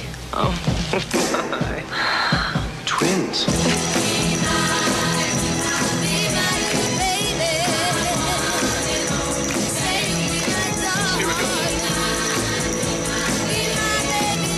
I'll have And a double stick. A way to be ready for that little extra something. Lon Davis loves what he does for Delta, and sometimes it loves him back. Hi, boy. How you doing? Dear Delta, please take care of Spooner. He's never been on a plane before. No windows today, boy. How about an aisle seat? Maybe Spooner! Spooner! Dear Brian, I thought Spooner would like his wings. Hey, Spooner, you got your wings. Delta, you love to fly, and it shows. Not a single one of these imports offers you as much car for your money as the world's best-selling car. In fact, Ford Escort offers the features they do, plus air conditioning, premium sound system, tape cassette player, and a 660 powertrain warranty, all for less money, making Ford Escort a better value and leaving the imports in the dark. Get 2.9% financing or $500 cash bonus on 89 Ford Escort. Ever wonder how Stevie Wonder reads his mail? Dear Stevie, I love your music. With an amazing machine that can read out loud. A Kurzweil personal reader from Xerox. It scans printed words and turns them into spoken words. You're the greatest. A loan program begun by Xerox and the American Foundation for the Blind will make them available to those who must make their ears do what their eyes cannot. This is magic. Herman Wouk's War and Remembrance will continue in a moment. This is ABC. Everybody knows that milk's for babies, so charming, disarming, whatever they do. Everybody knows that milk's for babies, and when you know it, baby, milk's for you. Soft baby skin, strong baby bones, bright baby smile, and ooh, great muscle tone. Wouldn't you know it, baby, milk's for you. It's a health kick, baby. Judge Ralph Cappy worked to keep the Steelers in Pittsburgh. Judge Ralph Cappy shut down a bar where deadly drugs were being sold. Judge Ralph Cappy taught trial tactics to police officers to fight drugs and crime. Tough, involved, experienced. Judge Ralph Cappy for the Pennsylvania Supreme Court. On merit alone, on May 16th. It's the hilarious Benson, tomorrow at 4 on WNEP.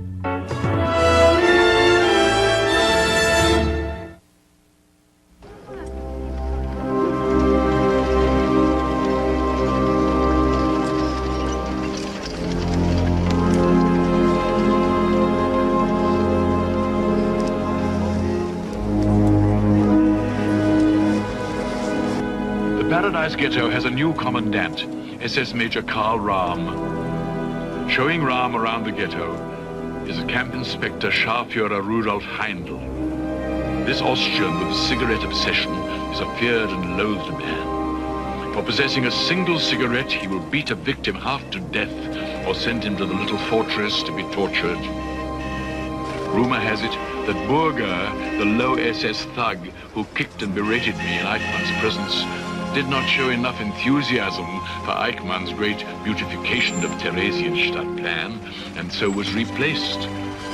But at least Burger was the devil we knew. With him, life in the ghetto was wretched, but it was stable. There had been no new transports to the east for many weeks. What will the unknown devil bring? Theresienstadt is run down. It's filthy like a pigsty. I will not tolerate it. Unlike my predecessor, I propose to make the great beautification my prime concern. Theresienstadt is going to become the Paradise Ghetto in fact as well as in name. I've issued important orders. The old soccer hall will be rebuilt at once as a community center with studios and lecture halls and an opera house and a theater with the fully equipped stages. The cabarets will be enlarged and decorated. The tents will be removed from the square, and a beautiful garden will be laid for the leisure of the old people. The hospitals are going to be spick and span. We will build a playground for the children and a fine school with the very best textbooks. And I have long suspected that Eichmann made me a figurehead elder, possibly even sent me to Theresienstadt in anticipation of a visit by neutral observers. Window dressing. The eminent American writer. And we must make sure that the Something like that now seems to be in the wind. It is whispered that the International Red Cross is coming to inspect the Paradise Ghetto in late spring or early summer. Unfortunately, this will do nothing to improve the lot of the ghetto residents. So what Sturmbannführer Rahm is actually proposing is the painting of a corpse. And so, as you can all see, we have a big job before us. And as you Jews are to be the chief beneficiaries, I expect you to make suggestions as to how we should proceed.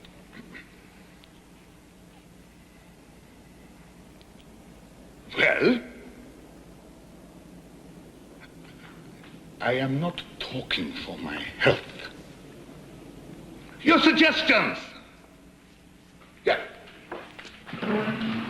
Herr Commandant, I am the stinking Jew, Jastrow. Now then, that will cease at once. New regulations.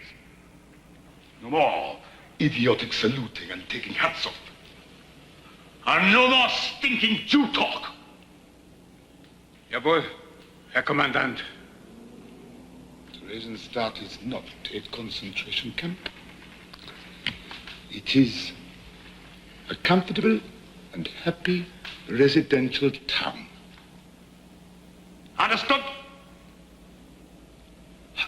Speak! If I may mention, Herr Commandant, in my department, the music section badly needs paper. Paper? What kind of paper? Any kind, mein Commandant. Though ruled musical score paper would, of course, be best. Ruled musical score paper. How much? 500 sheets to start with. See to it. Jawohl, Herr Kommandant. Thank you, sir. You see, gentlemen, these are the kind of ideas that I want. What else? Soccer teams. We could organize soccer teams, Herr Commandant, if we are supplied footballs and a suitable field. Excellent. It will be done. Your suggestion?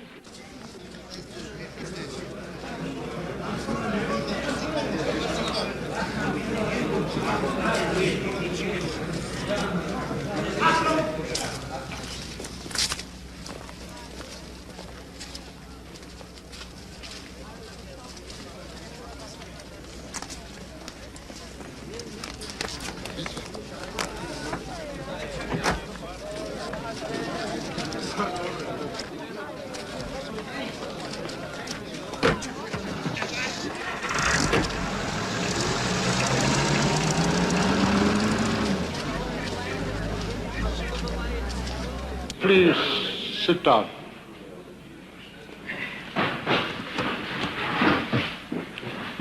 There's one final item to be discussed. Sturmbannführer Rahm has confided to me that he finds the overcrowded conditions in Theresienstadt most unhealthy and unsightly, not quite suited to a great beautification. So he has ordered that we at once select 5,000 residents for transport to the east. Mummelstein will now give you your allotments. You will turn in your list to the Transport Commission by 3 o'clock this afternoon. Non-working juveniles, 1,000. Over 65, 1,000. Economic Department, 500. Finance Department, 250. Technical Department, 600. Art and Culture, 150. Medical Department, 300. And so today, I begin to pay the price of my exalted status as an elder.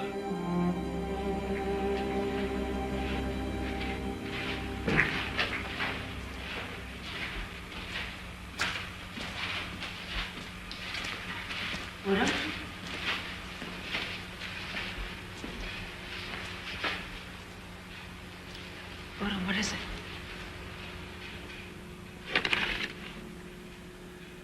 Oh, no. Yes, Natalie, I'm afraid so. Surely there's something we could do. There must be some way to get you an exemption. I'll talk to Aaron. It won't do any good, Natalie. Everything that can be done has been done. Tomorrow at 6, I must collect Marta and go to the depot. Puppet shows they found out. Oh, no, Natalia, don't worry. I went by your apartment earlier. No transport notifications. Believe me, you and your uncle have the highest exempt classifications. Oh, Udan. I've come up with some new jokes for tonight. Let's go inside and rehearse them. Anyway, with the train leaving tomorrow, I don't think anyone will be in the mood to laugh. Natalie, it's the reason to make them laugh.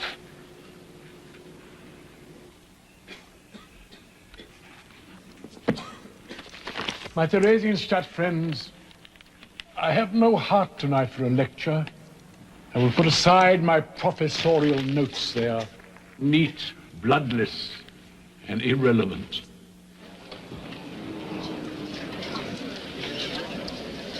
My topic was to be the book of Job. That's what I'll talk about, but not as a professor. As one of you, a Theresienstadt Jew. Satan said to God, do you remember? Naturally, Job is upright.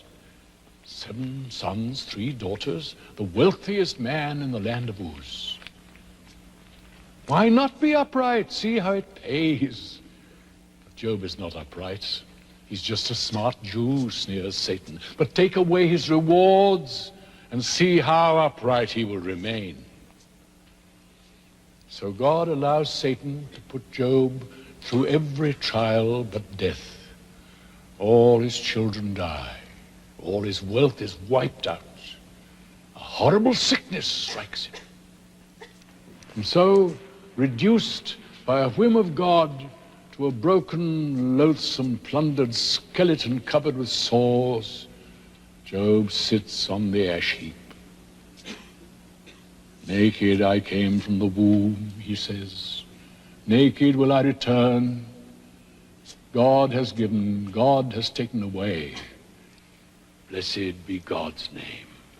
Amen.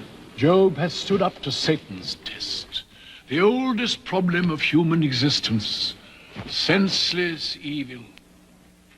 But now comes a worse trial, a worse test. Job's comforters come. Passionately they urge him to admit that since God is just, Job must have committed some terrible sin. Search your deeds, repent, confess. But Job fights back. I have not sinned. I will submit to the divine will, but not to pious platitudes. And so, in the depths of his most terrible hour, Job rises to stand toe to toe with God and demand an answer to the great, ultimate human mystery of senseless evil. Why do you do this to me? Well, Job gets his answer. An answer that answers nothing. God himself speaks to Job at last out of a roaring storm. Who are you to call me to account? Can you hope to understand how or why I do anything? My universe is vast beyond human conception. Where were you when I laid the foundations of the world? When the morning stars sang together and all the sons of heaven shouted for joy? Can you comprehend the infinite mysteries of existence? You, a poor worm who lives for a few moments and dies. An answer that answers nothing and everything. The roaring storm has declared only that God's reason is hidden beyond Job, beyond the comforters.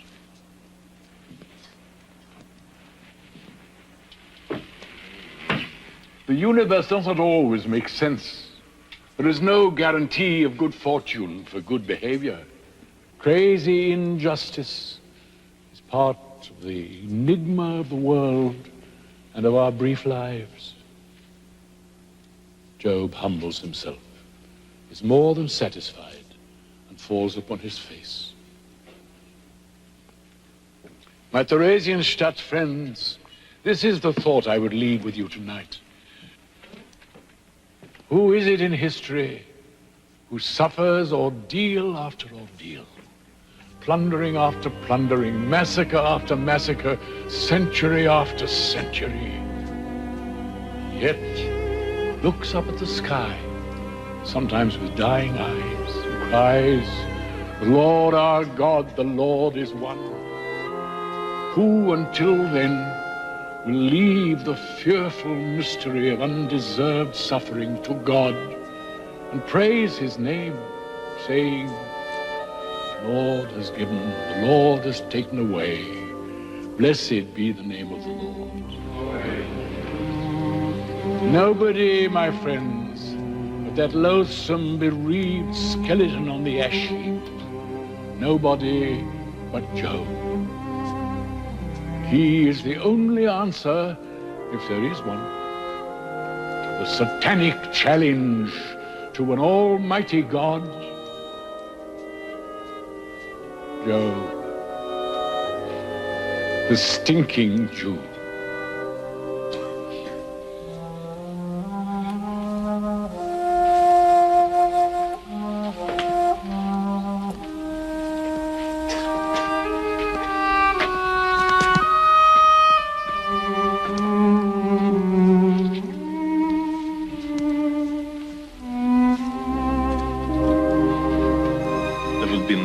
Show tonight, Natalie.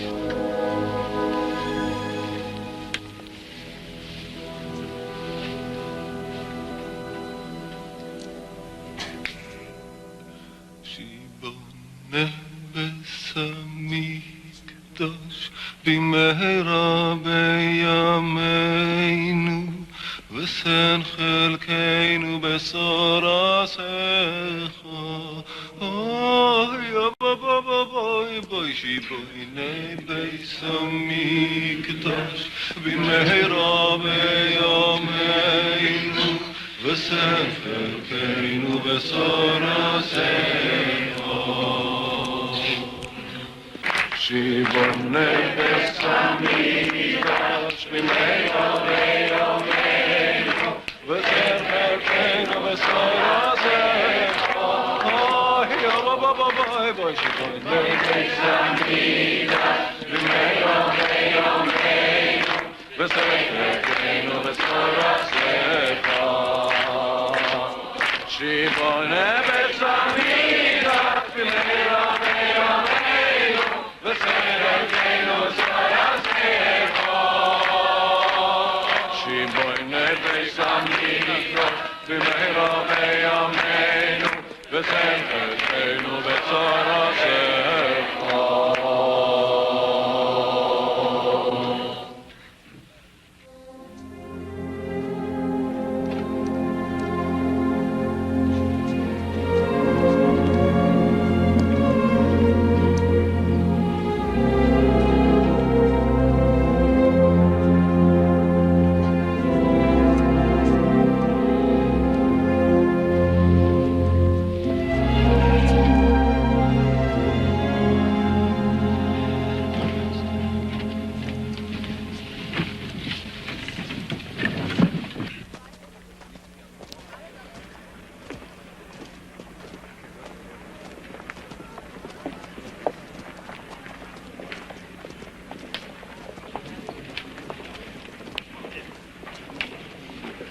Gut gesucht, Arle.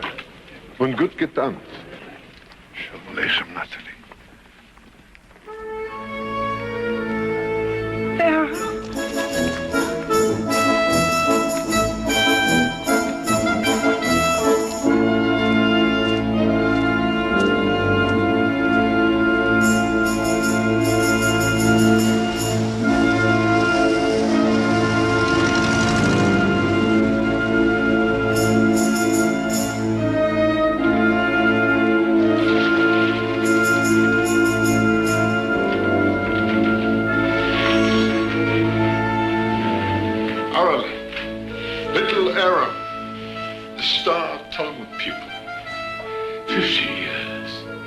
Oh, my dear cousin.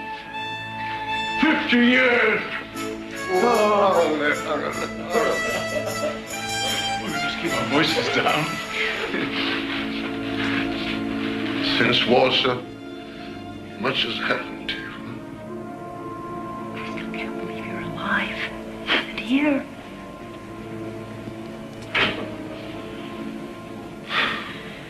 Could be much worse, Harold. Oh, the advantages of being an elder. But how on earth did you find out where we were? And how did you get past the guards? It's very dangerous. So long you might say. It's too long a story. I'm in the Prague underground now. We can do many things. Natalie, since I found you and Arle were here, I've been making arrangements. The boy, he's well. Yes. I can get him out of the Resenstadt. Take Louis? Why? He's fine. He's healthy. He's actually thriving here. Natalie, you know the dangers.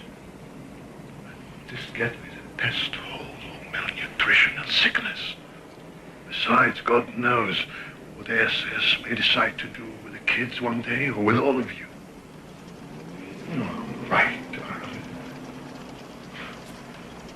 We have very good connections in the health department.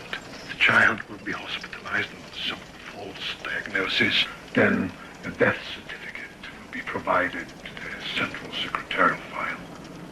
Maybe even a fake burial or cremation. Oh, my God. After that, we'll secretly move him to Prague. From there, I'll take him to a farm where he'll live with some wonderful people. You can get news of him, I promise you, all the time. Natalie, the children, Caesar and the Ossid, they are the future, but must be saved.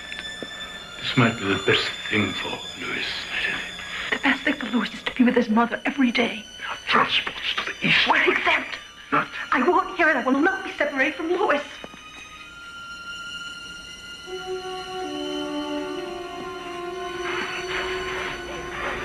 Aaron will know how to reach you if you change your mind.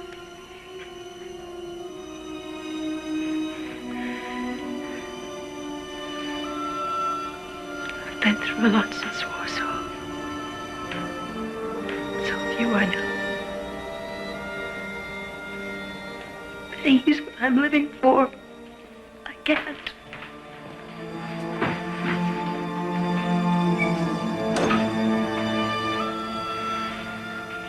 Aaron, my organization has word that if the Russians or Americans ever get near Prague, maybe even if the Americans land in France, the SS will launch a mass killing action here in the ghetto. We are planning an uprising if that happens. That will be a desperate business. And God knows who will survive. Well, I'll do my best to try to convince her. Sit down.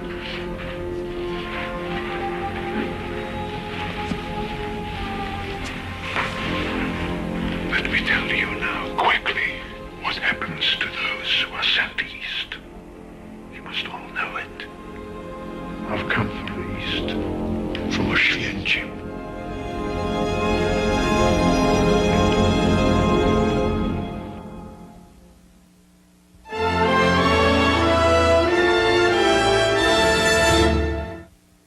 We go hand in hand, you and me.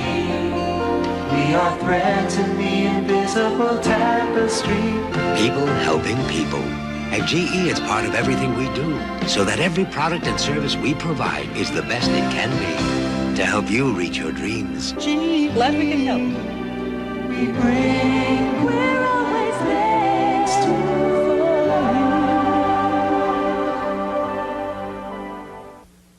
I thought I was hearing things. There's my IBM salesman telling me that we need a special piece of equipment that IBM doesn't even make, but offering to get it for me anyway, and to integrate it with what we already have. Ooh. So I asked him, hey, what's the story here? The story is that IBM is telling its people to solve problems, not just sell hardware and software. This is not the IBM I thought I knew. Come take a flight of fantasy. Welcome aboard Delta. Fly Delta to the new Disney MGM Studios theme park at Walt Disney World, where you'll see how movies are made and be part of the action. Your road to stardom starts on Delta.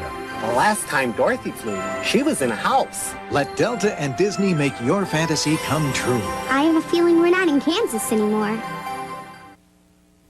Critical acclaim for our performance. The Ford Probe is one of the finest front-wheel drive performance cars in the world. The GT suspension is precise and responsive. The futuristic exterior is matched by an interior that's open, airy, and modern. The Ford Probe and Probe GT, a performance you won't forget. Get 2.9% financing or $500 cash bonus on 89 Ford Probe GL. I used to think that all I needed to teach my class was a good old-fashioned piece of chalk. I mean, putting a computer in the classroom was just going to get between my kids and me, and I wasn't going to let that happen. Then IBM came to school with courseware in math, geography, earth sciences, subjects that come alive on the computer in a way they never could on the blackboard. My kids, they're more interested. I'm more interested. You learn something new every day. Herman Wouk's War and Remembrance will continue in a moment. An ABC News brief. Now from Washington, Tom Gerald. Good evening. Adolfo de Jesus Constanzo, the leader of a drug-smuggling voodoo cult responsible for the ritualistic murders of 15 people in northern Mexico, was shot dead on his own order by one of his followers. Mexico City police rushed this building where they found Constanzo and another gang member shot dead. Constanzo's girlfriend, Sarah Aldret Villarreal, was arrested in the raid and denied involvement in the cult's ritualistic slayings. More later on the Weekend Report.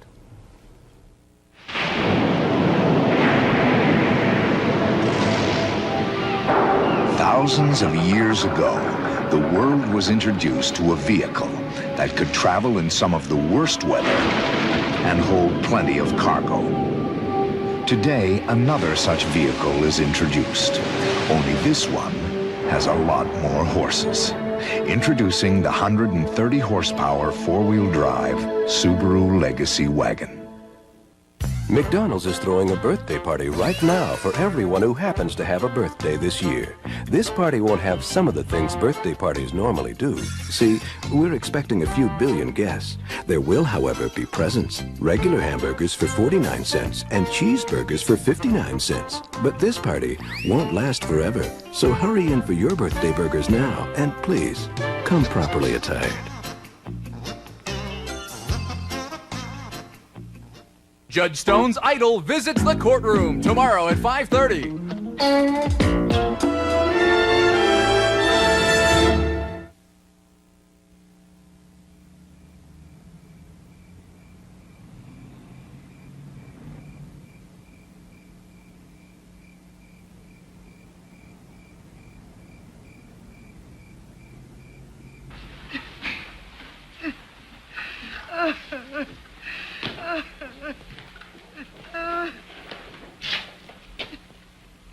Rhoda? Ro, what is it? Oh, I'm all right, Pug. Just go to sleep. Let me in. The door's not locked, Pug. Oh. I'm sorry. Was I making a racket? I tried to keep it low. What's up? Oh, I'm done for. Everything is ruined. You're well rid of me. I think you could use a drink. I look gruesome, don't I? Why don't you come on downstairs in the library and we'll have a talk? You're an angel. A brandy. A big brandy. I'll be right down.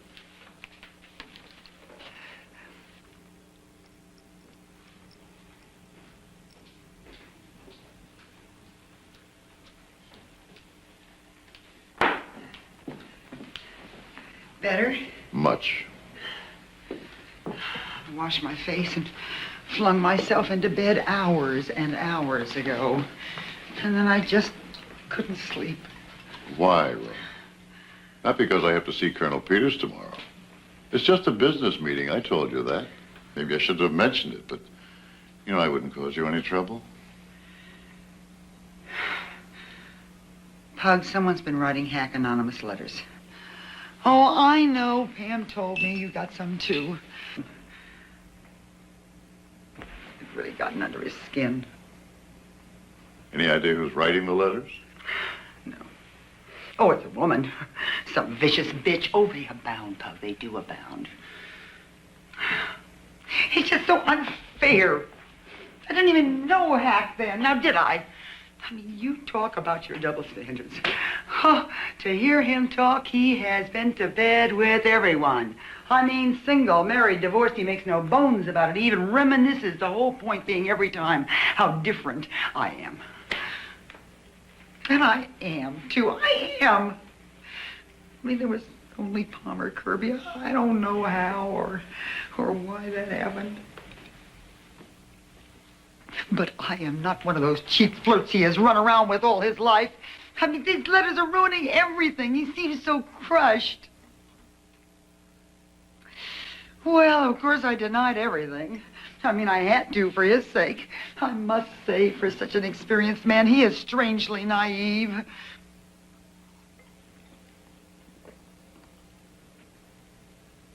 Well, say something, Pug. Don't just sit there like a sphinx. If the man loves you, he'll believe you, Rhoda. Will he now? And what if he asks you about them tomorrow? We have an urgent priority problem to thrash out tomorrow. He's not going to bring up anything personal, and certainly not those anonymous letters. Not to me. Wish I could be so sure.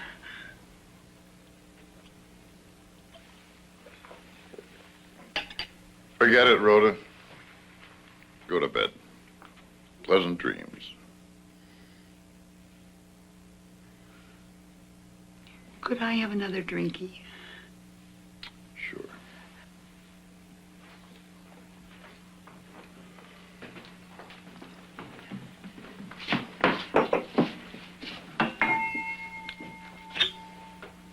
Will you tell me afterward what happened? If anything personal turns up, I will tell you.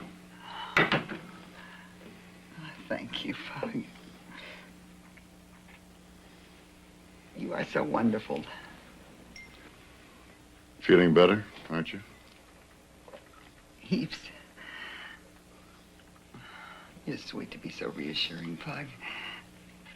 It's just that when you told me you were going to see him tomorrow, well, Hack can't possibly ask Palmer. He just isn't done, you know. Palmer wouldn't tell him anything anyway. Well, I mean, you're the only other one who knows. You're the agreed husband. I just got to thinking about all sorts of awful possibilities. Actually, I didn't know anything until tonight. Of course you knew. Don't be like that, Pug. How could you not know?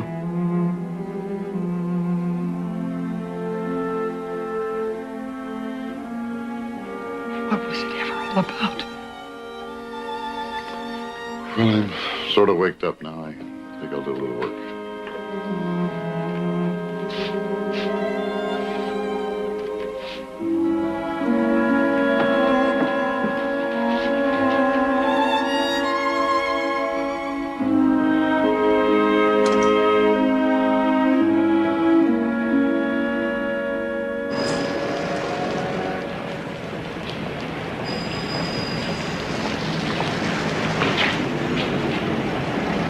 Smoke cigars, Henry? By all means.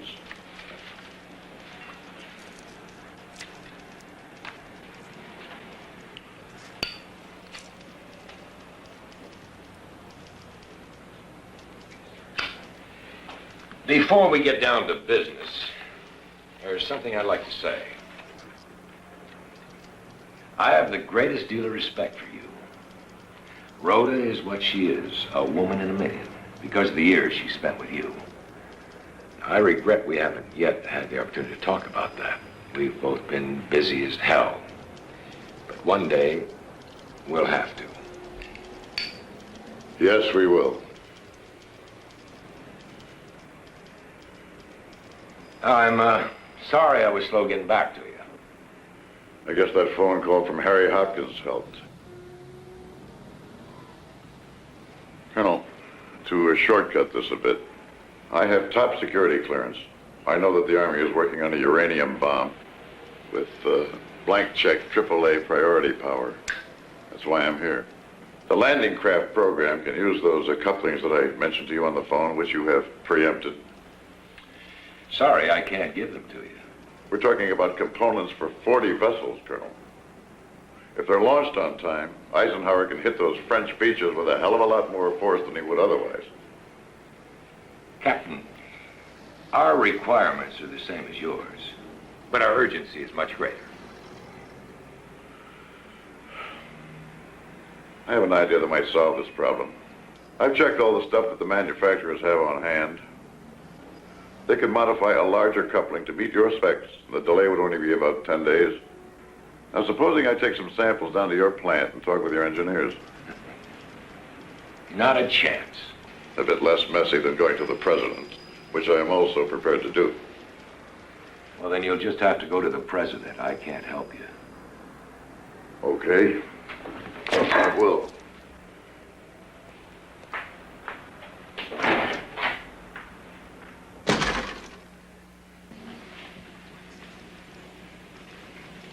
Captain Henry!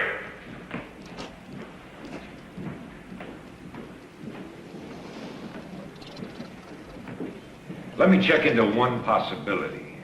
I'll call you before noon. I'll wait for your phone call.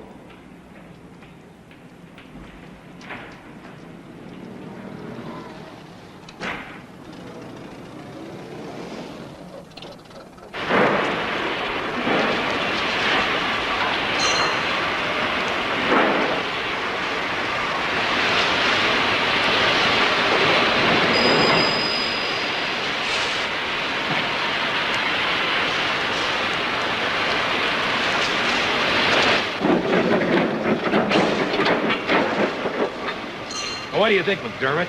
Can you use that thing? With a modified sleeve and a bigger gasket, it'll work. Thanks, Mac.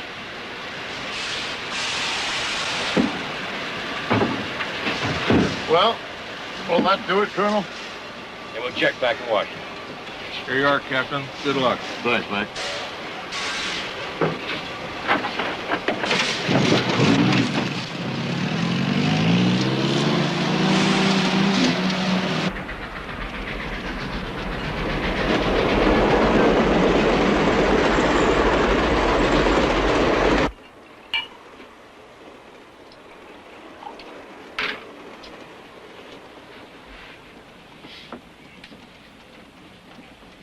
Bug? Right, Cap? No, thanks. Bug Henry. Don't you want to drink with me?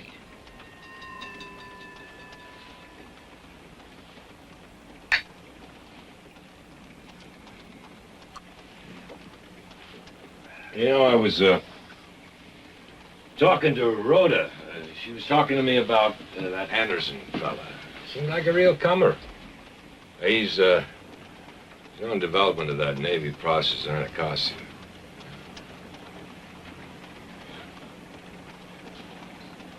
Rhoda says that he and Madeline are serious. Oh, you'd approve, wouldn't you? Yep. Well, I think I'll turn in.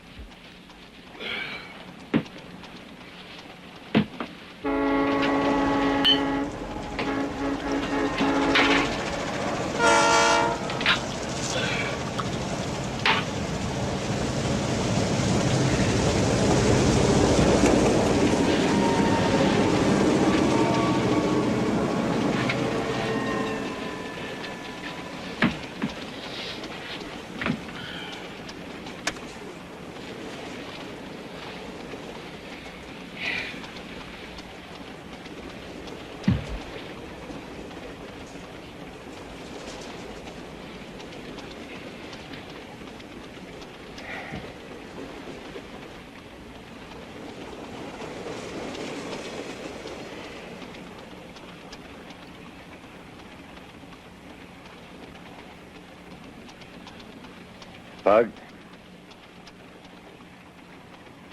Look, I'd like to ask you a very personal question.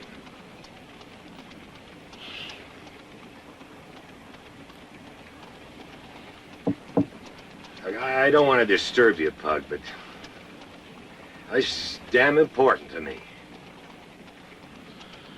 Okay, go ahead.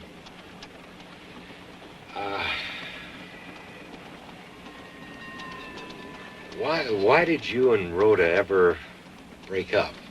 It wasn't my doing, was it? I mean, believe me, I'm not so rotten I would move in on a guy's wife when he's overseas. I believe you. You and Rhoda, you're two of the finest people I know. What happened? Dr. Fred Kirby have anything to do with this? What kind of a question is that? I've been getting letters, Bug. Vicious, anonymous letters. About Rhoda and Kirby. I'm ashamed of myself for paying them any attention, but... You should be. Fred Kirby's an old friend of mine. We met when I was stationed in Berlin. Rhoda had to come home when the war broke out. Fred was in Washington. Played tennis with her, took her to shows and such. Sort of what you've been doing, except without the complications. I knew about it and I appreciate it. I don't much like this conversation, Colonel. I'd like to turn in. Sorry, Bug. Okay. Good night.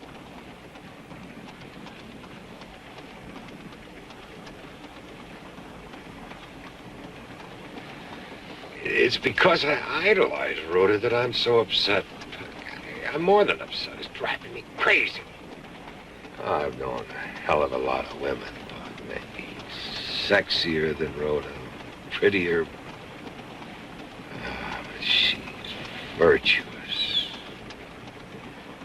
That's why she's so precious to me. I know this may sound strange coming from me, but that's how I feel. She's darn near perfect. She's elegant, modest, decent, truthful. She never lies. Now, you know women, they lie the way they breathe. You know that. But Rhoda, she's different. She's the finest lady I've ever known. That's why this thing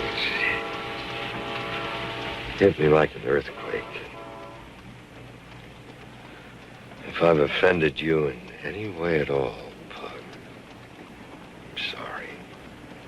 Because I think the world of you, Pug. Colonel, we have a very busy day tomorrow. Right. Good night. Thanks, Bug.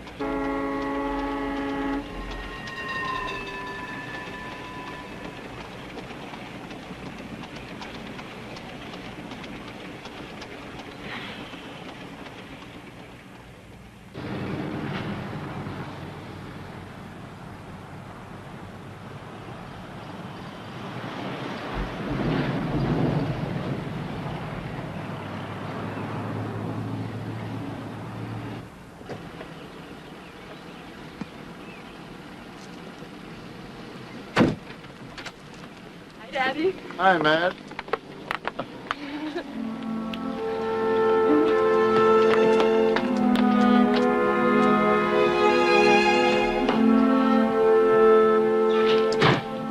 Hello, sir. Good to see you again. Hello, Sam. Well, return of the warrior. You remembered you had a family. How nice. What is all this? Are you going to be busy next Saturday?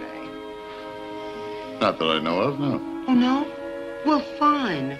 How about coming to St. John's Church, then, and giving Madeline away to the sailboat?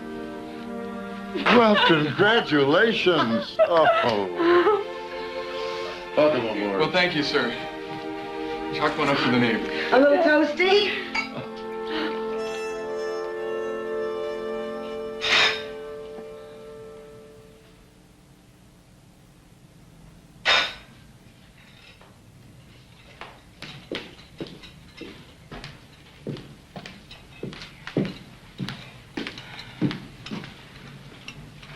Could I have a refill, please?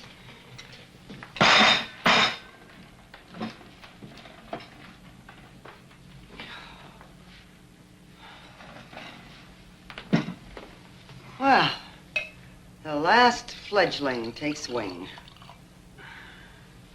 At least she made it before the mother flew away.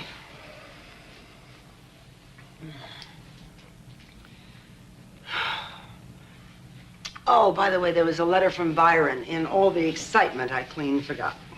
Any real news? Well, the first patrol was a success, and he qualified for command, and, you know Byron. He doesn't say much.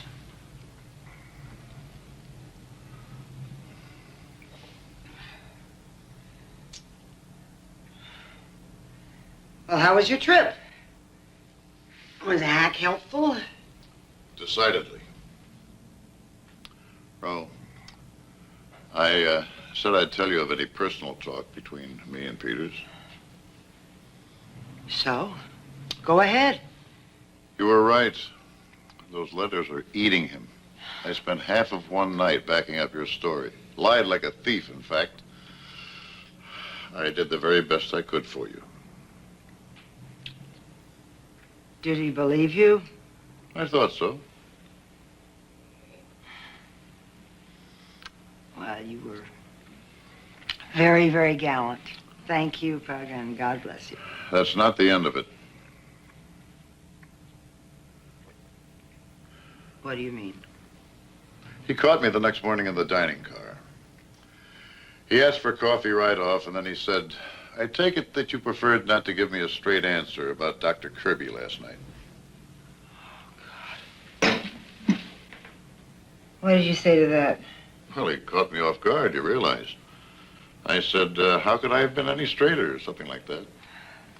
And he said, and I'm trying for his exact words, Pug, I'm not about to cross-examine you, and I'm not about to throw Rhoda over, but I think I deserve the truth. A marriage shouldn't start with a lie. If you get the chance to tell Rhoda that, please do. It might help clear the air.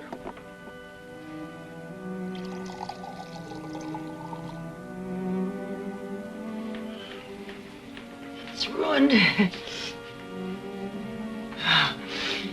Well, I'm sure you did the very best you could. You're just not a very good lawyer, Bud.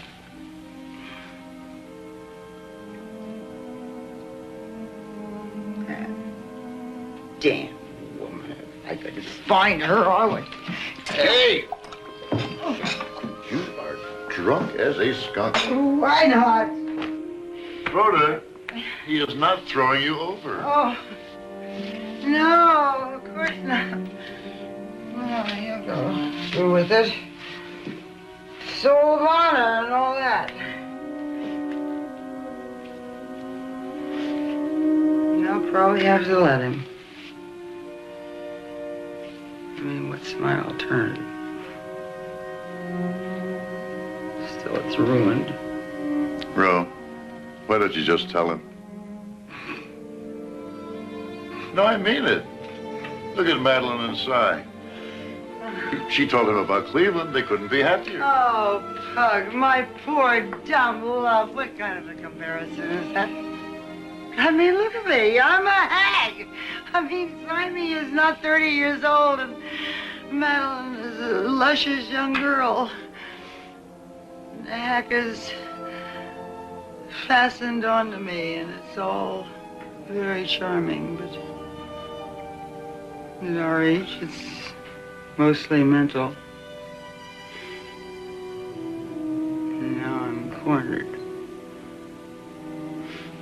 I'm damned if I do, and I'm damned if I don't. I'm a good wife. I'm a good wife. I could make him very happy. You know that, and he had to have this perfect picture of me, and now it's gone. It was an illusion. What's wrong with an illusion?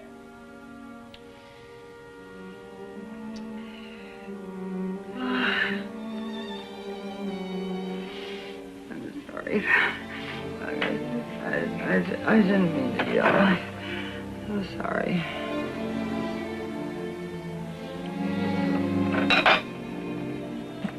I think I better go to bed. Good.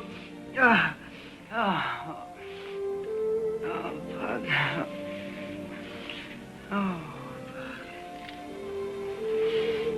Oh, thank you.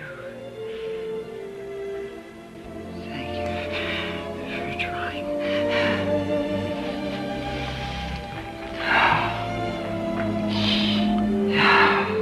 You are the grand man, and I love you for it.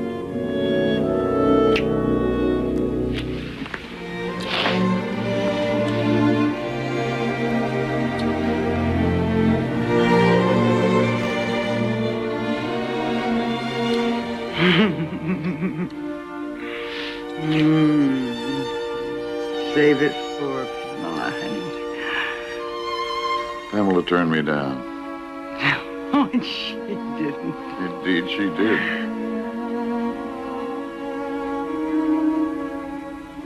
My gosh, your closed mouth.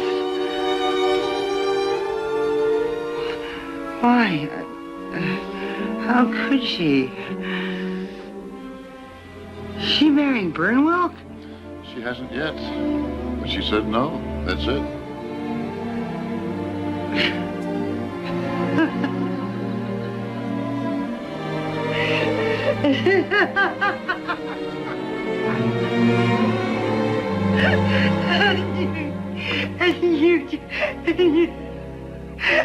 You just accepted. How can I not accept it? I have just spotted enough to tell you. You go after her. You romance her. You court her. That's all she wants. I don't think she's like that. That letter was pretty final. We're all like that. Don't you ever learn.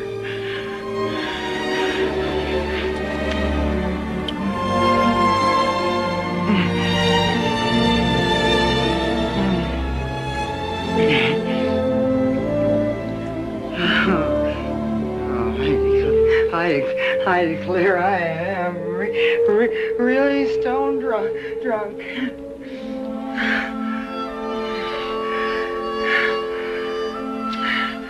You may have to help me up the stairs. Okay, let's go. No. I was just fooling. You drink your brandy. I can navigate. You're sure?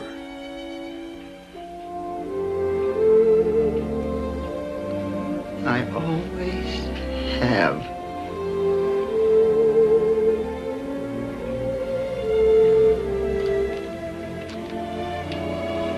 Night, love. Night.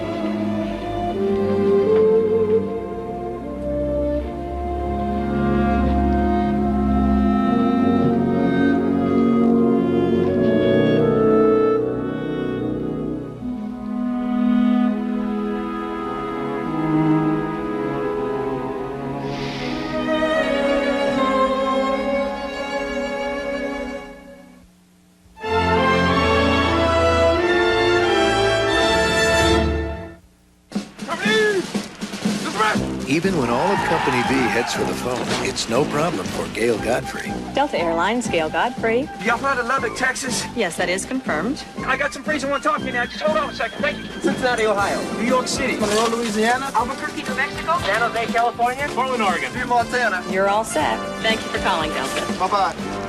Hi, Gail. Did you get many calls this afternoon? One. Delta, we love to fly, and it shows. Well, I didn't need a crystal ball to see it coming. I mean, my biggest customer was getting ready to send production orders by computer, delivery schedules by computer, even pay his bills by computer, all of which meant that my little computers had to learn how to talk to his big computer. Otherwise, there wasn't going to be a whole lot of conversation going on between us. Oh, I know. What's a guy who makes fan belts for a living know about all this stuff, right? Enough to do something about it. It's called IBM. I mean, come on, I'm a survivor here.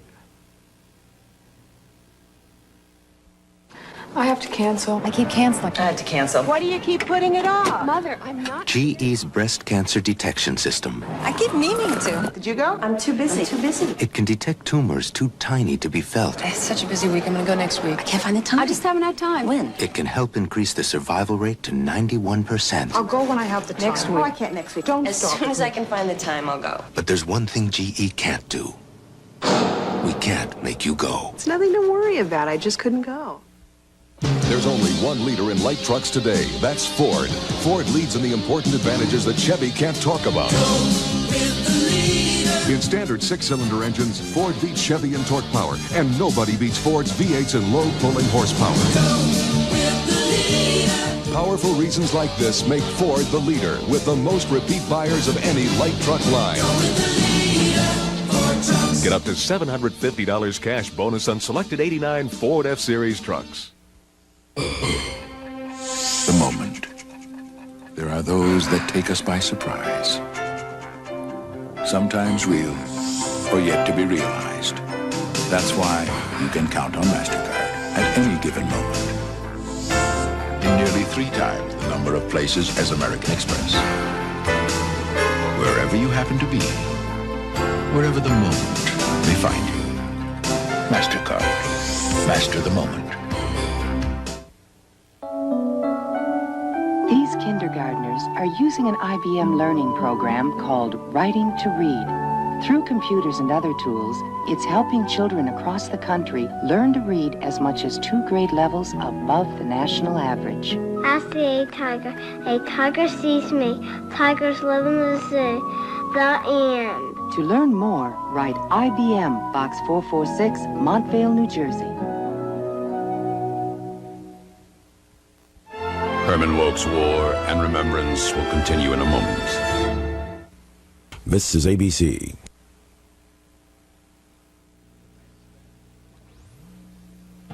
Now, a Newswatch 16 News Brief. Good evening, I'm Jim Runnick. Just in time for summer travel plans, a commuter airline is adding more flights out of northeastern Pennsylvania. And Jews in our area are celebrating the 41st birthday of Israel, a country surviving despite terrorism and racism. You could offer me a tasty cake, you know. What? Tasty cake. Why sit in the doldrums when you can ride the crest? The Atlantic difference.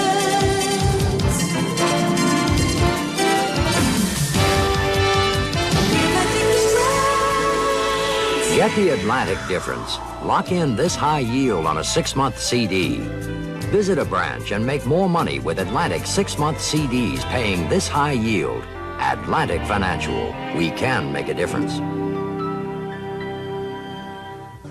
Sketchpad Family Fun tomorrow night at 7:30 on WNEP.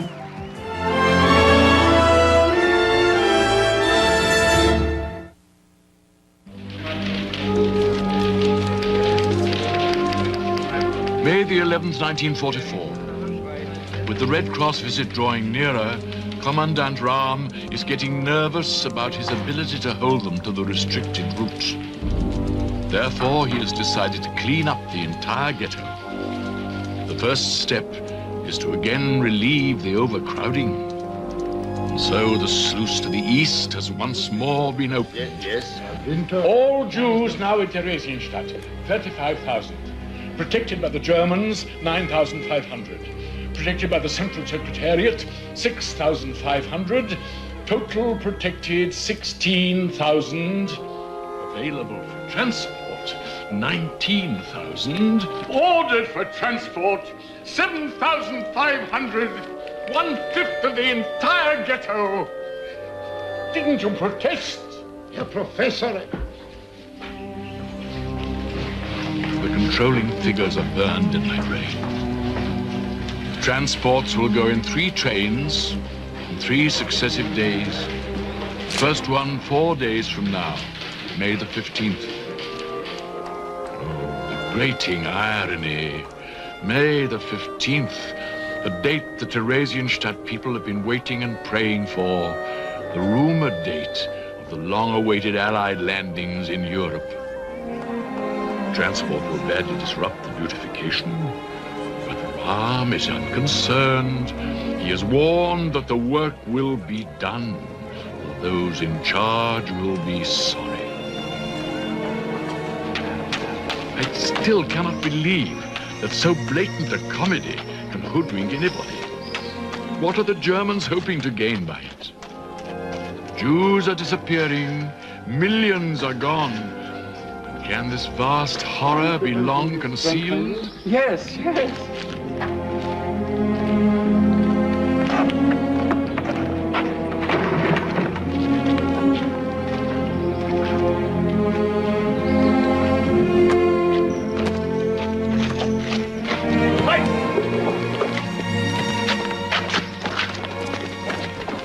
There is no sense to it. It is the backward child on a monumental and terrible scale, caught at the empty jam jar, his face, hands, clothes smeared red, smiling and denying that he ate the jam.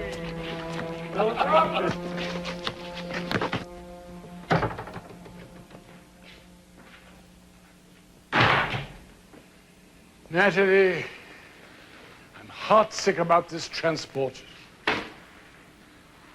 You know, Rahm has ordered all the orphans to be shipped out as well.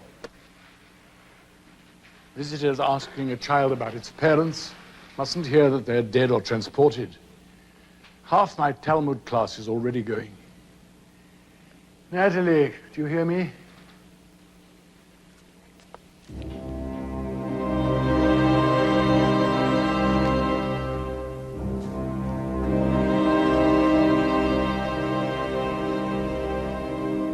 It's a mistake. They delivered them to me at the toddler's home. One for me, one for Louis.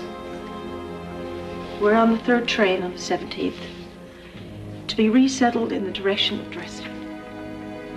Natalie, listen to me. Our transport numbers are printed right on the card, see? I'm to take Louis to the Hamburg barracks on the 16th. Not very much luggage, they say, when changing planes. Listen, you must listen to me, Natalie. You're prominent, a Leica worker, the headmistress of the children's pavilion. There must be some mistake. I don't think so, Aaron. What do you mean? I'm afraid it's my own doing. I didn't want to worry you, but our group's been planning a way to get the Red Cross to see beyond what the Germans want them to see. Maybe it was an informer. Natalie, I've warned you repeatedly.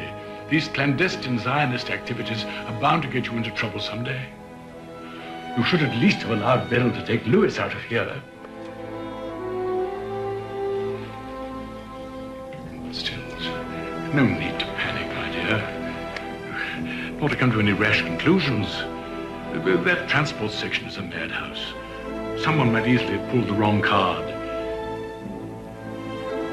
I'll be with you within the hour.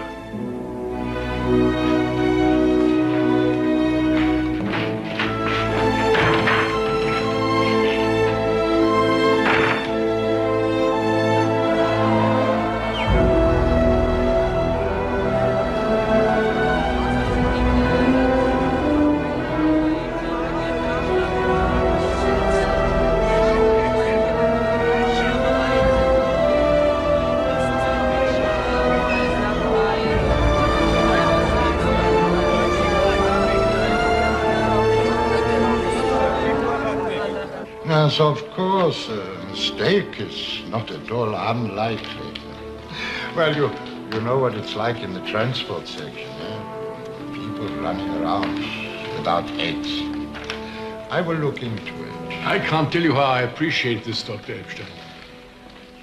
Herr Professor, your niece, she hasn't been up to any mischief by chance, has she? Nothing of the kind, certainly not. No, of course not. Well, Doctor, I know you're a very busy man, so I won't keep you from your work. But perhaps you should have these notifications with you when you're making your inquiries at the transport section. No, let her keep them. Don't confuse things. When the error has been corrected, she will be contacted to give them in. Of course, that's obviously the best way to handle it. Thank you again, Doctor. Herr Professor.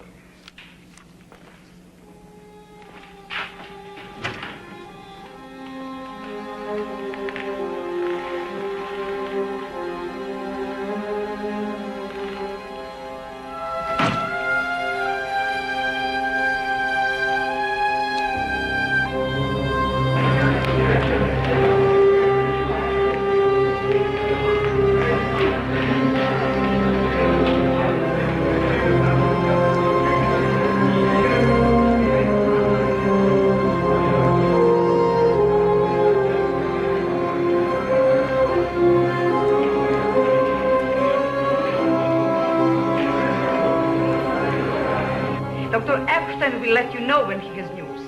5 days gone by. The second train has already left. No news from him. I am an elder. Is he in his office? No, he is not. I shall go to the transport section. Do as you please, Professor.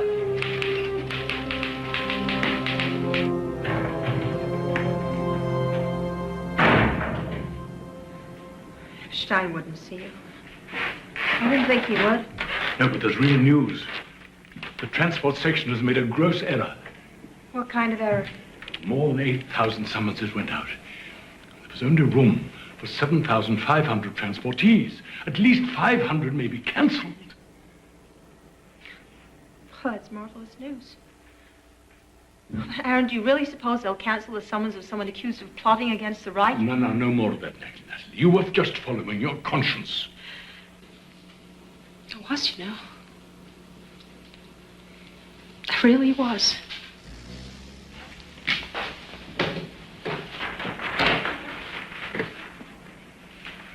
Even now, I don't regret what I did. Except you were right, Aaron. I should have jumped to barrels altogether. Was out of here before taking such risks. You know, Aaron, my parents will be very important. Now that I'm no longer going to be shielded by a famous uncle. I'll be on my own. Let's look my best. Perhaps if I can rouse the instant favor of the SS where it is I'm going and identify myself as an American and a prominent. Maybe it'll help. Yes, of course, Sally. Excellent thinking. So, you think I should wear this on the train? It is rather seductive. Well, no, I'd advise not. It might provoke liberties from the Germans, to say nothing of the worst kind of Jews. Well, now, what about this one? Tailored, muted, elegant, even faintly Germanic. Besides, it suits your pretty figure to perfection. You and Louis will make a splendid impression on your arrival. Yes, Aaron, you're right. So that's settled. What else to take? We're allowed so little, and that's the food I have to carry.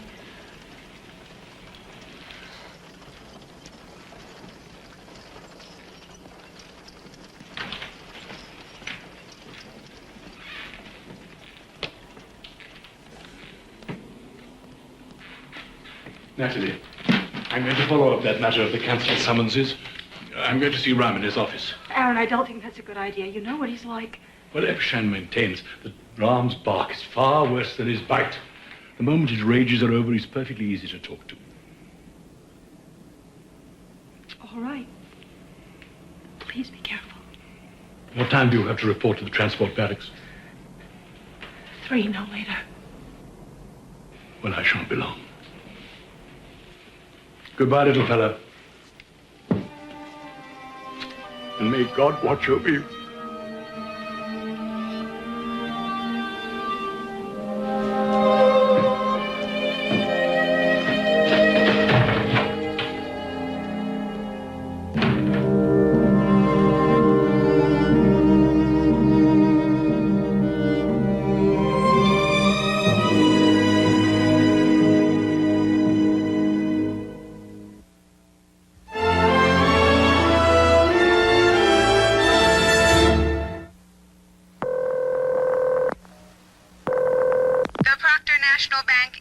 For the holiday. This is Dr. Martell. We are closed until tomorrow. Due to record snowfall, all town services will be closed. You have reached Lucci Plumbing. I am indisposed at the moment. We wish you a Merry Christmas, but we are not here. Ever try to get help on a holiday? Or even a weekend? It's nearly impossible. Unless, of course, you're calling one very special number. GE Answer Center may help you. 365 days a year, 24 hours a day, GE's Answer Center is there to help. Whether you're thinking of buying a GE appliance or already own one. My son just put marbles in the ice maker. Don't worry, man. Come weekends, holidays, or darkness of night, the GE Answer Center never closes. GE Answer Center, happy holiday. You're open. I can't believe it. We're always here. How can I help you? Bring good things to life. Patty Schoenfeld is deaf, but an IBM computer lets her talk on the phone. Art Sweet is almost blind, but can read a bank statement. And Madge Pentecost has trouble using her arms, but uses a computer by aiming an infrared beam.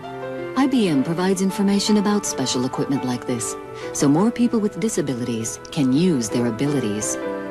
Write IBM Box C-1030, Atlanta, Georgia.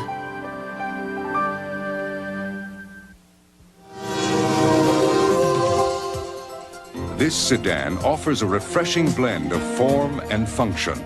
And if you like its form, wait until you experience its function. Ford Tempo. A more sophisticated way to express your driving ambition. Get 2.9% financing or up to $750 cash bonus on 89 Ford Tempo. They were all around me, so I knew I'd be getting one on my desk. Except this was one secretary who didn't have time to learn a computer. Oh, my VCR was hard enough. Anyway, I come in one morning, there it is, IBM no less, with a little yellow note saying, just turn it on. So are you ready for this? It had a lesson right on the screen that showed me what to do. Why didn't somebody tell me it was going to be so easy?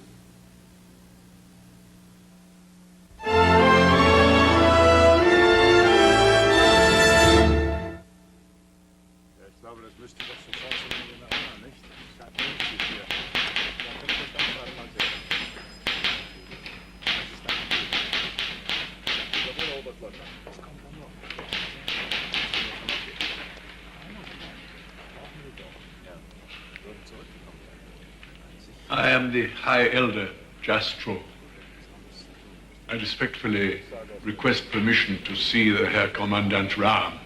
Was ist los? Was fällt Ihnen ein? It is in connection with the beautification project. Warten Sie gefälligst am Flur. Man wird Sie aufrufen. You will be called.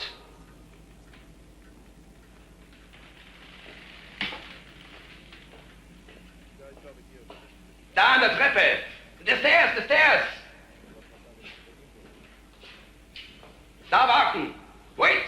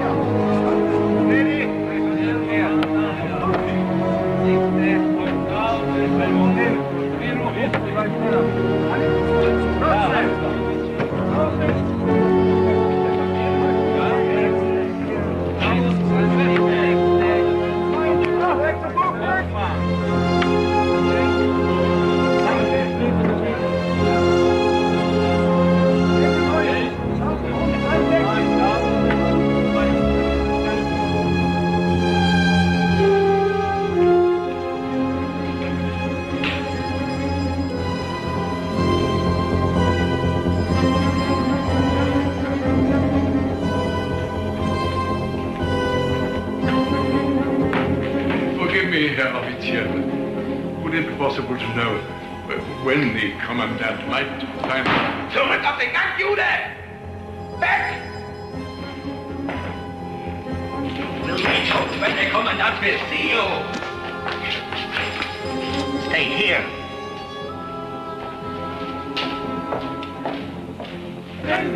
Papiere. Henry Natalie, Henry Louis. 461, 477.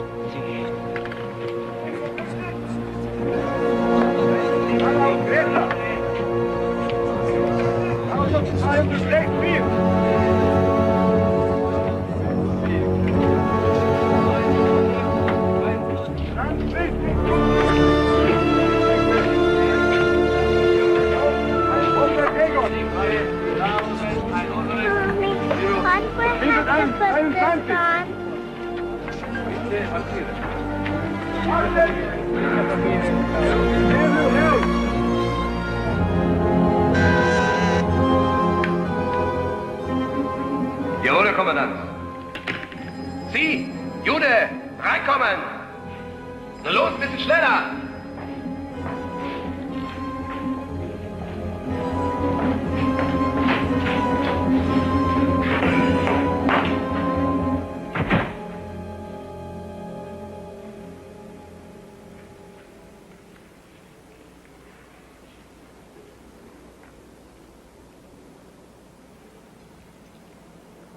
What the devil do you want?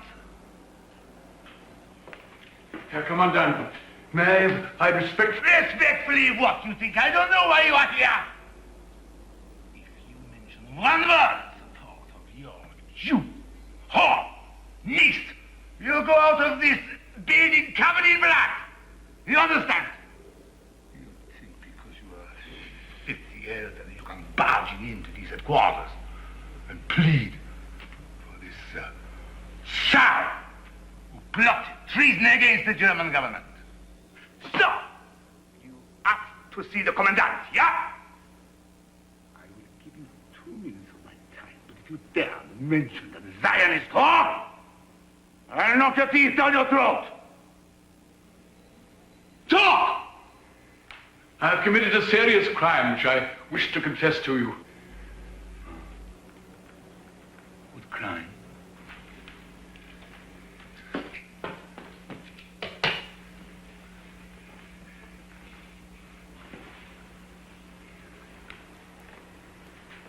No.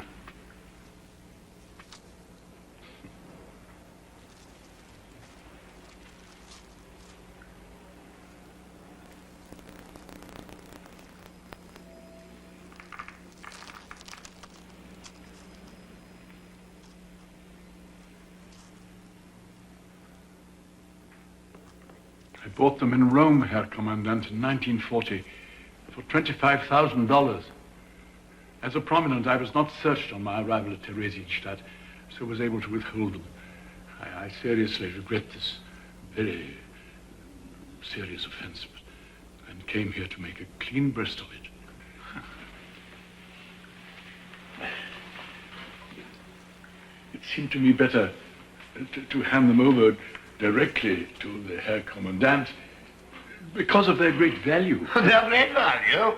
You probably bought them from some swindling old Jew. And they're class. No. I assure you, Herr Commandant, it was from the finest jeweler in Italy. Have you got any more little things hidden away? There is nothing else, Herr Commandant.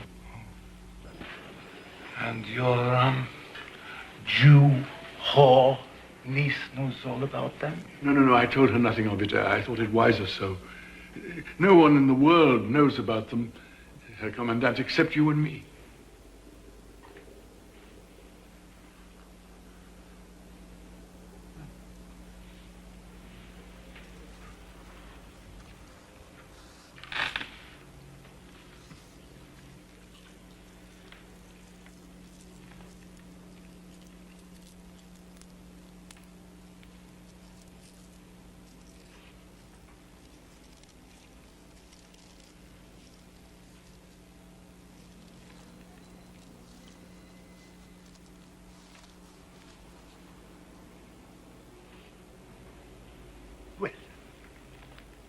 whore and the brat go on the transport. There was an excess of summonses. I understand there will be many cancellations. She does! She's lucky she wasn't sent to the little fortress and shot. Now get out.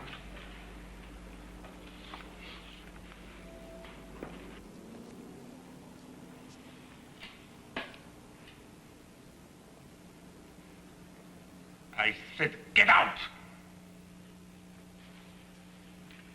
Herr Commandant, I must tell you, if my niece is transported, I shall resign from being elder. I shall resign from the library. I will take no part in the beautification. I will not talk to the Red Cross visitors that come to visit my apartment. Nothing on earth will force me to change my mind. Do you want to commit suicide immediately, Jew? Herr Commandant, Herr Eichmann took great pains to bring me from Paris to Theresienstadt. Why? Because I make good window dressing. My picture has been taken by the German journalists, and my books are published in Denmark. And the Danish members of the Red Cross will be very interested in meeting me. Shut your dribbling mouth and get out of here at once! Unless you wish to die. Herr Commandant, I haven't much to live for. I'm not well and I'm old. Kill me, and you will have to explain to Herr Eichmann what has become of his window dressing. Torture me, and if I survive, what effect shall I make on the Red Cross? But if you cancel my niece's summons, I guarantee our cooperation when the Red Cross comes. And I guarantee that she will do no more foolish things.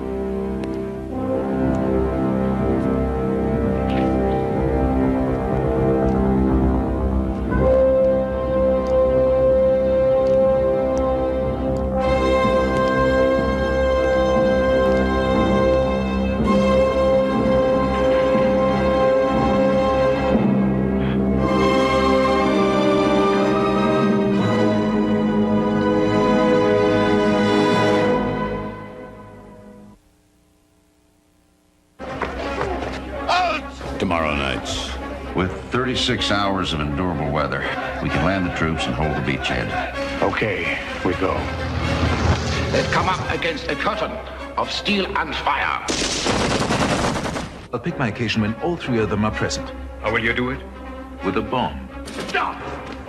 You are the dirty little Jewish whore who has been plotting against the German government. War and remembrance continues. 4. Profiles in quality. Pride. When you get pride, you get quality. That's what I said back in 81. And today we still have that same pride. And from what we hear, a lot of people think we're doing a pretty good job. You can hear the quality. You can see the quality. You can feel the quality in the way it handles. Thanks. That's what happens at Ford, Mercury, and Lincoln when quality is job one. IBM technology is helping to explore the Earth's crust. Conventional methods probe to about 5 miles. But at Cornell University, an IBM supercomputing system analyzes seismic data at such high speed, geologists are now charting the Earth's crust 20, 25, even 30 miles deep. In geology, in other sciences, and in business, supercomputing is another example of IBM technology at work. Whiskas. It's no ordinary cat food. It's the cat food cats find irresistible. Whether it's meaty or crunchy, it's got the fresh meat taste cats just adore. As you see, cats know what's good. That's why more and more cat owners tell us their cats prefer Whiskas. She's the only one. During JCPenney's fine jewelry sale, you'll save a brilliant 50% on 14-karat gold. But that's not all. You'll also save a beautiful 30 to 40% on cultured pearls. Oh, and one more thing. You'll find dazzling savings of 30 to 40% on diamonds, too. You're looking smarter than ever at JCPenney. Whoa. I'm no computer genius, but I knew I needed software customized for my travel agency. Well, those computer people didn't know travel agencies. I mean, their idea was to stick my name on the same program they sell to everybody. Well, I was about to hire my own programmer. Then, I saw an ad for a free IBM seminar with experts on travel agencies. I thought I'd died and flown to heaven. WNEP-TV invites you to come up and spend some time with us. Don't miss your chance to visit our new home during specially scheduled open houses May 13th and 14th, and again May 20th and 21st from noon till 4. See firsthand how a television station works. WNEP is proud to serve northeastern and central Pennsylvania, and now we're proud to open the doors of our new home at 16 Montage Mountain Road for you and your families. Infidelity in America. It finally got to the point where I couldn't handle the guilt anymore. I think I was more angry at the person he was seeing than him. What to do if it happens to you on Good Morning America this week. Friday, Larry steps into a new career. Guess I'm getting my second wind. I'll get the antacid. On Perfect Strangers. Then, the Beach Boys make an encore performance on Full House. Awesome. Totally tubular. Then, all of a sudden, every woman I meet wants my butt. George gives a little performance of his own on Mr. Belvedere. And being able to run fast is your gift from God. But I thought virginity was my gift from God. The two gifts go hand in hand. Just the 10 of us, Friday. Saturday at 9, 8 Central, John Jake's epic North and South Book 2 returns. Watch the Weekend Report tonight on most of these ABC stations.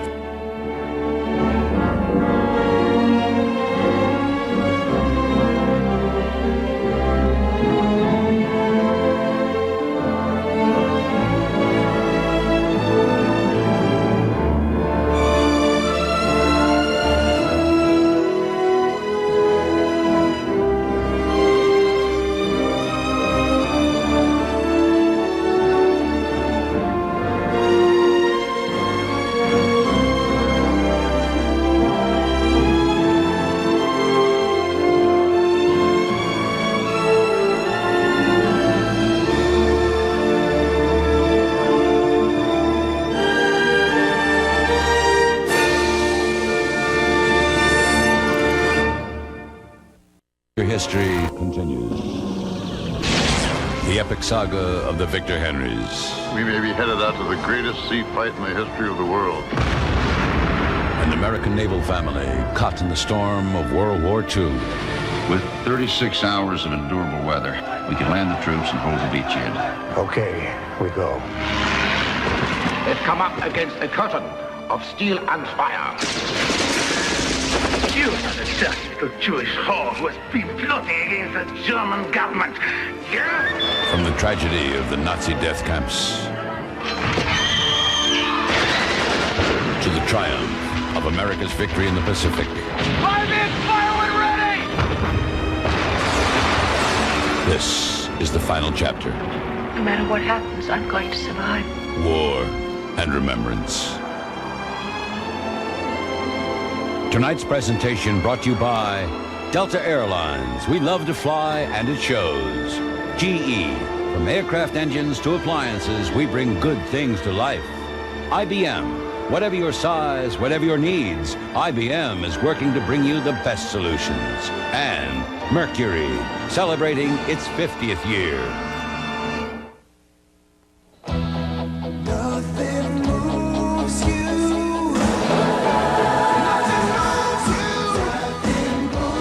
Completely different Mercury Cougar. With speed-sensitive steering so ingenious it actually knows the difference between cornering and parking. All this handling and the quality of a Mercury. like a Mercury.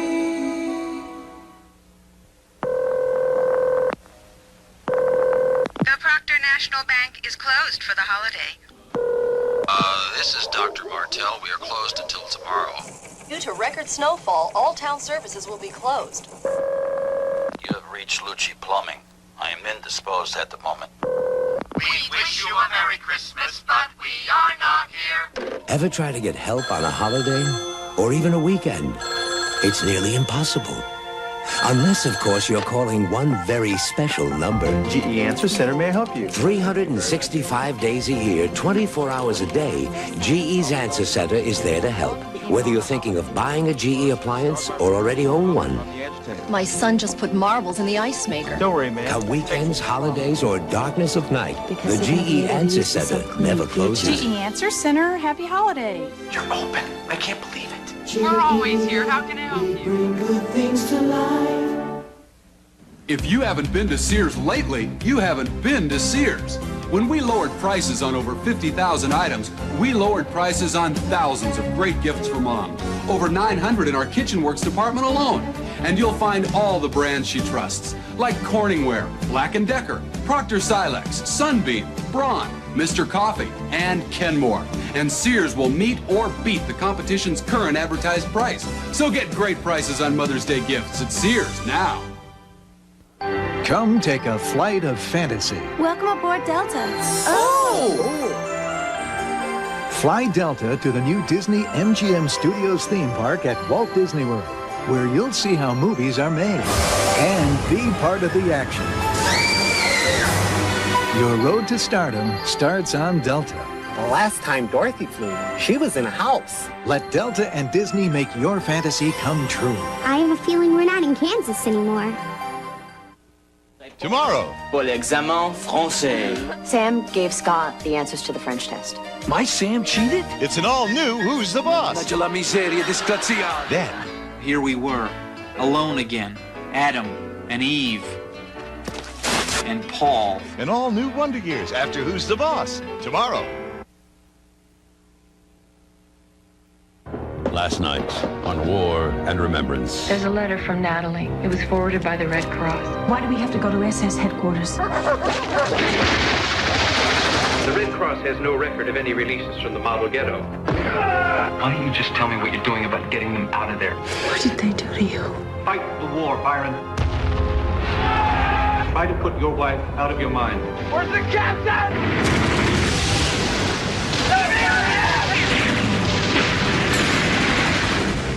We're on the 3rd train on the 17th. It's a mistake. The hole and the brat go on the transport. We can't wait for Uncle Aaron anymore. Shut your three-minute mouth and get hold of your butt! And now,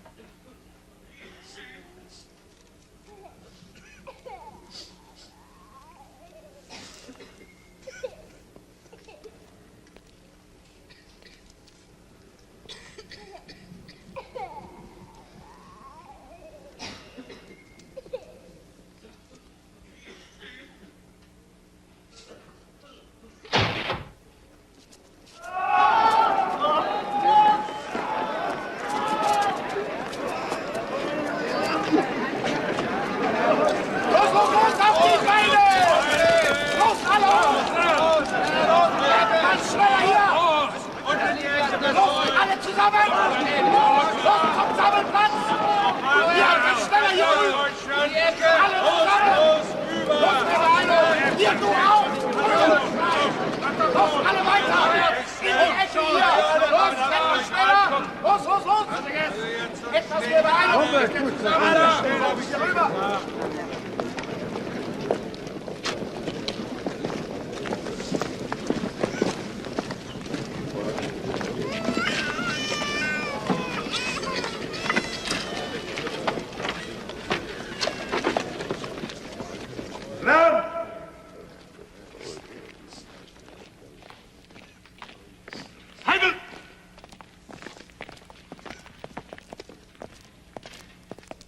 Sie werden sich sofort einreihen und im Kreis herumgehen. Wer ausgesucht wird, begibt sich sofort zur Verschonungskommission in der Ecke und bekommt eine Nummer. Marsch! Los!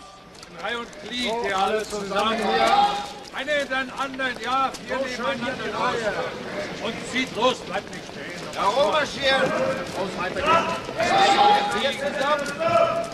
Die Ecke oben und im Kreis. Nicht mehr als 4! So, das Zeug auf dem Boden. Los, dann weiter! Zöger nicht, du geh schon.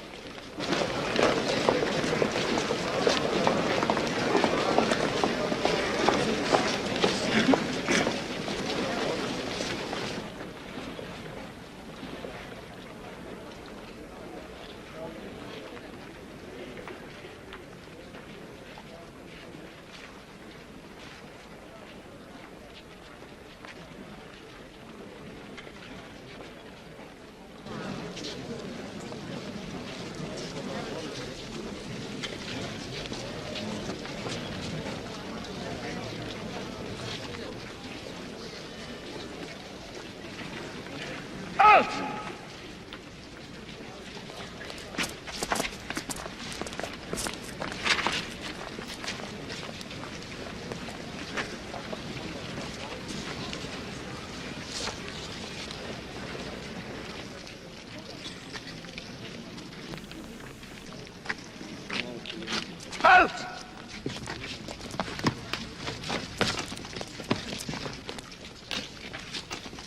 Halt!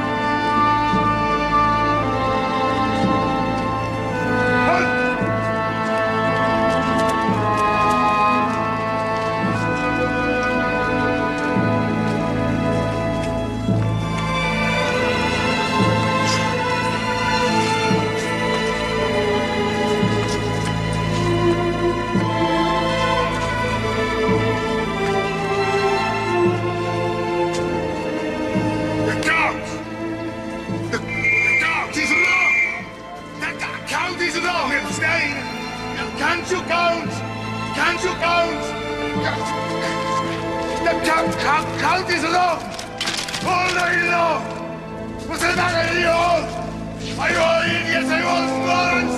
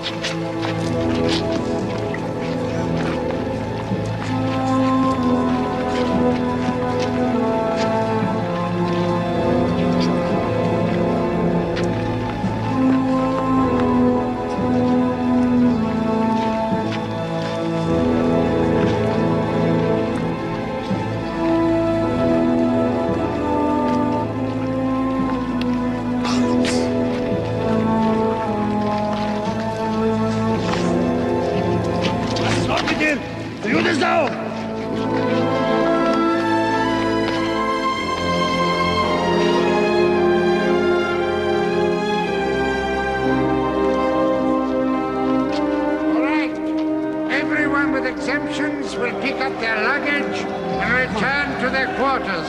The rest of you will remain here. Natalie Henry. Louis Henry.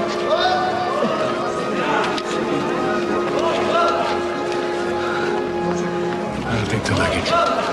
No, just take Louis. He's exhausted.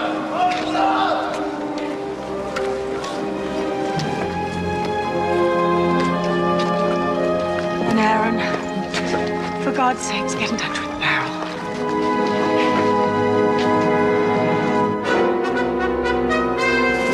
Operation Overlord, the cross-channel invasion of France, is set for June 5th, 1944. In preparation, the U.S. has shipped to the British Isles a staggering 1.5 million servicemen and 5 million tons of invasion supplies and equipment.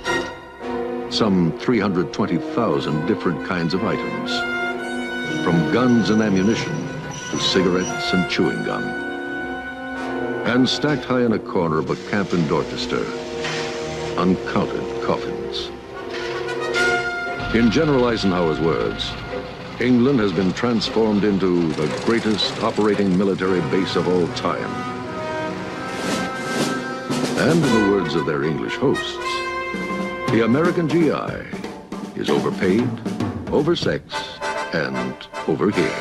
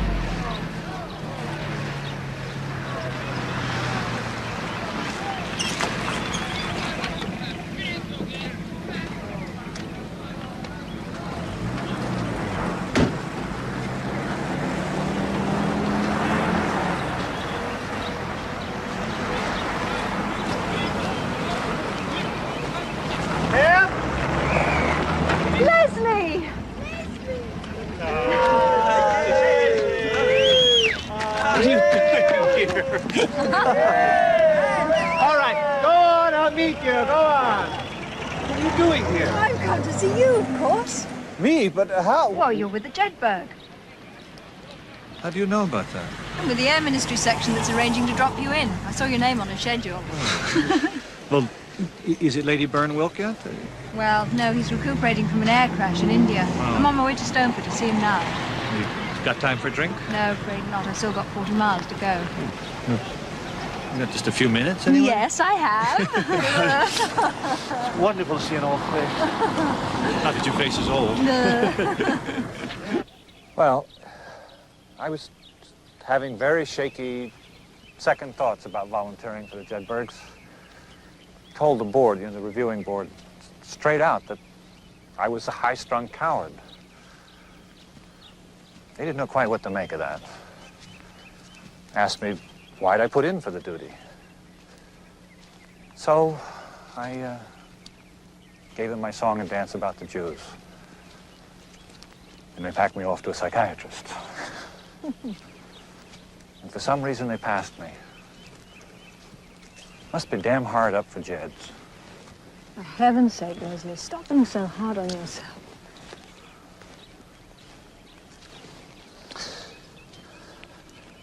Tell me something. You seeing much of Admiral Henry these days? Admiral? What on earth are you talking about? Yeah, it's Rear Admiral now. I mean, ablaze with braid and battle ribbons and stars. I ran into him at our embassy. Here? In England? Yeah. Really? Has he been here long? Why don't you ask him yourself? Try the U.S. amphibious base at Exeter. That's where he said he was going. Walk me to my car.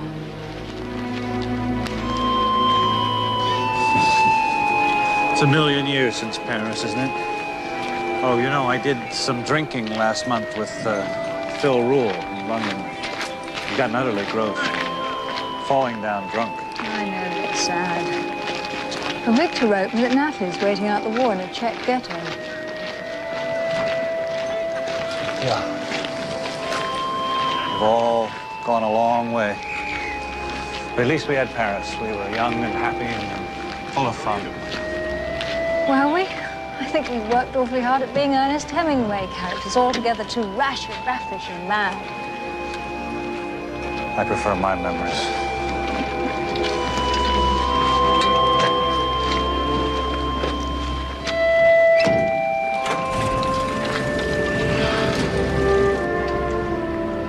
Till we meet again. Good luck with your mission, Leslie. I do very much admire you.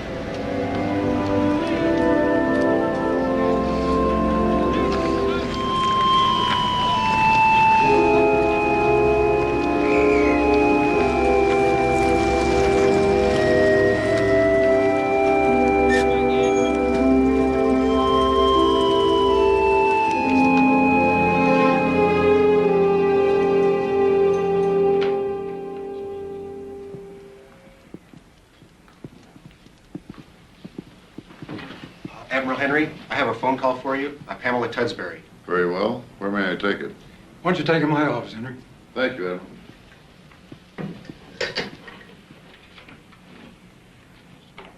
I had a time tracking you down. Will you by any chance be in London on Thursday? Yes, I will. Then come and have dinner with us. With Duncan and me at Stoneford. It's only half an hour from town.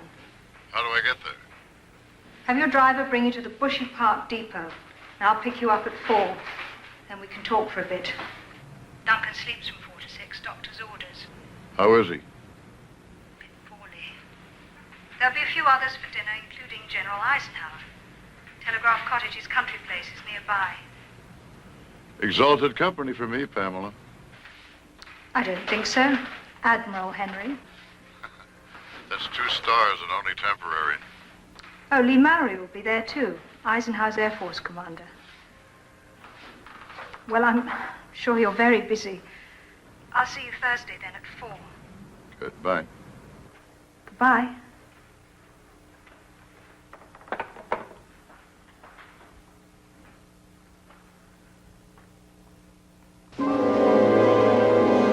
the situation on the Russian front deteriorates, and the Allied invasion in the West appears imminent, the conspiracy to overthrow Adolf Hitler takes on a desperate urgency.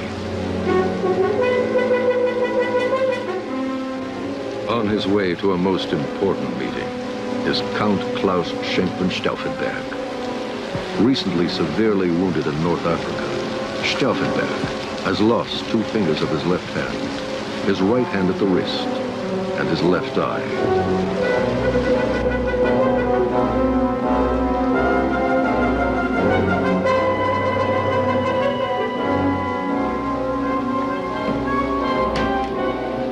Stauffenberg, come in. Am I very late? Not at all. I have news. Lieutenant General Hans Speidel, Field Marshal Rommel's chief of staff. It was he who called this meeting.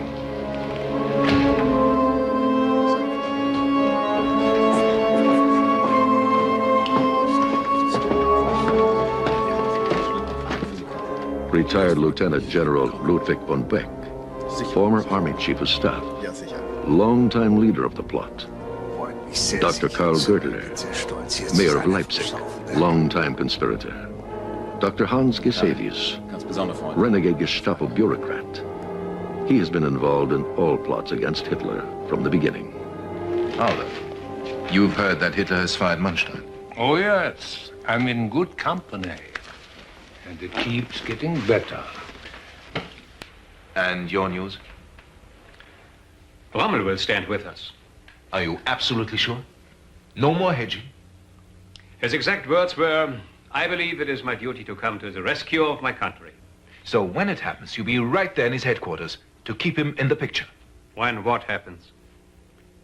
I too have news. General Fromm has requested me as Chief of Staff of the Home Army. The Home Army? It's riddled with our people. Yes, and it has standing orders to take over the country in an emergency. One code word, Walküre. But the Walküre emergencies are strictly defined. An uprising of foreign workers, a mutiny. We'll create the emergency by killing Hitler. Where's your access to Hitler? General Fromm's Chief of Staff reports to Hitler on Home Army readiness and rosters. Hitler uses Home Army units as reserve formations. I'll be seeing him once or twice a week. How will you do it? With a bomb.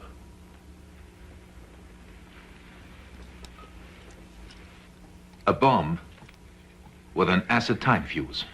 All I have to do is cross the fuse to start the acid down to the explosive. And you can manipulate such a device under pressure? With only 3 fingers?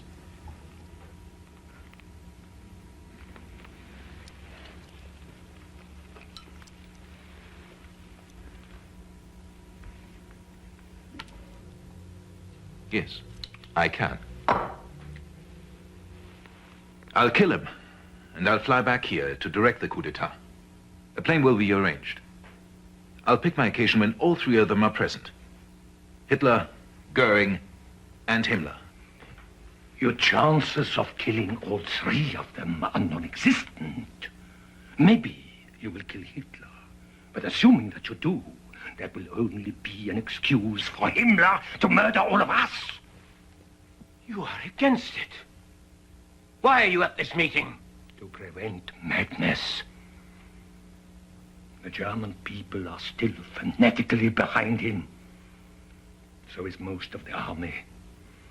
At best, you can only succeed in making him the martyred Napoleon of Germany. And we shall be the ones who stabbed him in the back. It is all too late. Let the enemy prevail. Let them hang the scoundrel.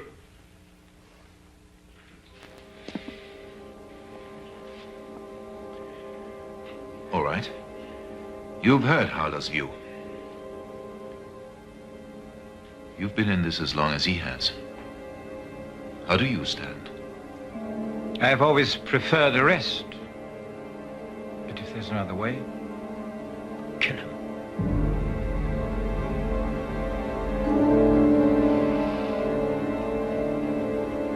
Kill him.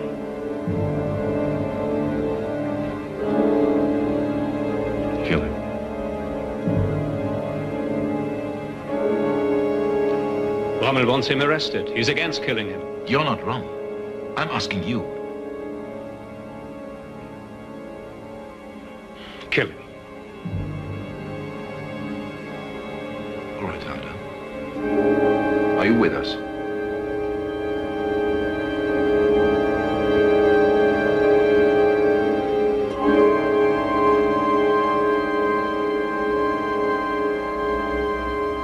Yes.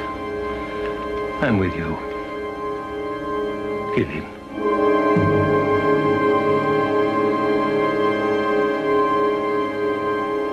It is decided.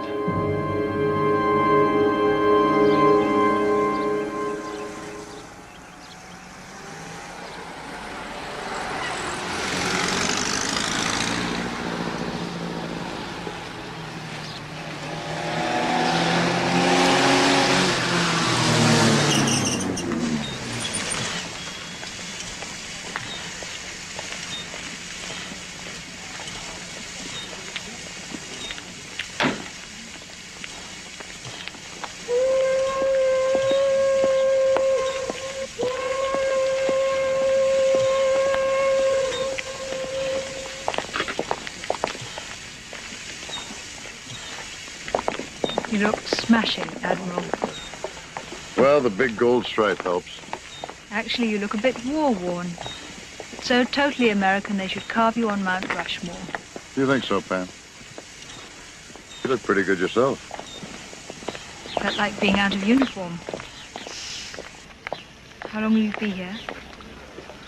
I'm flying back tomorrow night. So soon? Overnight in Washington, and then on to the Pacific. So, tell me about Duncan. He's not doing too well, I'm afraid. Some sort of tropical infection got into his bloodstream.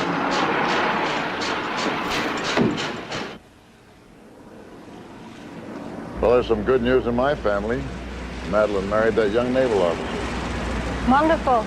Pleasantest turnaround in my life. They're in New Mexico. Byron got his Bronze Star. By all accounts, he's an excellent submariner. Janice is in law school. There's even some hope about Natalie. The Red Cross is sending a neutral delegation to her camp soon.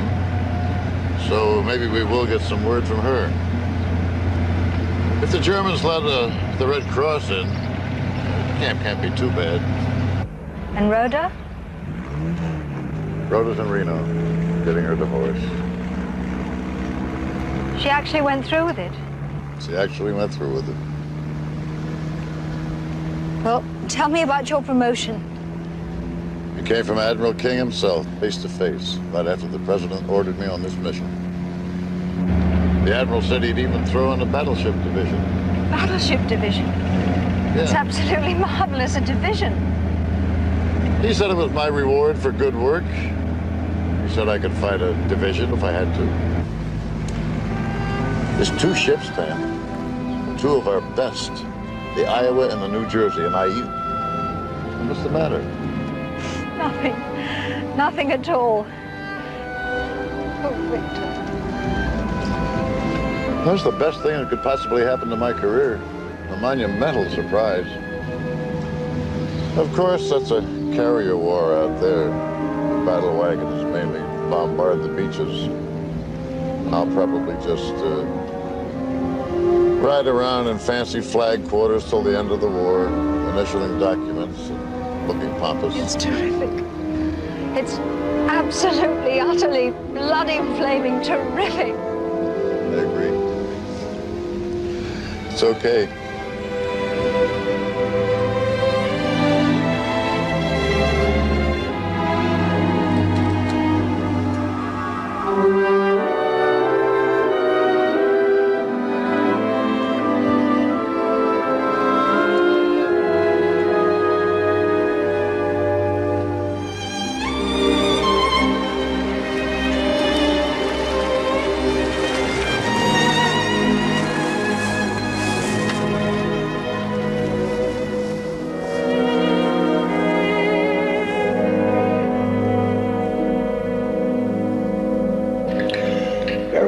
Henry, that you were in Leningrad.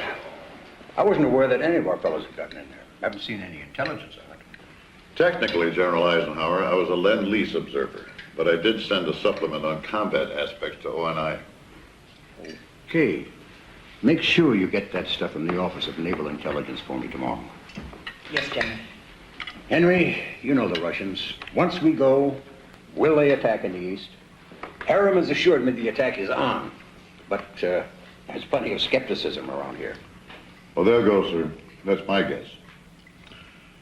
The Russians are politically unpredictable. They truly don't see the world as we do. That may never change. Still, I think they'll honor this military commitment. Why do you say that, Henry? Self-interest, of course. I agree, Henry. The time to hit the other fella is when he's got his hands full. They're bound to go. Also, the sense of honor. That they do have. Well, if they've got that much in common with us, eventually we'll be able to get along with them. We can build on that. I wonder, General. Look at the trouble we have getting along. We have the English language in common. It only seems we do. Mrs. Summersby, I drink to that, and to you.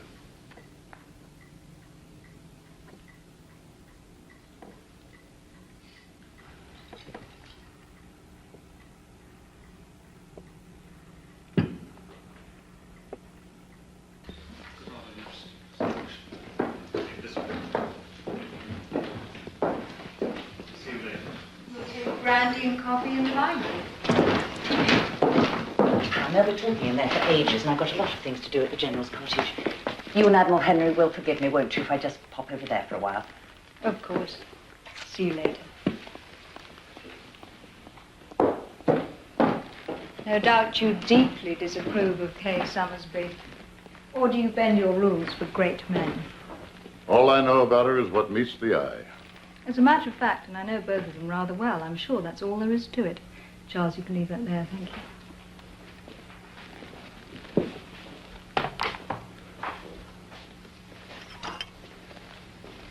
Pity you couldn't be more broad-minded about your wife.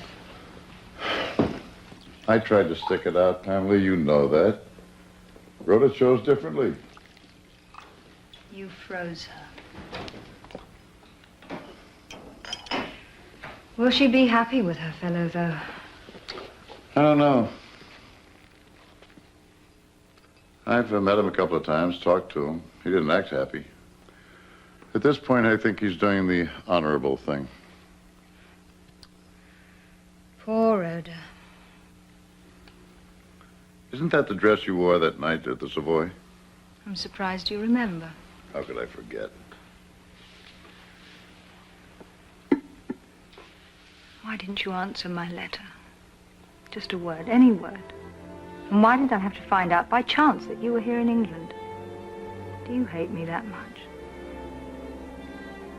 I wrote the gallant goodbye letter. I wrote the refusal to take no for an answer letter. I wrote a lot of letters. Tore them all up. I don't believe in begging a woman to change her mind. I'm not sure that begging does any good anyway. Besides, I'm not very good at it.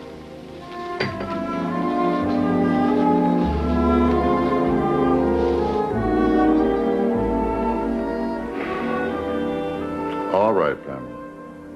What's it all about? Your letter couldn't have been more horribly mistimed. I've been wretched ever since I wrote to you. When Sloat said you were here, it was the biggest shock in my life. Seeing you is incredibly sweet. I told you in Moscow, and I'll tell you for the last time, I love you, not Duncan. Now, there it is. I've said it. Now, talk. Well, speak up. Will you have me, or won't you? Tell you what, Pamela. I'll think about it. Careful!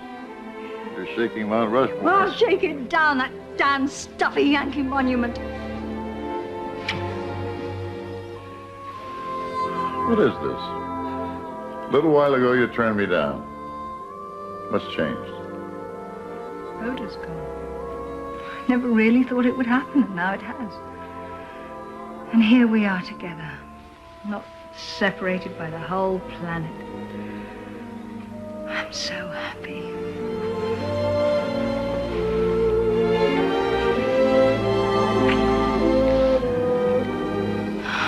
hurt Duncan.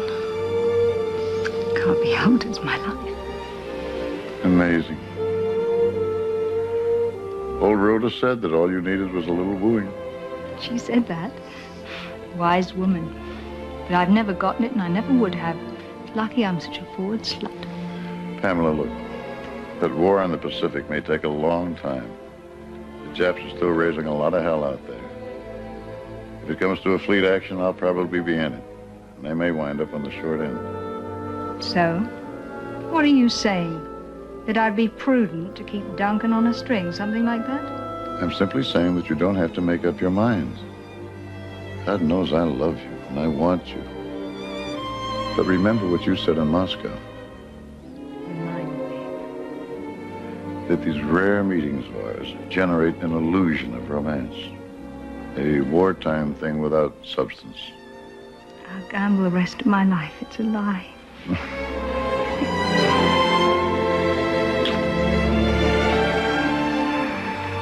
I'll have to tell Duncan right away. He won't be surprised. Hurt, yes, and... Oh, I dread it. They weren't long, were they? We haven't arranged anything. Call me at the Air Ministry at 8 o'clock. Now, for God's sake, kiss me.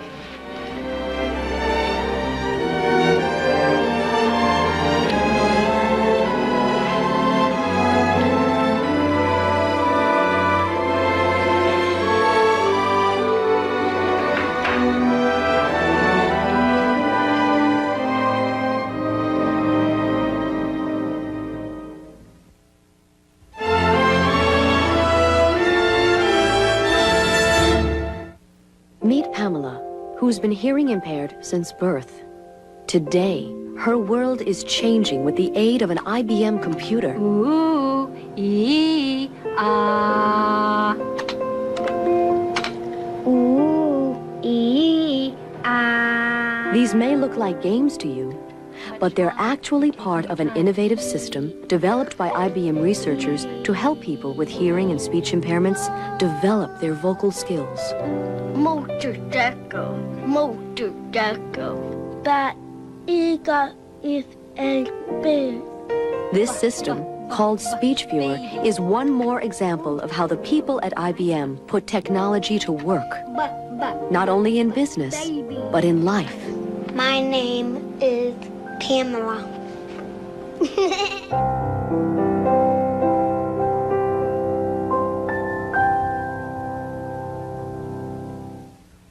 Here's the leader in compact trucks, Ford Ranger, with big advantages that Chevy and Toyota don't have. Go with the leader.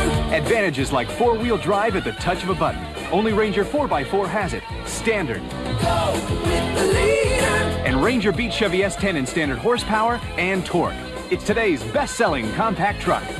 Go with the leader, Ford Trucks. Get 2.9% financing or up to $750 cash bonus on '89 Ford Ranger.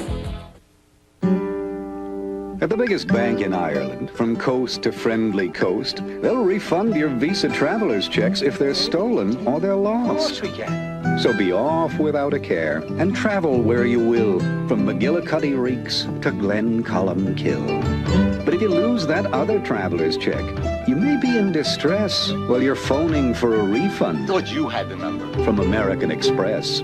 Visa traveler's checks, they're everywhere you want to be.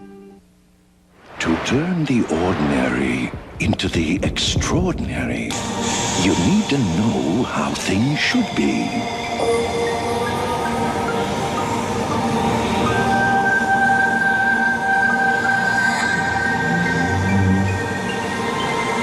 Fabergé, what an egg should be. Stradivarius, what a fiddle should be.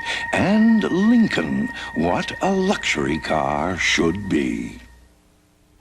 Herman Wouk's War and Remembrance will continue in a moment. This is ABC.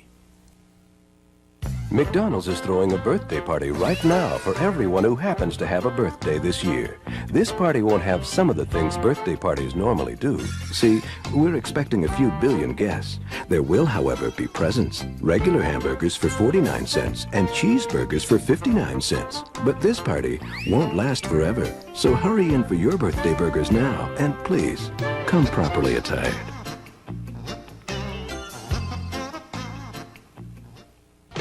The Batman Craze. Tonight at 11.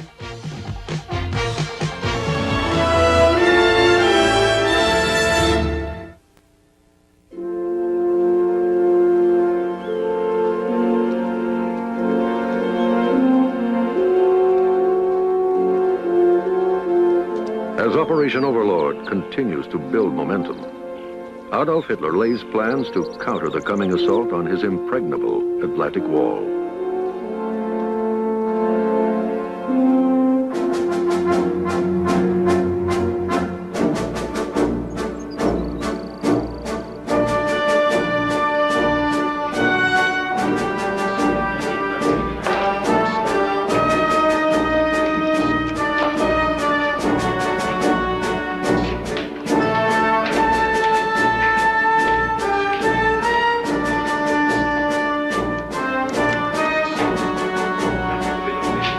Lieutenant Werner von Heften, aide to Stauffenberg, and partner in the conspiracy to assassinate the Führer.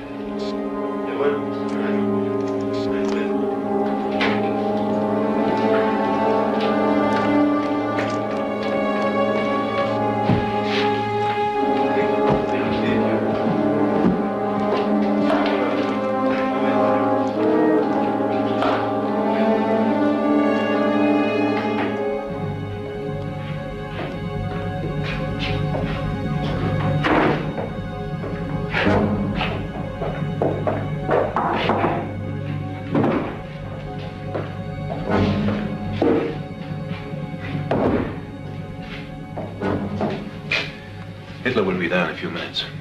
Only Himmler isn't coming. But Rommel is here. Yes, I know. What will you do? Are all the preparations in place? The plane is waiting at Salzburg. General Fromm is in Berlin, ready to trigger Valkura once we flash the word. The bomb.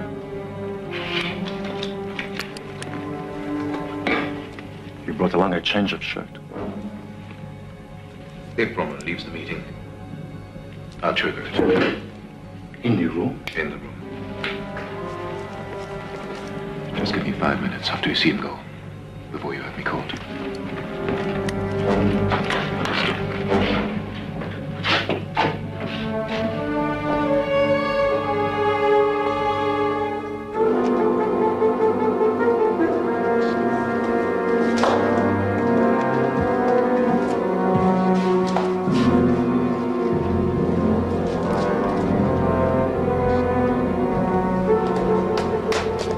By giving up Rome, Führer, we can make a much stronger line to the north.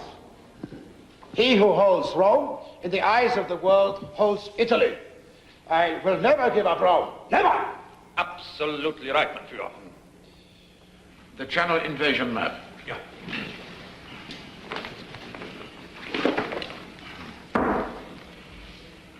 They will land here.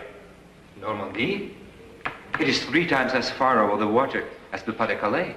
That is why it will only be a diversionary force. Their main attack will come here, Pas-de-Calais, the short, straight route across the Channel, and then into the Ruhr.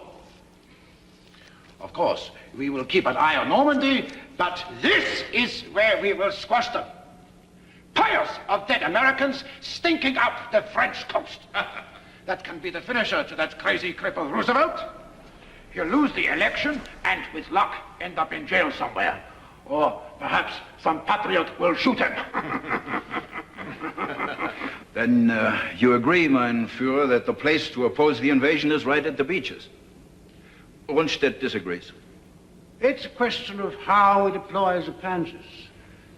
I intend to hold them on a strong defense line inland until the invasion main body is ashore. But then, bag the lot and slaughter them. But once they are ashore, Rundstedt, with their total air superiority, just a minute, my Luftwaffe will rise to do battle.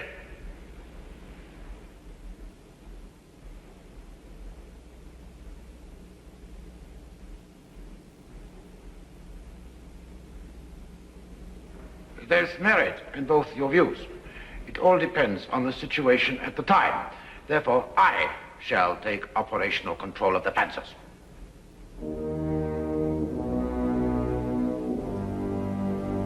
Well, I have very urgent business to attend to in Cherbourg.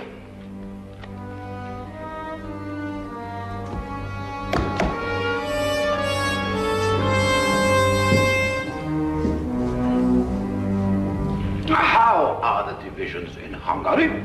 2 divisions are leaving tonight for Italy. Good. With those 2, and 2 or more from the home front, 2 or more blocking divisions from the home front, we will stop their entry into Rome forever. Let the Anglo-Saxons bleed themselves to death trying to break through. What about the home army report? Stauffenberg.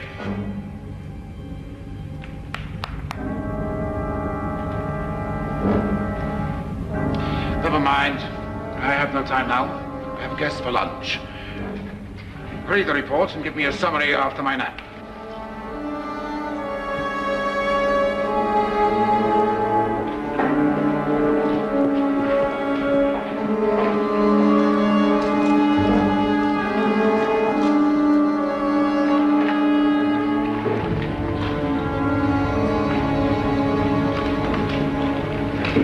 Stauffenberg, come to my office.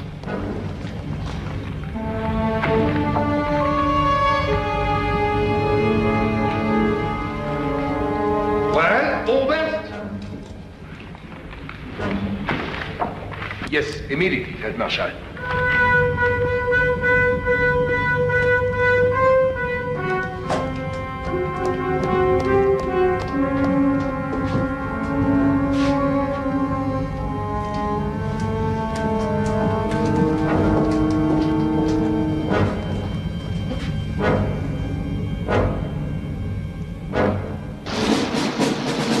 June 4th, 1944.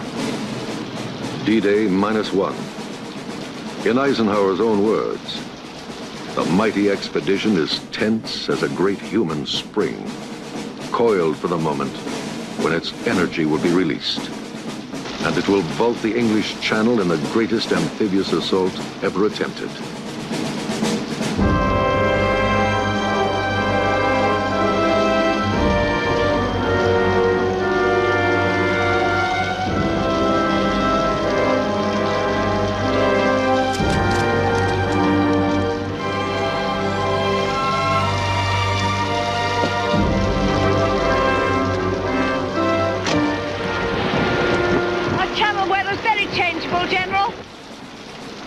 General Dwight D. Eisenhower needs a minimum 24 hours lead time to launch or postpone Operation Overlord. Although he will consult with his Supreme Headquarters staff, the decision will be his alone. The wind in the channel currently is west-southwest, force 5 to 6. That's Chief Meteorologist of Overlord, Group Captain J.M. Stagg. To sum up, this huge storm system developing to the eastward of Iceland will produce low cloud, high wind, and formidable wave action at the invasion sites. Chief Air Marshal Sir Arthur Tedder, Eisenhower's Air Chief for Overlord. Conditions for close air support? Cloud cover may be down to 200 feet all day, or lower. Impossible. Admiral? Admiral Sir Bertram Home Ramsay, Commander-in-Chief of the Allied Naval Expeditionary Force. I could, perhaps, land your forces, but I can't speak for accurate gunfire support. If you can land me, I'll go. General Sir Bernard Law Montgomery, Ground Commander, Gentlemen. Allied Armies. Large units are already at sea. Further delays would prove horrendous. It proved horrendous the other way. Without that naval gun cover and close air General support. Omar Bradley, Commander, U.S. First Army Group. We have 2 more days of the right moon and tide. Yes, but no guarantee of better weather. None, sir. Thereafter, a delay of weeks. A stand down now for the troops would be catastrophic to morale. And to secrecy. And we all know that Rommel is hardening up Normandy like fury day by day. Lieutenant General Walter Beadle Smith, Eisenhower's chief of staff. Precisely why all those troops in the first wave need all the air and naval gun support that we can give them.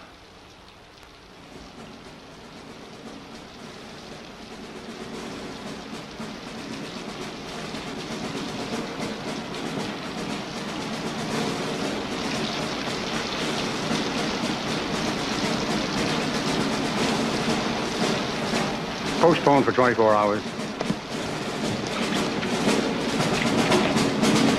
I shall turn back at once. Formations on the Irish Sea.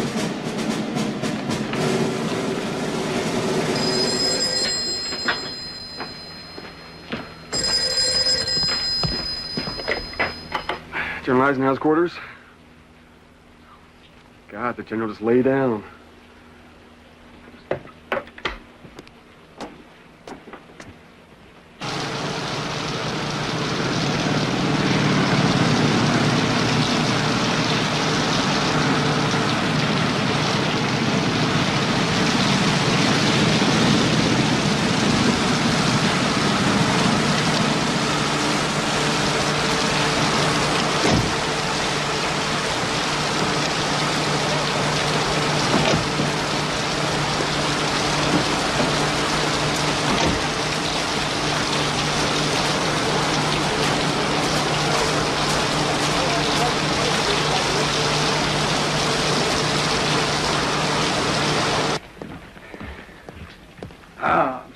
He's got you started. Good.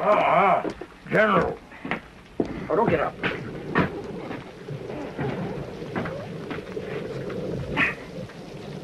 A little light reading. Puts me to sleep. Or helps. You should try the occasional glass of whiskey, like me. Much better for you. I've always taken more out of whiskey than whiskey's taken out of me. So, the supreme climax comes. Africa's cleared, India's been saved. Battered Japan recoils. Stalin's driven the Germans from his country. We've taken Rome. We're masters of the sea and air for our immense amphibious enterprise. The monster Hitler is doomed. Not just yet. The whole operation hangs on the thread of 5 divisions hitting the beach against Rommel and the toughest soldiers on earth. Hitler has as many as 50 divisions ready to strike the west, 10 of them panzers. The Germans have had 4 years to fortify that coast, mine it, booby-trap it, and they're masters of that. It's a terrific gamble, Mr. Prime Minister. If those 5 divisions are crushed on the first day, it's all over. And it can't go either way.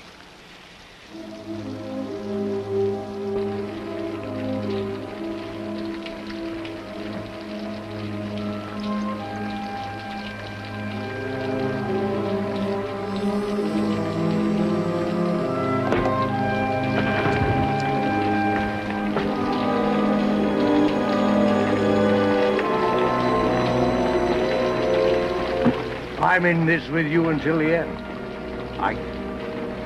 But if it fails, we go down together.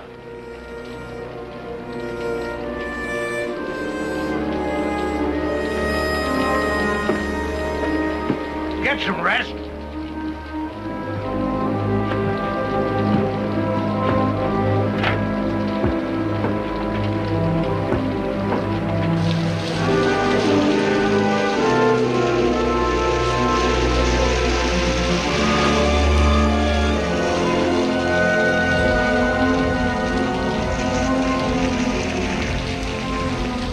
Gentlemen, I'm sorry to say that the conditions that we predicted for the coast of France are raging over there today. If we go on, we'd be having a major disaster right now. Group Captain, you said there's been a development. Yes, an almost freak occurrence. An unforeseen break has shown up, moving eastward. It'll be over the channel tomorrow, giving relatively good weather. Oh? For how long? About 36 hours. The long-term prediction. Still not good. Storm system's clear to Canada, coming our way at least for the next 3 weeks. Group Captain. Tomorrow at 6:30 a.m., when we would start landing, what will the weather actually be at the coast?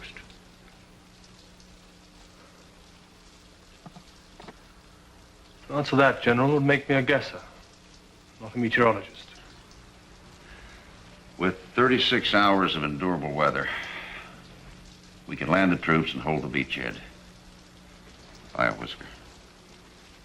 If you landed the first of several waves, and then weather halts the build-up, it'll be easy meat for the Germans. I know that. I don't like it.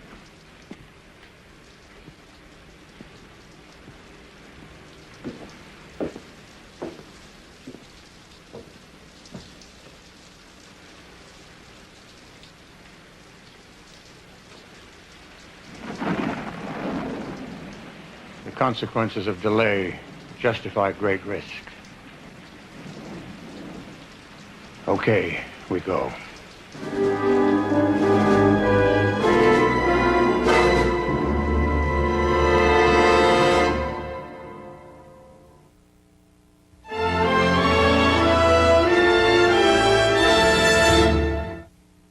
Ford, profiles in quality, employee involvement. If you're working together, you do a better job.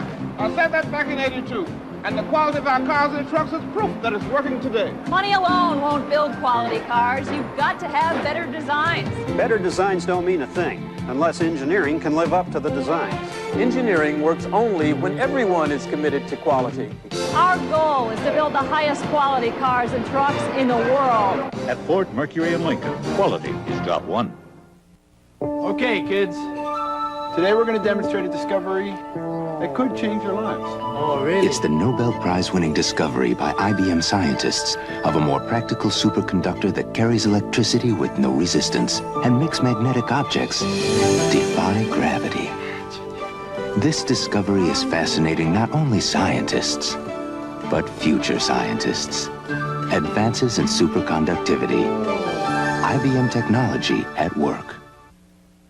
I used to think that all I needed to teach my class was a good old-fashioned piece of chalk. I mean, putting a computer in the classroom was just going to get between my kids and me, and I wasn't going to let that happen. Then IBM came to school with courseware in math, geography, earth sciences, subjects that come alive on the computer in a way they never could on the blackboard. My kids, they're more interested. I'm more interested. You learn something new every day.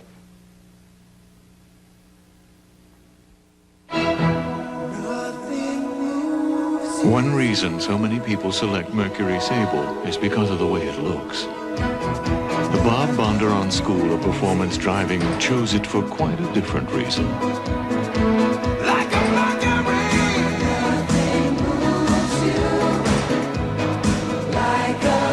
Isn't it nice to have all that handling and the quality of a Mercury? This is ABC. Introducing Hatfield's 60-second kids meal. This is a hot Hatfield hot dog hoagie. Hatfield Franks and macaroni and cheese. Please. It takes just 60 seconds to microwave a Hatfield kids meal, and unlike the other leading brand, Hatfield contains no sweeteners and less salt. This is your basic Hatfield hot dog with lots of mustard. Hot chili. 100% Hatfield means 100% good. Hatfield spinach. It hit the ground running. Doesn't want to stop. It's the Olds Friends Cutlass Sierra XC. A special limited production Oldsmobile available in coupe or sedan. Each loaded with eye-catching options, including red and silver racing stripes, special wheels, rally gauge instrument cluster, XC nameplate, and much more. The Cutlass Sierra XC. Buy it today, or it may take off without you. Available in limited quantities exclusively at your Olds Friends dealer. It's fun for the whole family. Cosby and Win, Lose, or Draw 5 nights a week.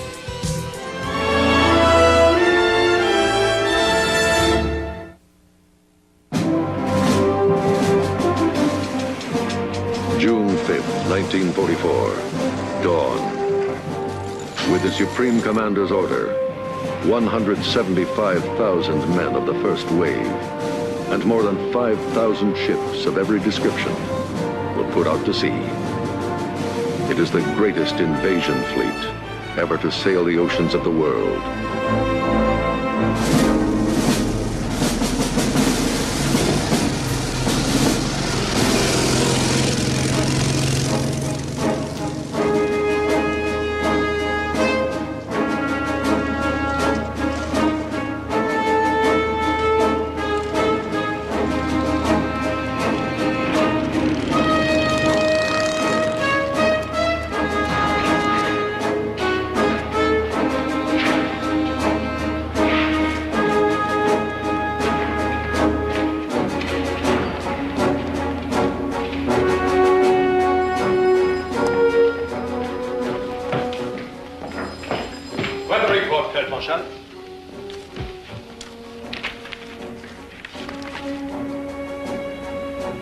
Then invasion is out of the question.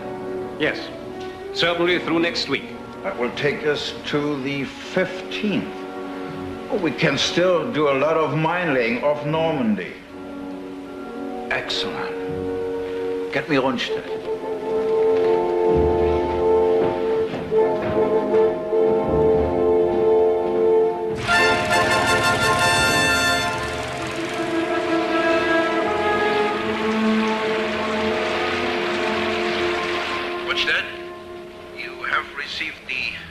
Forecast. Yes, I have. With your permission, I'll drive home today and spend my wife's birthday with the family. I have an appointment with the Führer tomorrow. Oh? You still want to talk him into deploying the Panzers at the beaches? Instead, no matter how we deploy them, we've got to get them out of his operational control. 600 miles away from here in Obersalzberg. That's crazy. Indeed. I agree with you, 100%. Well, good luck with the Führer. Tell your wife for me. Happy birthday. I'll do that. Thank you.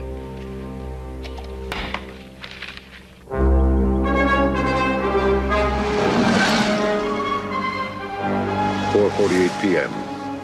General Eisenhower visits the troops of the 101st Airborne. This is a wonderful thing you're doing, General. Lee Mallory is predicting 50% casualties for the 101st Airborne. 50%. He wanted to cancel the drop. Sort of gloomy gust, Air Chief Marshal. I hope you're right. In order for the landing to succeed, the 101st must secure those causeways.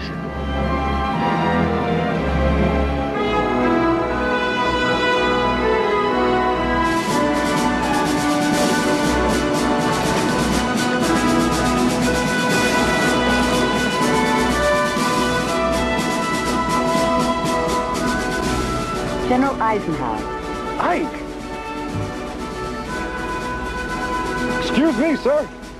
Go right ahead, sir.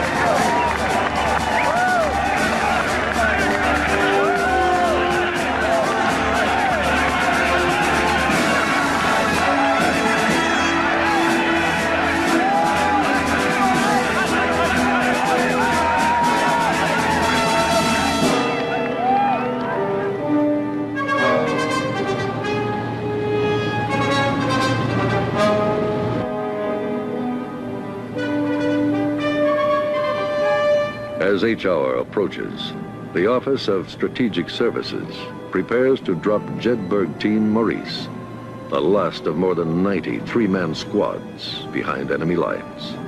Their mission? Organize local resistance to confuse and harass the German defenders. We're ready. 30 seconds. Okay, Mr. Sloth. Your team's going. Okay.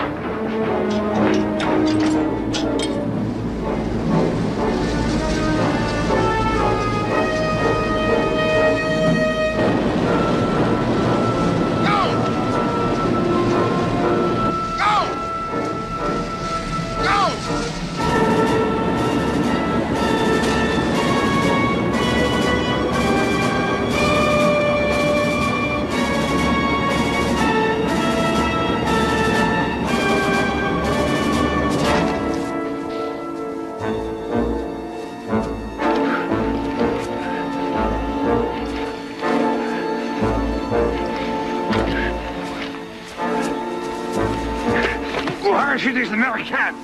Welcome to France. Marquis? Of course, Marquis. Oh, I am Claude Gallieni of Chantilly. Am I ever glad to see you? All of you. Bienvenue. Bonsoir. Bonsoir. Bonsoir. Let's get out of here.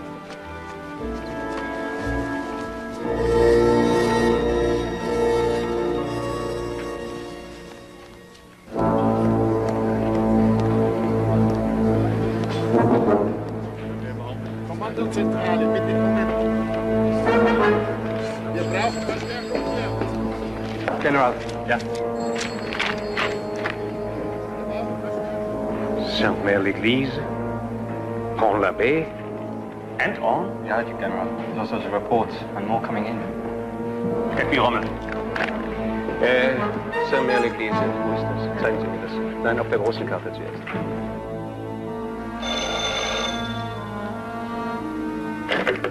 Yes. Yes, Spider. Airborne troops. Parachutists or gliders? And what force? Where? Oh, any naval activity? What's the weather like? What are you sending to oppose them? Good. Good, call me with any more news, but I'm on my way. Is it the invasion? Most unlikely. Normandy. An airborne diversion? Still, this Eisenhower is not a gambler. This weather, it is a surprise. Maybe he's putting his head in the news.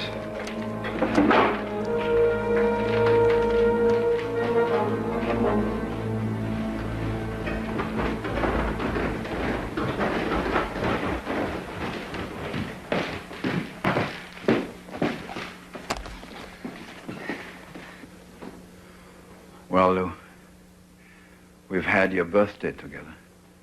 The loveliest of my life.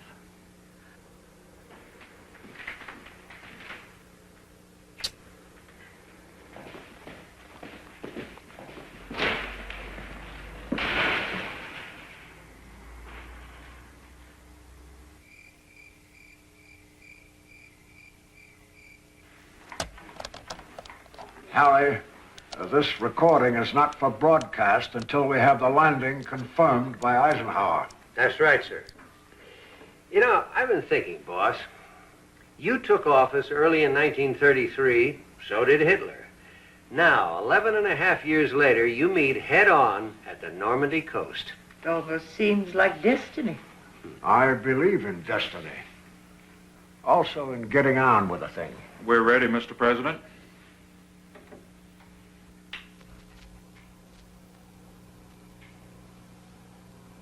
My fellow Americans,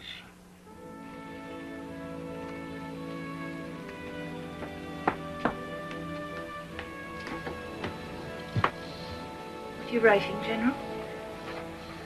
Not another draft of the landings announcement? Not exactly. Alternate draft.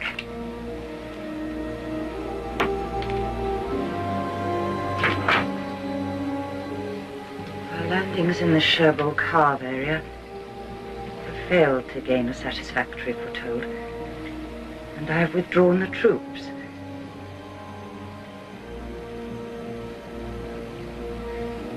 If any blame or fault attaches to the attempt, it is mine alone.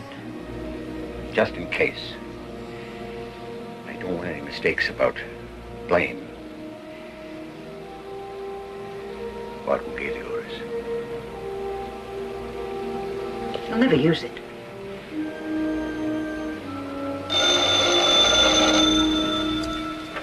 Yes. Yes. Yes, Admiral Ramsey. Good. That's very good news indeed.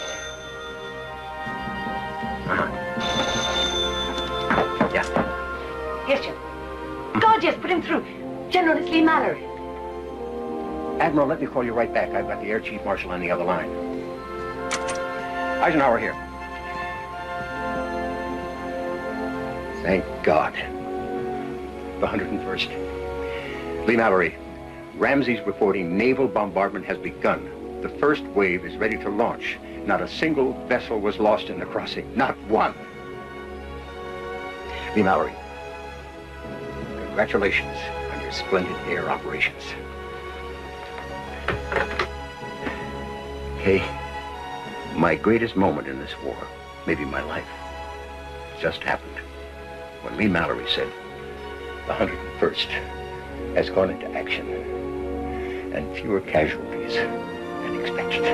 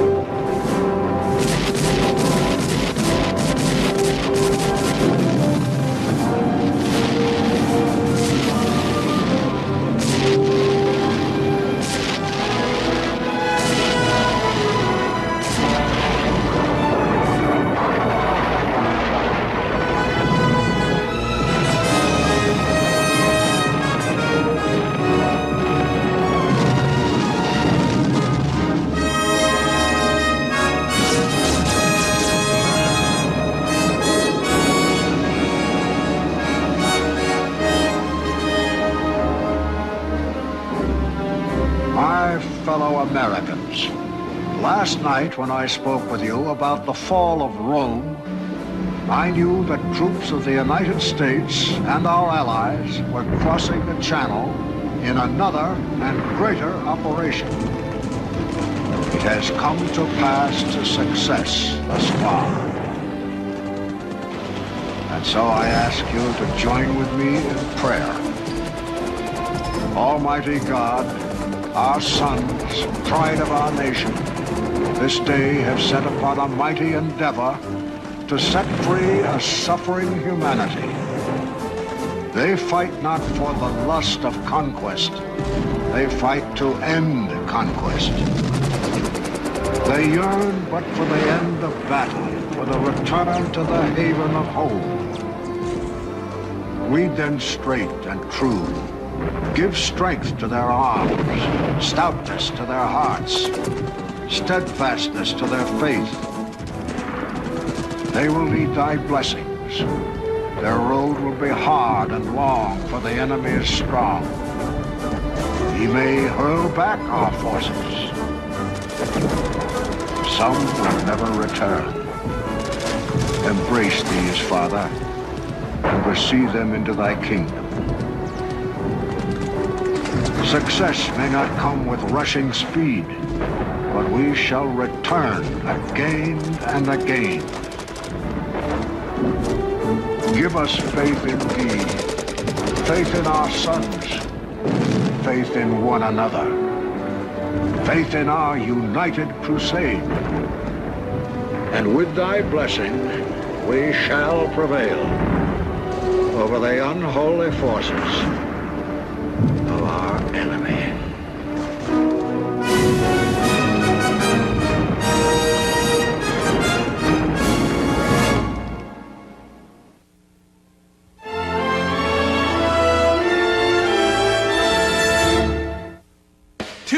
Special Ladies, Kate and Allie, tomorrow at 4:30 on WNEP.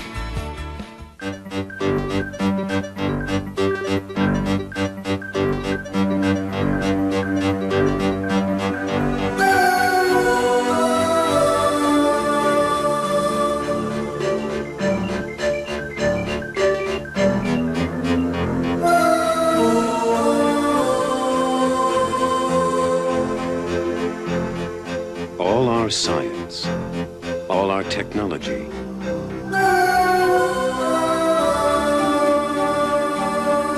all our mathematics, our computations, somehow they all add up to moments that are beyond any calculation.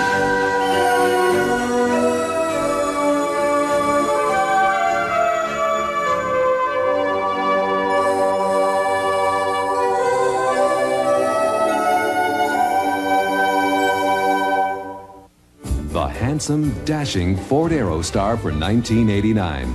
It's really quite a van about town. Traveling with the sports crowd. Playing the market. Escorting ladies. Pulling its own weight. Staying out all night. And powering its way to the top. Ford Aerostar. It's in a class by itself. Get a $400 cash bonus on 89 Ford Aerostar. I never understood some of these computer companies. You call in their service people and they give you an attitude. If I had even a couple of pieces of somebody else's equipment anywhere in my organization, they acted like I made a terrible mistake. The problem always seemed to be in the other guy's equipment. But that's all history now. I just signed a new agreement with IBM. They've taken full responsibility for servicing all my computer equipment, no matter whose name is on it.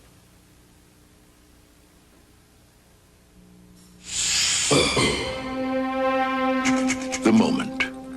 It is born of the things we live for, and sometimes made of the things we live through. So whether it's the moment you need cash, or the moment you've been waiting for, you can count on MasterCard. In nearly 3 times the number of places as American Express, wherever you happen to be, from sea to shining sea. MasterCard. Master the moment. Even when all of Company B heads for the phone, it's no problem for Gail Godfrey. Delta Airlines, Gail Godfrey. Y'all fly to Lubbock, Texas? Yes, that is confirmed. I got some friends who want to talk to you now. Just hold on a second. Thank you. Cincinnati, Ohio. New York City. Monroe, Louisiana. Albuquerque, New Mexico. San Jose, California. Portland, Oregon. Butte, Montana. You're all set. Thank you for calling, Delta. Bye-bye. Hi, Gail. Did you get many calls this afternoon? 1. Delta, we love to fly, and it shows.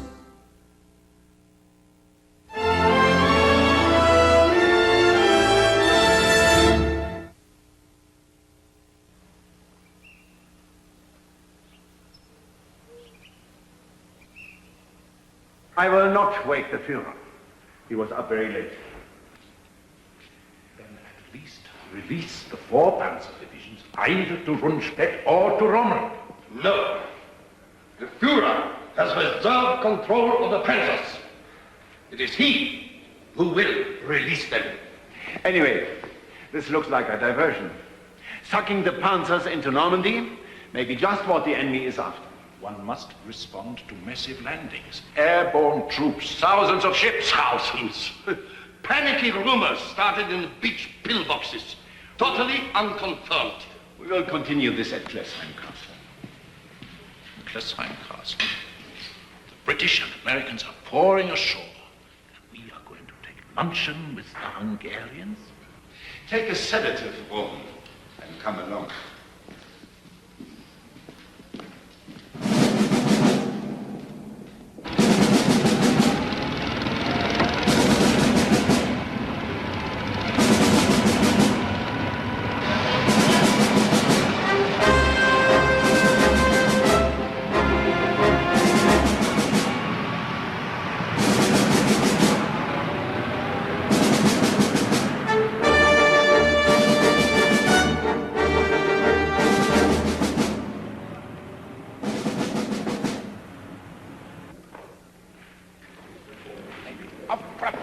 Everything is under supreme control. and my secret weapons are already on the launching sites. So unspeakable terror will soon rain down on England. Excellent. Yes.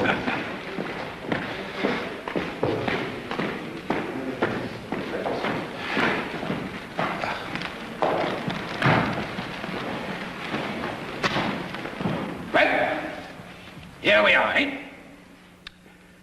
Now we've got them where we can hit them. They've come up against a curtain of steel and fire. We're squashing them into the ground. Splendid, mein Führer. Splendid. Mein Führer, we have been in touch with von Rundstedt. Mein Führer, Rundstedt is requesting release of the Normandy Panzers to his operational control. What for? It's all a fake, this landing. We're ready for them. When they make their main attack against the Pas de Calais, then my panzers will get to work and slaughter them. Mein Führer, you astound the world with your Napoleonic flair. What about a little lunch? It is only I who am confined to vegetables.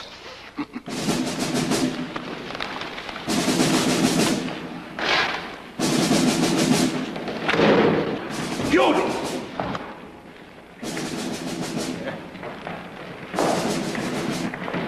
This is madness, Führer. One of us must fly to the front at Normandy, see for ourselves, and then make the Führer respond. If possible, we should fly today. General Staff are forbidden to fly. But he is in a very good mood. Ask his permission. I shall. Don't worry. Though I'm sure you are overreacting.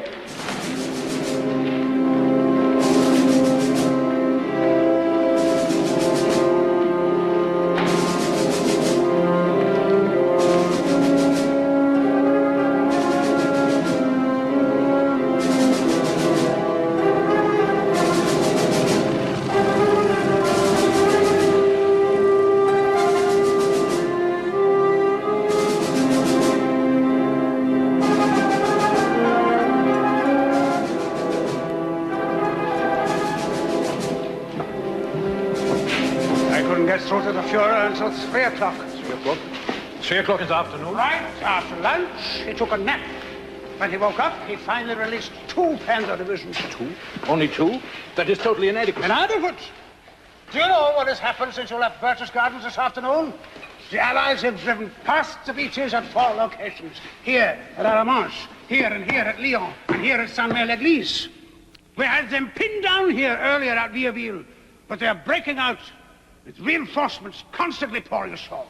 So, he still believes the main attack will come in the Pas de Calais. We must drive to the front immediately. Take back a first-hand report. Perhaps that will change his thinking. Huh.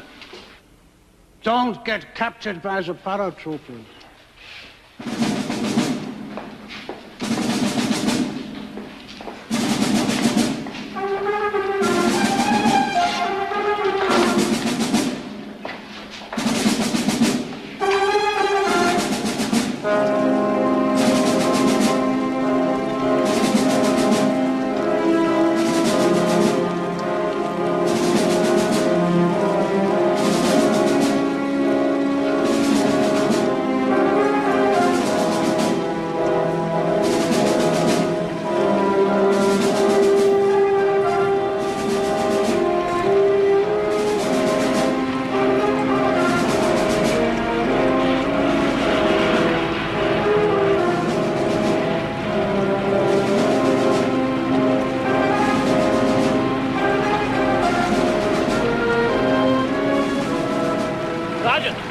Come over here.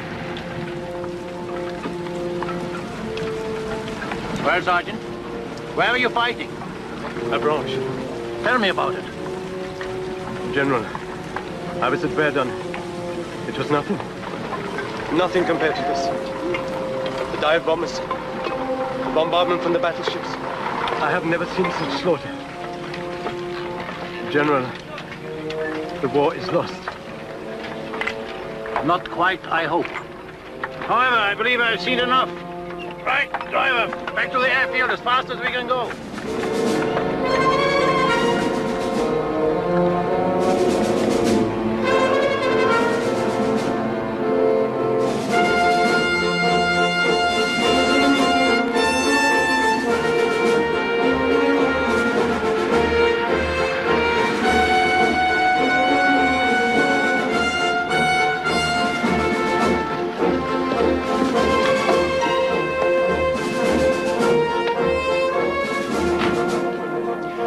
Well, you've been flitting about, haven't you? I have been there, Jodl. I've seen it with my own eyes. Now, have you talked to the Fuhrer about moving the 15th Army from the Pas-de-Calais? The opportunity hasn't arisen. Maybe I'll get a chance to mention it at the Situation Conference. Mention it? You must demand it. We cannot contain the beachhead. They have landed more than 100,000 troops, thousands and thousands of tons of equipment. Eisenhower is building up his forces like an avalanche.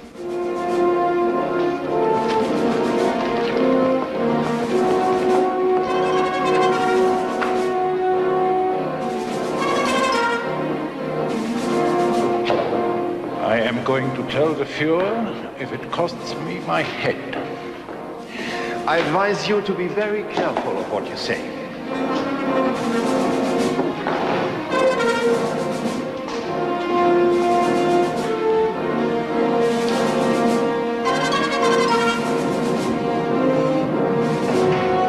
Several counterattacks were carried out successfully in Normandy.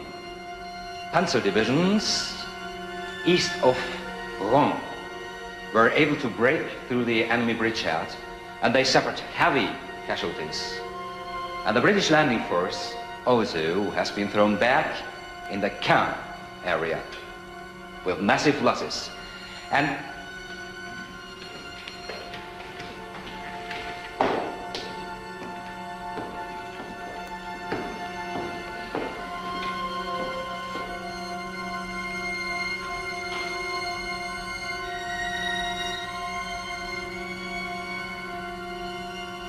is that all? Yes, Führer, from the dispatches. Although I see General Rohn is back with us now after his trip to the front. Well, so much for Normandy. What's happening in the east? During the past 24 hours, a new offensive was launched by the enemy in the Karelian Straits. Where? The Karelian Straits, Führer. The railway station Perkjärvi was badly hit. Several cities, Sävåstö, Uusi, Kirkko, and Kanjäljärvi, had to be abandoned.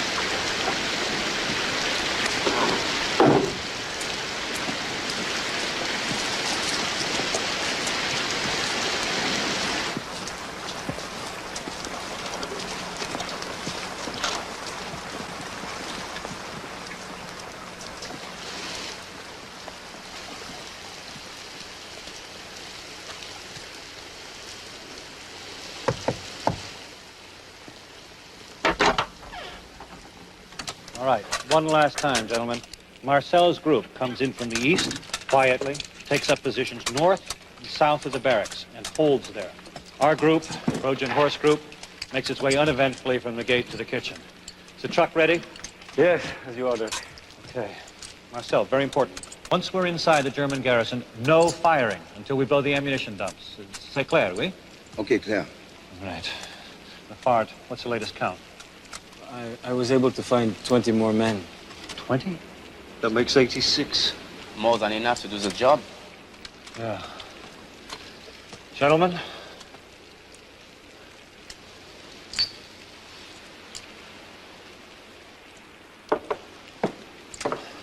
let's go.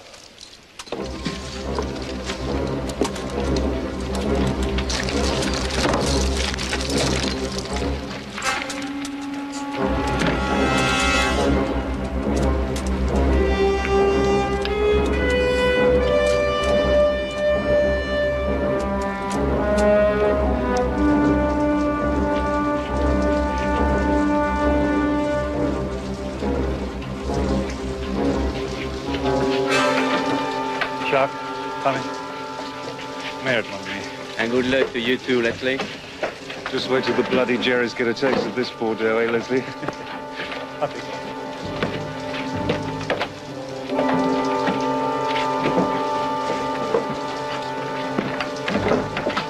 Bard, I ride up front with you.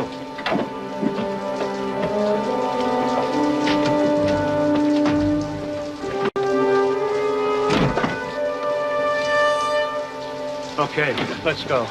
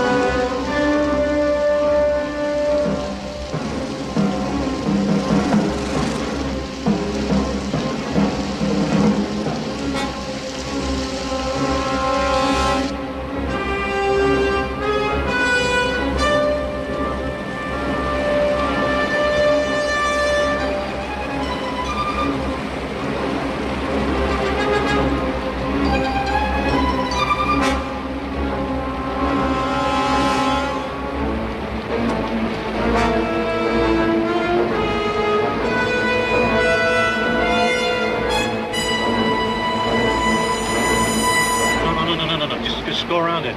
There is no room. I said go around it.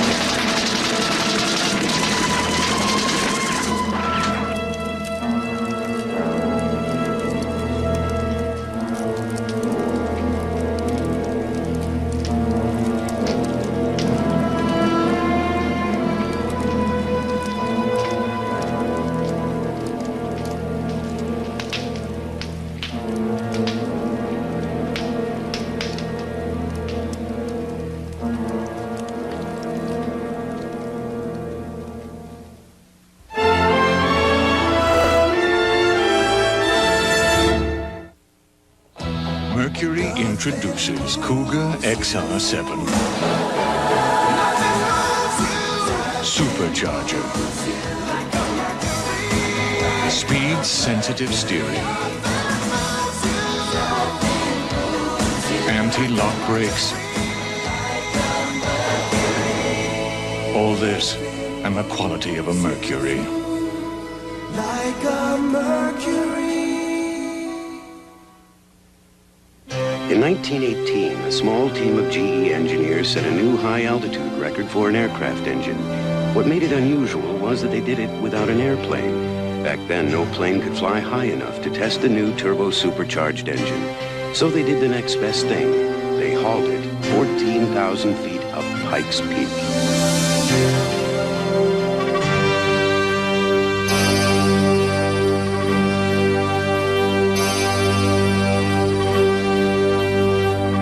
After several fits and starts, this remarkable new engine roared to life.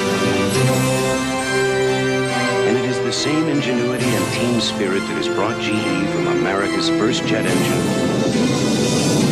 to the world's most advanced. Ladies and Gentlemen, if you look out the left side of the cabin, you'll see Pikes Peak. Which proves when people work together, there's no telling to what heights they can soar. Here's today's leader in big pickups, Ford. Ford leads in the important advantages that Chevy can't talk about. Go with the leader. Ford leads Chevy with a longer, wider, deeper box that carries more maximum payload than Chevy. Go with the leader. This Ford costs $715 less than a comparably equipped Chevy, and that's leadership in solid value. Go with the leader. Ford trucks. Get up to $750 cash bonus on selected 89 Ford F-Series trucks. Herman Wouk's War and Remembrance will continue in a moment. This is ABC. Now, a Newswatch 16 news brief. Good evening. Coming up at 11, one of the biggest bicycle races in the country goes through our area. And Batman is back in more ways than you think. Join the team tonight on Newswatch 16 Update at 11. Hey, Lou, you wouldn't happen to have an extra tasty cake, would you? Nope. Tasty cake. Joint Resolution Number 1. For the first time, homes and farms will be taxed at a lower rate than corporate real estate. Resolution 1 will lower taxes for most seniors and middle-income families. It means lower city wage taxes for many and eliminates most nuisance and all occupational taxes. The American Association of Retired Persons, the League of Women Voters, dozens of major newspapers, and the state's leading consumer groups have read and endorsed Resolution 1 because it lowers taxes for working people and retirees. Read it. It's your right. And vote yes on Resolution 1. Sketchpad Family Fun tomorrow night at 7:30 on WNEP. They're driving on Cherbourg. The BBC. Goldberg heard it on the radio in the Dresden barracks. What's the matter? They told me to report to SS headquarters tomorrow morning at 8. They told me at the mica factory. With Lewis. It's probably a warning. You are the only one of your group that hasn't been transported, Natalie. Yes, it must be a warning. Why would they want me to bring Lewis? Well, you took him with you last time. The adjutant probably remembers that. That's all it is, I'm sure. A serious warning. Have you heard from Beryl yet? They say it may take more than a week to reach him.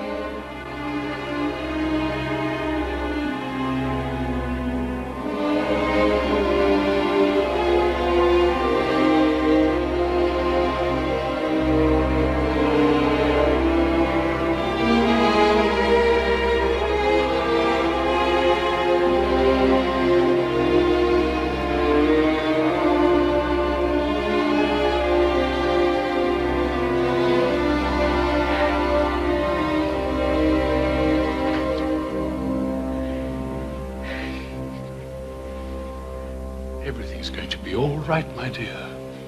But this is most important. You must be humble and contrite and promise you'll cooperate for the future in every way.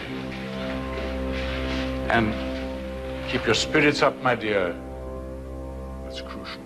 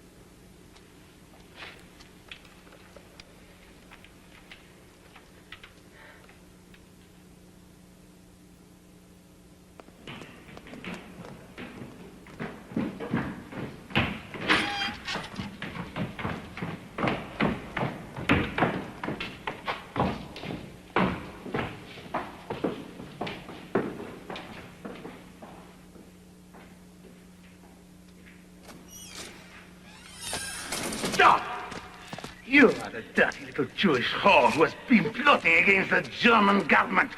Yeah? Well, are you or aren't you? Take the dirty little bastard away from her. Oh, Mommy!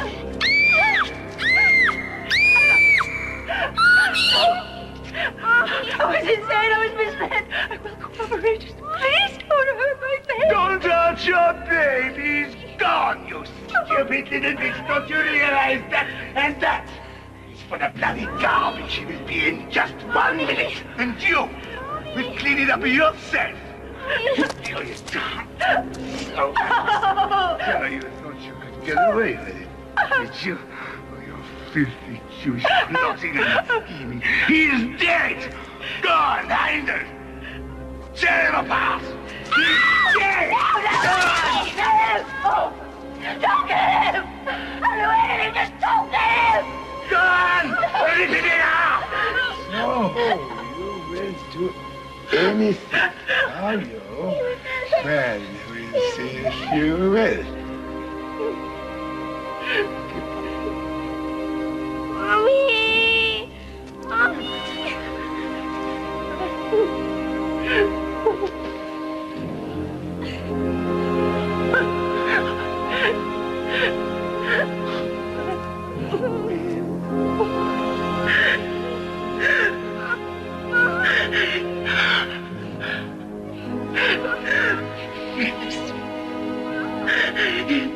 All right.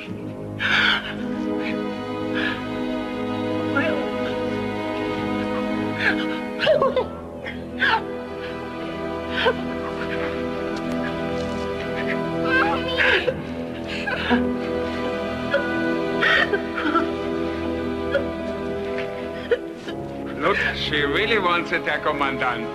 Oh, these Jewesses are all the same. Go on! Let her have a fight.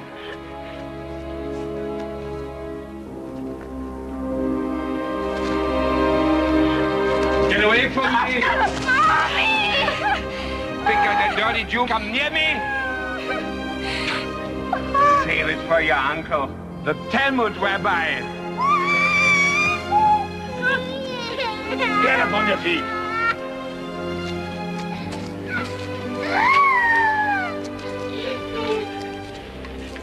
Now, listen to me, Jew Sow. When the Red Cross arrives, you will be the guide in the children's department. And you will make a very fine impression, and they will write you up in their reports. And you will be a very happy American Jewess. And the children's pavilion will be your pride and joy. Of course.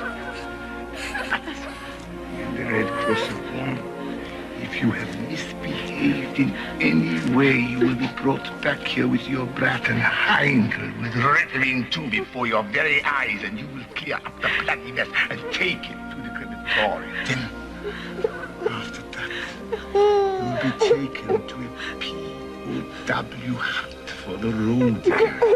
200 stinking Ukrainians will have you one after another for a week, and if your horrid carcass can survive all of this, you will be taken to the little fortress and shot. You understand? I'll do everything you say. I'll make a full impression. And if you say a word of this to your uncle or to anybody else, any of this, you will be kaput. Do you believe me?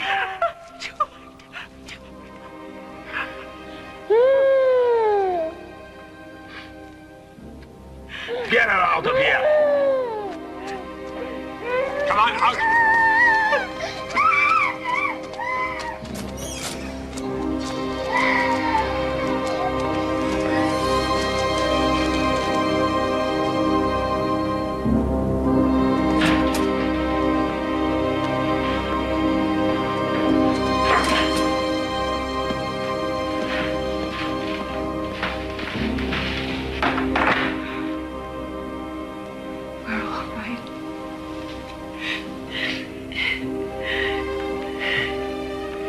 It was just horny.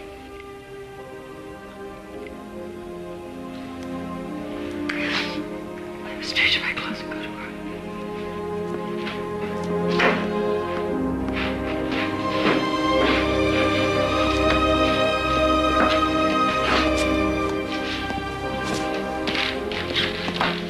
I wanted to tell you. Word has come from Beryl. They're going to try.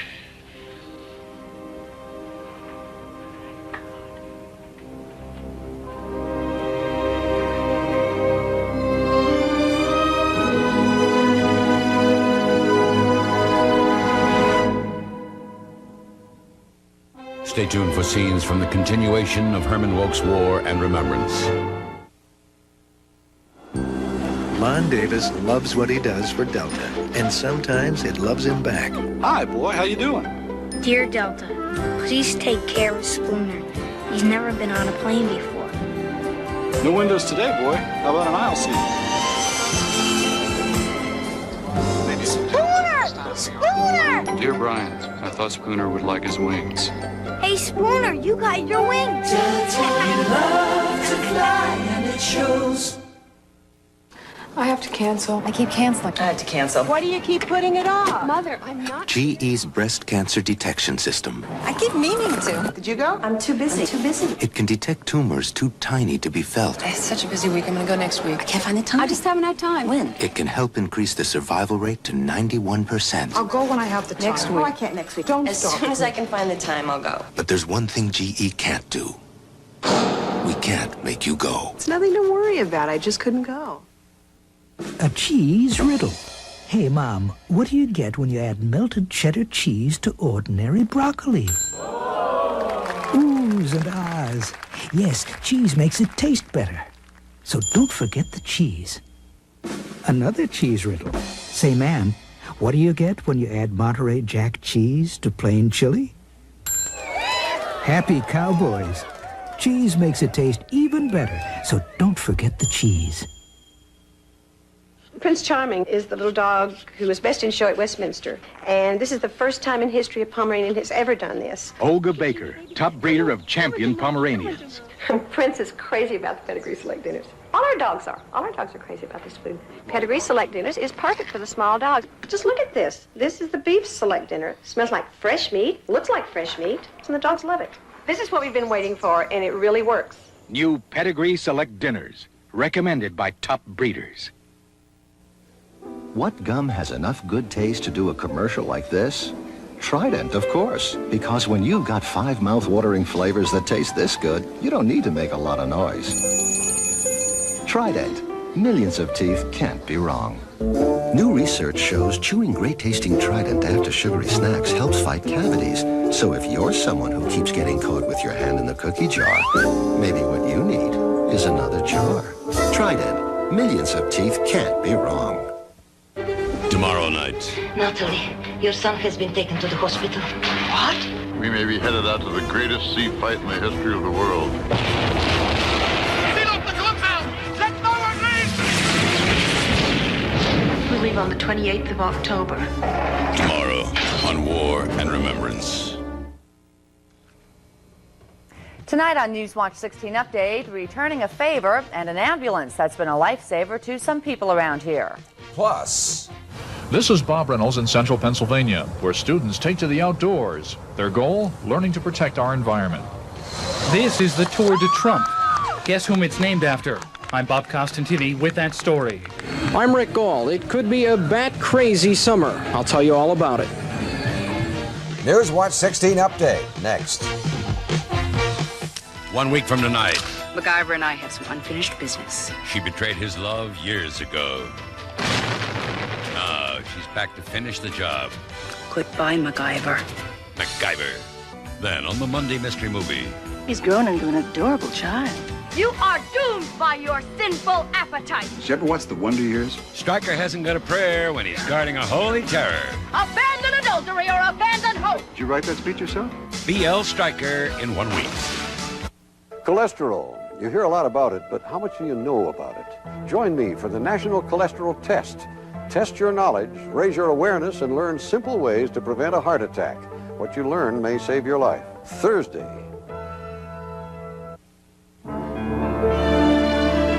I'm Ted Koppel. Coming up on Nightline, the charge in Panama, massive fraud. The question whether General Noriega is stealing the election.